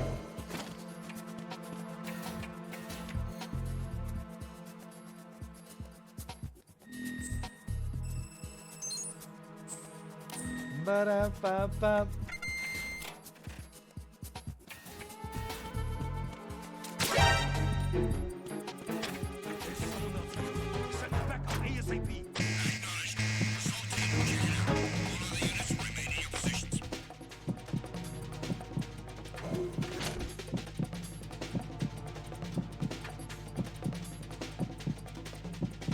Game? Oh, I knocked on the locker.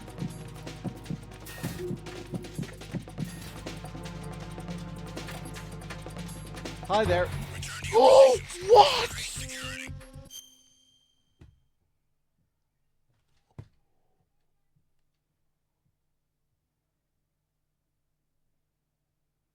Oh my God.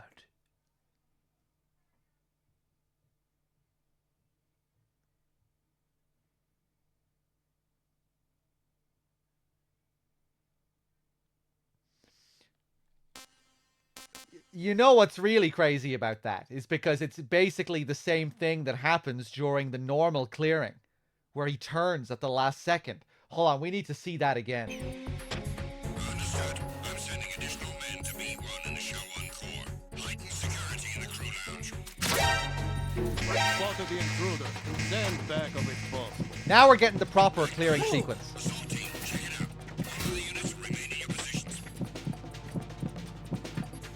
But look what happens here.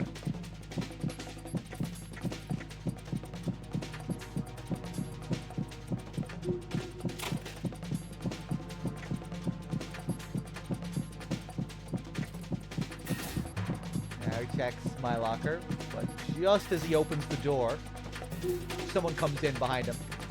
Gets distracted by him. Yeah, don't mind me. Move!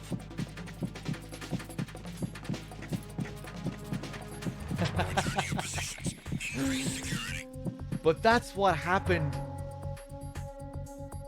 the previous time as well, when I actually knocked my head against the door and it was a whole different situation. The same thing happened. Hold on, we need to try... I'm sending additional men to B1 and the Show 1 core. Heighten security in the crew lounge.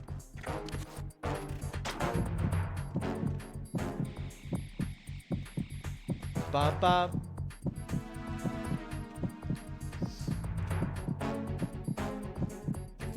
Yeah, so I guess it's scripted for that guy to turn around regardless of what happens while you're in this locker during evasion. What caused him to turn around the first time? Was it getting called back on the radio? Or is it just buggy?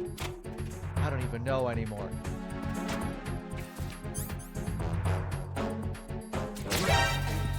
Spotted the intruder. Stand back of it, boss. Ah, shit.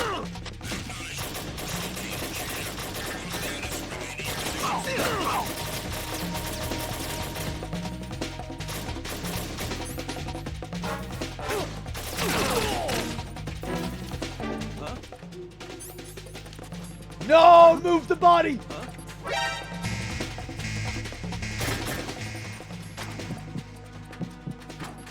Stop.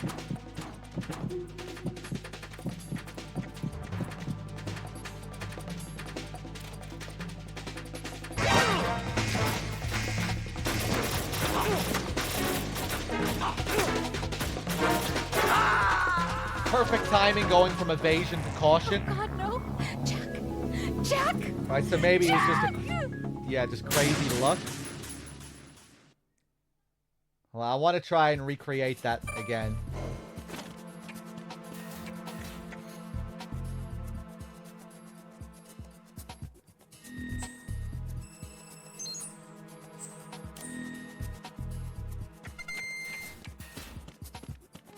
Okay, I'm gonna wait for this guy to come out.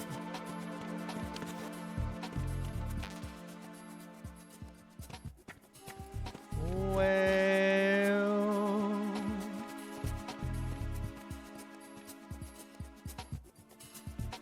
I only saw this once. It was when DRK was playing, I think.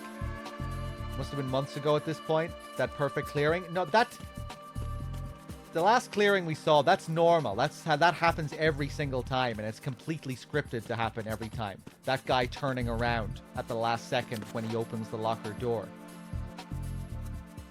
But the first time that it happened, when it played out differently and it wasn't the normal clearing sequence, that's what was crazy. That's what I've never seen before.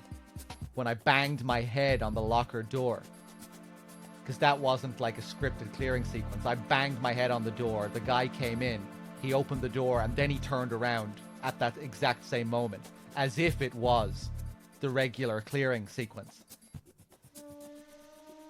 He behaved as if it was the regular clearing sequence, even though it wasn't. That's what was crazy about that.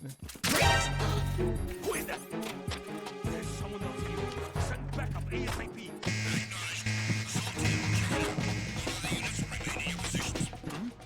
So now I'm just going to knock on the door and see if the same thing happens. See if this is just scripted to happen regardless.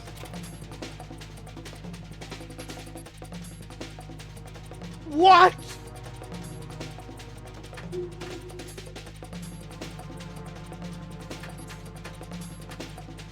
Return to your positions. Increase security. Understood. I'm sending additional men to B1 and the Show 1 core. Heighten security. Okay.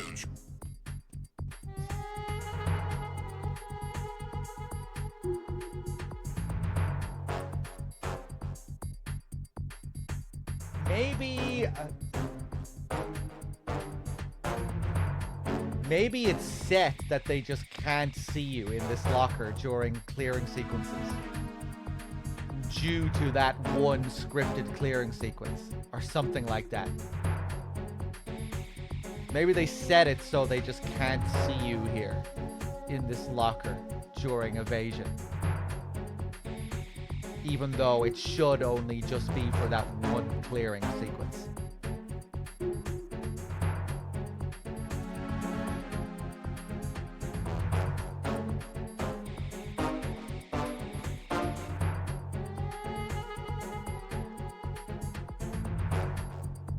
I don't know. Try the locker next door. The locker next door is you can't trigger the scripted clearing sequence on the locker next door. I don't think it's possible. So the locker next door will probably be different.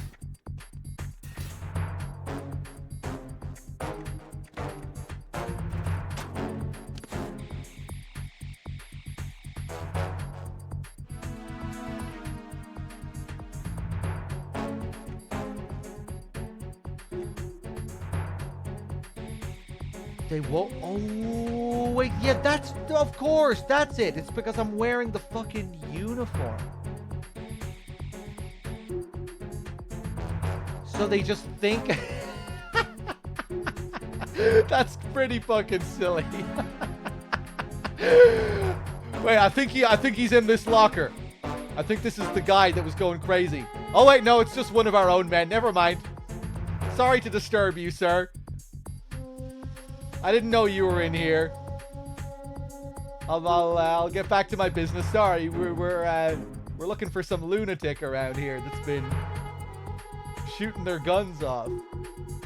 Didn't know you were in here. Okay, so that's actually okay, right.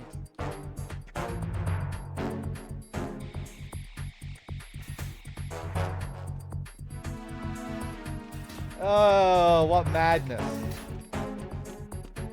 There's another crazy thing about this room. Look at the amount of guards. Look at that radar. But now, when the caution dies, they have nowhere to go.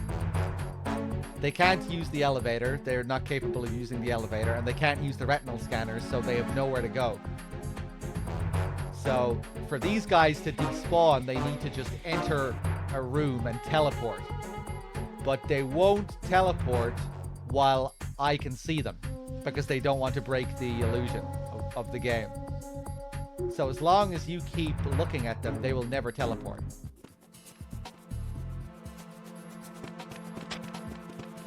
Look at this. Nope, nope, come back this way. You're not going in there. See, now he's going to try and go into the room with the node to teleport, but I'm not going to let him. A couple of the other guys managed to teleport. Okay, I'll let them. I'll let them. See, look, they're going to go into that room, and then they're going to disappear. They're just very shy. They're very nervous about this teleportation act. They don't want you to see.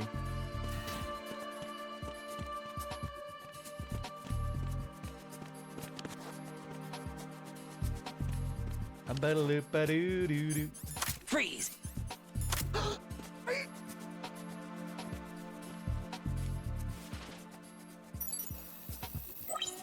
Retinol pattern recognized.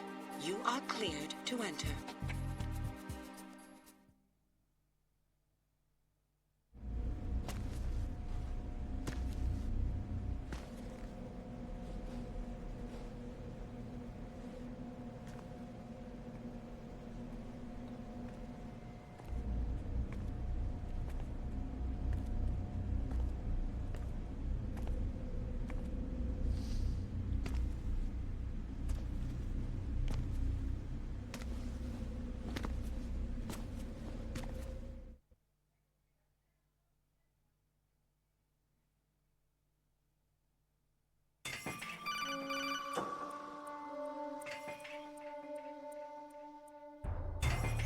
Raiden, one of those hostages in there is Ames. The only thing we know is that Ames wears a pacemaker. His heartbeat should sound different from other people's, so use the directional microphone to locate him. Once you recognize Ames by his heartbeat, keep the microphone pointed toward him. Then push the action button and call out to him. If it really is Ames, he should respond in some way. What if it's the wrong person? The guards may get suspicious and come running instead. Security could get tighter, too. Try to be sure before you take the risk. Don't call out to a hostage with the action button until you're fairly sure that it's Ames. If you do make a mistake, switch the microphone for an AK and get out of there before a guard gets suspicious. If you're discovered inside, they'll cut off your retreat and call in the reinforcements. You won't make it out of the room. The mission will be over if you're discovered. Don your disguise and look for Ames while deflecting the enemy's suspicion. Okay. I took off my uniform there by mistake. You hear the music there as soon as I took off the uniform? On B1 in the Shell 1 core. It's a cool thing about this area. The music changes depending on what you're wearing. When you have the uniform on, the music is more subdued. But then when you reveal yourself... Reporting no problems in the hall on B1 in the Shell 1 core. See that? The strings come in, it gets louder. The sax. Cover up those strings. Cover up that saxophone.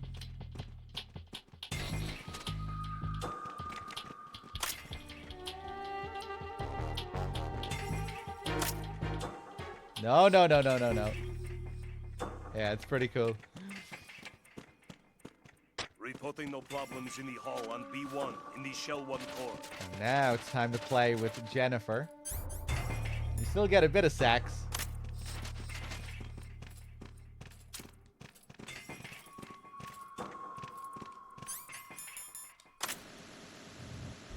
You're Ames, aren't you?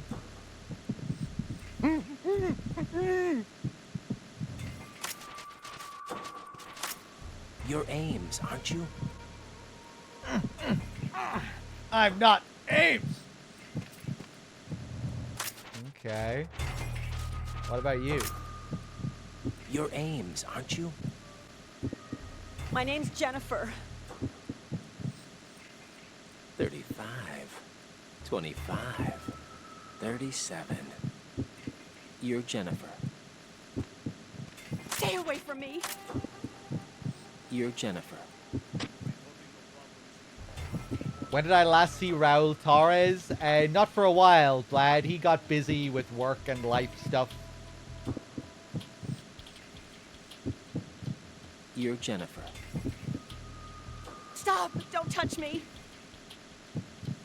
You're Jennifer. Stay away from me! Reporting no problems in the hall on But yeah, I liked Raul. It'd be cool to see him again. You're Jennifer. Stop! Don't touch me! 35, 25, 37. You're Jennifer. You're Jennifer. Stay away You're from me! Jennifer. You're Jennifer. Reporting no problems in the hall on B1 in the Shell 1 core.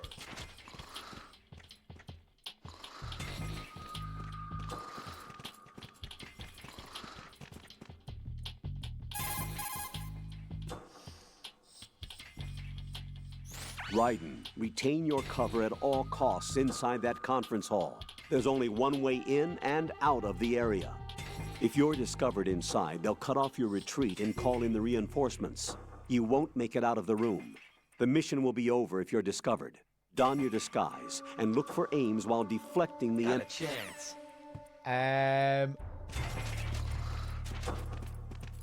Hold on a second here. Once you have the direction... Do her legs have to be open in order to trigger this first call? I think her legs might actually have to be open to trigger the first call. Hold on. If the enemy see...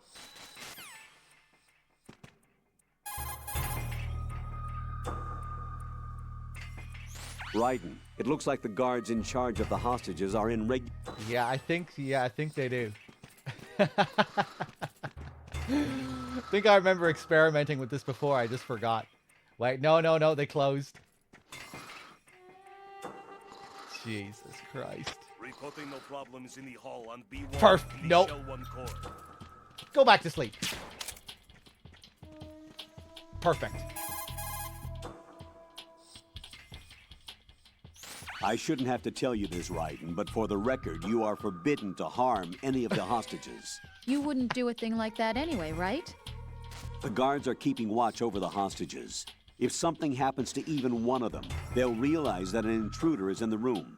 That place is a death trap if you're unmasked and surrounded. Do not, I repeat, do not harm the hostages in any way. Okay, I don't usually get that call.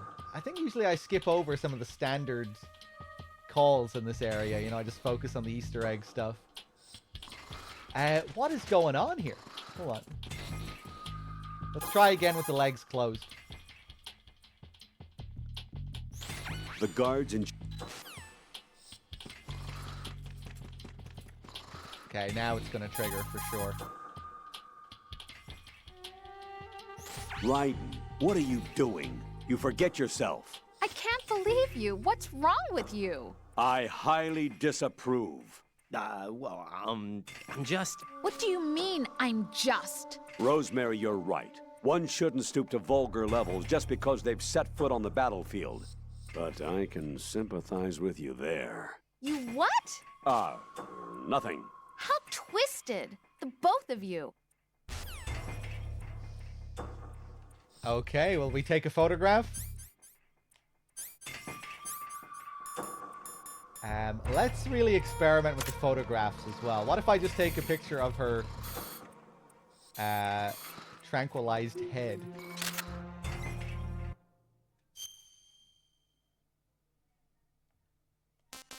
Maybe this is enough to satisfy the Colonel.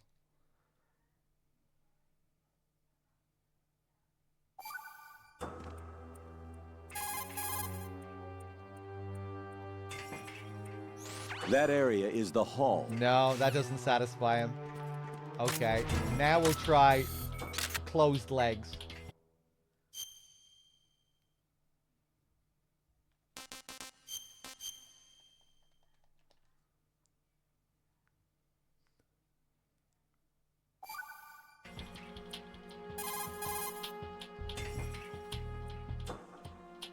Raiden, one of those hot... Get real. Okay, yeah, it has to be open legs again. Jesus.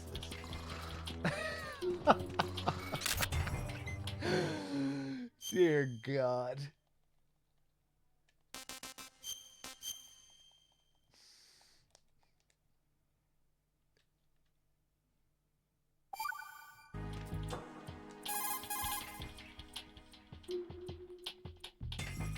Jack, what the hell are you doing? You are sick, you know?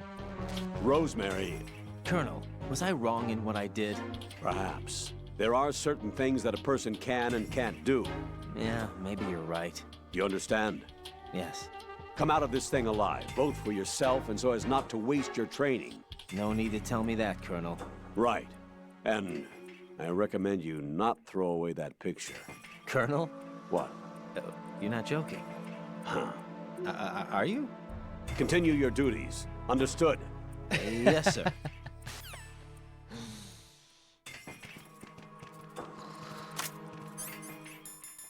Are you?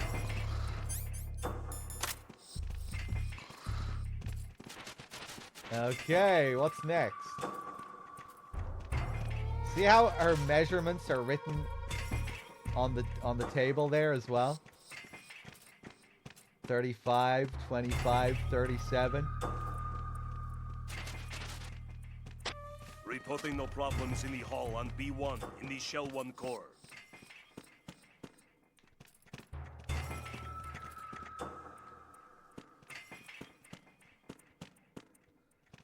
On NG Plus or some shit, can't you see like loads of other measurements for people as well?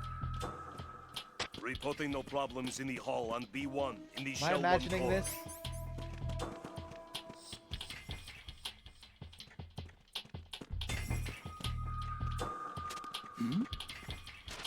Hey, you! Just wait a minute. What are you up to? Here is, of course, the famous Granny. We'll turn on the sensor for her. Reporting no problems Wait in a the hall on second. B1 in the Shell 1 core.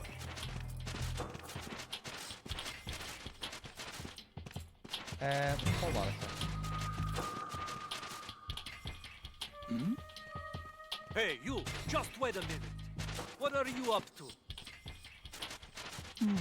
Ba-da-ba-da-da-da. Yeah, here's the world famous Granny. Notice how now I have sensor A equipped. Ion mobility spectrometer explosive detector activates when equipped. Displays Fat Man's scented C4 on radar. You know how we were told that Fat Man put his scent on his explosives, the cologne. On B1 in the Shell 1 core. Well, watch this. If we interrogate this Granny here, It'd be a huge help if you happen to be Ames. a scent has appeared on the radar with sensor A. And it's just like Batman's scent. Just like the scented bombs. So does this explain what Batman's cologne really was all along?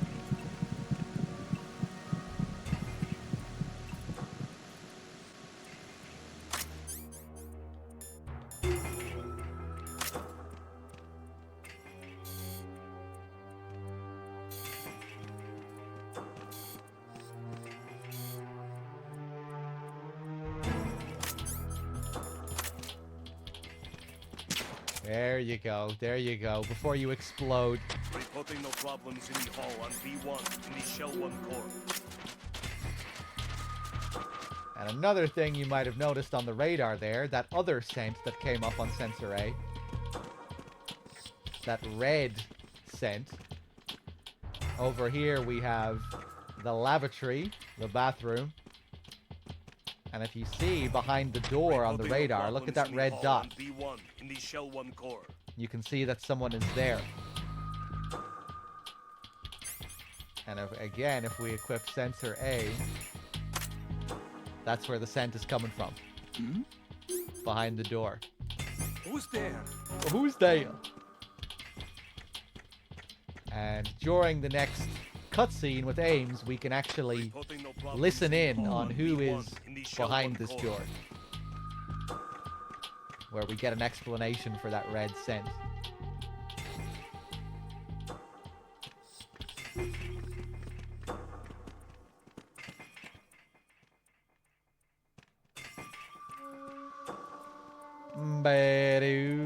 This was actually an Easter egg that they added to the Substance version of the game. Wasn't in the original Sons of Liberty release. Reporting no problems in the hall on B1 in the Shell 1 core.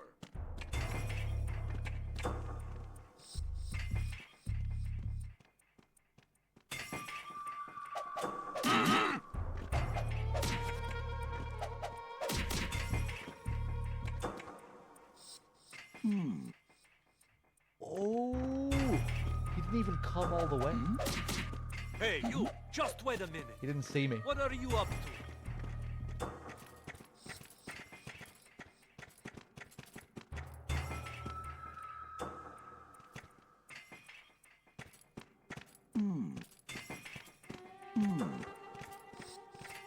Ba-da-ba-ba.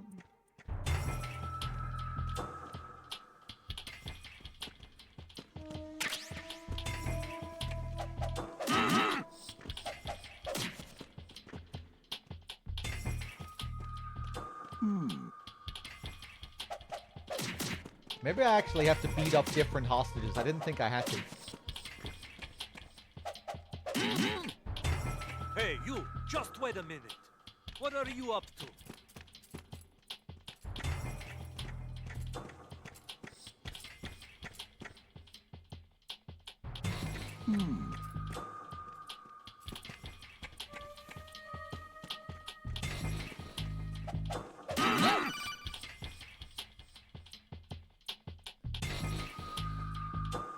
Raiden, you appear to be enjoying yourself slapping around defenseless hostages. I can't believe you. I didn't think you were the kind of person to do such a thing. Good thing you saw him for what he really was, huh, Rosemary? Yeah, I don't know this person anymore. Goodbye. You're a real egotistical woman.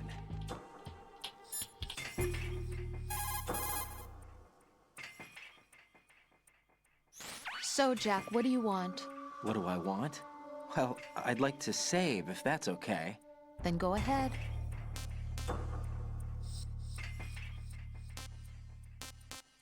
This is a joke, right? Rose. What now? What do you mean, what now? Save my data, please. Fine. Don't you have something you want to say before that? Like what? Ugh. All right, I get it. I'm sorry. There. You satisfied? Close enough. You selfish. What was that? Nothing. Just talking to myself. You selfish.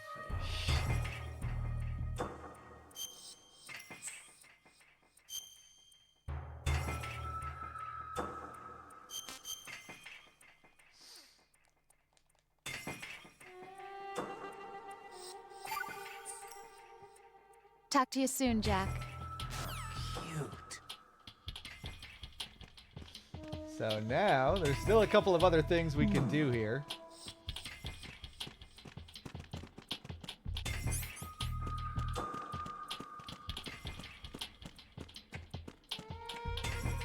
Ooh, that's a good table to hide under.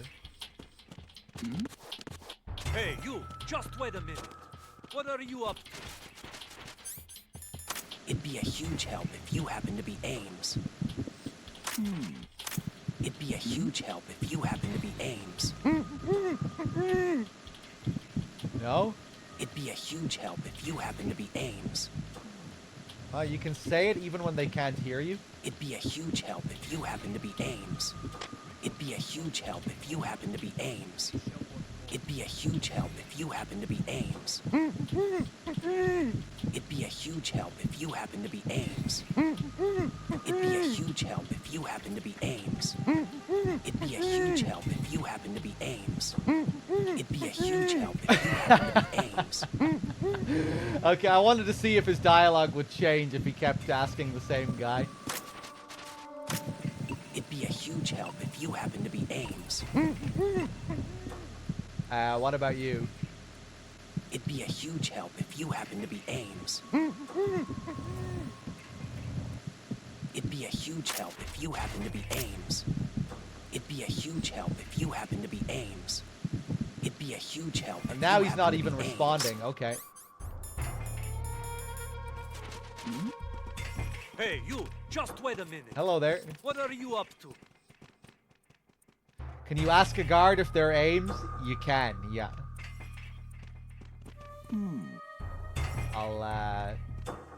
I'll show that later. Reporting no problems in the hall on B1 in the Shell 1 core. It'd be a huge help if you happen to be Ames.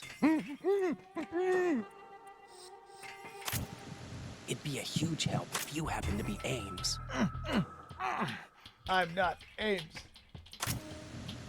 I bet you're not Ames either. Now he's starting to get angry.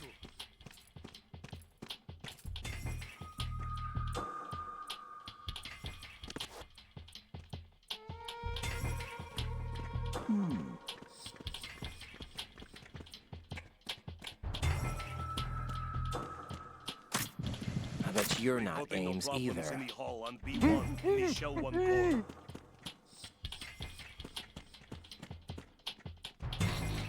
It's hard to cleanly get the dialogue. Hey, you! Just wait a minute. What are you up to?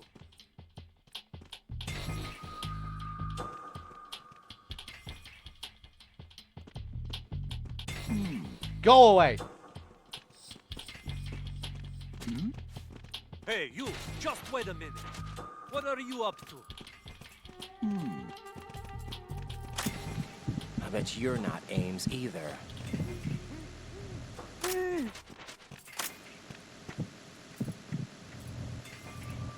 bet you're not Ames either. Frankly, I don't care whether you're Ames or not. There we go. That's what I was looking for. You're Ames, aren't you?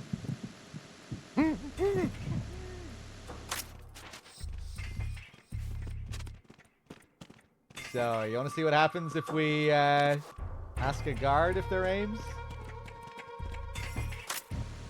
You're Ames, aren't you? Who's that? Freeze!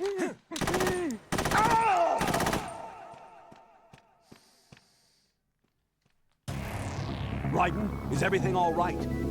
Raiden! Nothing too crazy, you just get caught.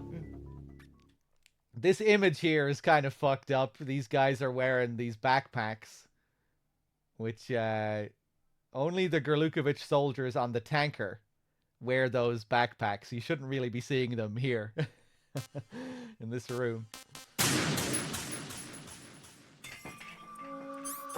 Oh yeah, there's a unique guy down here. With most of these hostages, well, with all of these hostages, you could just walk through them, right? Problems in the hall on B1 in the Shell 1 core. Just step over them like that, no problem. However, this guy... Who's that? Freeze!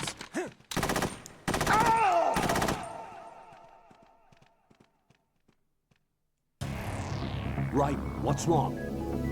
Raiden! Yeah, this guy Raiden. just trips you up. Let me see what happens. Can you walk slowly over him? Maybe it just happens if you run. Let's see what happens if you walk. Reporting no problems in the hall on B1 in the Shell 1 core. Who's there? What if I go back the other way? Who's that? Freeze!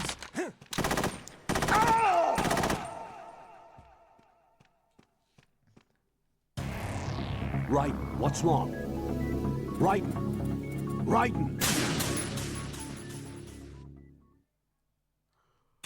Okay, I think there's just one more thing I want to show, and then we can move on. So, Ames Reporting no is problems right here. in the hall on B1 in the Shell 1 core. There he is. This pacemaker. Hey, you! Just wait a minute. What are you up to?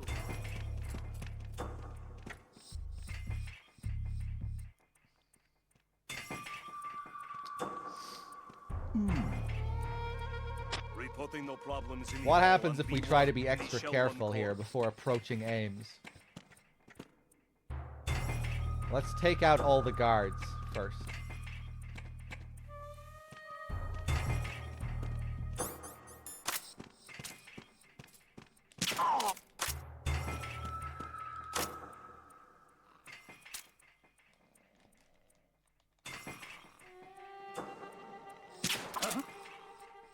No.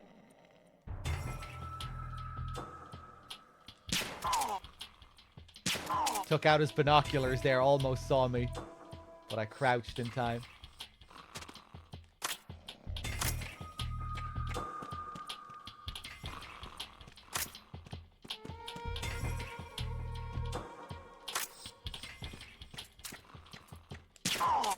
Okay, now everyone is tranked. So now with everyone asleep, I can carefully contact Ames.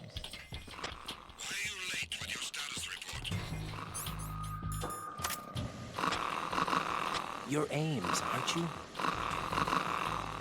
You're Ames, aren't you?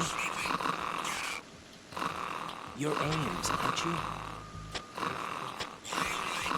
You're Ames, aren't you? You're Ames, aren't you? You're Ames, aren't you? Yeah, he's not able to hear you because of all the sleeping, all of the snoring. And it doesn't, you don't actually have to trank everyone here for this to happen. You can just trank one guy, and that one guy is so loud that Ames just can't hear you. You're Ames, aren't you? So you have to do it while everyone is awake. I heard someone talk in their sleep there. I could have sworn while I was interacting with Ames, I heard someone say, like, nothing to report or something.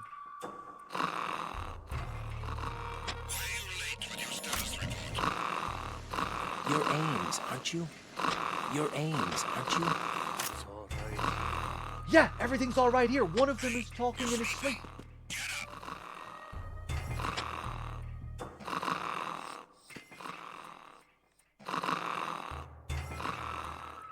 Damn, I didn't know that was a thing.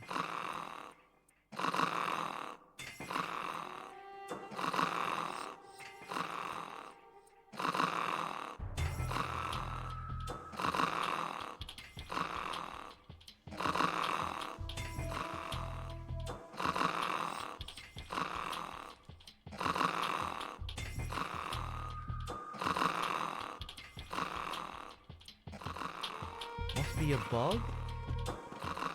Like that is sleeping dialogue for them. So it makes sense that they would be, you know, guards that sleep standing up, where they wake up periodically and they're in a kind of daze. That's the dialogue they have, you know, where they're kind of half asleep and they're going, nothing to report, talking in their sleep.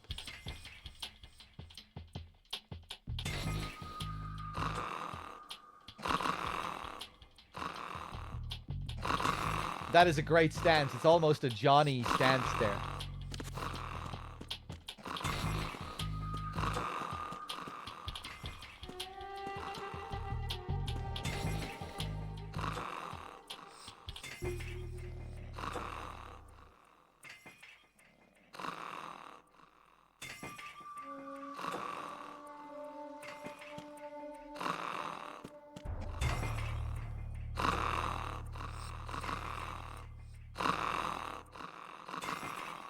We're not hearing it anymore.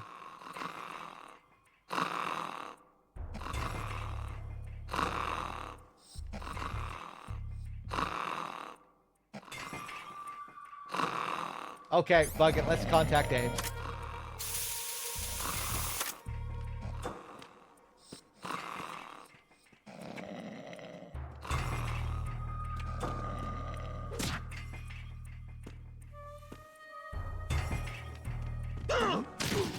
Who's there? I didn't mean to do that time. Who's that? Freeze!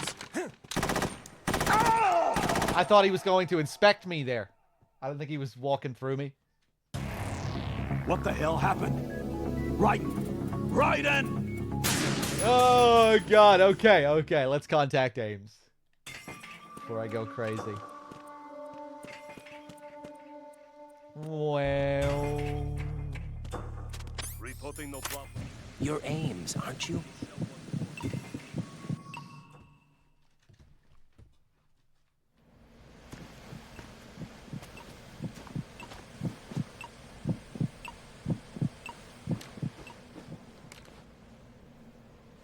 You must be Ames. Keep still and listen to me. I'm not a terrorist. I got in here using one of their uniforms. I'm taking off the tape. Stay quiet. Who told you about me? An informer calling himself Mr. X, dressed like a ninja. I see. Take this thing off me, will you?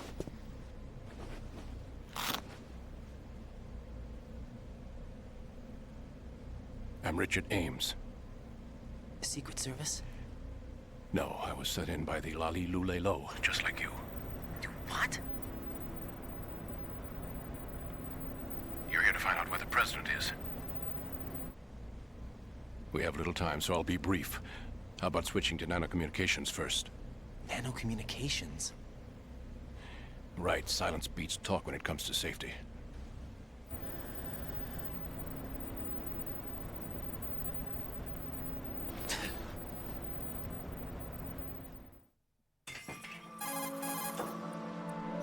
Are you on?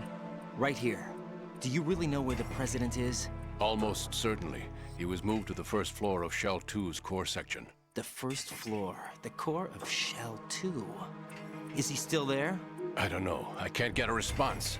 You don't think he's been like the other hostages? Hmm? A hostage was killed in retaliation after the SEAL 10 disaster, remember? What are you talking about?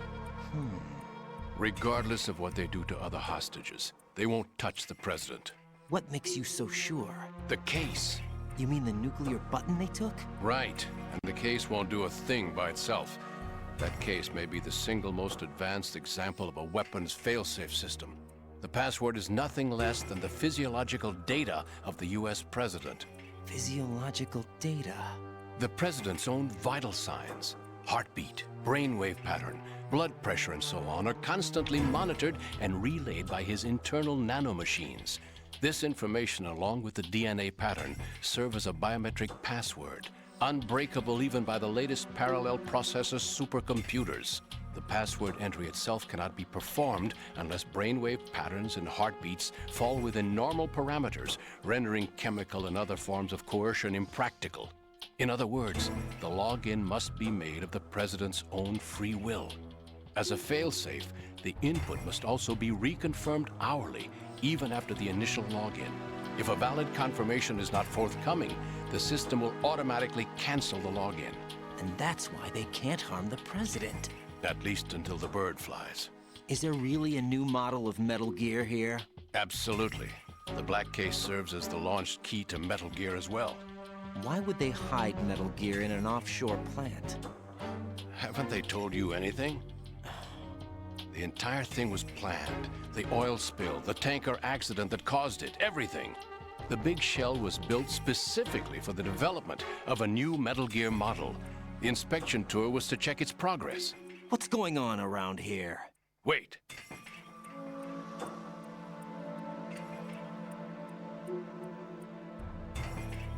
Here comes Snake. That's him? Use the microphone to listen in.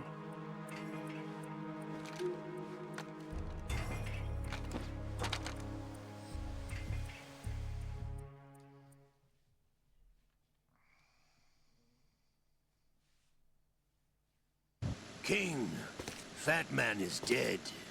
It doesn't matter. Saved us the trouble of getting rid of him ourselves. Why did he betray us? Who knows? They're a band of lunatics to begin with. Nothing they do should come as a surprise. I'll have his background rechecked, just in case. You think he was working for them? We can't discount the possibility. Especially with that intruder still at large. Yes. The man in the sneaking suit. You know more about those suits than I do. But Foxhound was disbanded 4 years ago. So it must be the Patriots. What about the damage to Shell 2? The circulation system for the contaminated water has been damaged. The water being drawn in is overflowing, and the lower block of the central section is flooding. Seal the connecting pathway between Shells 1 and 2. The Simtex and IR sensors are already in place. Any effect on it? No. What about the President? The password entry has already been made to the Black Case. In 1 hour, we'll need a confirmation from him. His work is done after that. Make sure you keep him alive until then. Yes, I know. What about the unit's activation? Almost complete. The code has already been entered. All we need now is for the girl to start the system. The usual method, I assume? No. The drugs took care of everything. Only a few more steps to outer heaven.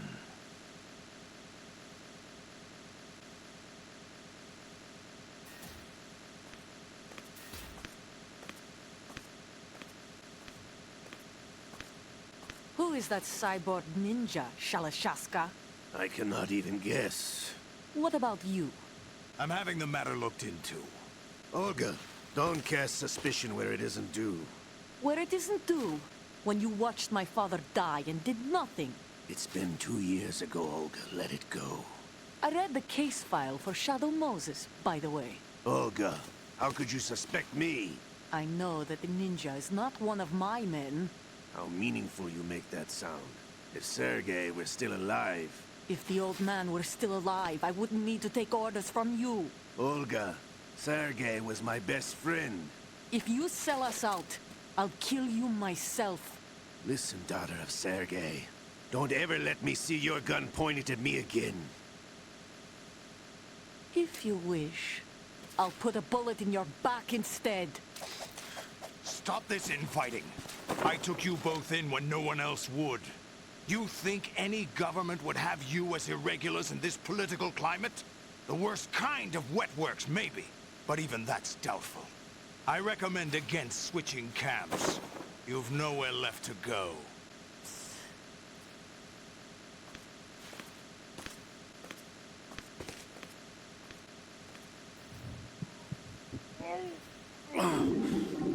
To come all the way to New York just to get hit with a bowel attack. What luck. Oh! This one's worse than that one up in Alaska. Come to think of it, that commander chick really reminds me of someone. Who is she like again? Oh. Well, yeah. She's like her. Now that's a time I'd like to forget. Ridiculous that I had to get jacked for everything that was on me. When I think about it, that's when everything started to hit the skids. It's a shame.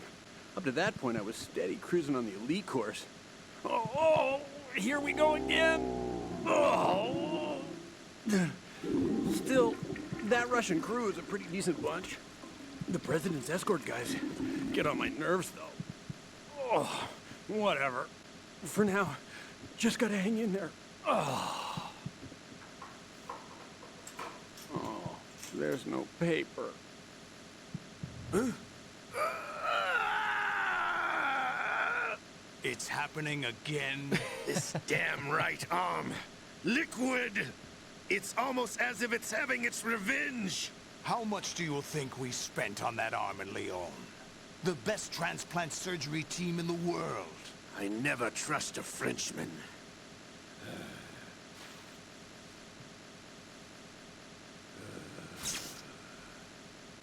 There's something going on. The incidents are becoming more frequent. Maybe that man's presence. Ocelot, I leave this place in your hands. I have the intruder to take care of. Yes, King.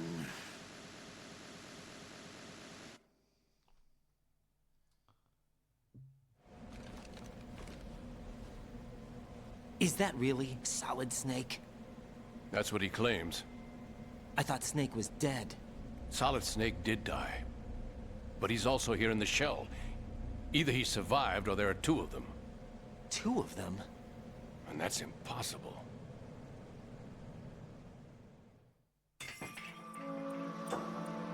Anyway, what did you manage to catch?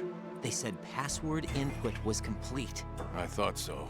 You said the password entry into the black case had to be made by the president willingly. That's right. So this means the president is cooperating with them. It would have to be, yes. Why? Probably tired of being a puppet, but it wasn't a smart move to betray us. A puppet? We're running out of time.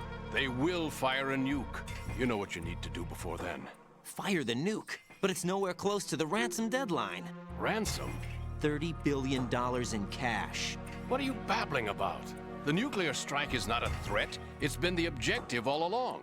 They plan to slaughter millions of people. No, a high-altitude detonation. You've heard of the Compton effect? Total disruption of electronic equipment caused by EMMA pulse. Textbook answer. Well, when an average nuclear warhead goes off within the atmosphere, the result is an electromagnetic pulse of up to 50 billion megawatts. The EMMA field can reach tens of thousands of volts per meter, and most electronic equipment will be toast in an instant. If one of the key movers of world economy stops functioning, it could mean the beginning of a global depression. But that isn't their aim. What they plan to do is liberate Manhattan. Pull it offline and turn it into some kind of a republic. Hence, Sons of Liberty, I suppose. Sons of Liberty? Damn! Ocelot is coming. I'm going offline.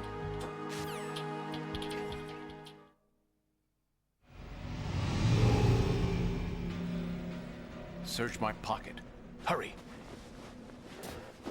It's a security card. You'll be able to unlock doors of up to level 3 security. Use it to get to Shell 2.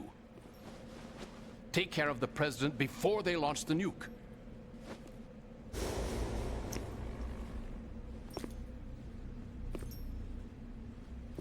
He's coming here. Pick up your AK.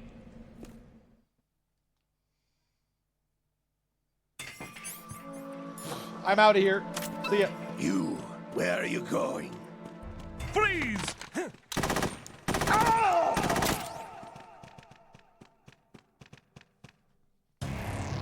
Right, what's wrong?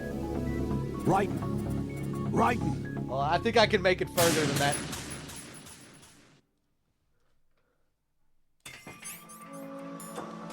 You, where are you going?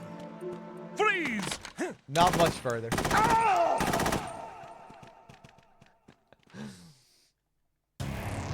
Right, what's wrong? Right. If you get in the box there, you can get pretty far. Look what happens if I try and run forward outside of the box. You, where are you going? Freeze!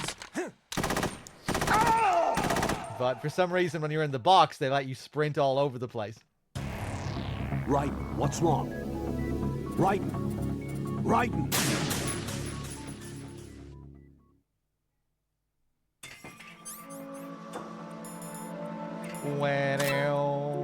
He's coming here. Oh, hey, my ration is gone. Pick up your AK.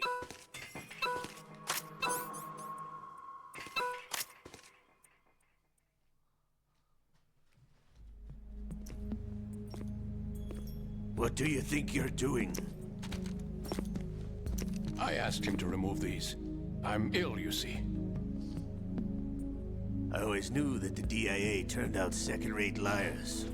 What are you talking about? No need for denials. We know what you are, Colonel Ames. They knew that the President was planning to betray them. So they sent you in to keep tabs on him. Am I right? You. Sorry, Colonel. You failed to carry out your duties.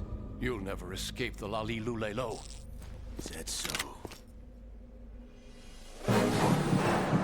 What the? You tricked me. I understand now. Ocelot. You...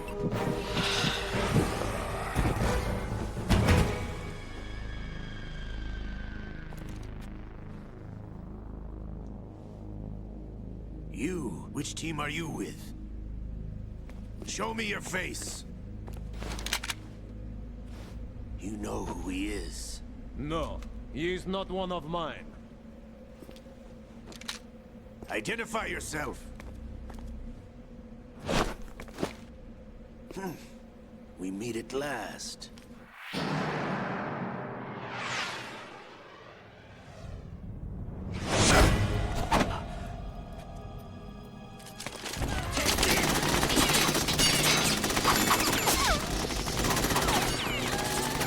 Hold your fire! We need the hostages alive! Hurry, get away! But you died!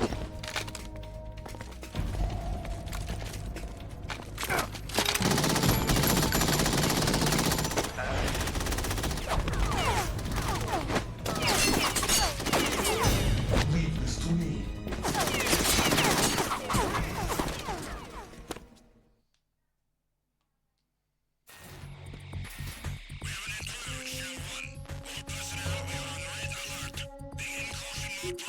Search every section of the structure. The intruder may be dressed in our own colors. Please check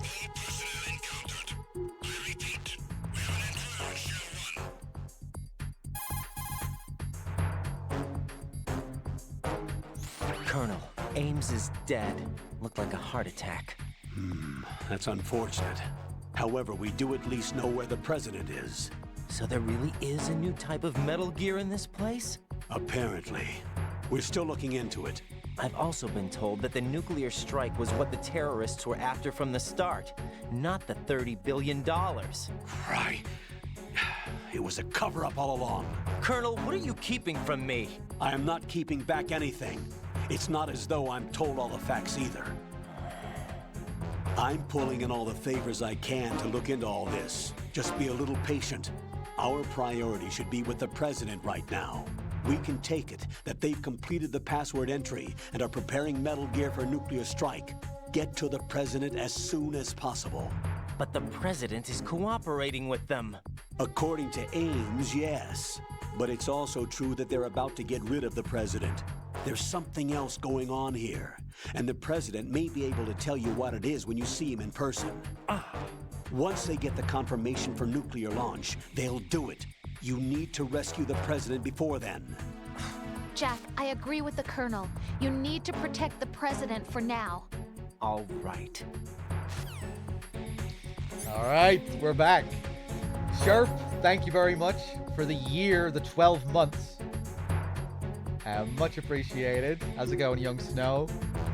I want to take a look at something here, but first we'll take out this guy. Freeze! Bam, bam, bam, bam, bam. If you look at the retinal scanner here, it's, did I say scanner? Scanner. Wait, hold on. This guy's gonna fucking see me. Does he come up here?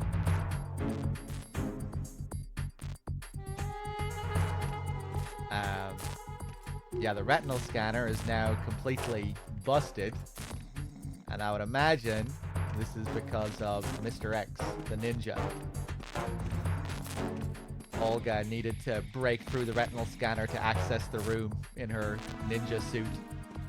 I think it's probably also supposed to mimic what happens with Gray Fox in MGS1 when he accesses Otacon's lab, how he has to break through the panel of the door to access the lab. Probably supposed to resemble that as well. The scanner.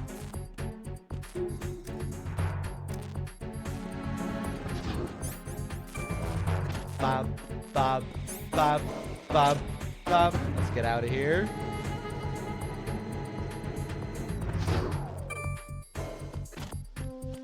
Freeze!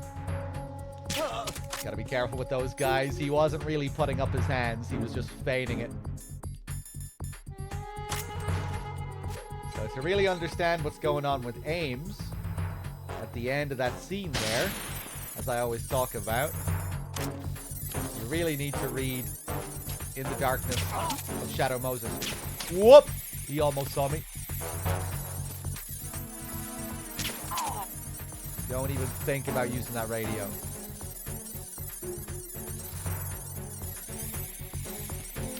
For those of you that don't know,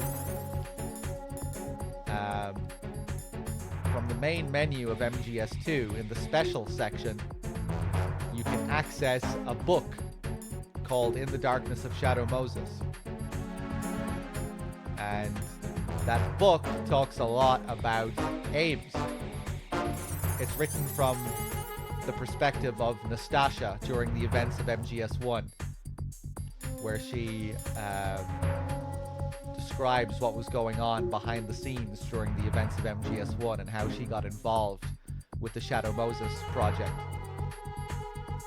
And Ames plays a big role in the story because it was Ames who got Nastasha involved in the Shadow Moses incident.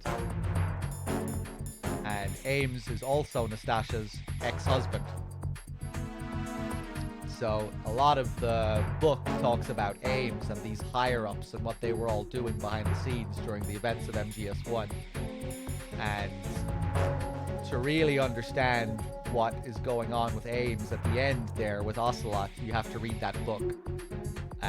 When Ocelot says to Ames during that scene, "Sorry, Colonel, you failed to carry out your duties," he's referring to something that you can only really understand by reading the book.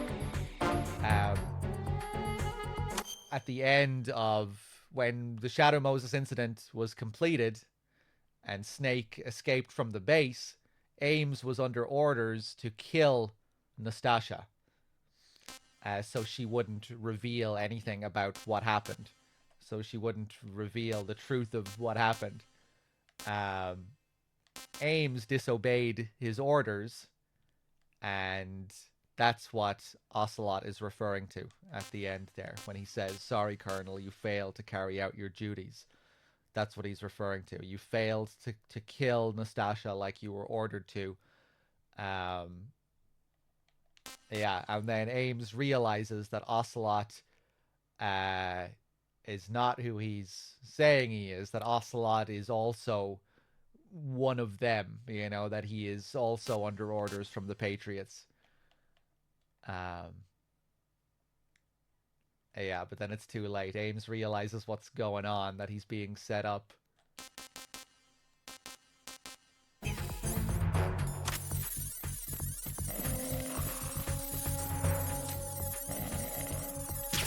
When he says, "I understand now, Ocelot, you're..."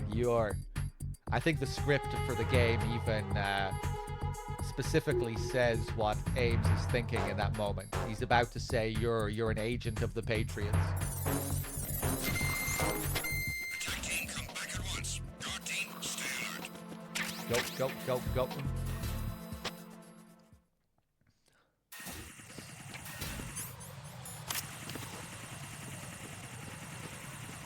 It's kind of funny as well, because during the scene with Ames, he refers to us a couple of times, meaning the Patriots, believing himself to be untouchable, more or less. You know, when he's talking about the president and that it, you know, it wasn't a smart move to betray us. He believes himself to be high-ranking Patriot tier.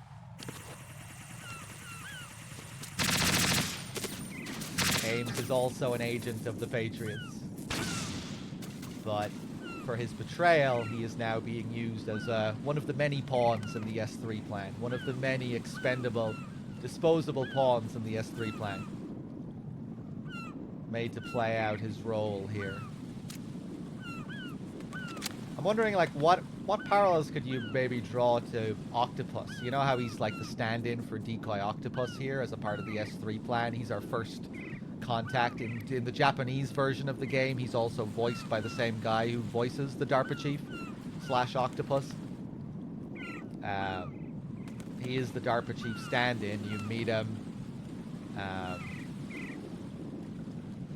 You get your info. He has his heart attack. Maybe the fact that he is you meet the DARPA chief, and the DARPA chief is supposedly a prisoner, right? A hostage. Someone being held prisoner. Guess you could say the same thing for Ames, right? And like Octopus, or like the DARPA chief, Ames isn't really a regular kind of hostage. He's someone who is working for the enemy, the Patriots, undercover. Maybe another thing that you could compare? Perhaps?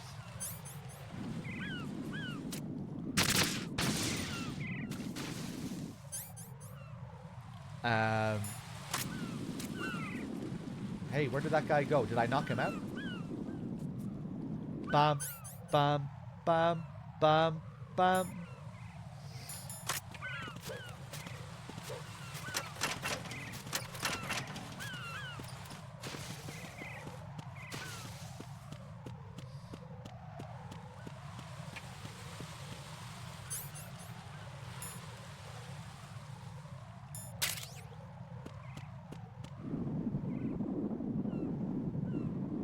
I guess like the DARPA chief as well, you know, Ames peels back more layers of what the facility really is, what it's really being used for. Although it's Johnson who really spills the beans on all of that.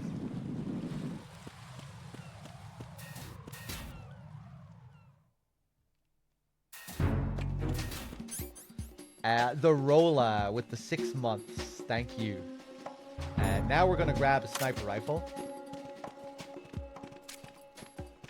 Pop.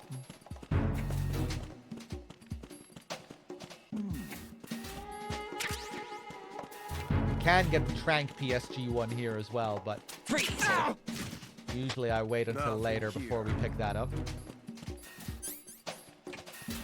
Bam, bam.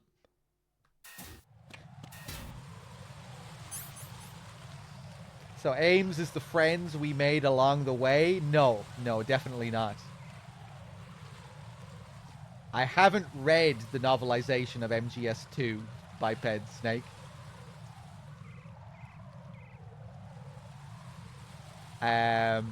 I thought that was MGS1 by Raymond Benson. Did he do an MGS2 novelization? But no, I haven't read any of the novelizations.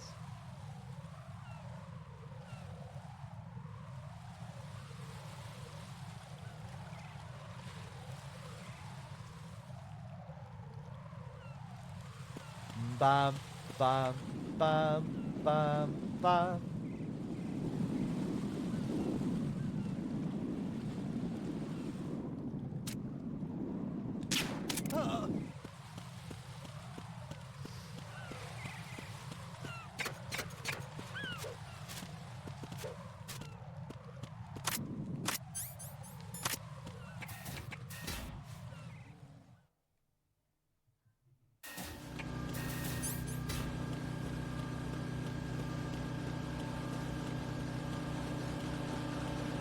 Okay, now to strut D to the connecting bridge.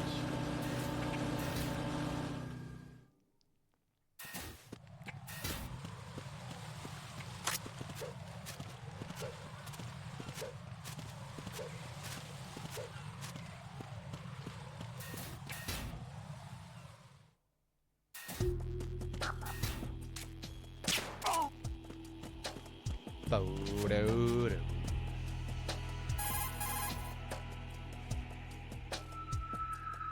Get out of Shell 1. According to Ames, the President is on the first floor of Shell 2's core. Cross the connecting bridge from the north side of Strut...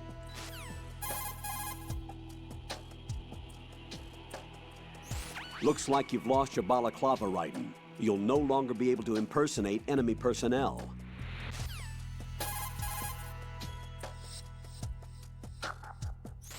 Raiden, rescue the President. Head for the first floor of the ship. Oh shit, I didn't think that was a relevant call. What did they talk about there?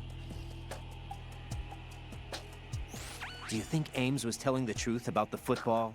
Rosemary? Roger that. Jack, I'll look into it for you.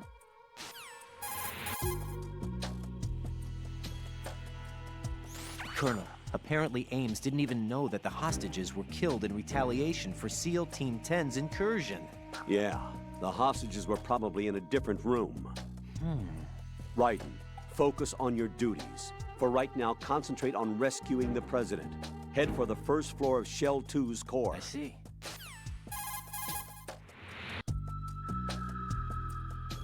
Colonel, I saw the terrorist leader. Is that Solid Snake? Yes, he's the terrorist who sunk the tanker 2 years ago. Raiden, do you think he's some kind of hero? You heard him, right?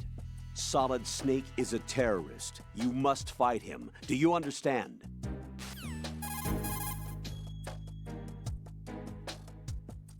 Colonel, the outer heaven that Snake mentioned? Ah, yes.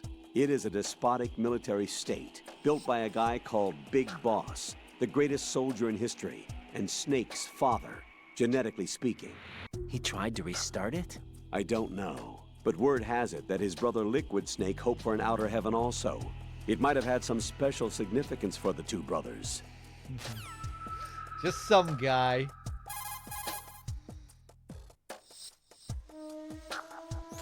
That ninja helped me again. Do you have any information on him? Sorry, I've looked around, but nothing. I don't know what he wants, but he is trying to help you. That much is certain. Don't let your guard down, though.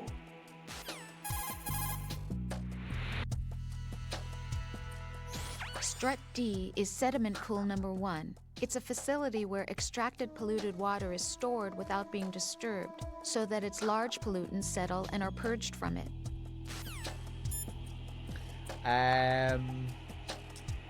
Pliskin. No response.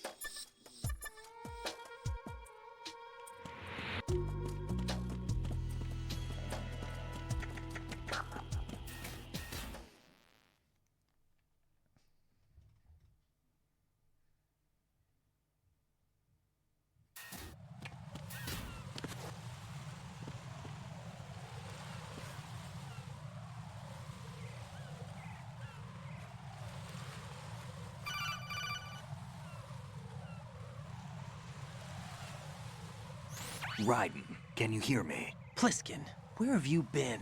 Checking around. I'm in Strut H right now. How's the situation over there? We have a lead on the President's location. Where is he? Shell 2 core, the first floor. I'm cut off from the core where I am. It's a mess here. All right, I'm on my way to Shell 2 right now. There are IR sensors in place on the connecting bridge between Shells 1 and 2. If you break the beams, the Semtex will go off. Yeah, I heard them talking about that. Target the control units and destroy them. Make sure you don't shoot the Semtex. What do the control units look like? Take a look with your binoculars.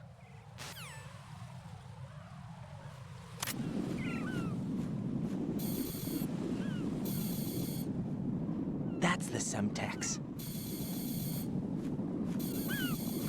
And that must be the control unit. All right, so now we get to have some fun with these seagulls.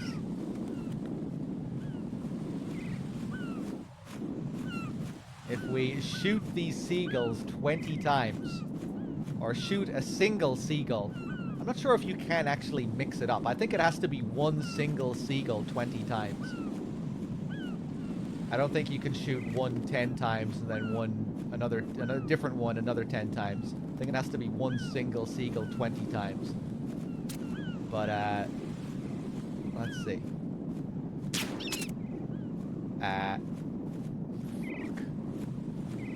Oh, I think that one landed in the water. Oh, I know it's still there. Okay.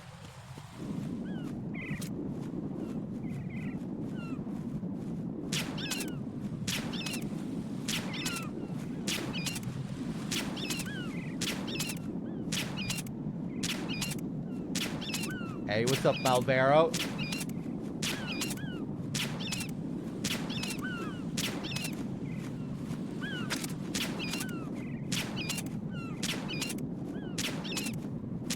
Now, let's see. Yeah, here he comes. Are we gonna get double teamed?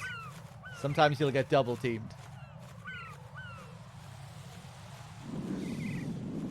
But yeah, if you shoot the seagulls, it's not completely consistent. It's random. You shoot the seagulls, if you shoot a seagull 20 times, there is a chance that another one will come and attack you. And sometimes 2, maybe 3 will come and attack you. And you can do this in any area where there are seagulls. But some areas are have worse RNG than others. This is what I understand to be the best area for triggering this. A lot of the other areas, man, you could be shooting them forever and never get any luck.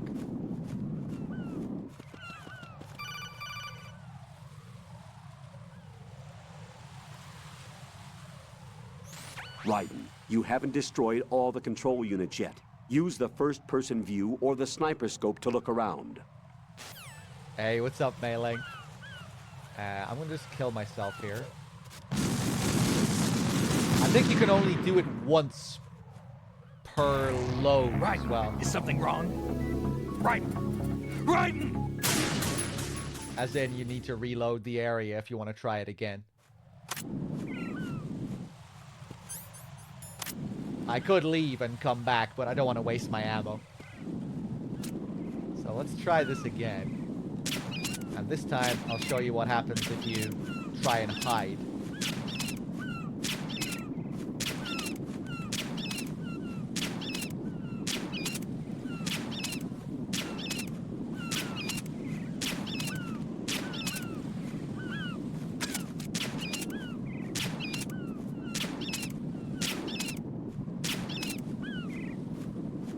Let's see, is anyone gonna come? Oh, here he comes. So if I try and hide in cardboard box number 2, what will happen? The bird doesn't give a shit. He can tear through the cardboard box. However, let's try something a little bit different.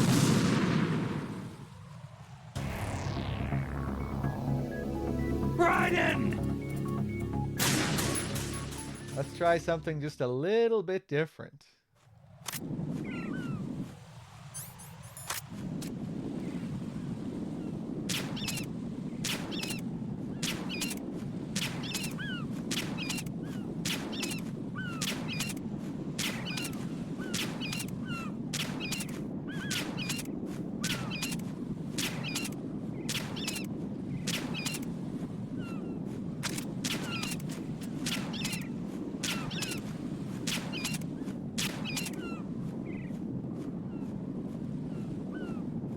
Coming. Ah, here he comes. So, like before, this seagull is about to come in and attack me. Last time I wore Cardboard Box 2. However, what if I wear Cardboard Box 5? Cardboard Box to transport game software. The eye design is eye-catching. Let's equip this one instead. Get the fuck out of here. Don't ever come back. Yeah, the Zone of the Enders box is special. It has a big eye on it. And when the seagull sees that, it sees a predator. It gets scared of the eye. And it flies off. How crazy is that?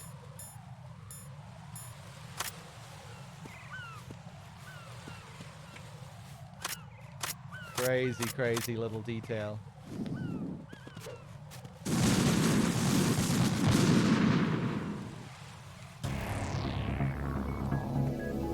Raiden! Raiden!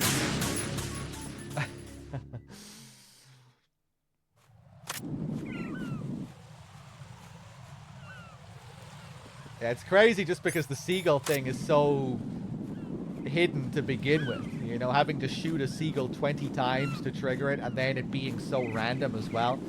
Like here, it's fairly consistent. You get it most of the time, I think.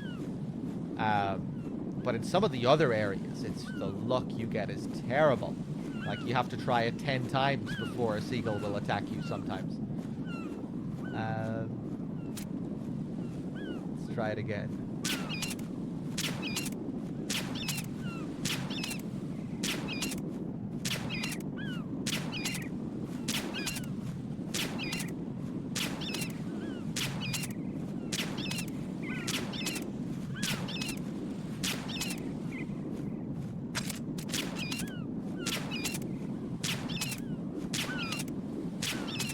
Okay, now, quick. Place down some claymores.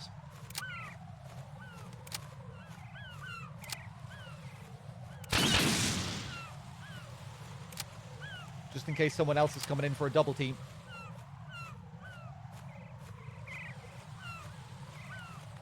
No.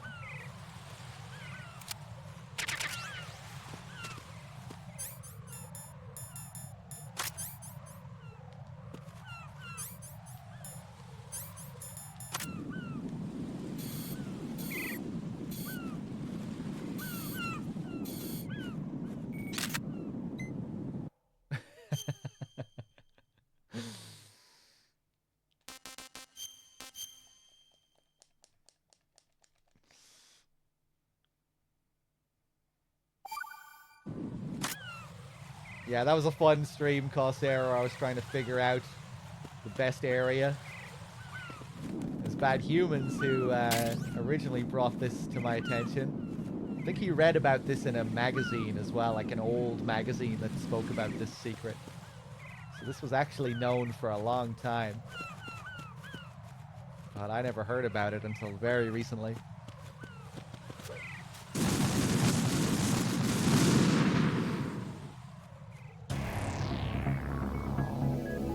Raiden! I think one time, when we were experimenting with this one time, didn't a seagull fly into the lasers and trigger the bombs by flying into the lasers? They came in to attack me and they tripped out one of the lasers. Professor with the 26, thank you. I seem to have better luck shooting this one back here. It hasn't failed once yet today.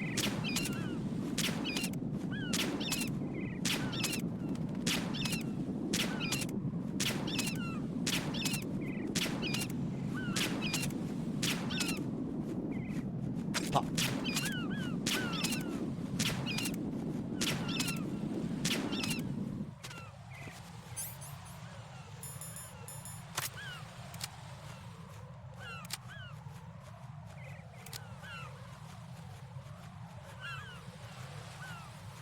I think we just found our first fail.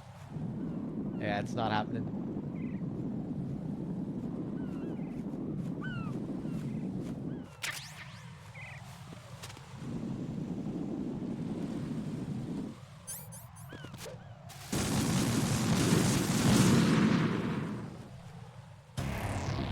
Right, come in. Right. Okay. Let me just go back to the sediment pool for a sec.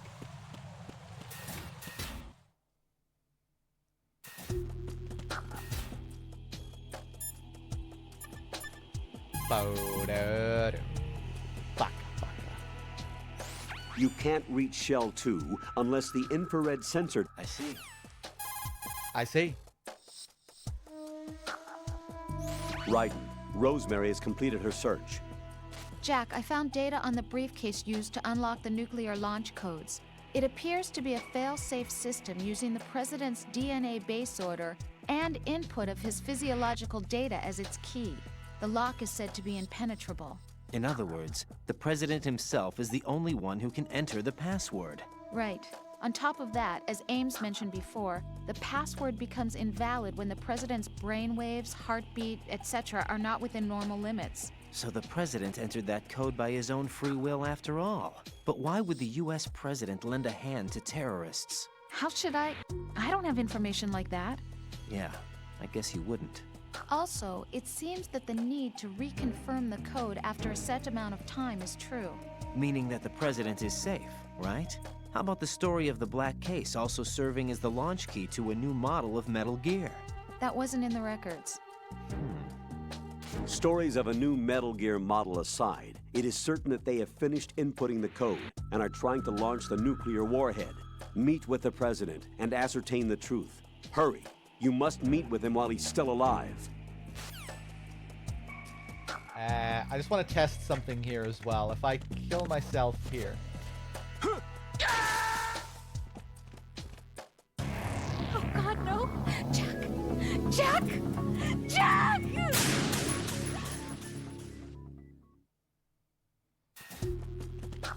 And then go back.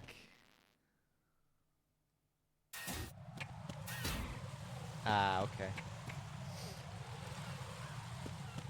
Sometimes when you come back to this area, it'll highlight where all the bombs are. It'll show you a close-up of every single bomb location. But I think you might have to save and reload, or at least go back to a few other areas first. You have to leave and come back 4 times. Thank you very much. I couldn't remember what the trigger for that was. Because I don't usually show it. I couldn't remember what it was exactly. I just thought I would try it. I just thought of it there, and I thought, oh, maybe if I kill myself, it'll trigger.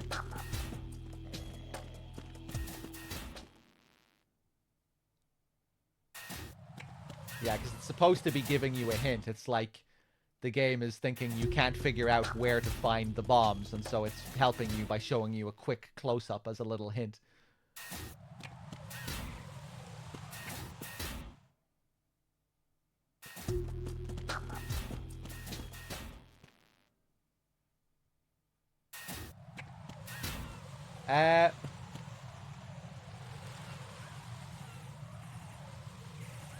There we go. I forgot that you had to walk in a little bit. Yeah, there it is. We got a lot of them there because we haven't taken out a single one. There's a cool little thing you can do with the flag as well. Solidus planting his flag here.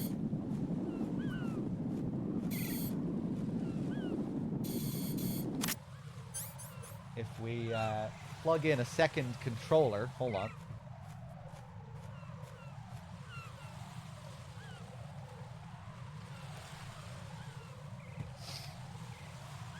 With a second controller, I should be able to control the flag.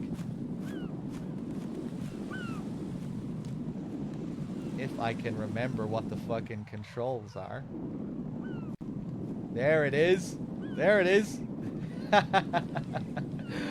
That's me, chat. I'm doing it.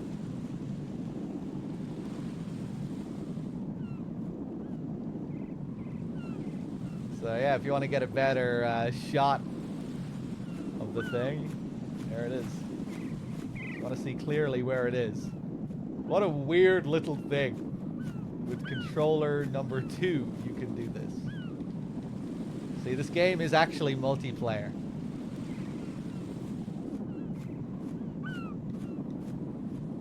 This is how you let your little brother play with you. This is the job you give your little brother.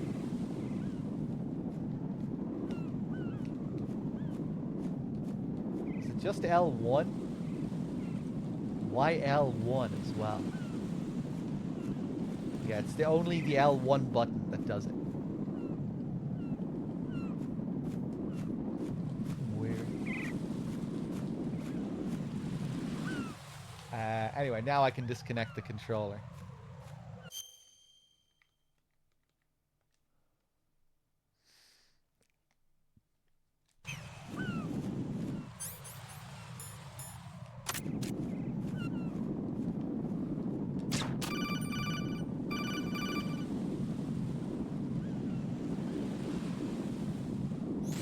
Raiden, you didn't get all the control units. You weren't thorough enough.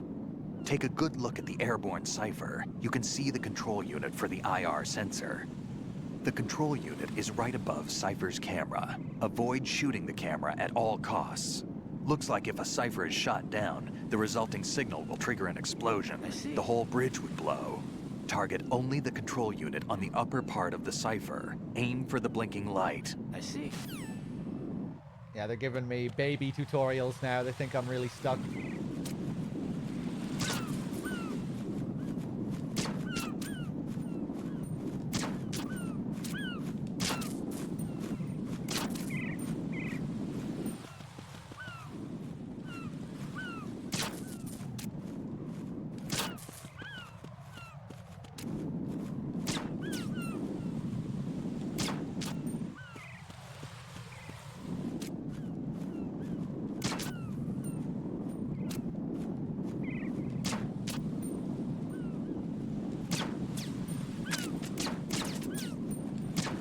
Did I get it? There we go. You don't actually have to snipe both of these ciphers. Oof, shit. You only need to snipe the one that's furthest away. I'll try and get this one with a SOCOM if I can.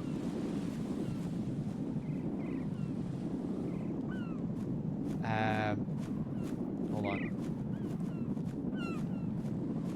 Here we go. Beautiful.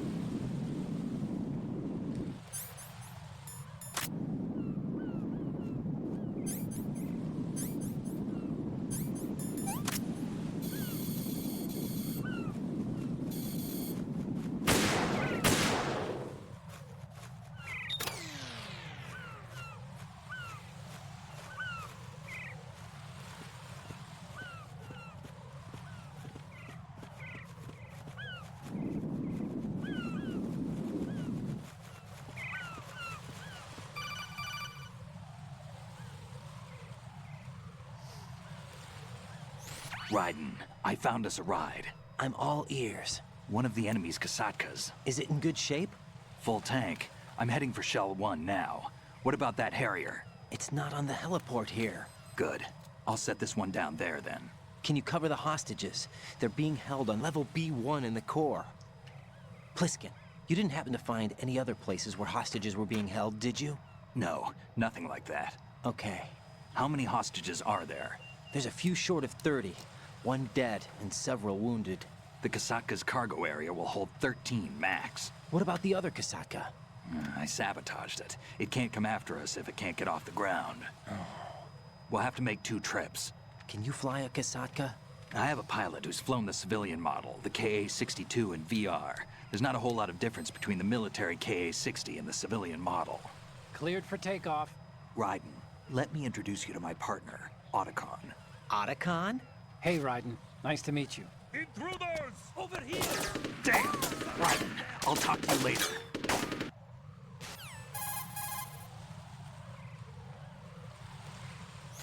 Colonel, I need some answers from you. Who exactly is Pliskin and his partner? I know what you're thinking. It keeps coming back to Shadow Moses. And now this Otacon. AKA Hal Emmerich, PhD, a Shadow Moses survivor. Rose? Snake and Otacon both became fugitives after Shadow Moses, wanted for acts of terrorism. An anti-Metal Gear organization. They sabotaged and destroyed countless Metal Gear units throughout the world. And were responsible for the incident 2 years ago that necessitated the construction of the Big Shell. Snake and his partner aren't terrorists. Jack, why are you defending them? I look back on what I've done here so far, and things like training and sense of duty alone won't get you through a sneaking mission like this. Jack, are you okay? You need something higher. I can't think of the right word, but it has to be pure will, backed up by courage, or ideals, or something like that. I'd stake my life on it. The Solid Snake that saved Shadow Moses couldn't turn into a terrorist.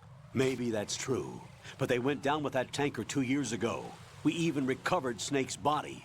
And the DNA test results on the body say it's him. Jack, I know what you're saying, but Snake is dead. He can't be here, not even as this Dr. Hal Emmerich. But that also means that he can't be the terrorist leader behind this thing.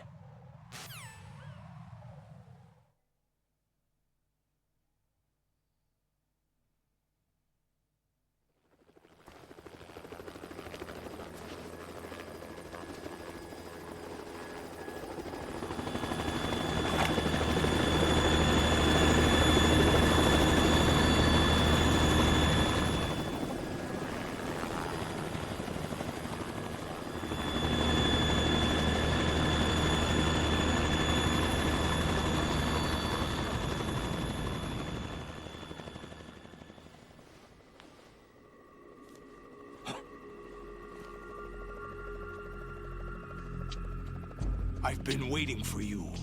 A messenger from the Patriots. Where do I know him from? So you're the boss around here? No, not just around here. I'm the boss to surpass Big Boss himself. Solid Snake. No, that is not Solid Snake.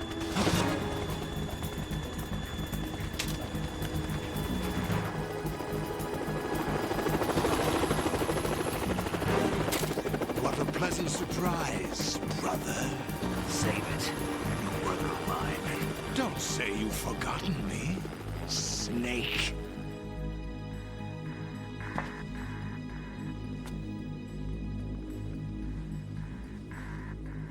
Snake? Right, take cover.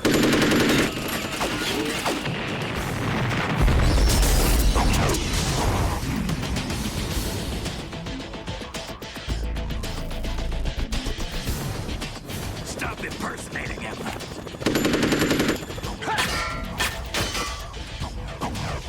Brother, I'm a whole different game from Liquid.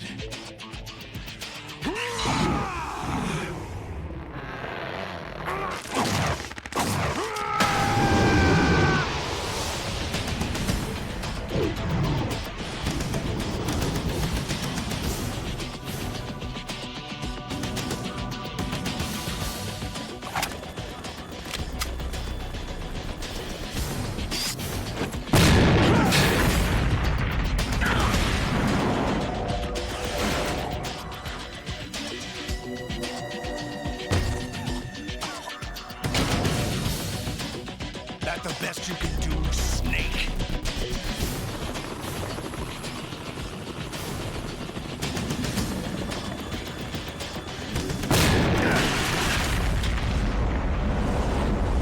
Did I get it?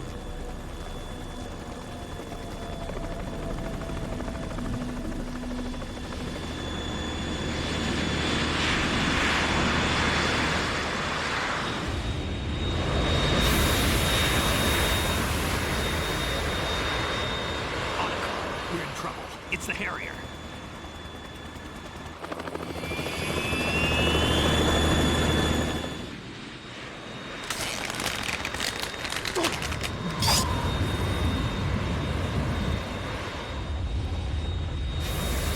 The world needs only one big boss.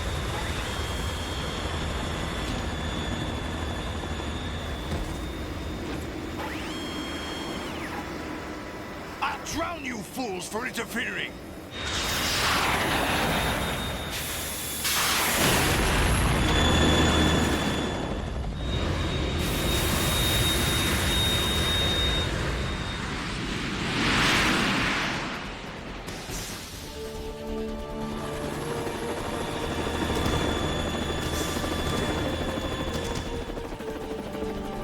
Right.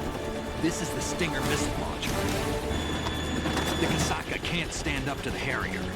You have to shoot the Harrier down. Snake, we got company. I'm counting on you.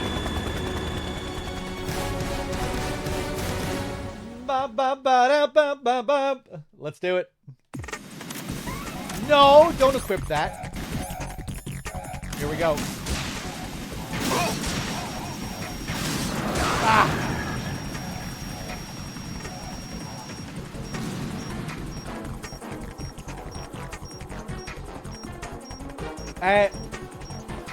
What? He's already going off? His pattern just went crazy. He doesn't usually do this. Unless I'm forgetting something. I don't think I am, though. Whoops.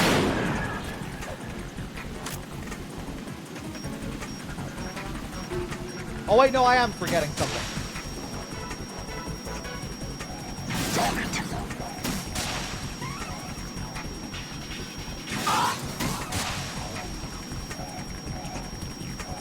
Nice.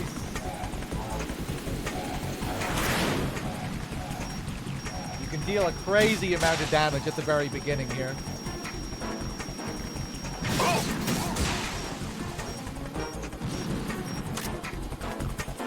Now he's going to destroy the whole platform.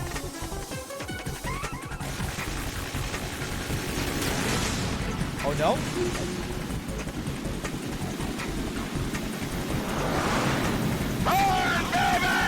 Oh, cool.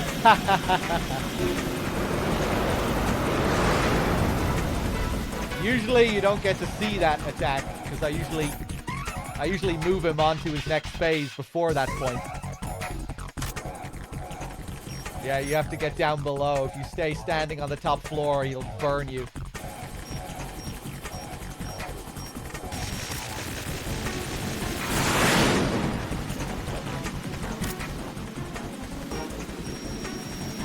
Bum, bum, bum. Oh. Oh, I might be dead. I'm probably dead.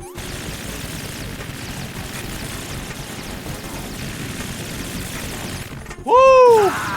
Yeah. What the hell happened? Raiden! Made him balls out of that. Okay, take two.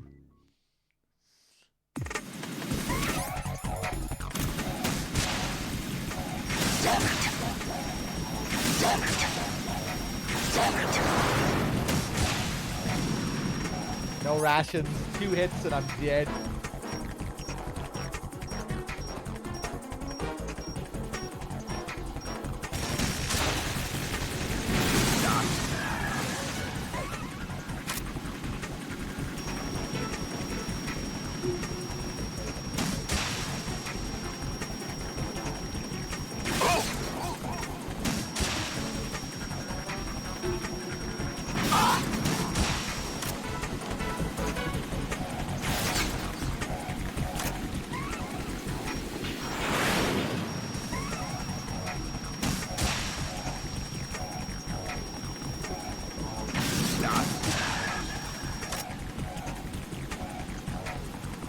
Nice.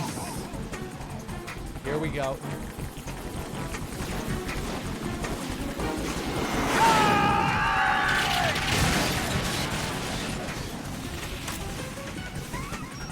You're tougher than I thought.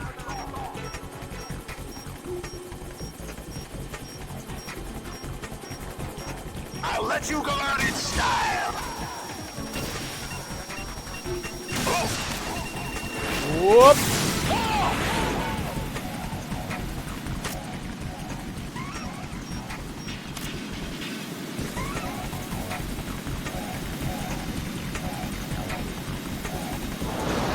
Try dodging this.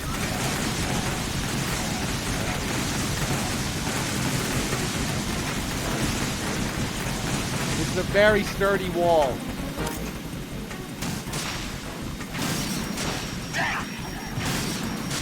What the? Damn! What the?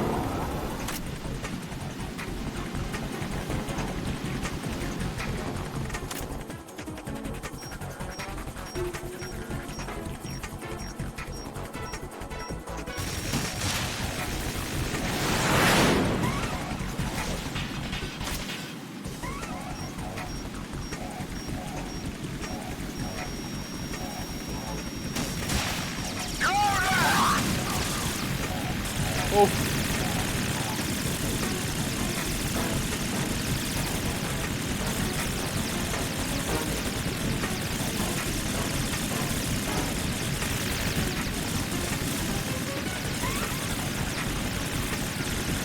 Is that the best you can do?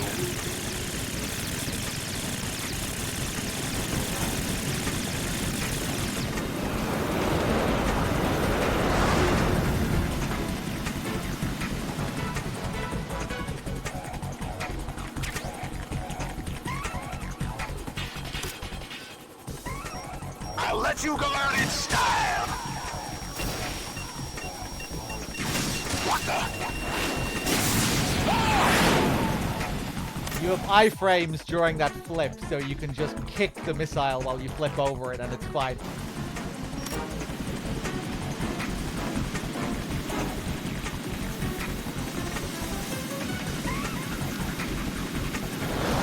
Try dodging this.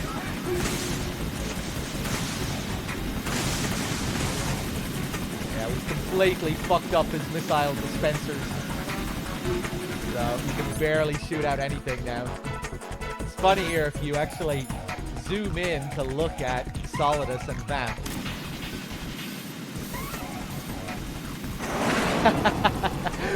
They both just stare at you. They're constantly tracking you with their heads.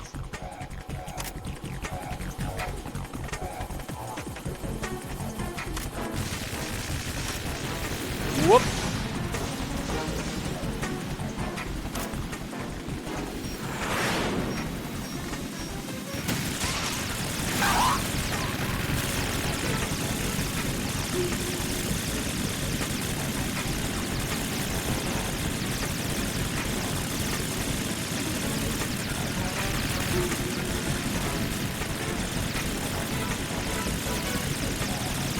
Is that the best you can do? Oh, can you shoot out his Gatling gun?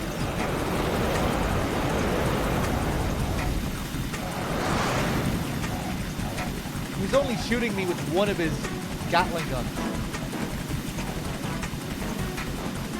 I guess if you shoot both of them out, he's just unable to do that attack.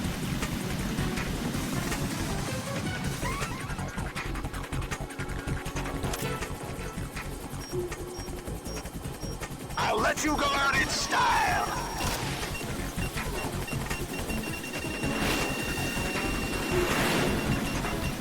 It's still going. Whoa, shit.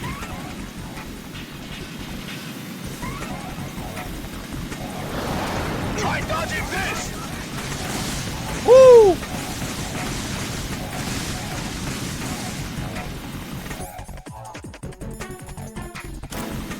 Quench the flames.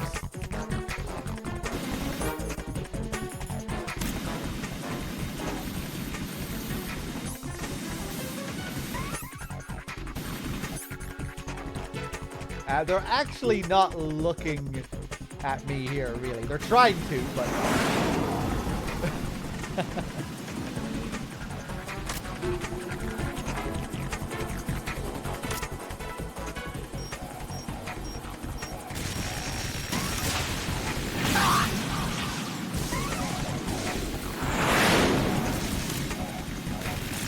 I'll shred you to pieces!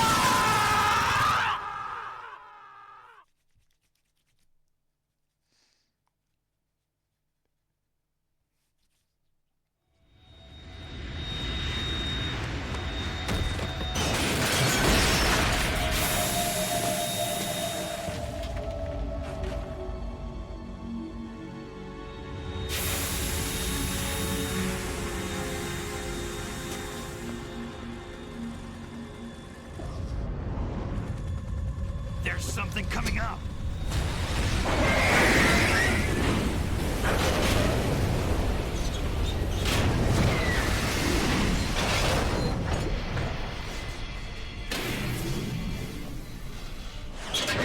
That's Metal Gear! It's already active!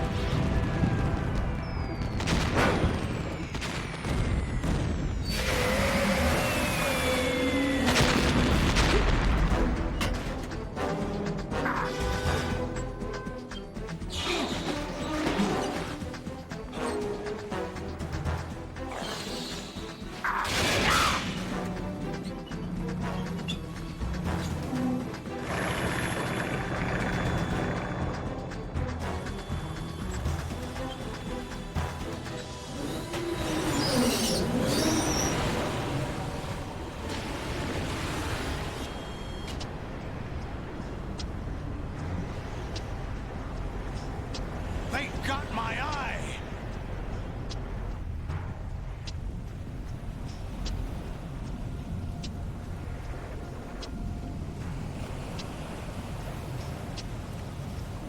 Fab! Go! Ha!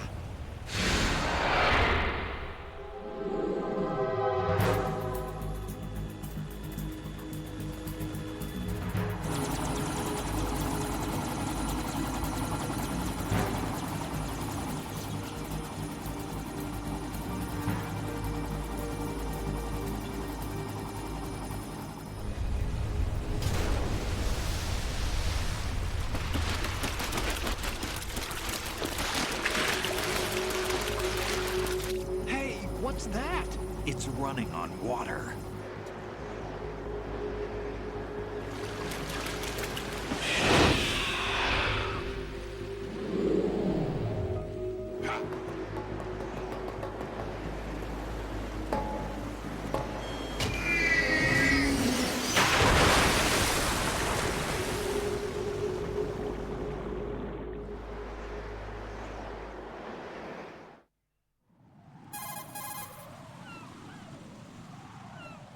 Raiden, you all right? Yeah. How about you guys? Barely managed, but we're all right. The chopper? We need some time for repairs. Oh. The president's all yours. Okay. Can I ask you something? What? Are you the Snake? They said you were dead. No, not me. There are still too many things I need to do. Snake, you're a legend, and that's why I need to ask you this. Legend? A legend is nothing but fiction. Someone tells it, someone else remembers. Everybody passes it on. I'm here because I was assigned to this mission, not because I want to. If I could, I'd be out of here in a second. How could you come back to all this? Why keep fighting? There's something my best friend said to me once. What? We're not tools of the government, or anyone else. Fighting was the only thing I was good at, but at least I always fought for what I believed in. What about the DNA results from that body? That was Liquid's body. He and Snake are identical on the genetic level. Liquid? A deception, for our own protection. We stole his frozen body from some organization. Kind of a hassle, though. That's all there is to it. Are you two really an NGO? Insofar as we're a non-profit organization of civilians advocating a cause, yes. The cause happens to be the eradication of Metal Gear. We work on our own, but it's a cause worth fighting for. Why would you stick your neck out for something this risky? That's the way I used to look at it, 4 years ago. I was holed up in the middle of nowhere in Alaska, drinking too much. We have a responsibility to the coming generations, to the world. What responsibility? To keep track of the mistakes we've made as a species. We need to remember, to spread the word, to fight for change. And that's what keeps me alive. You think you can change the future? Nah, I'm not as arrogant as that.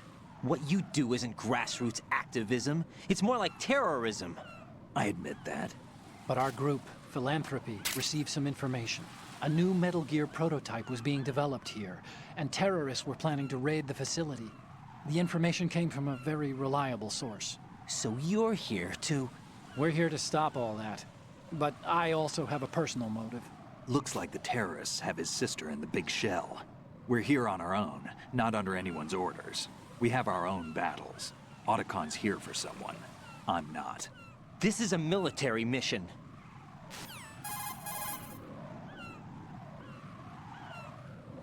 Jack, are you all right? Just barely. You almost gave me a heart attack. Sorry, it wasn't intentional. I know that, and I know I need to stay stronger. Say a prayer for me, Rose, so I can come back. You will make it back. I'm with you all the way, remember? That means a lot to me, you know. I'm going to save the data, okay, Jack? Colonel, Metal Gear's already gone active. It's not too late. You can still prevent a nuclear strike by securing the President and preventing password confirmation from taking place. Get to the President. He's in the core section of Shell 2. I'm checking the satellite images. Looks like you can get to the core from the other side of Strut L. The core hasn't gone under yet from what we can tell. Follow the railings down, then jump onto the pipes.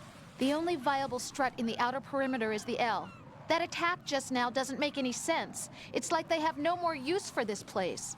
Colonel, you were monitoring the codec calls. That man was the real Snake all along. Maybe. Maybe? Don't let your guard down with him. Why do you say that? Because they were never a part of the simulation. They're an unknown factor. You can take your simulation and... We're out here, we bleed, we die. Calm down. I suggest that you do, Raiden. Even if that is Snake.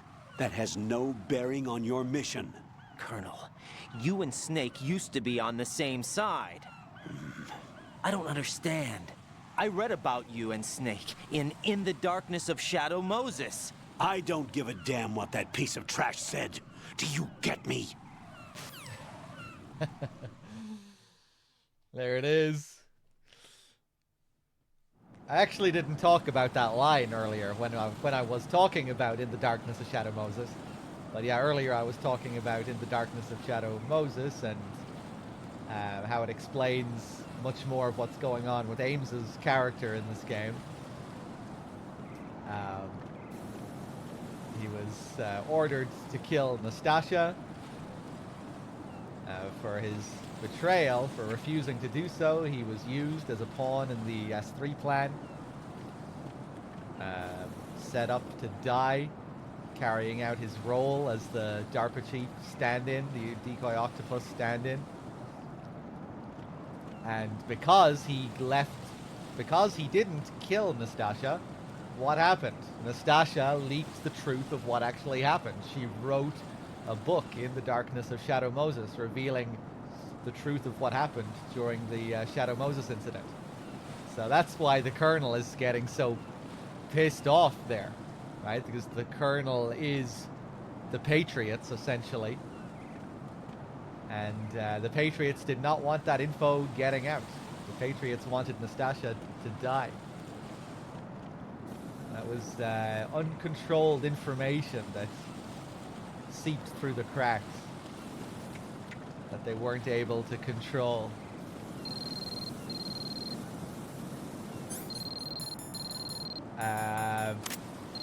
Hold on, let me take this. Use the coolant spray to put out the fire. Thank you, Mr. X.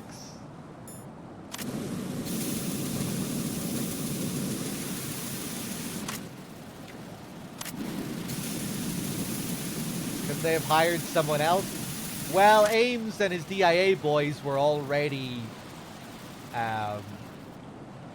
there. You know, they were there with her during the events of MGS1 to make sure she did everything.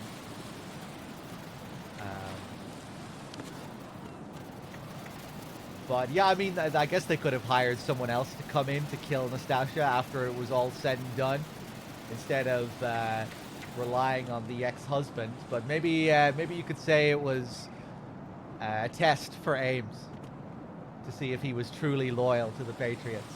Was he willing to kill his former lover? If not, sorry, you can't be one of us.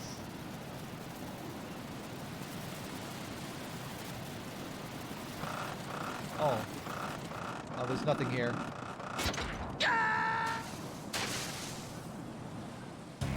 No. No. Wow. Jack, please answer me. Jack! Furious Thrust, thank you very much for the 5-pack. Mr. 23, thank you for the 15. 308 Caliber, thank you for the 40. Professor, I'm pretty sure I thanked you. Cheers, everyone. Thanks for all the subs, all the support. And again, Furious Thrust with a very generous 5-pack. Thank you, man. Enjoy, whoever got a free sub from Furious. Oh. You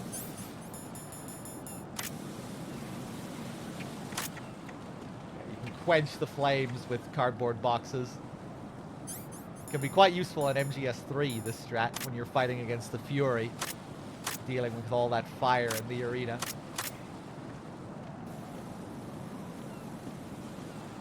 You have a couple of options here for how to proceed. You can flip across the bridge, get over the other side from here, or hang off the rail and go down this way.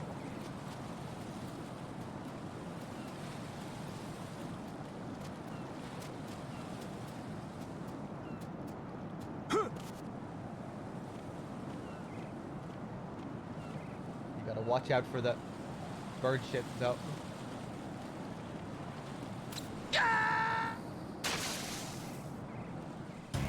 Oh God, no! Jack! Jack! Jack! That was a very quick slip. That was just one slip and into the water.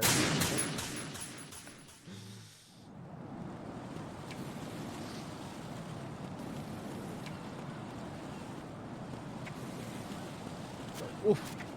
And some people were commenting on the end of that call with Snake and Raiden, how strange Raiden's line was there. You know, when he says, this is a military mission. I never found that to be all that weird. I guess it is a bit awkward. Maybe a bit of an awkward translation, but I think it kind of makes sense, right? You know, Raiden is learning all this crazy news about Snake and Otacon. He's talking to people who are here for very different reasons, I guess. You know, they're here for a cause. They're working for themselves. Whereas, you know, Raiden is here as a soldier, you know, to carry out his duty. This military mission.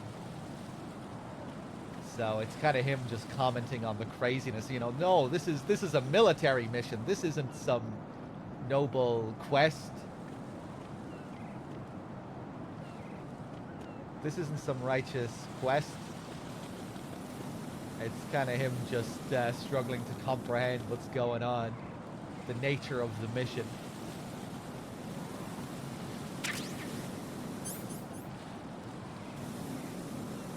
I guess trying to maybe take control of what the mission is in his mind. You know, no, this is a military mission.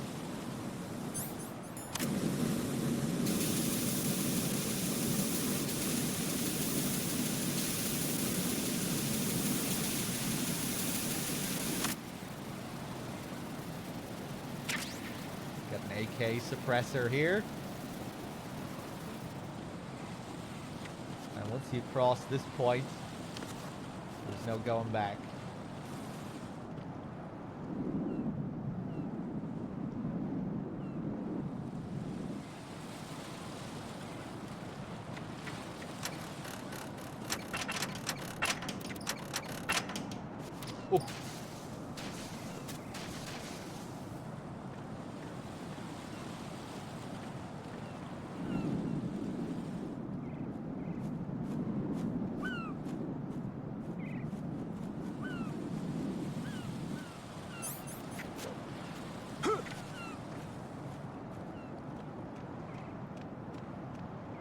This is not a pretty sight.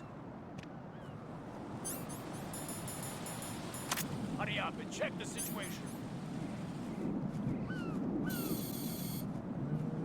Do I want to kill these guys?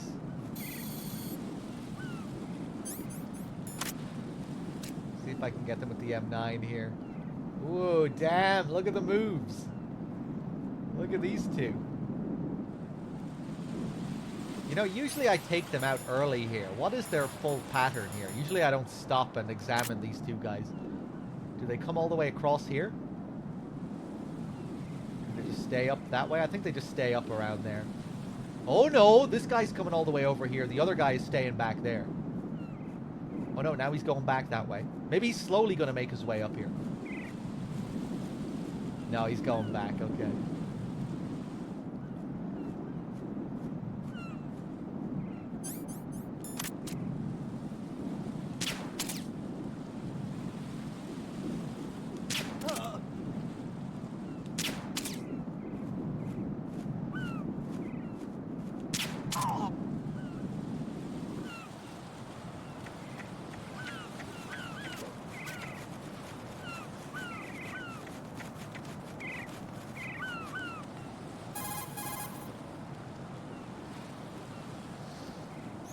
The enemy has already entered the nuclear launch code. Secure the President before they can confirm and finalize the code input.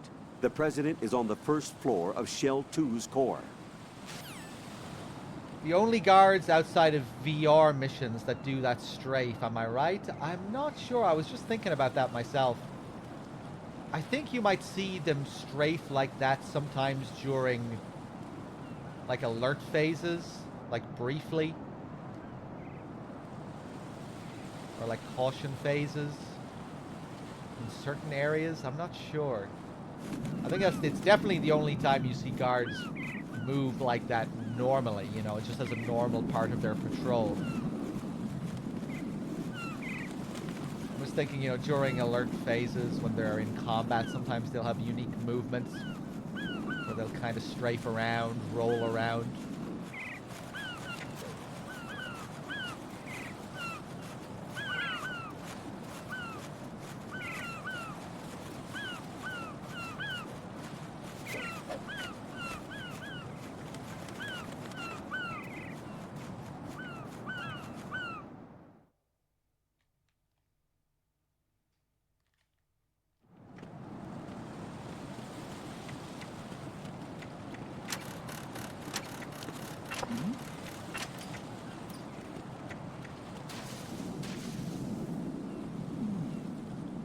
Ooh, that's a cool shot there.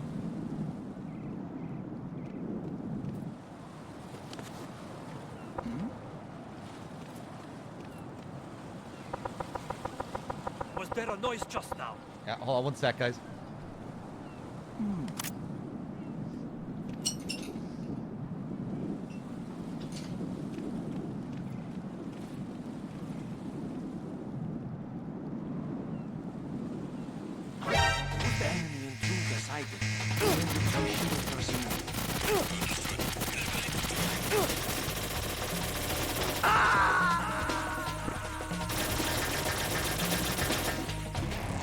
Raiden, what's going on? Raiden! Raiden!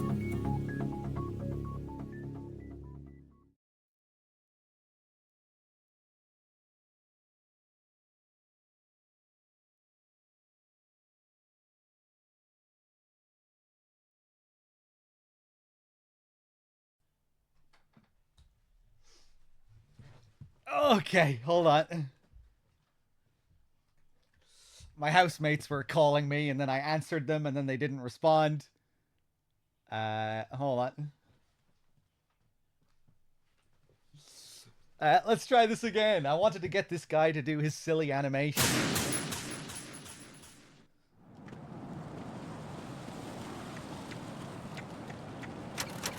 Whoop. Knock. You bitch. Yeah, now ciphers come, don't they? Yeah. Do these ciphers just keep spawning?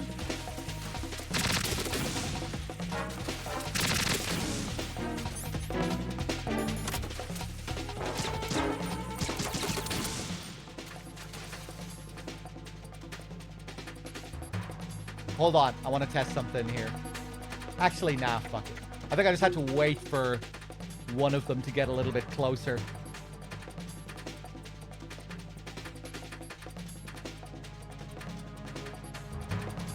Return to your positions. Tighten security.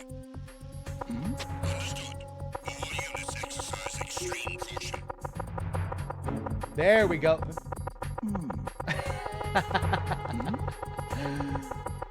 Was there a noise just now?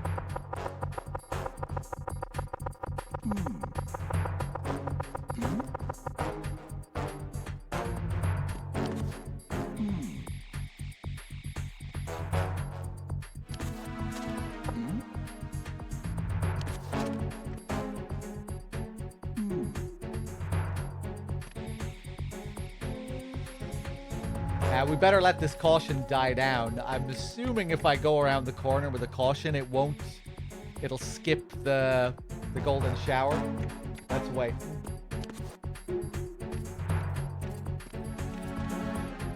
You know what?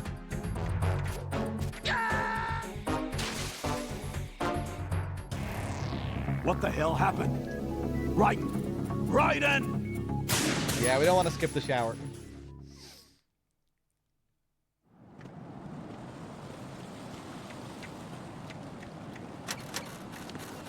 Oh.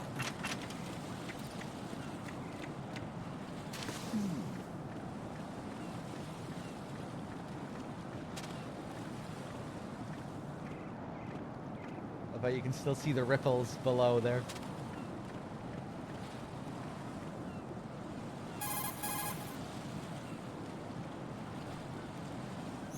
Raiden, you're currently on Strut L. Move north along its exterior to get to the KL connecting bridge. You'll be able to get to the core of Shell 2 from the center of the KL connecting bridge. The president is being held in the core.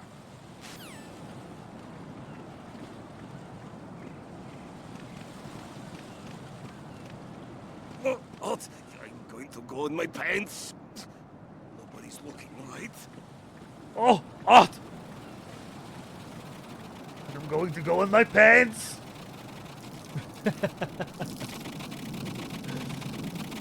Here we are. Oh, Art! I'm going to go in my pants!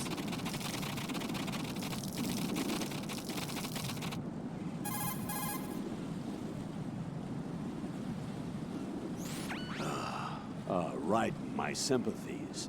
Sneaking missions are called wet works for a reason after all. Don't worry about it, Jack. It's okay. Rose? That is, as long as you take a shower the second you get back. Do we have a deal?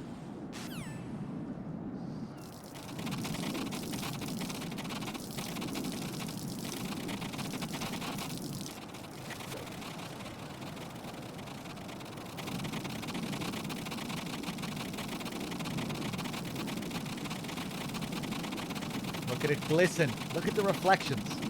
Look at those little reflections.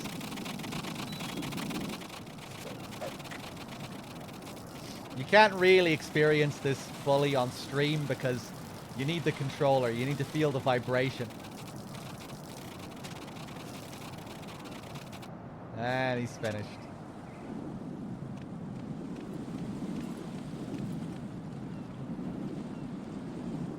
There's a pretty funny story about this scene. When they were developing MGS2, Kojima asked a developer, someone who was working on the game, this scene, if they could change it for NG+. So when the player gets to this part on a second playthrough, the guard, it plays out where it looks like the guard is going to do the same thing and go up and take a piss, but at the last second he turns around and acts as if he's about to take a shit instead. I don't think he was supposed to actually take a shit. He was just going to pretend that he was taking a shit or something like that. I forget the exact specifics, but anyway, Kojima asked for this to be implemented, and then he came back around checking on his team and what everyone was doing, and he got to this guy who was supposed to be working on this.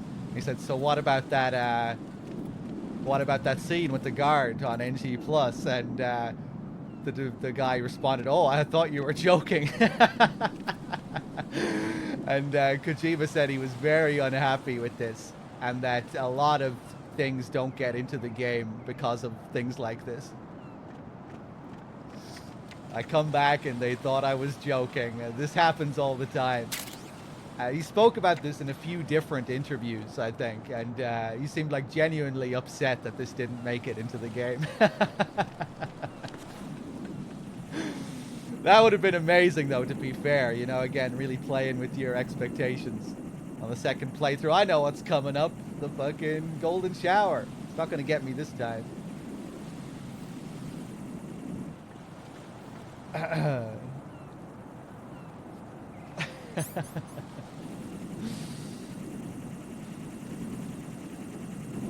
load of ciphers here. Do I have any chaff grenades? I have loads of chaff grenades.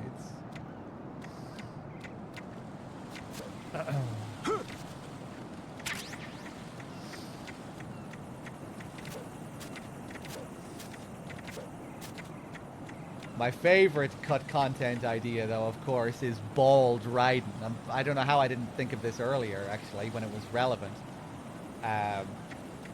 One idea that they scrapped was that Raiden could go bald if you set him on fire for too long. If Raiden caught fire and you didn't quench the flames in time, his hair would get set on fire, and then he would go bald permanently, and then that would... And then during cutscenes, he would appear bald. And an idea that was related to this was also the wig idea. You know how Raiden wears wigs? That those are his secret items. You unlock different wigs to wear. And how the game makes a point out of his hair. And Emma wonders if his hair is real or not. And another thing they were going to do is during NG Plus playthroughs, when you wear the wigs, if you did a flip while wearing a wig, the wig would fall off when you went upside down. And then it would turn into an item box that you had to have to pick back up again if you wanted to get your wig back.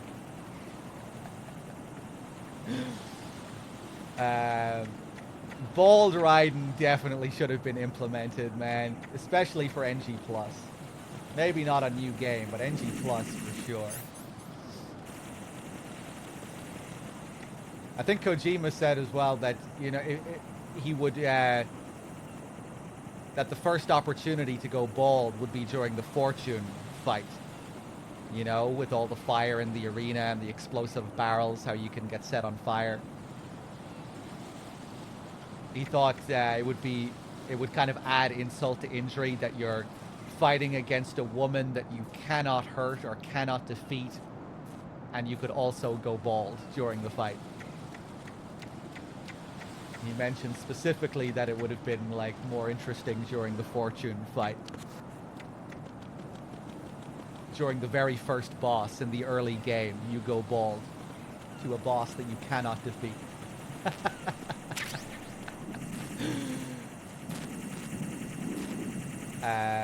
He said his team was against it. His team didn't like this idea, but he thought it was interesting.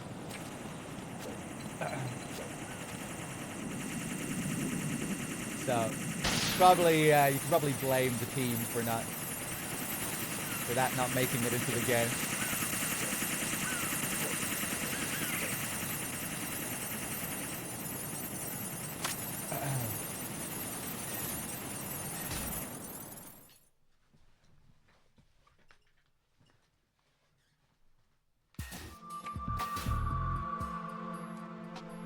Olga, Snake, he's here. In Shell 1. My father had some unfinished business with him. Olga, calm yourself.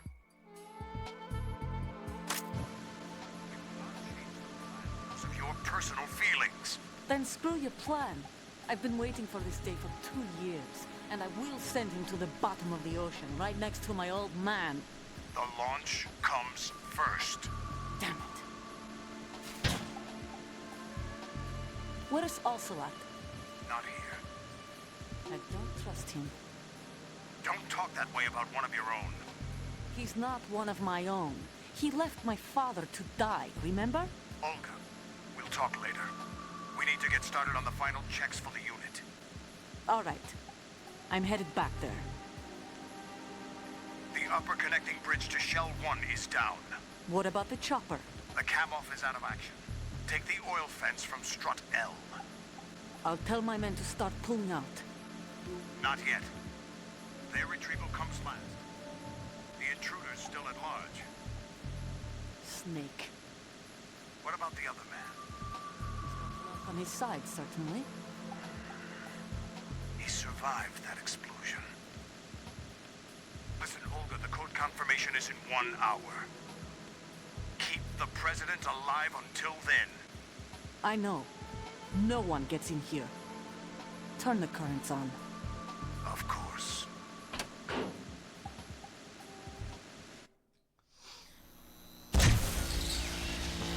High voltage currents on. The door stays shut unless the president manages to take out that circuit panel from inside the room. And it's no job for bare hands. All right. Come back immediately. One more thing. What? We leave for Russia when this business is done. I want half the money for that. Of course. That was part of the agreement. We start living for ourselves after this. If there's anyone who wants to stay here, I want you to take good care of them. Gladly. Gerlukovich soldiers are the cream of the crop. It's time they went free. What happened to rebuilding Mother Russia? The old man is dead. The world is a different place now. It's your life. Just as a reminder, I'm going to say this again, one last time. Don't try anything on us. The feeling is mutual.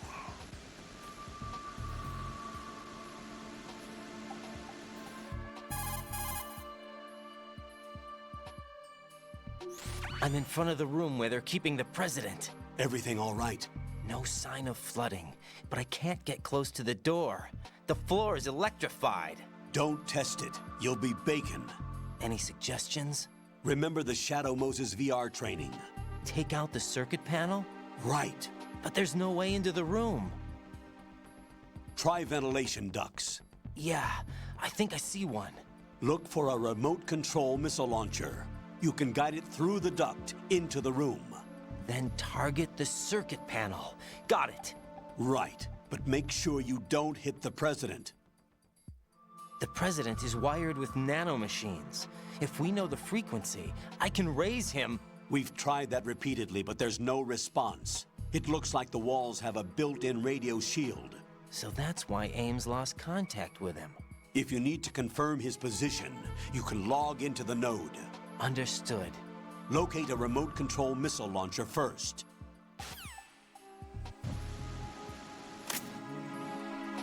All right, we're back. Hold on 1 second.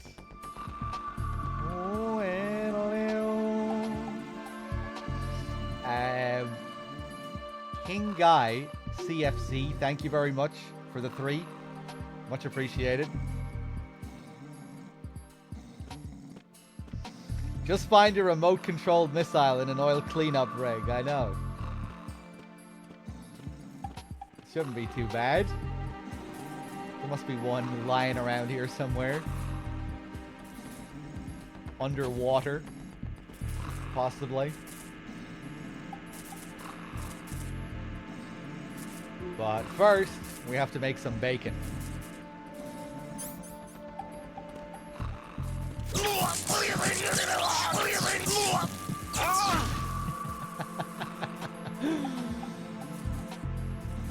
He looks like a shocked cat or something, like a scared cat.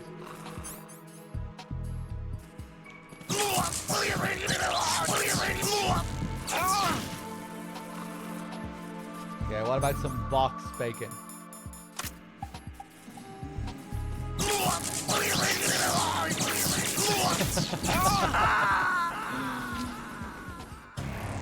Raiden, what's going on? Raiden! Raiden!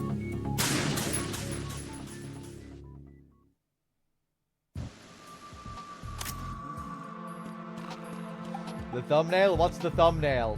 Getting pissed on? Prez. Alright. Let's call him Snake. Snake, do you know where I can find some remote-controlled missiles? Remote-controlled missiles. I saw something on B1 in the core of Shell 2. But be careful. Contaminated seawater's broken out of the tanks thanks to that explosion. Most of B1 is probably flooded by now.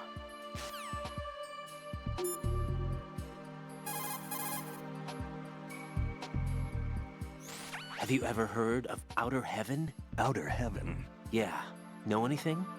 No. What about it? The terrorist leader mentioned it. Something about being close to reviving Outer Heaven. Is that right? Well, do you know anything? No. But whatever their goal is, they're probably up to no good. We've got to stop them.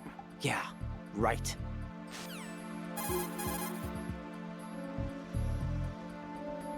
You know, I thought I heard of AIM somewhere before. DIA would mean we're talking about Nastasha's ex-husband. Nastasha? Nastasha Romanenko? Isn't she the one who wrote In the Darkness of Shadow Moses? Yeah, she helped me out during the Shadow Moses incident. She was also actively involved in the philanthropy organization following the incident. Where is she now? Your guess is as good as mine, but she's probably still a heavy smoker. Yeah. So Iroquois Pliskin was an alias? Of course. And the rank of Lieutenant Junior grade? Made it up. That's just great. Anyway, I get the Pliskin part, but what about Iroquois? Iroquois is a Frankified version of the Algonquin word for rattlesnakes. It's what they called their enemies. Algonquin? The Algonquin Nation, one of the many groups of Native Americans who used to call Manhattan Island their home. The majority of tribes, in what's now the state of New York, were a part of the Algonquin Nation.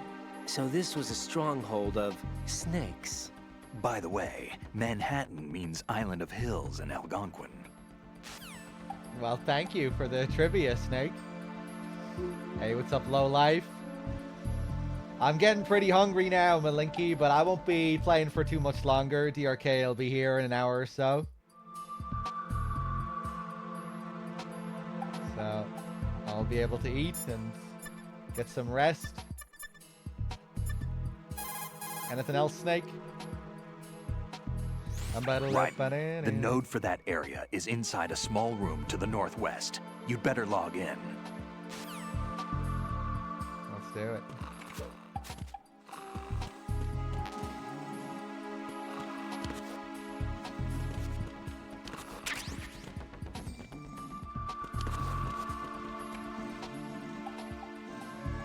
NM02, NM01. Nikita missile. Again, kind of strange things to be finding in an oil cleanup rig. A little bit odd. Kind of strange architecture to be finding.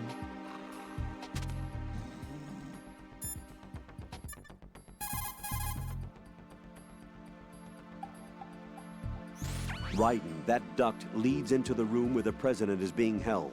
Guide the remote-controlled missile through that duct into the room and take out that power source. There's an interesting call you can get here, but I think I need the launcher first. The only way to the president is past this electrified floor. Use the remote-controlled missile to destroy the power source. That will cut off the high-voltage current to the floor. Go and pick up the remote-controlled missile. It should be in the B1 level of Shell 2's core, according to that man. Get it now. It's in B1 in MGS1 too. B1 of the nuclear warhead storage facility, which serves as your second main area after the tank hangar. You could probably draw parallels to that as well, this being like the second Shell 2. Get the M4, some chaff. If you didn't pick up these weapons earlier in Strut F, you'll find them here.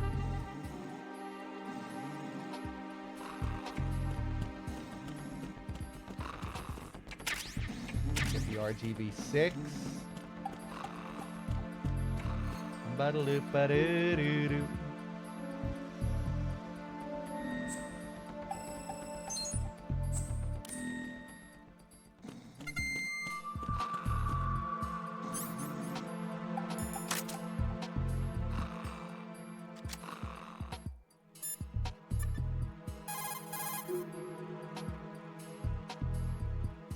Remote-controlled missiles. I saw something on B1 in the core of Shell 2. But be careful. Contaminated seawater's broken out of the tanks thanks to that explosion. Most of B1 is probably flooded by now. Ba-da-loop-ba-doo-doo-doo.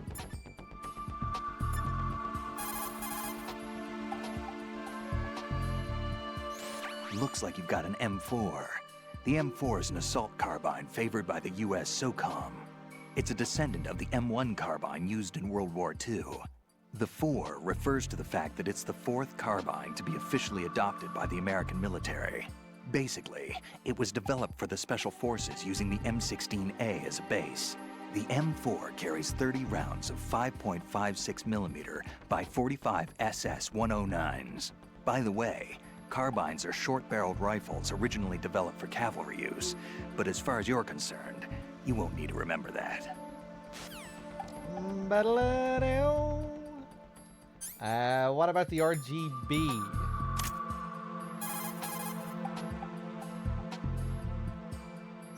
You've got an RGB-6, a Croatian-manufactured 40mm 6-round grenade launcher. It's a weapon that was unavailable in VR training. The RGB-6 has a spring-driven revolver-type cylinder for handling 6 grenades. Passive-aggressive? It delivers grenades with greater accuracy than throwing the things, and it's effective for taking out enemies with body armor, not to mention those hiding behind objects. Since a launched grenade travels on a parabolic trajectory, hitting a target depends on your angle of fire.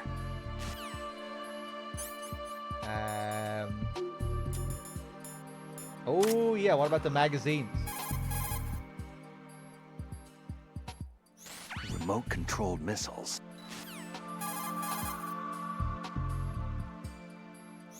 Raiden, what have you got there? Nothing. Ah, come on. Don't play dumb. That kind of thinking might even be helpful on the battlefield. Yeah, but... Look, aside from its educational value, you can probably use it to distract an enemy. Huh?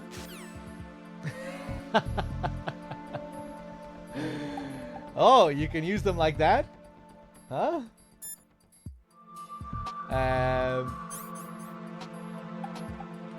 You should talk about the Phantasm as well, or maybe not because I'm on New Game Plant. Remote control. You have the pentazamine equipped, huh? To steady your hands when aiming with a sniper rifle, select pentazamine in the menu display and press the confirmation button. Pentazamine is a benzodiazepine antidepressant used in the treatment of disorders such as depression and autonomic imbalance. In addition to its calming effect, it also relaxes muscular tension and combats convulsions. The result is a steady set of hands. One more thing, pentazamine does not prevent seasickness. Seasickness? What are you talking about? I mean, sometimes faith can overcome medical science. What? Never mind.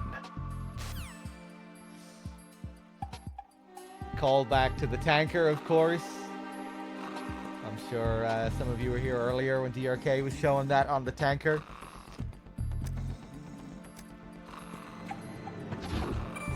All right.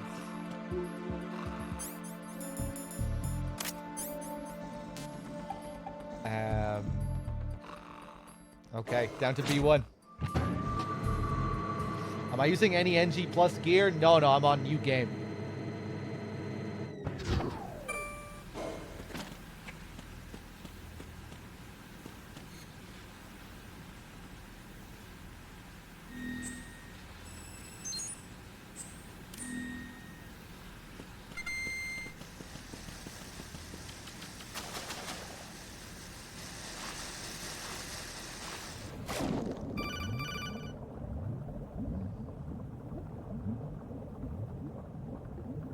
Colonel, B1 is completely flooded from what I can see. You'll have to swim through. I'm fine with swimming. Stroke the water and move forward by pushing the punch button. Push it in rapid succession to swim faster. Not sure how I feel about that. Yeah, I know how to swim. I love that emote. Down here you can get night vision goggles as well. But it's kind of fucked up on the HD collection because the game shouldn't be this bright. This area is supposed to be really dark. If you remember playing this back in the day on PS2, you'll probably remember this being way darker than it is now. So, with this level of brightness, when you use night vision, this is what you see. But night vision is actually supposed to help you here.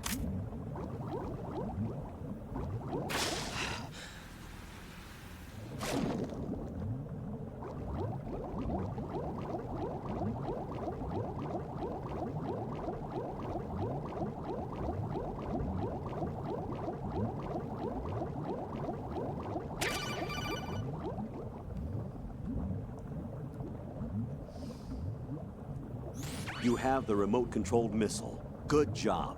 Now head for the first floor of the Shell 2 core. Take out the power source and make contact with the President before the launch code can be reconfirmed. Hurry. Always wondered how Raiden talked underwater. He doesn't talk at all. They imply that when they speak on the codec, they're not talking. There's some kind of telepathic communication going on.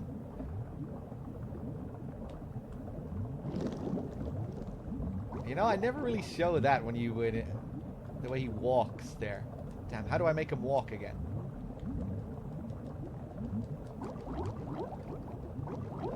Whoa! Earlier on, when we encounter Ames,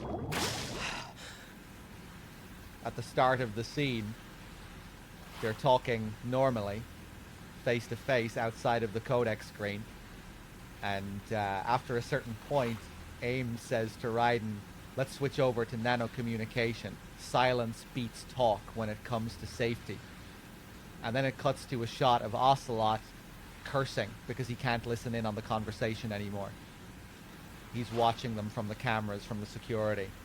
And when they switch over to nano communication, he kind of spits. He's like, huh.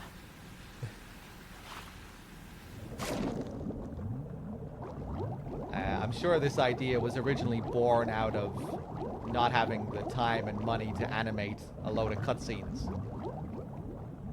And then they came up with an in-world explanation for why there are so many codec calls.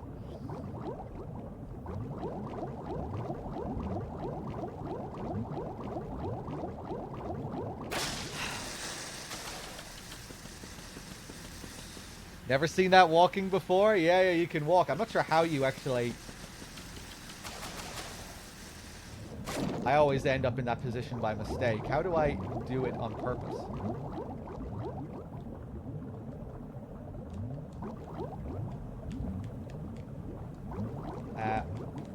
Oh, is my right analog stick fucked? I think it must be. You can usually spin around with the right analog stick, but... my controller is not doing it.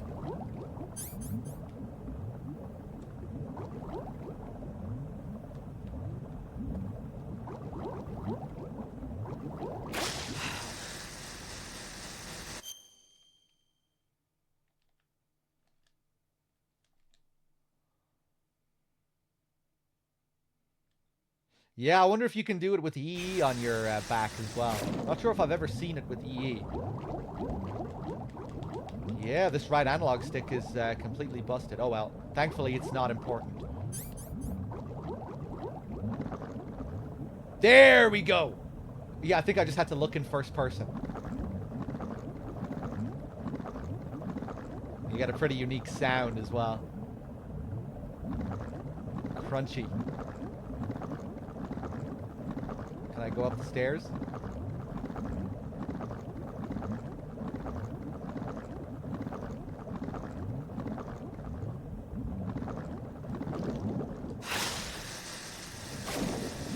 Let me just make sure I know how to do it. First person?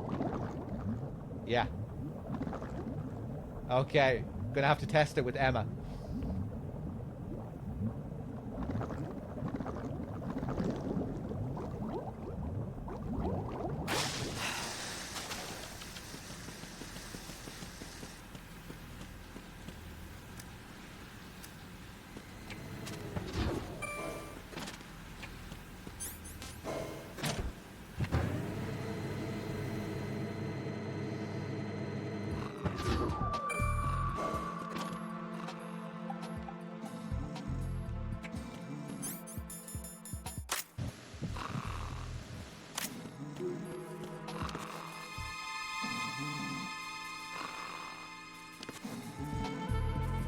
So here's the Prez.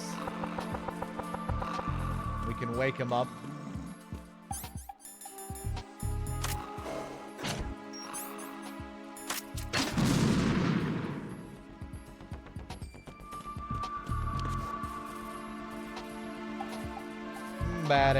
What does Pentazemin do? It steadies your hands when using sniper rifles. And it prevents seasickness.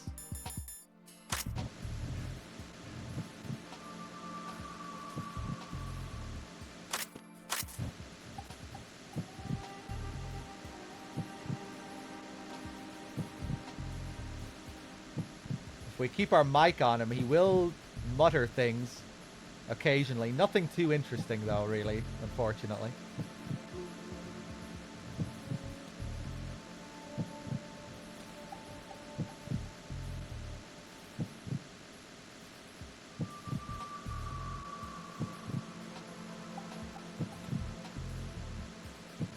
What the hell am I doing here?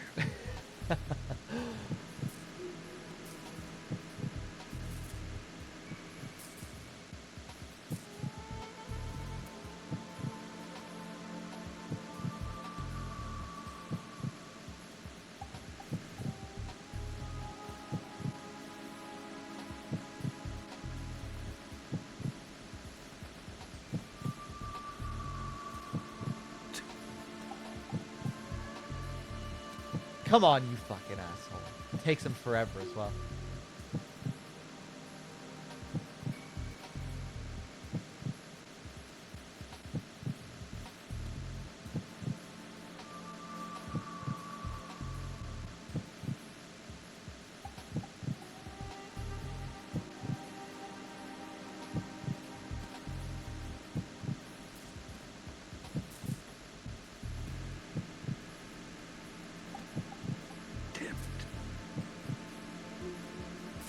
I'm gonna wait for one more line. I think he does like allude to Ocelot or Olga. He kind of curses someone.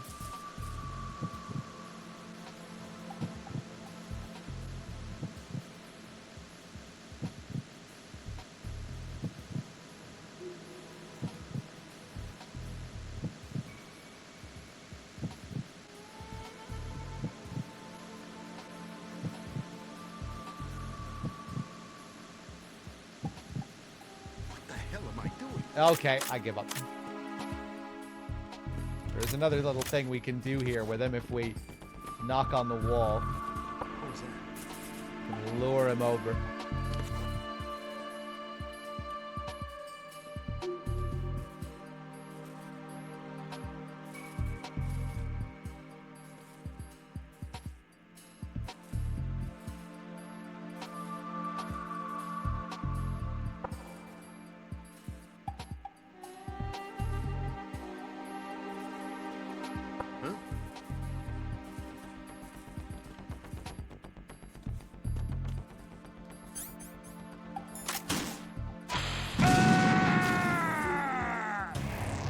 What the hell happened?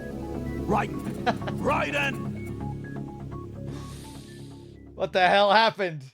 Yeah, you can blow him up through the wall with the Nikitas.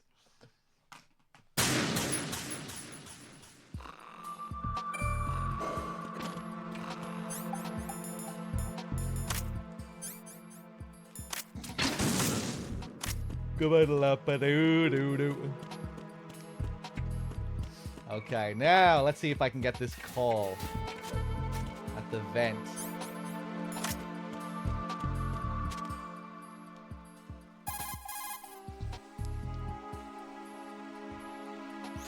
feel like I know this terrain.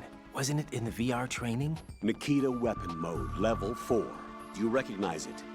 Oh, so that was another rehearsal for this mission. No, a simulation. Not the same thing as a rehearsal. Leverage the experience from your VR training, Raiden. A perfectly real VR experience is in itself an accomplished result. Have confidence in your abilities.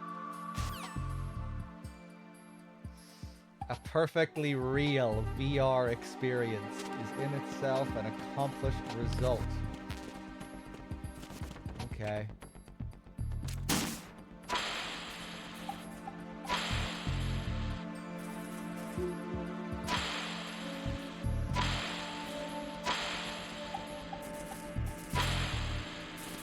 Whoop! Yeah, now he's gonna trip. If I blow up the panel now, it'll just kill him. He needs to duck for cover.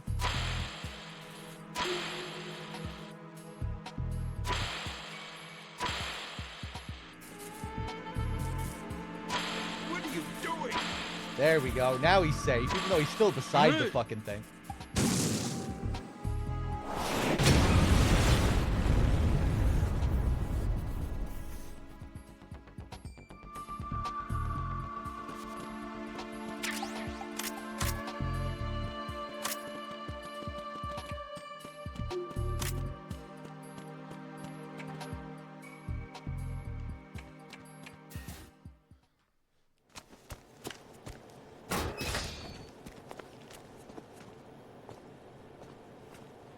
President Johnson.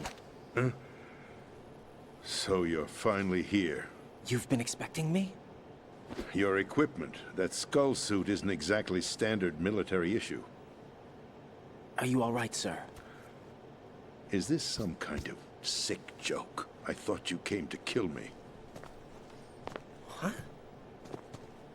I'm prepared to face the consequences of my betrayal. What are you... What the... You're a man? Well, who are you? Foxhound, sir. Foxhound? I see. Now things are starting to make a little sense.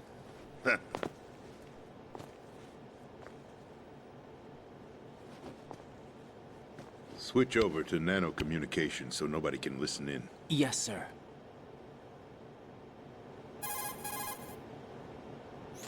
Do you read me, sir? Yes. Mr. President, it's my understanding that the terrorists have managed to input the code sequence necessary for launching a nuclear strike. That's correct. I punched the sequence in myself. You're working for them? If you asked me 2 hours ago, my answer would have been yes. Right now, they're keeping me alive until my vital signs are reconfirmed. They betrayed you? I wouldn't quite put it that way. I wanted power. They sought destruction. But why stoop to terrorism? I wanted absolute power. But you're the president. You have power. No, I'm just a figurehead. What? I don't have any control. The real power is in the Patriots' hands. The Patriots? The truth behind this country. I'm not surprised you've never heard of them. Very few are aware of their existence, even among those with code word clearance. Huh? Politics, the military, the economy, they control it all. They even choose who becomes president. Putting it simply, the Patriots rule this country. No. Hard to believe, isn't it? But it's the truth. The space defense, income tax reduction, and national missile defense programs. Every policy that's been credited to me was actually done according to their instructions. Space defense was initiated by Congress. That's what the Patriots want the country to believe. It's all a show. Democracy is just a filler for textbooks. Think about it. Do you actually believe that public opinion influences the government? No. This country is shaped and controlled as the Patriots see fit. The people are shown what they want to believe. What you call government is actually a well-staged production aimed at satisfying the public. Huh? Don't look at me like that. I'm legally sane, you know. It's not your sanity that worries me. The Patriots. Even I don't know who the actual members are. Are they financial, political, or military leaders? No one knows who the Patriots really are. Even my instructions come from a cutout. All I've been told is that every key decision is made by a group of 12 men, known as the Wise Men's Committee. Your office? The White House? Merely puppets, pawns in a game. By pledging my loyalty, an insignificant son of a senator was awarded the presidency. Of course, that wasn't the only price I had to pay. What do you mean? Even if a pawn becomes a queen, it is still just a playing piece. I wanted to leave my own mark in history, but my ambitions were... You'll understand someday. I wished to be a member of the Patriots.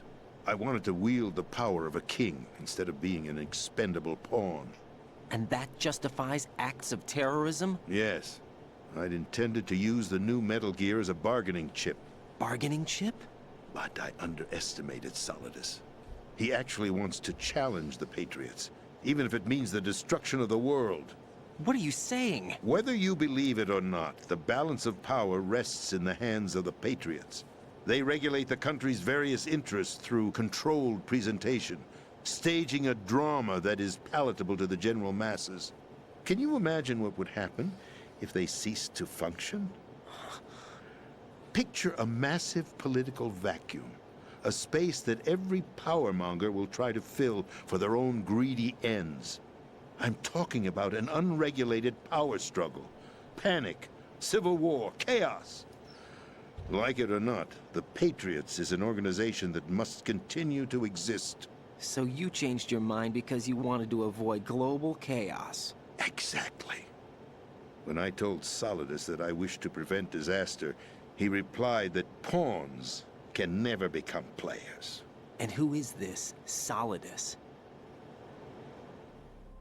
My predecessor, George Sears. That was the name the public came to know him by.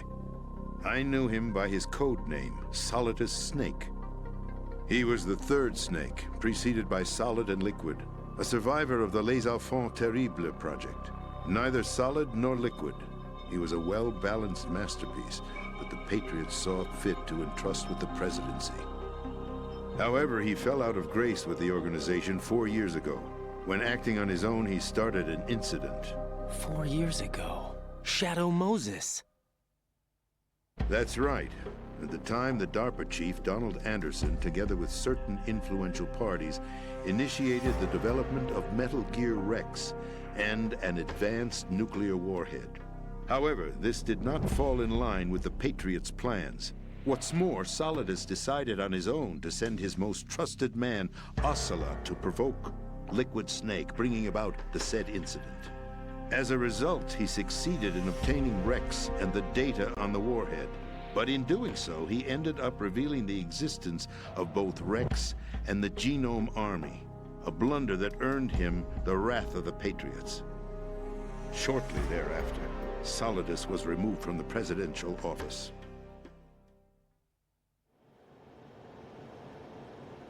I thought he resigned. That's the story given to the general public. Following his resignation, the Patriots selected me, their new pawn, for the presidency. But that would mean that the presidential race was... That was quite a show, wasn't it? It was a well-scripted drama staged by the Patriots for the benefit of the public. Even the Democrats and Republicans were dancing to the Patriots' tune. Everything went according to plan, but for one exception. Following his resignation, Solidus' health was scheduled to fail him, bringing about his untimely death. Capped? Correct. But before the Patriots could execute their plot, Solidus went underground with the help of Ocelot. As he avoided pursuit, Solidus gained control of Dead Cell, winning over Colonel Golukovich's outfit. From there, he bided his time, knowing that his opportunity would soon arrive. What opportunity? The completion of the new Metal Gear project, an opportunity that would even his odds against the Patriots. By stealing the Patriots' most valued project, he would be able to place them in a very uncomfortable position. It's the only chance he has for survival. Once he has the new Metal Gear, he'll declare war against the Patriots. Needless to say, he must be stopped. Metal Gear is already operational. No, not yet. What you saw was Metal Gear Ray, hijacked 2 years ago from the Marines by Ocelot. That was not the new Metal Gear. Then where's the new Metal Gear? Right here. What? You're standing in it. To be more precise, this entire big shell facility is the new Metal Gear. Would you say? No, I'm quite serious. The upper structure that you've seen is camouflage, designed to represent an offshore cleanup facility. The main structure extends from the foundation all the way down to the ocean floor. The connecting elevator is located on the B2 floor of the Shell 1 core. Arsenal Gear. That's the code name for the new Metal Gear. Arsenal? That's right. Arsenal. We're talking about an impregnable fortress carrying a load of over a couple of thousand missiles, including nuclear warheads, all protected by a horde of mass-produced Metal Gear Ray units. Mass-produced? The Ray unit was originally designed for the Marines to be used as a countermeasure against the Metal Gear variations throughout the world. The Patriots had Ray redesigned to protect the new Arsenal Gear. So now anti-Metal Gears are guarding a Metal Gear. Ironic, isn't it? That's not all. Arsenal Gear has full access to the military's tactical network, giving it the ability to exercise absolute control over our nation's armed forces, not to mention our nuclear armament. In short, Arsenal was created to be the core of our country. What kind of idiotic weapon? Weapon? No. You're not seeing the full picture. Arsenal Gear is more than just a military tool. It is a means to preserve the world as it is. It will establish a new form of control. The Patriots will use it to keep their place as the country's true rulers. Right now, they feel pressured and threatened. By what? They fear an overabundance of digital information. The world will drown in the coming flood of information, and they along with it. The Arsenal plans include a system to digitally manage the flow of information, making it possible to shape the truth for their own purposes. In short, the Arsenal system is the key to their supremacy. The key? Yes. The GW system is the Patriots' trump card. Arsenal Gear will be fully operational when GW is successfully integrated. Once operational, it will be a completely new form of power for the Patriots to wield. I had hoped to seize the project from them, so that I would be in a strong bargaining position. Bargain for what? I'd hoped to trade my way into their ranks, but Solidus preferred rebellion. Outer Heaven, his plan to unleash a nuclear blast over the skies of Wall Street to break the Patriots' control over the business community, is also a key factor in his offensive effort. Outer Heaven? Listen, there isn't much time. The football served as the key for activating Arsenal Gear. I've already input the necessary code sequence. It won't be long before GW begins to establish connections with other external systems, and Arsenal Gear becomes fully operational. Stop them before that happens. That is your role. Role? You've got to find Emma Emmerich. She's the only one who can stop that thing once it's been activated. Emma Emmerich? She's the system programmer for Arsenal Gear. I believe she's somewhere on level B1 in the core of this building. I thought the levels below us were flooded. I'm sure they won't let her die just yet, as she's the only remaining programmer for this project. According to Ocelot, she was being held in a locker room located in the northwest part of level B1.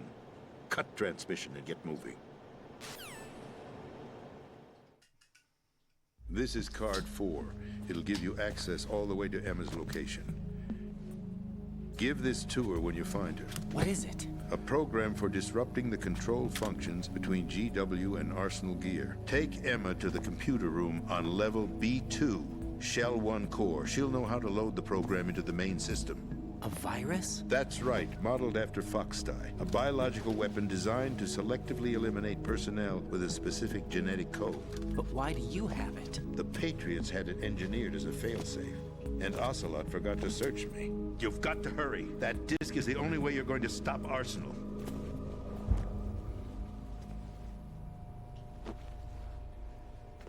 Well, I've told you everything you need to know.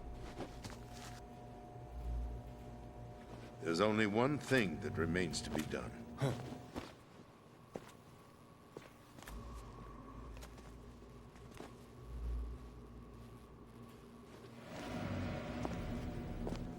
Now, kill me. What the? There's no time to argue. The final check for my vital ID will start any second. If you kill me now, you'll at least prevent the nuclear strike. Cut it out! Do it! That's your role! Pull! No! Good!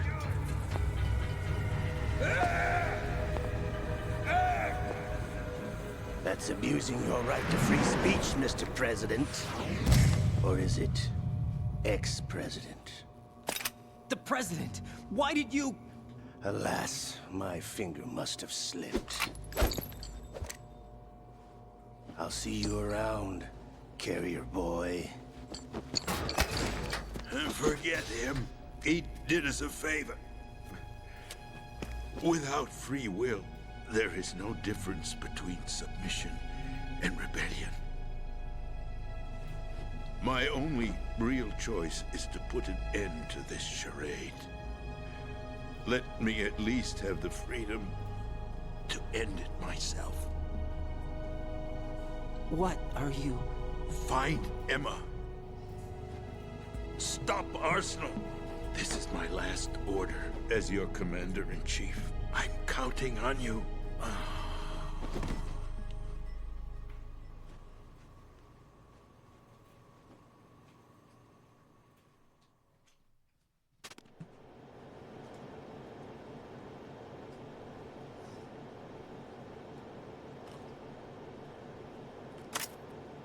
Hold on.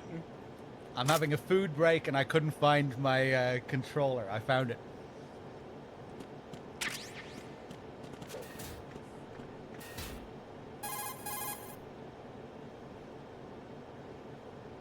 Colonel, the president is dead. I see. I'm sorry to hear that. Where do we go from here? Your mission was to rescue the president and eliminate the terrorist threat. However, given the recent turn of events, we will honor the president's last directive. You must put a stop to Arsenal Gear once and for all. Do you actually think there's any truth to his story about this big shell facility being a front for Arsenal Gear? I don't have the security clearance necessary to verify the facts. However, he was the president. I'm sure he knew what he was talking about. Aren't you forgetting that he was part of the terrorist plot? All the more reason why I believe his information is reliable. Huh? We're talking about a man who chose to die rather than risk a nuclear holocaust. Thanks to his sacrifice, the Nuclear Launch Authority has shifted to the Vice President, effectively eliminating the terrorist threat. Colonel, when you put it like that, it almost sounds like I should have assassinated the President to eliminate the threat. That was not my intention. I was trying to point out that there is certainly some credibility to the words of a man who chose death to protect the innocent. The Colonel has a point, Jack. What about the information he gave me on the Patriots? That's a new one on me. I'll see what I can find out. Raiden, we're running out of time. Find Emma. She's supposed to be located on level B1, in the core of that building you're in, right? You've got to find her before Arsenal becomes fully operational. Hurry, Jack. It's up to you to make sure that the President didn't sacrifice his life in vain. Understood. Raiden out.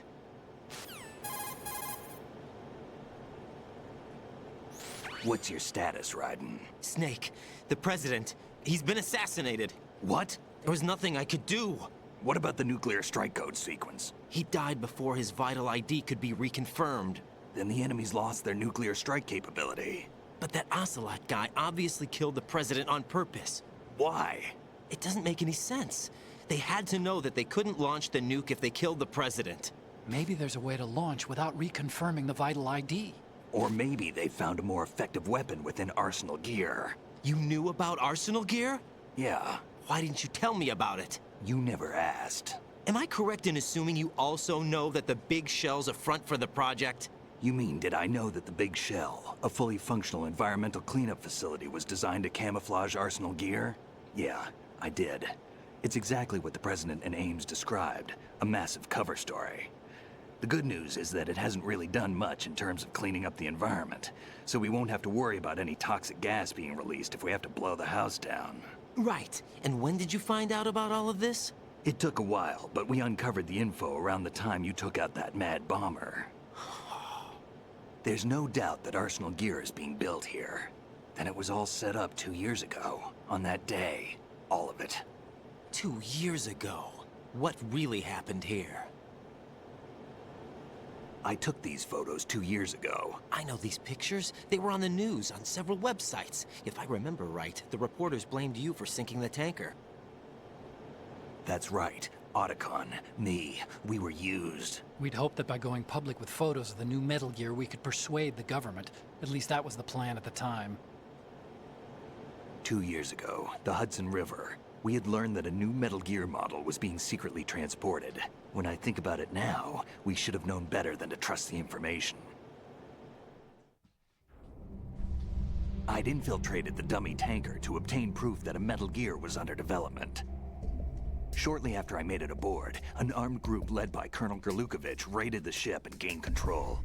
Olga and Ocelot were among the raiding party. Yeah, and him. Who are you talking about? A man that was supposed to be dead.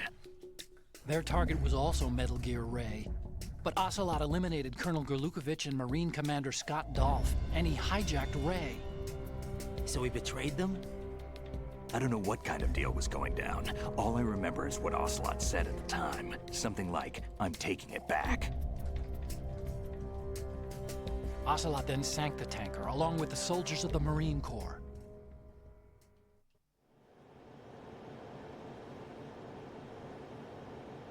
How did you manage to get out? Otacon managed to have a small boat ready for me. That was the easy part. The tough part was not getting dragged down with the sinking tanker. Small miracle when you think about it. It turned out that the whole thing was a setup to lure us. Photos of Snake, taken by the Cypher, were released to the public. In turn, we became the world's most wanted environmental terrorists. It was definitely a move aimed at putting a stop to our anti-Metal Gear activities. But why did they choose Snake? Since the Shadow Moses incident, Snake became sort of a hero. I think the Patriots weren't too happy about that. You knew about the Patriots? Well, yes, to a certain degree. It seems like everyone knows about them except me. They didn't choose Snake to be a hero. So they decided to do a smear campaign. I think the Patriots wanted to make an example of him so everybody would think twice before opposing them. That's it! They set all this up just to nail you guys. No, there's more to it than that. The Marines' Metal Gear Ray project, headed by Commander Dolph, was carried out in opposition to the Navy's Arsenal Gear project. To be more precise, the Patriots considered Metal Gear Ray to be a thorn in their side. Hence, they attacked the dummy tanker and stole Ray. They followed this up with a perfect plan. They immediately sent a fully loaded tanker to the same location and sank it. Then set up the facility to camouflage the development of Arsenal Gear. And we fell for it. 2 more puppets in their show. Colonel Gerlukovich and his daughter Olga? Both fell victim to Ocelot's plot. Was Solidus behind all this? He used Ocelot to get hold of Ray, huh? No, he was underground, keeping a low profile at the time.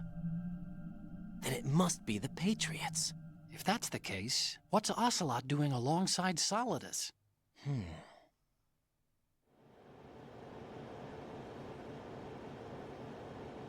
Forget it. We're wasting time. We can figure this out later. The nuclear strike's been prevented, but Arsenal still has a massive payload of missiles to deal with. Right. If the opposition gets control of those missiles... Raiden, you've got to find Emma. Wait a second. Isn't Emma Emmerich... my sister? What's she doing here? You got me. She's a computer whiz who specializes in neural AI and ultra-variable volume data analysis using complex logic. How she got involved in weapons development is beyond me. Whatever her reasons, we need her in order to stop Arsenal. Raiden, find her. I'm on my way.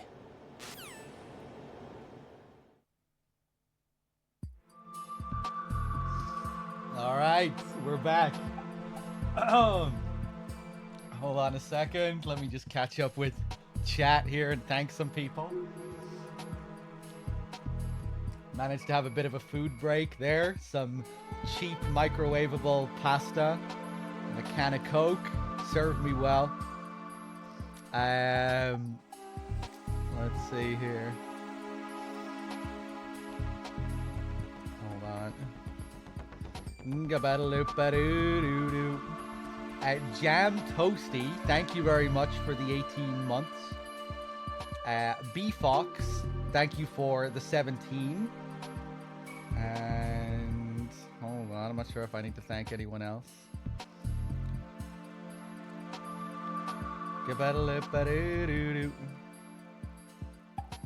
So we get a big scene here with the president and Snake. More layers of the onion being peeled back, learning the truth about the big shell, what this place is really used for. Just a shell to protect arsenal gear underneath.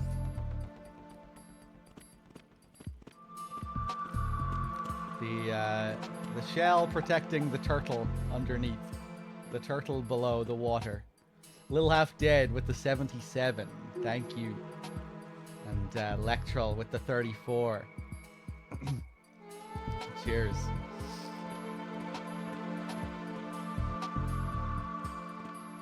And yeah, the president revealing to us the truth behind the Patriots, their motivations, what they fear. An overabundance of digital information that the world cannot handle. What we're experiencing right now in real life in 2024. The Patriots don't think we're capable of dealing with this internet age, and they need to come in to save us, to stop us from destroying ourselves. We will only slow down social progress and reduce the rate of evolution. The world will drown in the coming flood of information, and they along with it. But of course, they also lose their power. Of course, the drowning in water metaphor goes all the way back to the opening credits of the game, where you see the slow image of flowing water, peacefully, carefully flowing past information written on stone, and then time passes as we evolve and information is imprinted on paper. Slowly the water starts to flow faster, and then from paper to digital information as the flow becomes unstoppable and starts to drown. It's really cool how the opening credits show you what the president was talking about there in like a symbolic sense. You see the progression of information through the ages and how it's changed.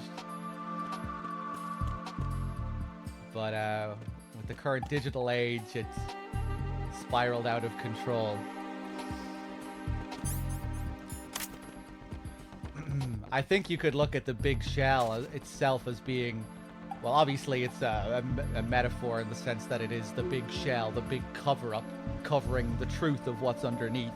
But with regards to the marine filtration facility, the water filtration, that it's filtering out what is not needed or what is not wanted, filtering out the oil. And the Patriots use similar metaphors at the end of the game, using the word filtering when talking about information and creating the context for our lives and filtering out the unnecessary.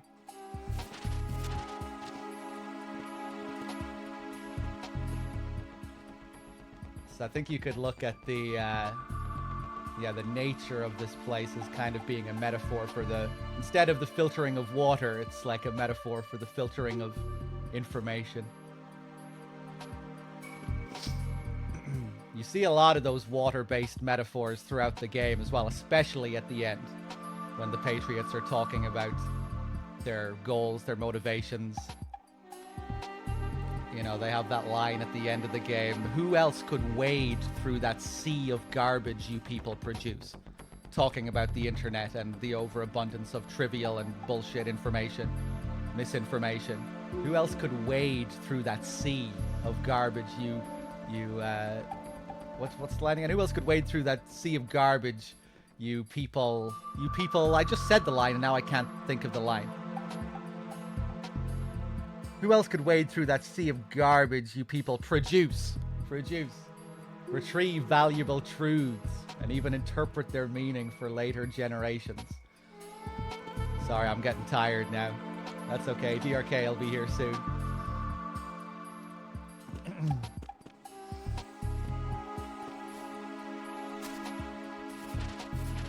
There are a couple of others as well, I'm blanking on them. The growing cesspool of society at large. Wish I could remember all the exact quotes, but yeah, they repeatedly use these water-based metaphors to describe the internet age and the overabundance of trivial information.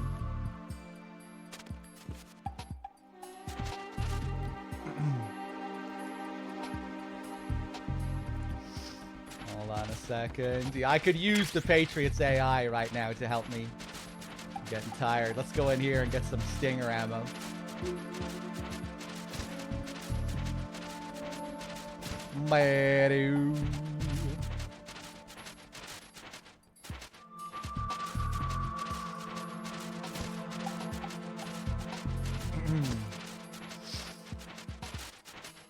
The scene with Snake and Otacon is kind of interesting as well, when they're, you know, a lot of it is just recap.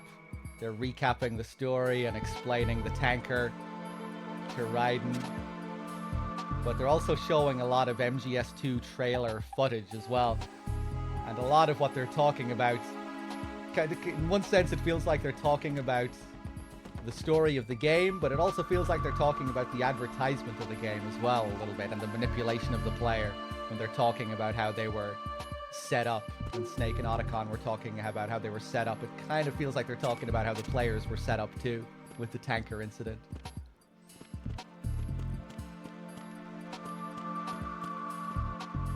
Smear campaign.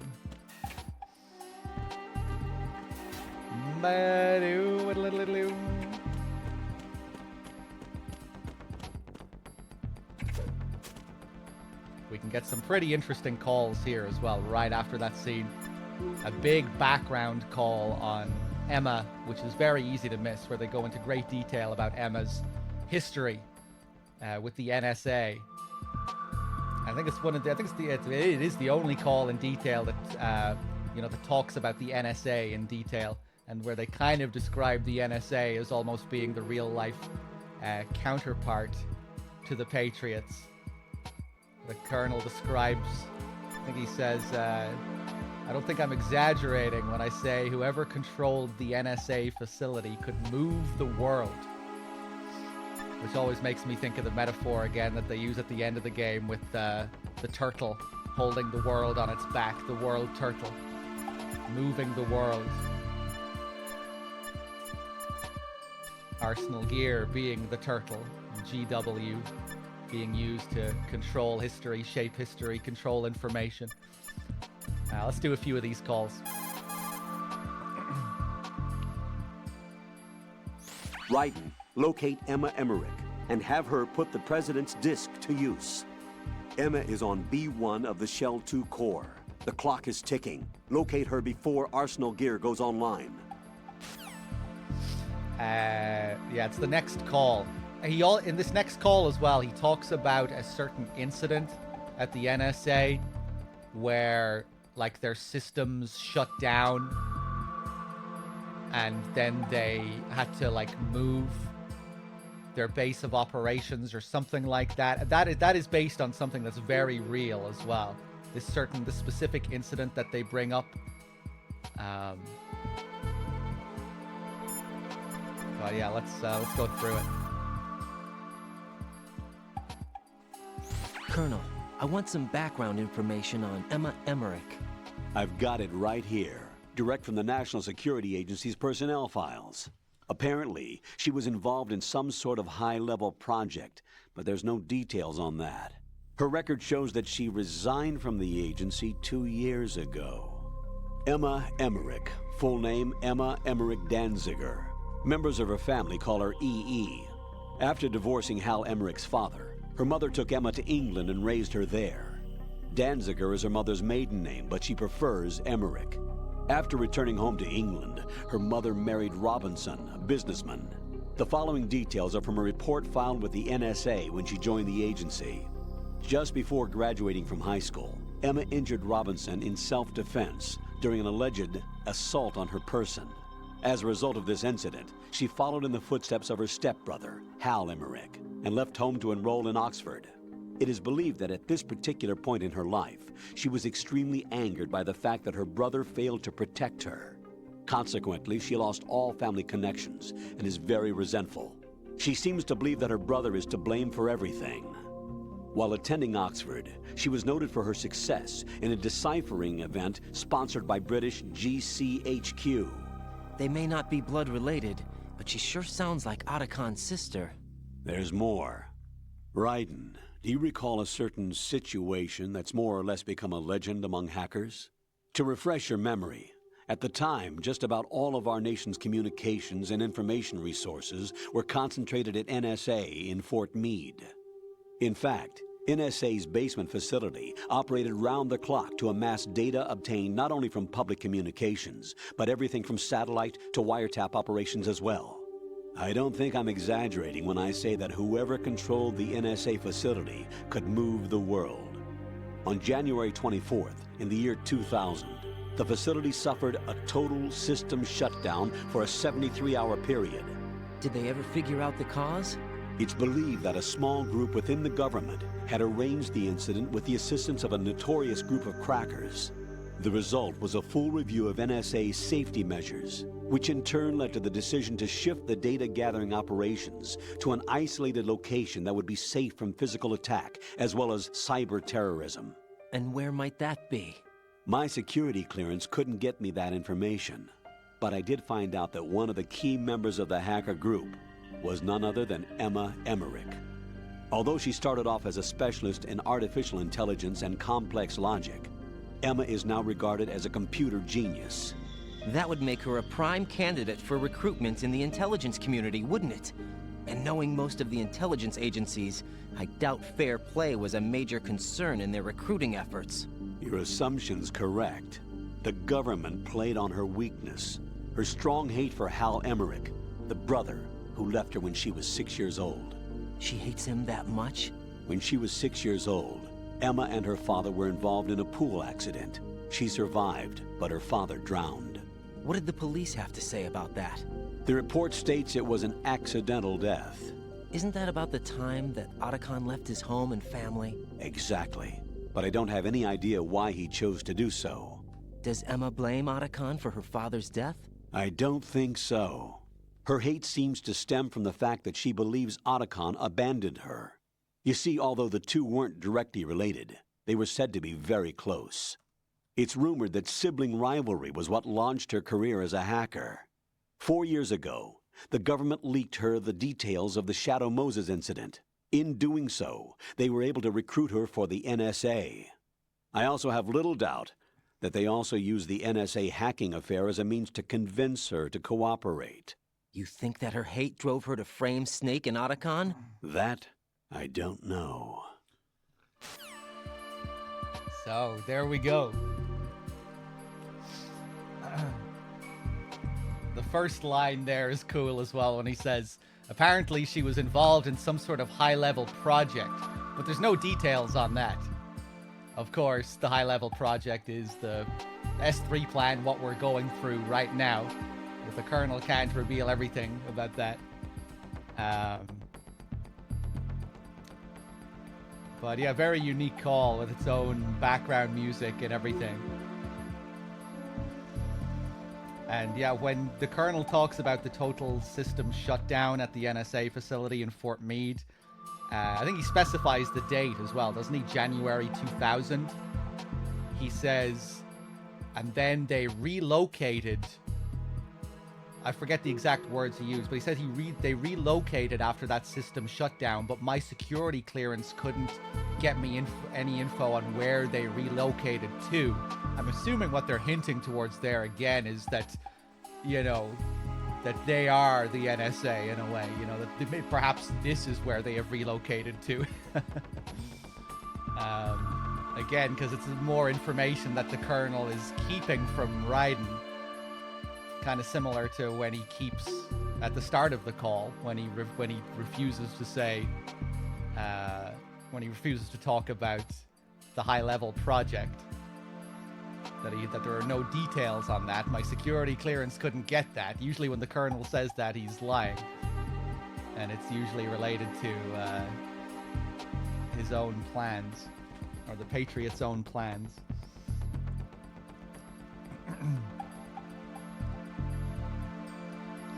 People were talking about Snowden there. Yeah, Snowden played this game back in the day, funnily enough. And even made some posts about it. I think you can still find them online.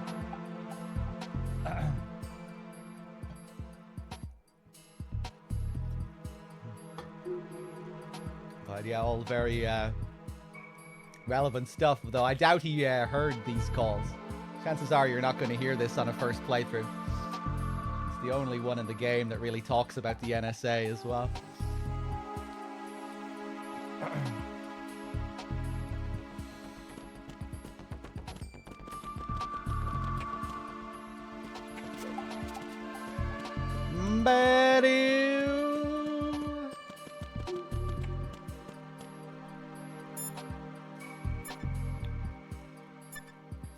There's some other good calls here as well.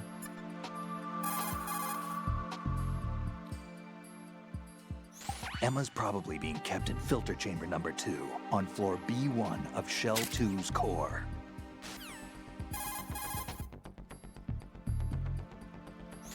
The rumors about Big Shell being a big cover-up are all true. Otacon? I had Snake check everything out. Sure, there's some facilities to clean up the pollution, but they're not running at full capacity. Don't you think it's funny that even though 2 years have gone by since the incident, they haven't managed to clean up all the crude oil? Of course, the media doesn't report that kind of thing. I think they're having fresh shipments of crude oil brought in to replace the stuff they've cleaned up. The story you were told about toxic chemicals being released if the plant were blown up also seems pretty fishy. I don't think it's actually true. Information is being suppressed on a huge scale. These guys seem to think that the new Metal Gear is worth all the effort and money they're spending on it. So I've been lied to all along. No, I think even your CO didn't know what was going on, and that's probably what he's been telling you. I didn't mean by the Colonel. I meant by you. Huh? We never lied to you. We just didn't tell you everything, that's all. You know, you're a pretty interesting guy. You're just like Snake said. What did he say? That you're a weak, simple-minded, stubborn fool. A weak, simple-minded... Ah, don't worry. He didn't mean anything bad by it. Nothing bad? Well, what could possibly be worse than that? That lying, useless, backstabbing, mincing son of a... Raiden, I'm his friend. I know him better than anyone else. I know he's not that kind of guy. Yeah, so what? And, by the way, there's one more thing you should probably know about Snake. What? He's right here. Next to you? Yep. Did he hear... every word? I'm just gonna get back to the mission now. There it is, Raiden's defining character moment in this game, maybe you could say. Now he is truly underneath everyone. Even Otacon has him under his thumb. Even Otacon is talking absolute shit to him, straight to his face. That you're a weak, simple-minded, stubborn fool. Oh, don't worry, he didn't mean anything bad by it.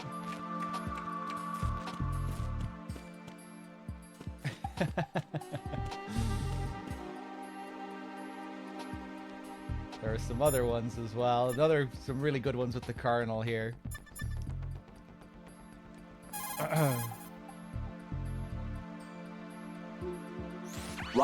Locate Emma Emmerich and have her put the President's disk to use. Emma is on B1 of the Shell 2 core. The clock is ticking. Locate her before Arsenal gear goes online.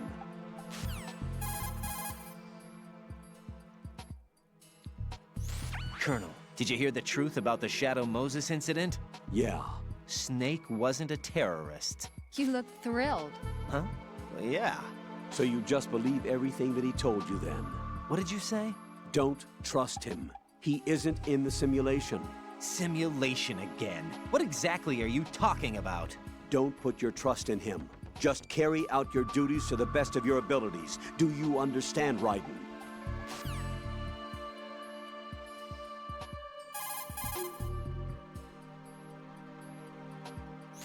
Colonel, why did Ocelot murder the President? They disagreed, probably. Exactly the same. What? As the Shadow Moses incident. Don't be foolish. Are you sure about that? Aim's death, appearance of the ninja, the President's death, and now the virus. You're reading too much into things. That's right, Jack. You're tired.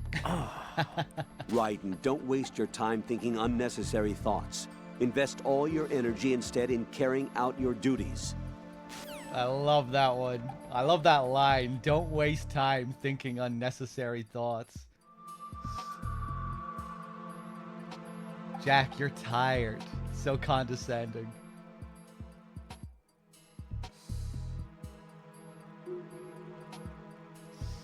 That's what it is. You're just tired, Jack. I went back and looked at the script for that part of the Emma call, where, yeah, it really feels like they're, what does it say here? On January 24th, 2000, hacking assault on the NSA facility in Fort Meade, causing a total system shutdown for a 73-hour period. And that is the real event. That January 24th event. That caused a total system shutdown for a 73-hour period. And this is where they tie the real-life event into the story of MGS2. The result was a full review of NSA safety measures, which in turn led to the decision to shift the data-gathering operations to an isolated location that would be safe from physical attack as well as cyber terrorism. My security clearance couldn't get me high enough to verify where that is. But yeah, hint, hint, nudge, nudge, the isolated location is Arsenal gear. So yeah, really describing the NSA as the real-life counterpart to the Patriots in some sense. Colonel, what else do you have to say? Colonel, did you find anything about the Patriots? No, not yet. I can't find data on them anywhere. But the President is... Jack, there is no data. Colonel, you know something, don't you? No, I don't know anything. I need a little more time.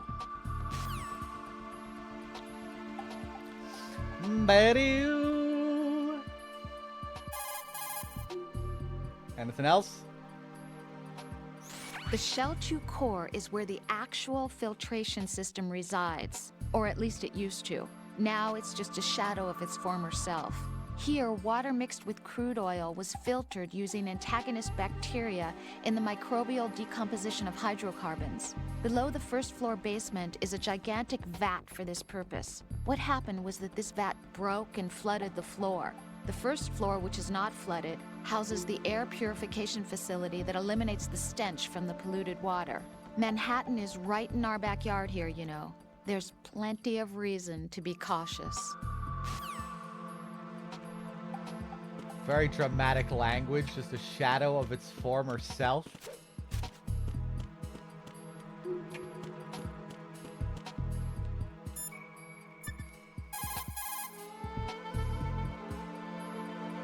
Emma's probably being kept in filter chamber number 2 on floor B1 of Shell 2's core.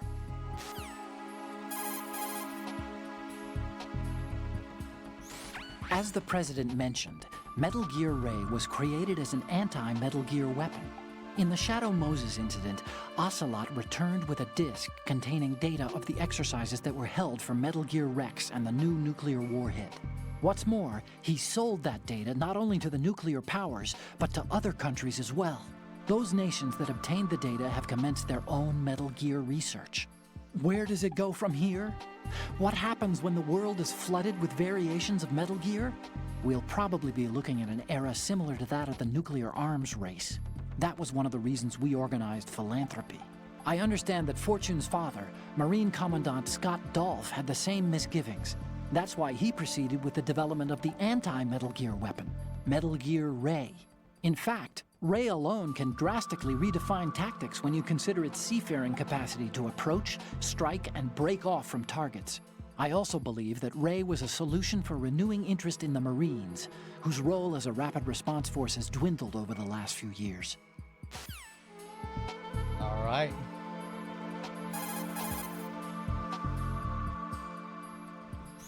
I did a quick inspection.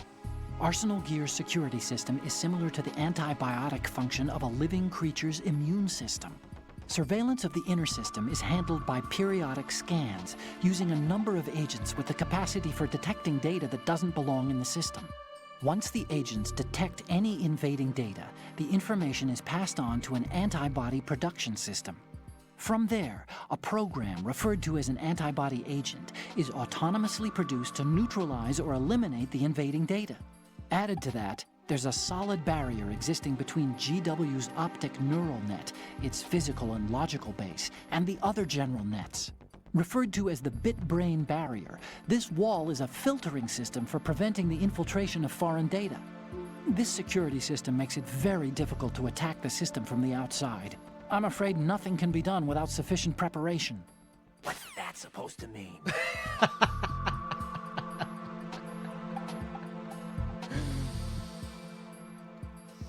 I understand completely. I really like this idea, though, with Arsenal Gear functioning like this living creature, having this electronic immune system. Originally, it started as a, well, who knows where the idea really originated, but it is in part inspired by Pinocchio. Pinocchio getting eaten by the whale.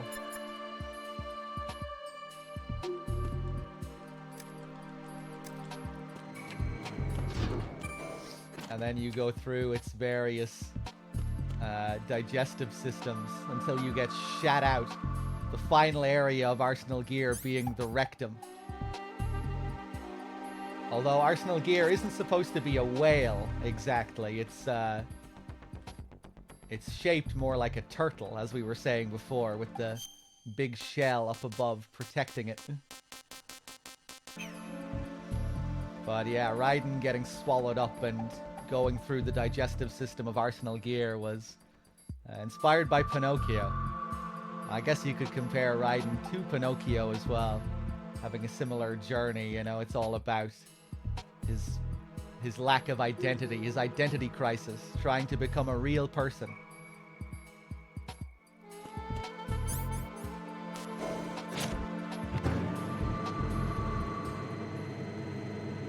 Starting out as this unreal thing and his journey to become something real.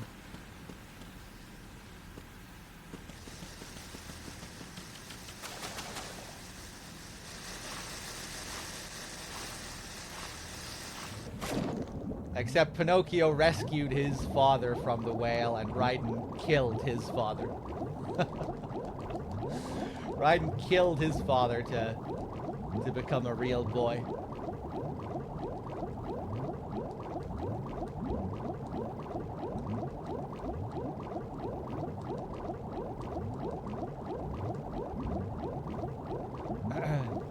That's actually kind of an interesting twist on that. You know, because he's killing his adopted father.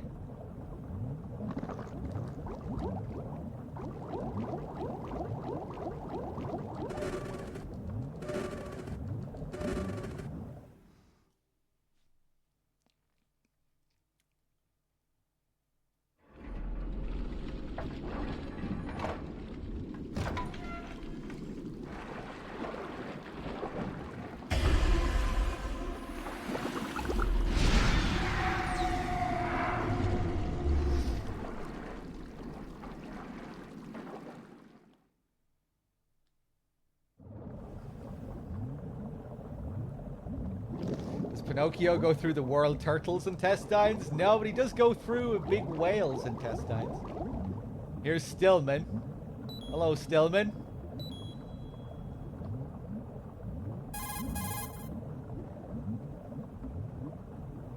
Snake, it's Stillman. Stillman's here. Yeah? He was waiting for me. Right. And that's that.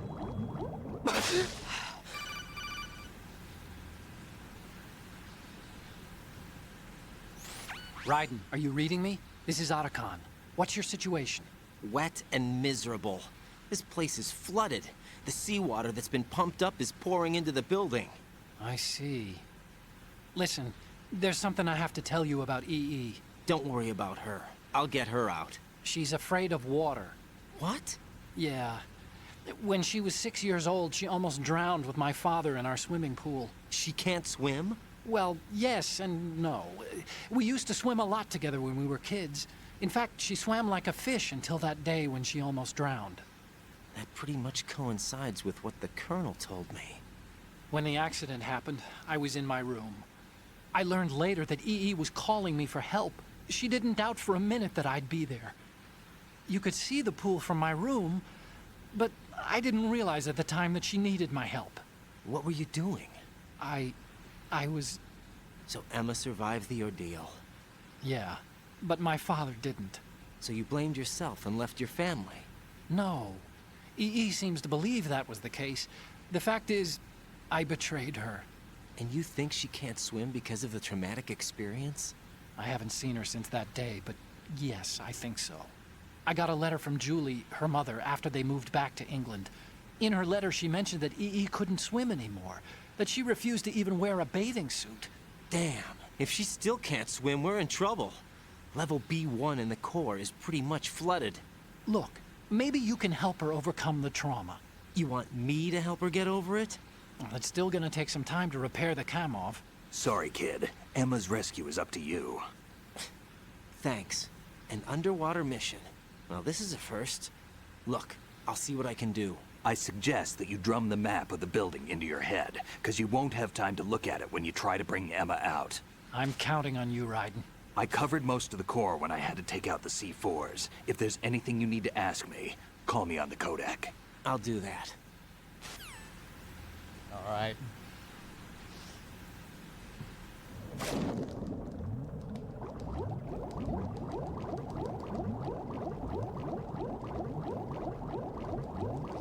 So I think with that Stillman call, it's kind of weird, you know. You call up Snake. It's Stillman. He was waiting for me. Right. Hangs up. Again, I think it's just supposed to be like Raiden wanting Snake to make things okay. Say something to make it all okay, Snake.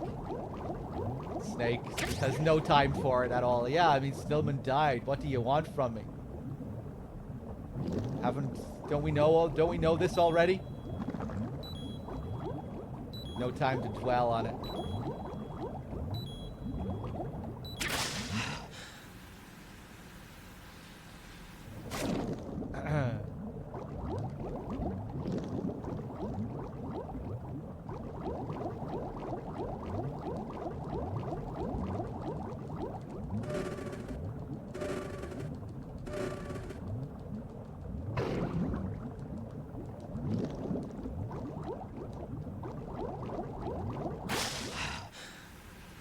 Okay, you ready? It's time. Time for the empty room.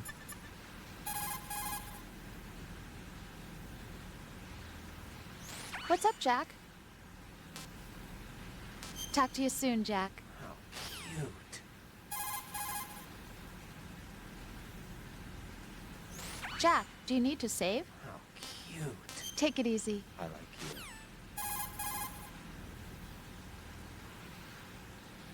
What's up, Jack? I love you.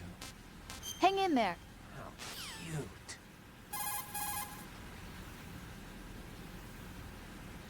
Jack, do you need to That's save? so cute, I can't bear it. See ya. I want to hold you in my arms.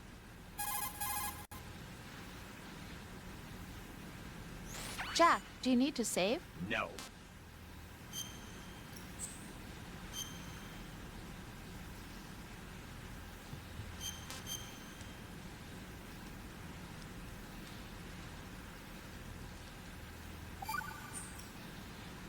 See ya. What?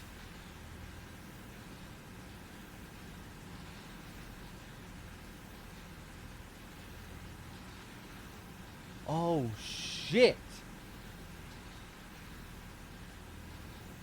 Hold on.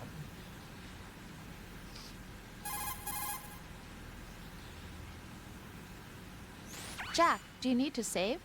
I think maybe I fucked it up because I didn't do enough save calls during the last section. I remember that being a thing with Rose's save calls. If you don't do enough, you just, you'll miss out on some late in the game. No way.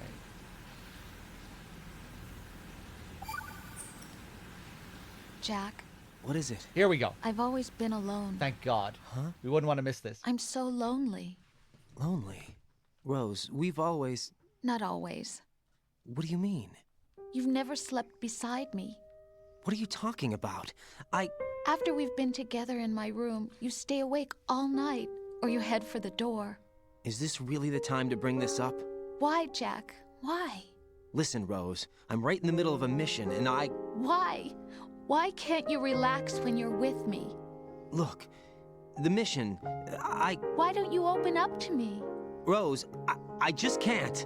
All I ever wanted was to share your dreams, to spend a meaningful evening with you. I just wanted to find you by my side when I woke up. Is that asking too much? It's the night. I'm scared of the night. It's got nothing to do with you. Scared of the night? What's that supposed to mean? I can't relax when I'm with someone. Jack, you wouldn't even let me in your room. I need privacy. I just can't be bothered. Bothered? Wrong word. What I wanted to say was that there are certain things that I have to keep to myself. Do you remember that time I forced my way into your room? We'd known each other for almost a year, and you blew up. It was the first time you ever raised your hand against me. I was so worried about you. Look, I'm sorry. It wasn't your violent nature that scared me. It was your room, your heart. Stop it. There wasn't anything in your room. Only a bed and a small desk. It looked like a prison cell. Rose? No television set. No family pictures. Not even a poster. Rose, I only use that room for sleeping. A lifeless room. Don't say it. Almost like your empty heart. No! That's why I tried to keep you out. I thought I was beginning to understand you. Until I saw that room. Would you have been happier if I had a picture of you hanging on the wall? That's not what I was trying to say. Enough, Rose. We'll talk about this later. After the mission. Right. After the mission. I understand. Alright, you fools. It's time to hand the stream over to DRK. I'm tired. I need to get some rest. But I will be back later on for some MGS3. Just bear with me for a few minutes. You know the drill by now. I'm just going to play some music while I get this save sent over to DRK, and he'll be picking up right where we left off here with the exact same save, and he'll be with you for the end of MGS2 and a decent chunk of MGS3. I'll be right back.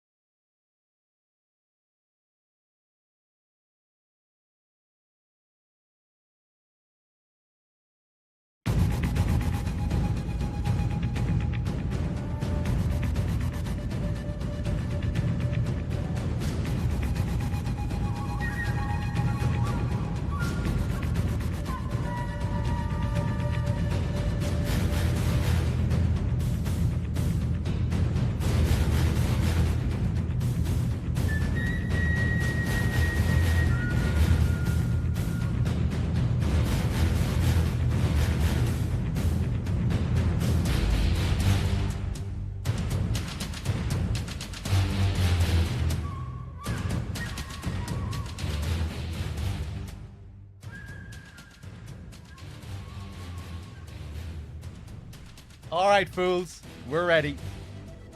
Let me just check my dashboard one more time to make sure I'm up to date. I'm thanking everyone here. Ludrin is the last name I see here with 7 months. Thank you, Ludrin. Rage of 1,000 Babies before that. Lil Half Dead. Anyone I might have missed along the way. Thank you very much. It was a fun MGS2 session, as it always is. And yeah, the stream is going to go down for like 10 or 20 seconds. With DRK, I'll be right back up with the rest of MGS2 and a big chunk of MGS3. And I'll see you later for more MGS3. Don't go anywhere. The stream will be back in a few seconds. I'll see you soon.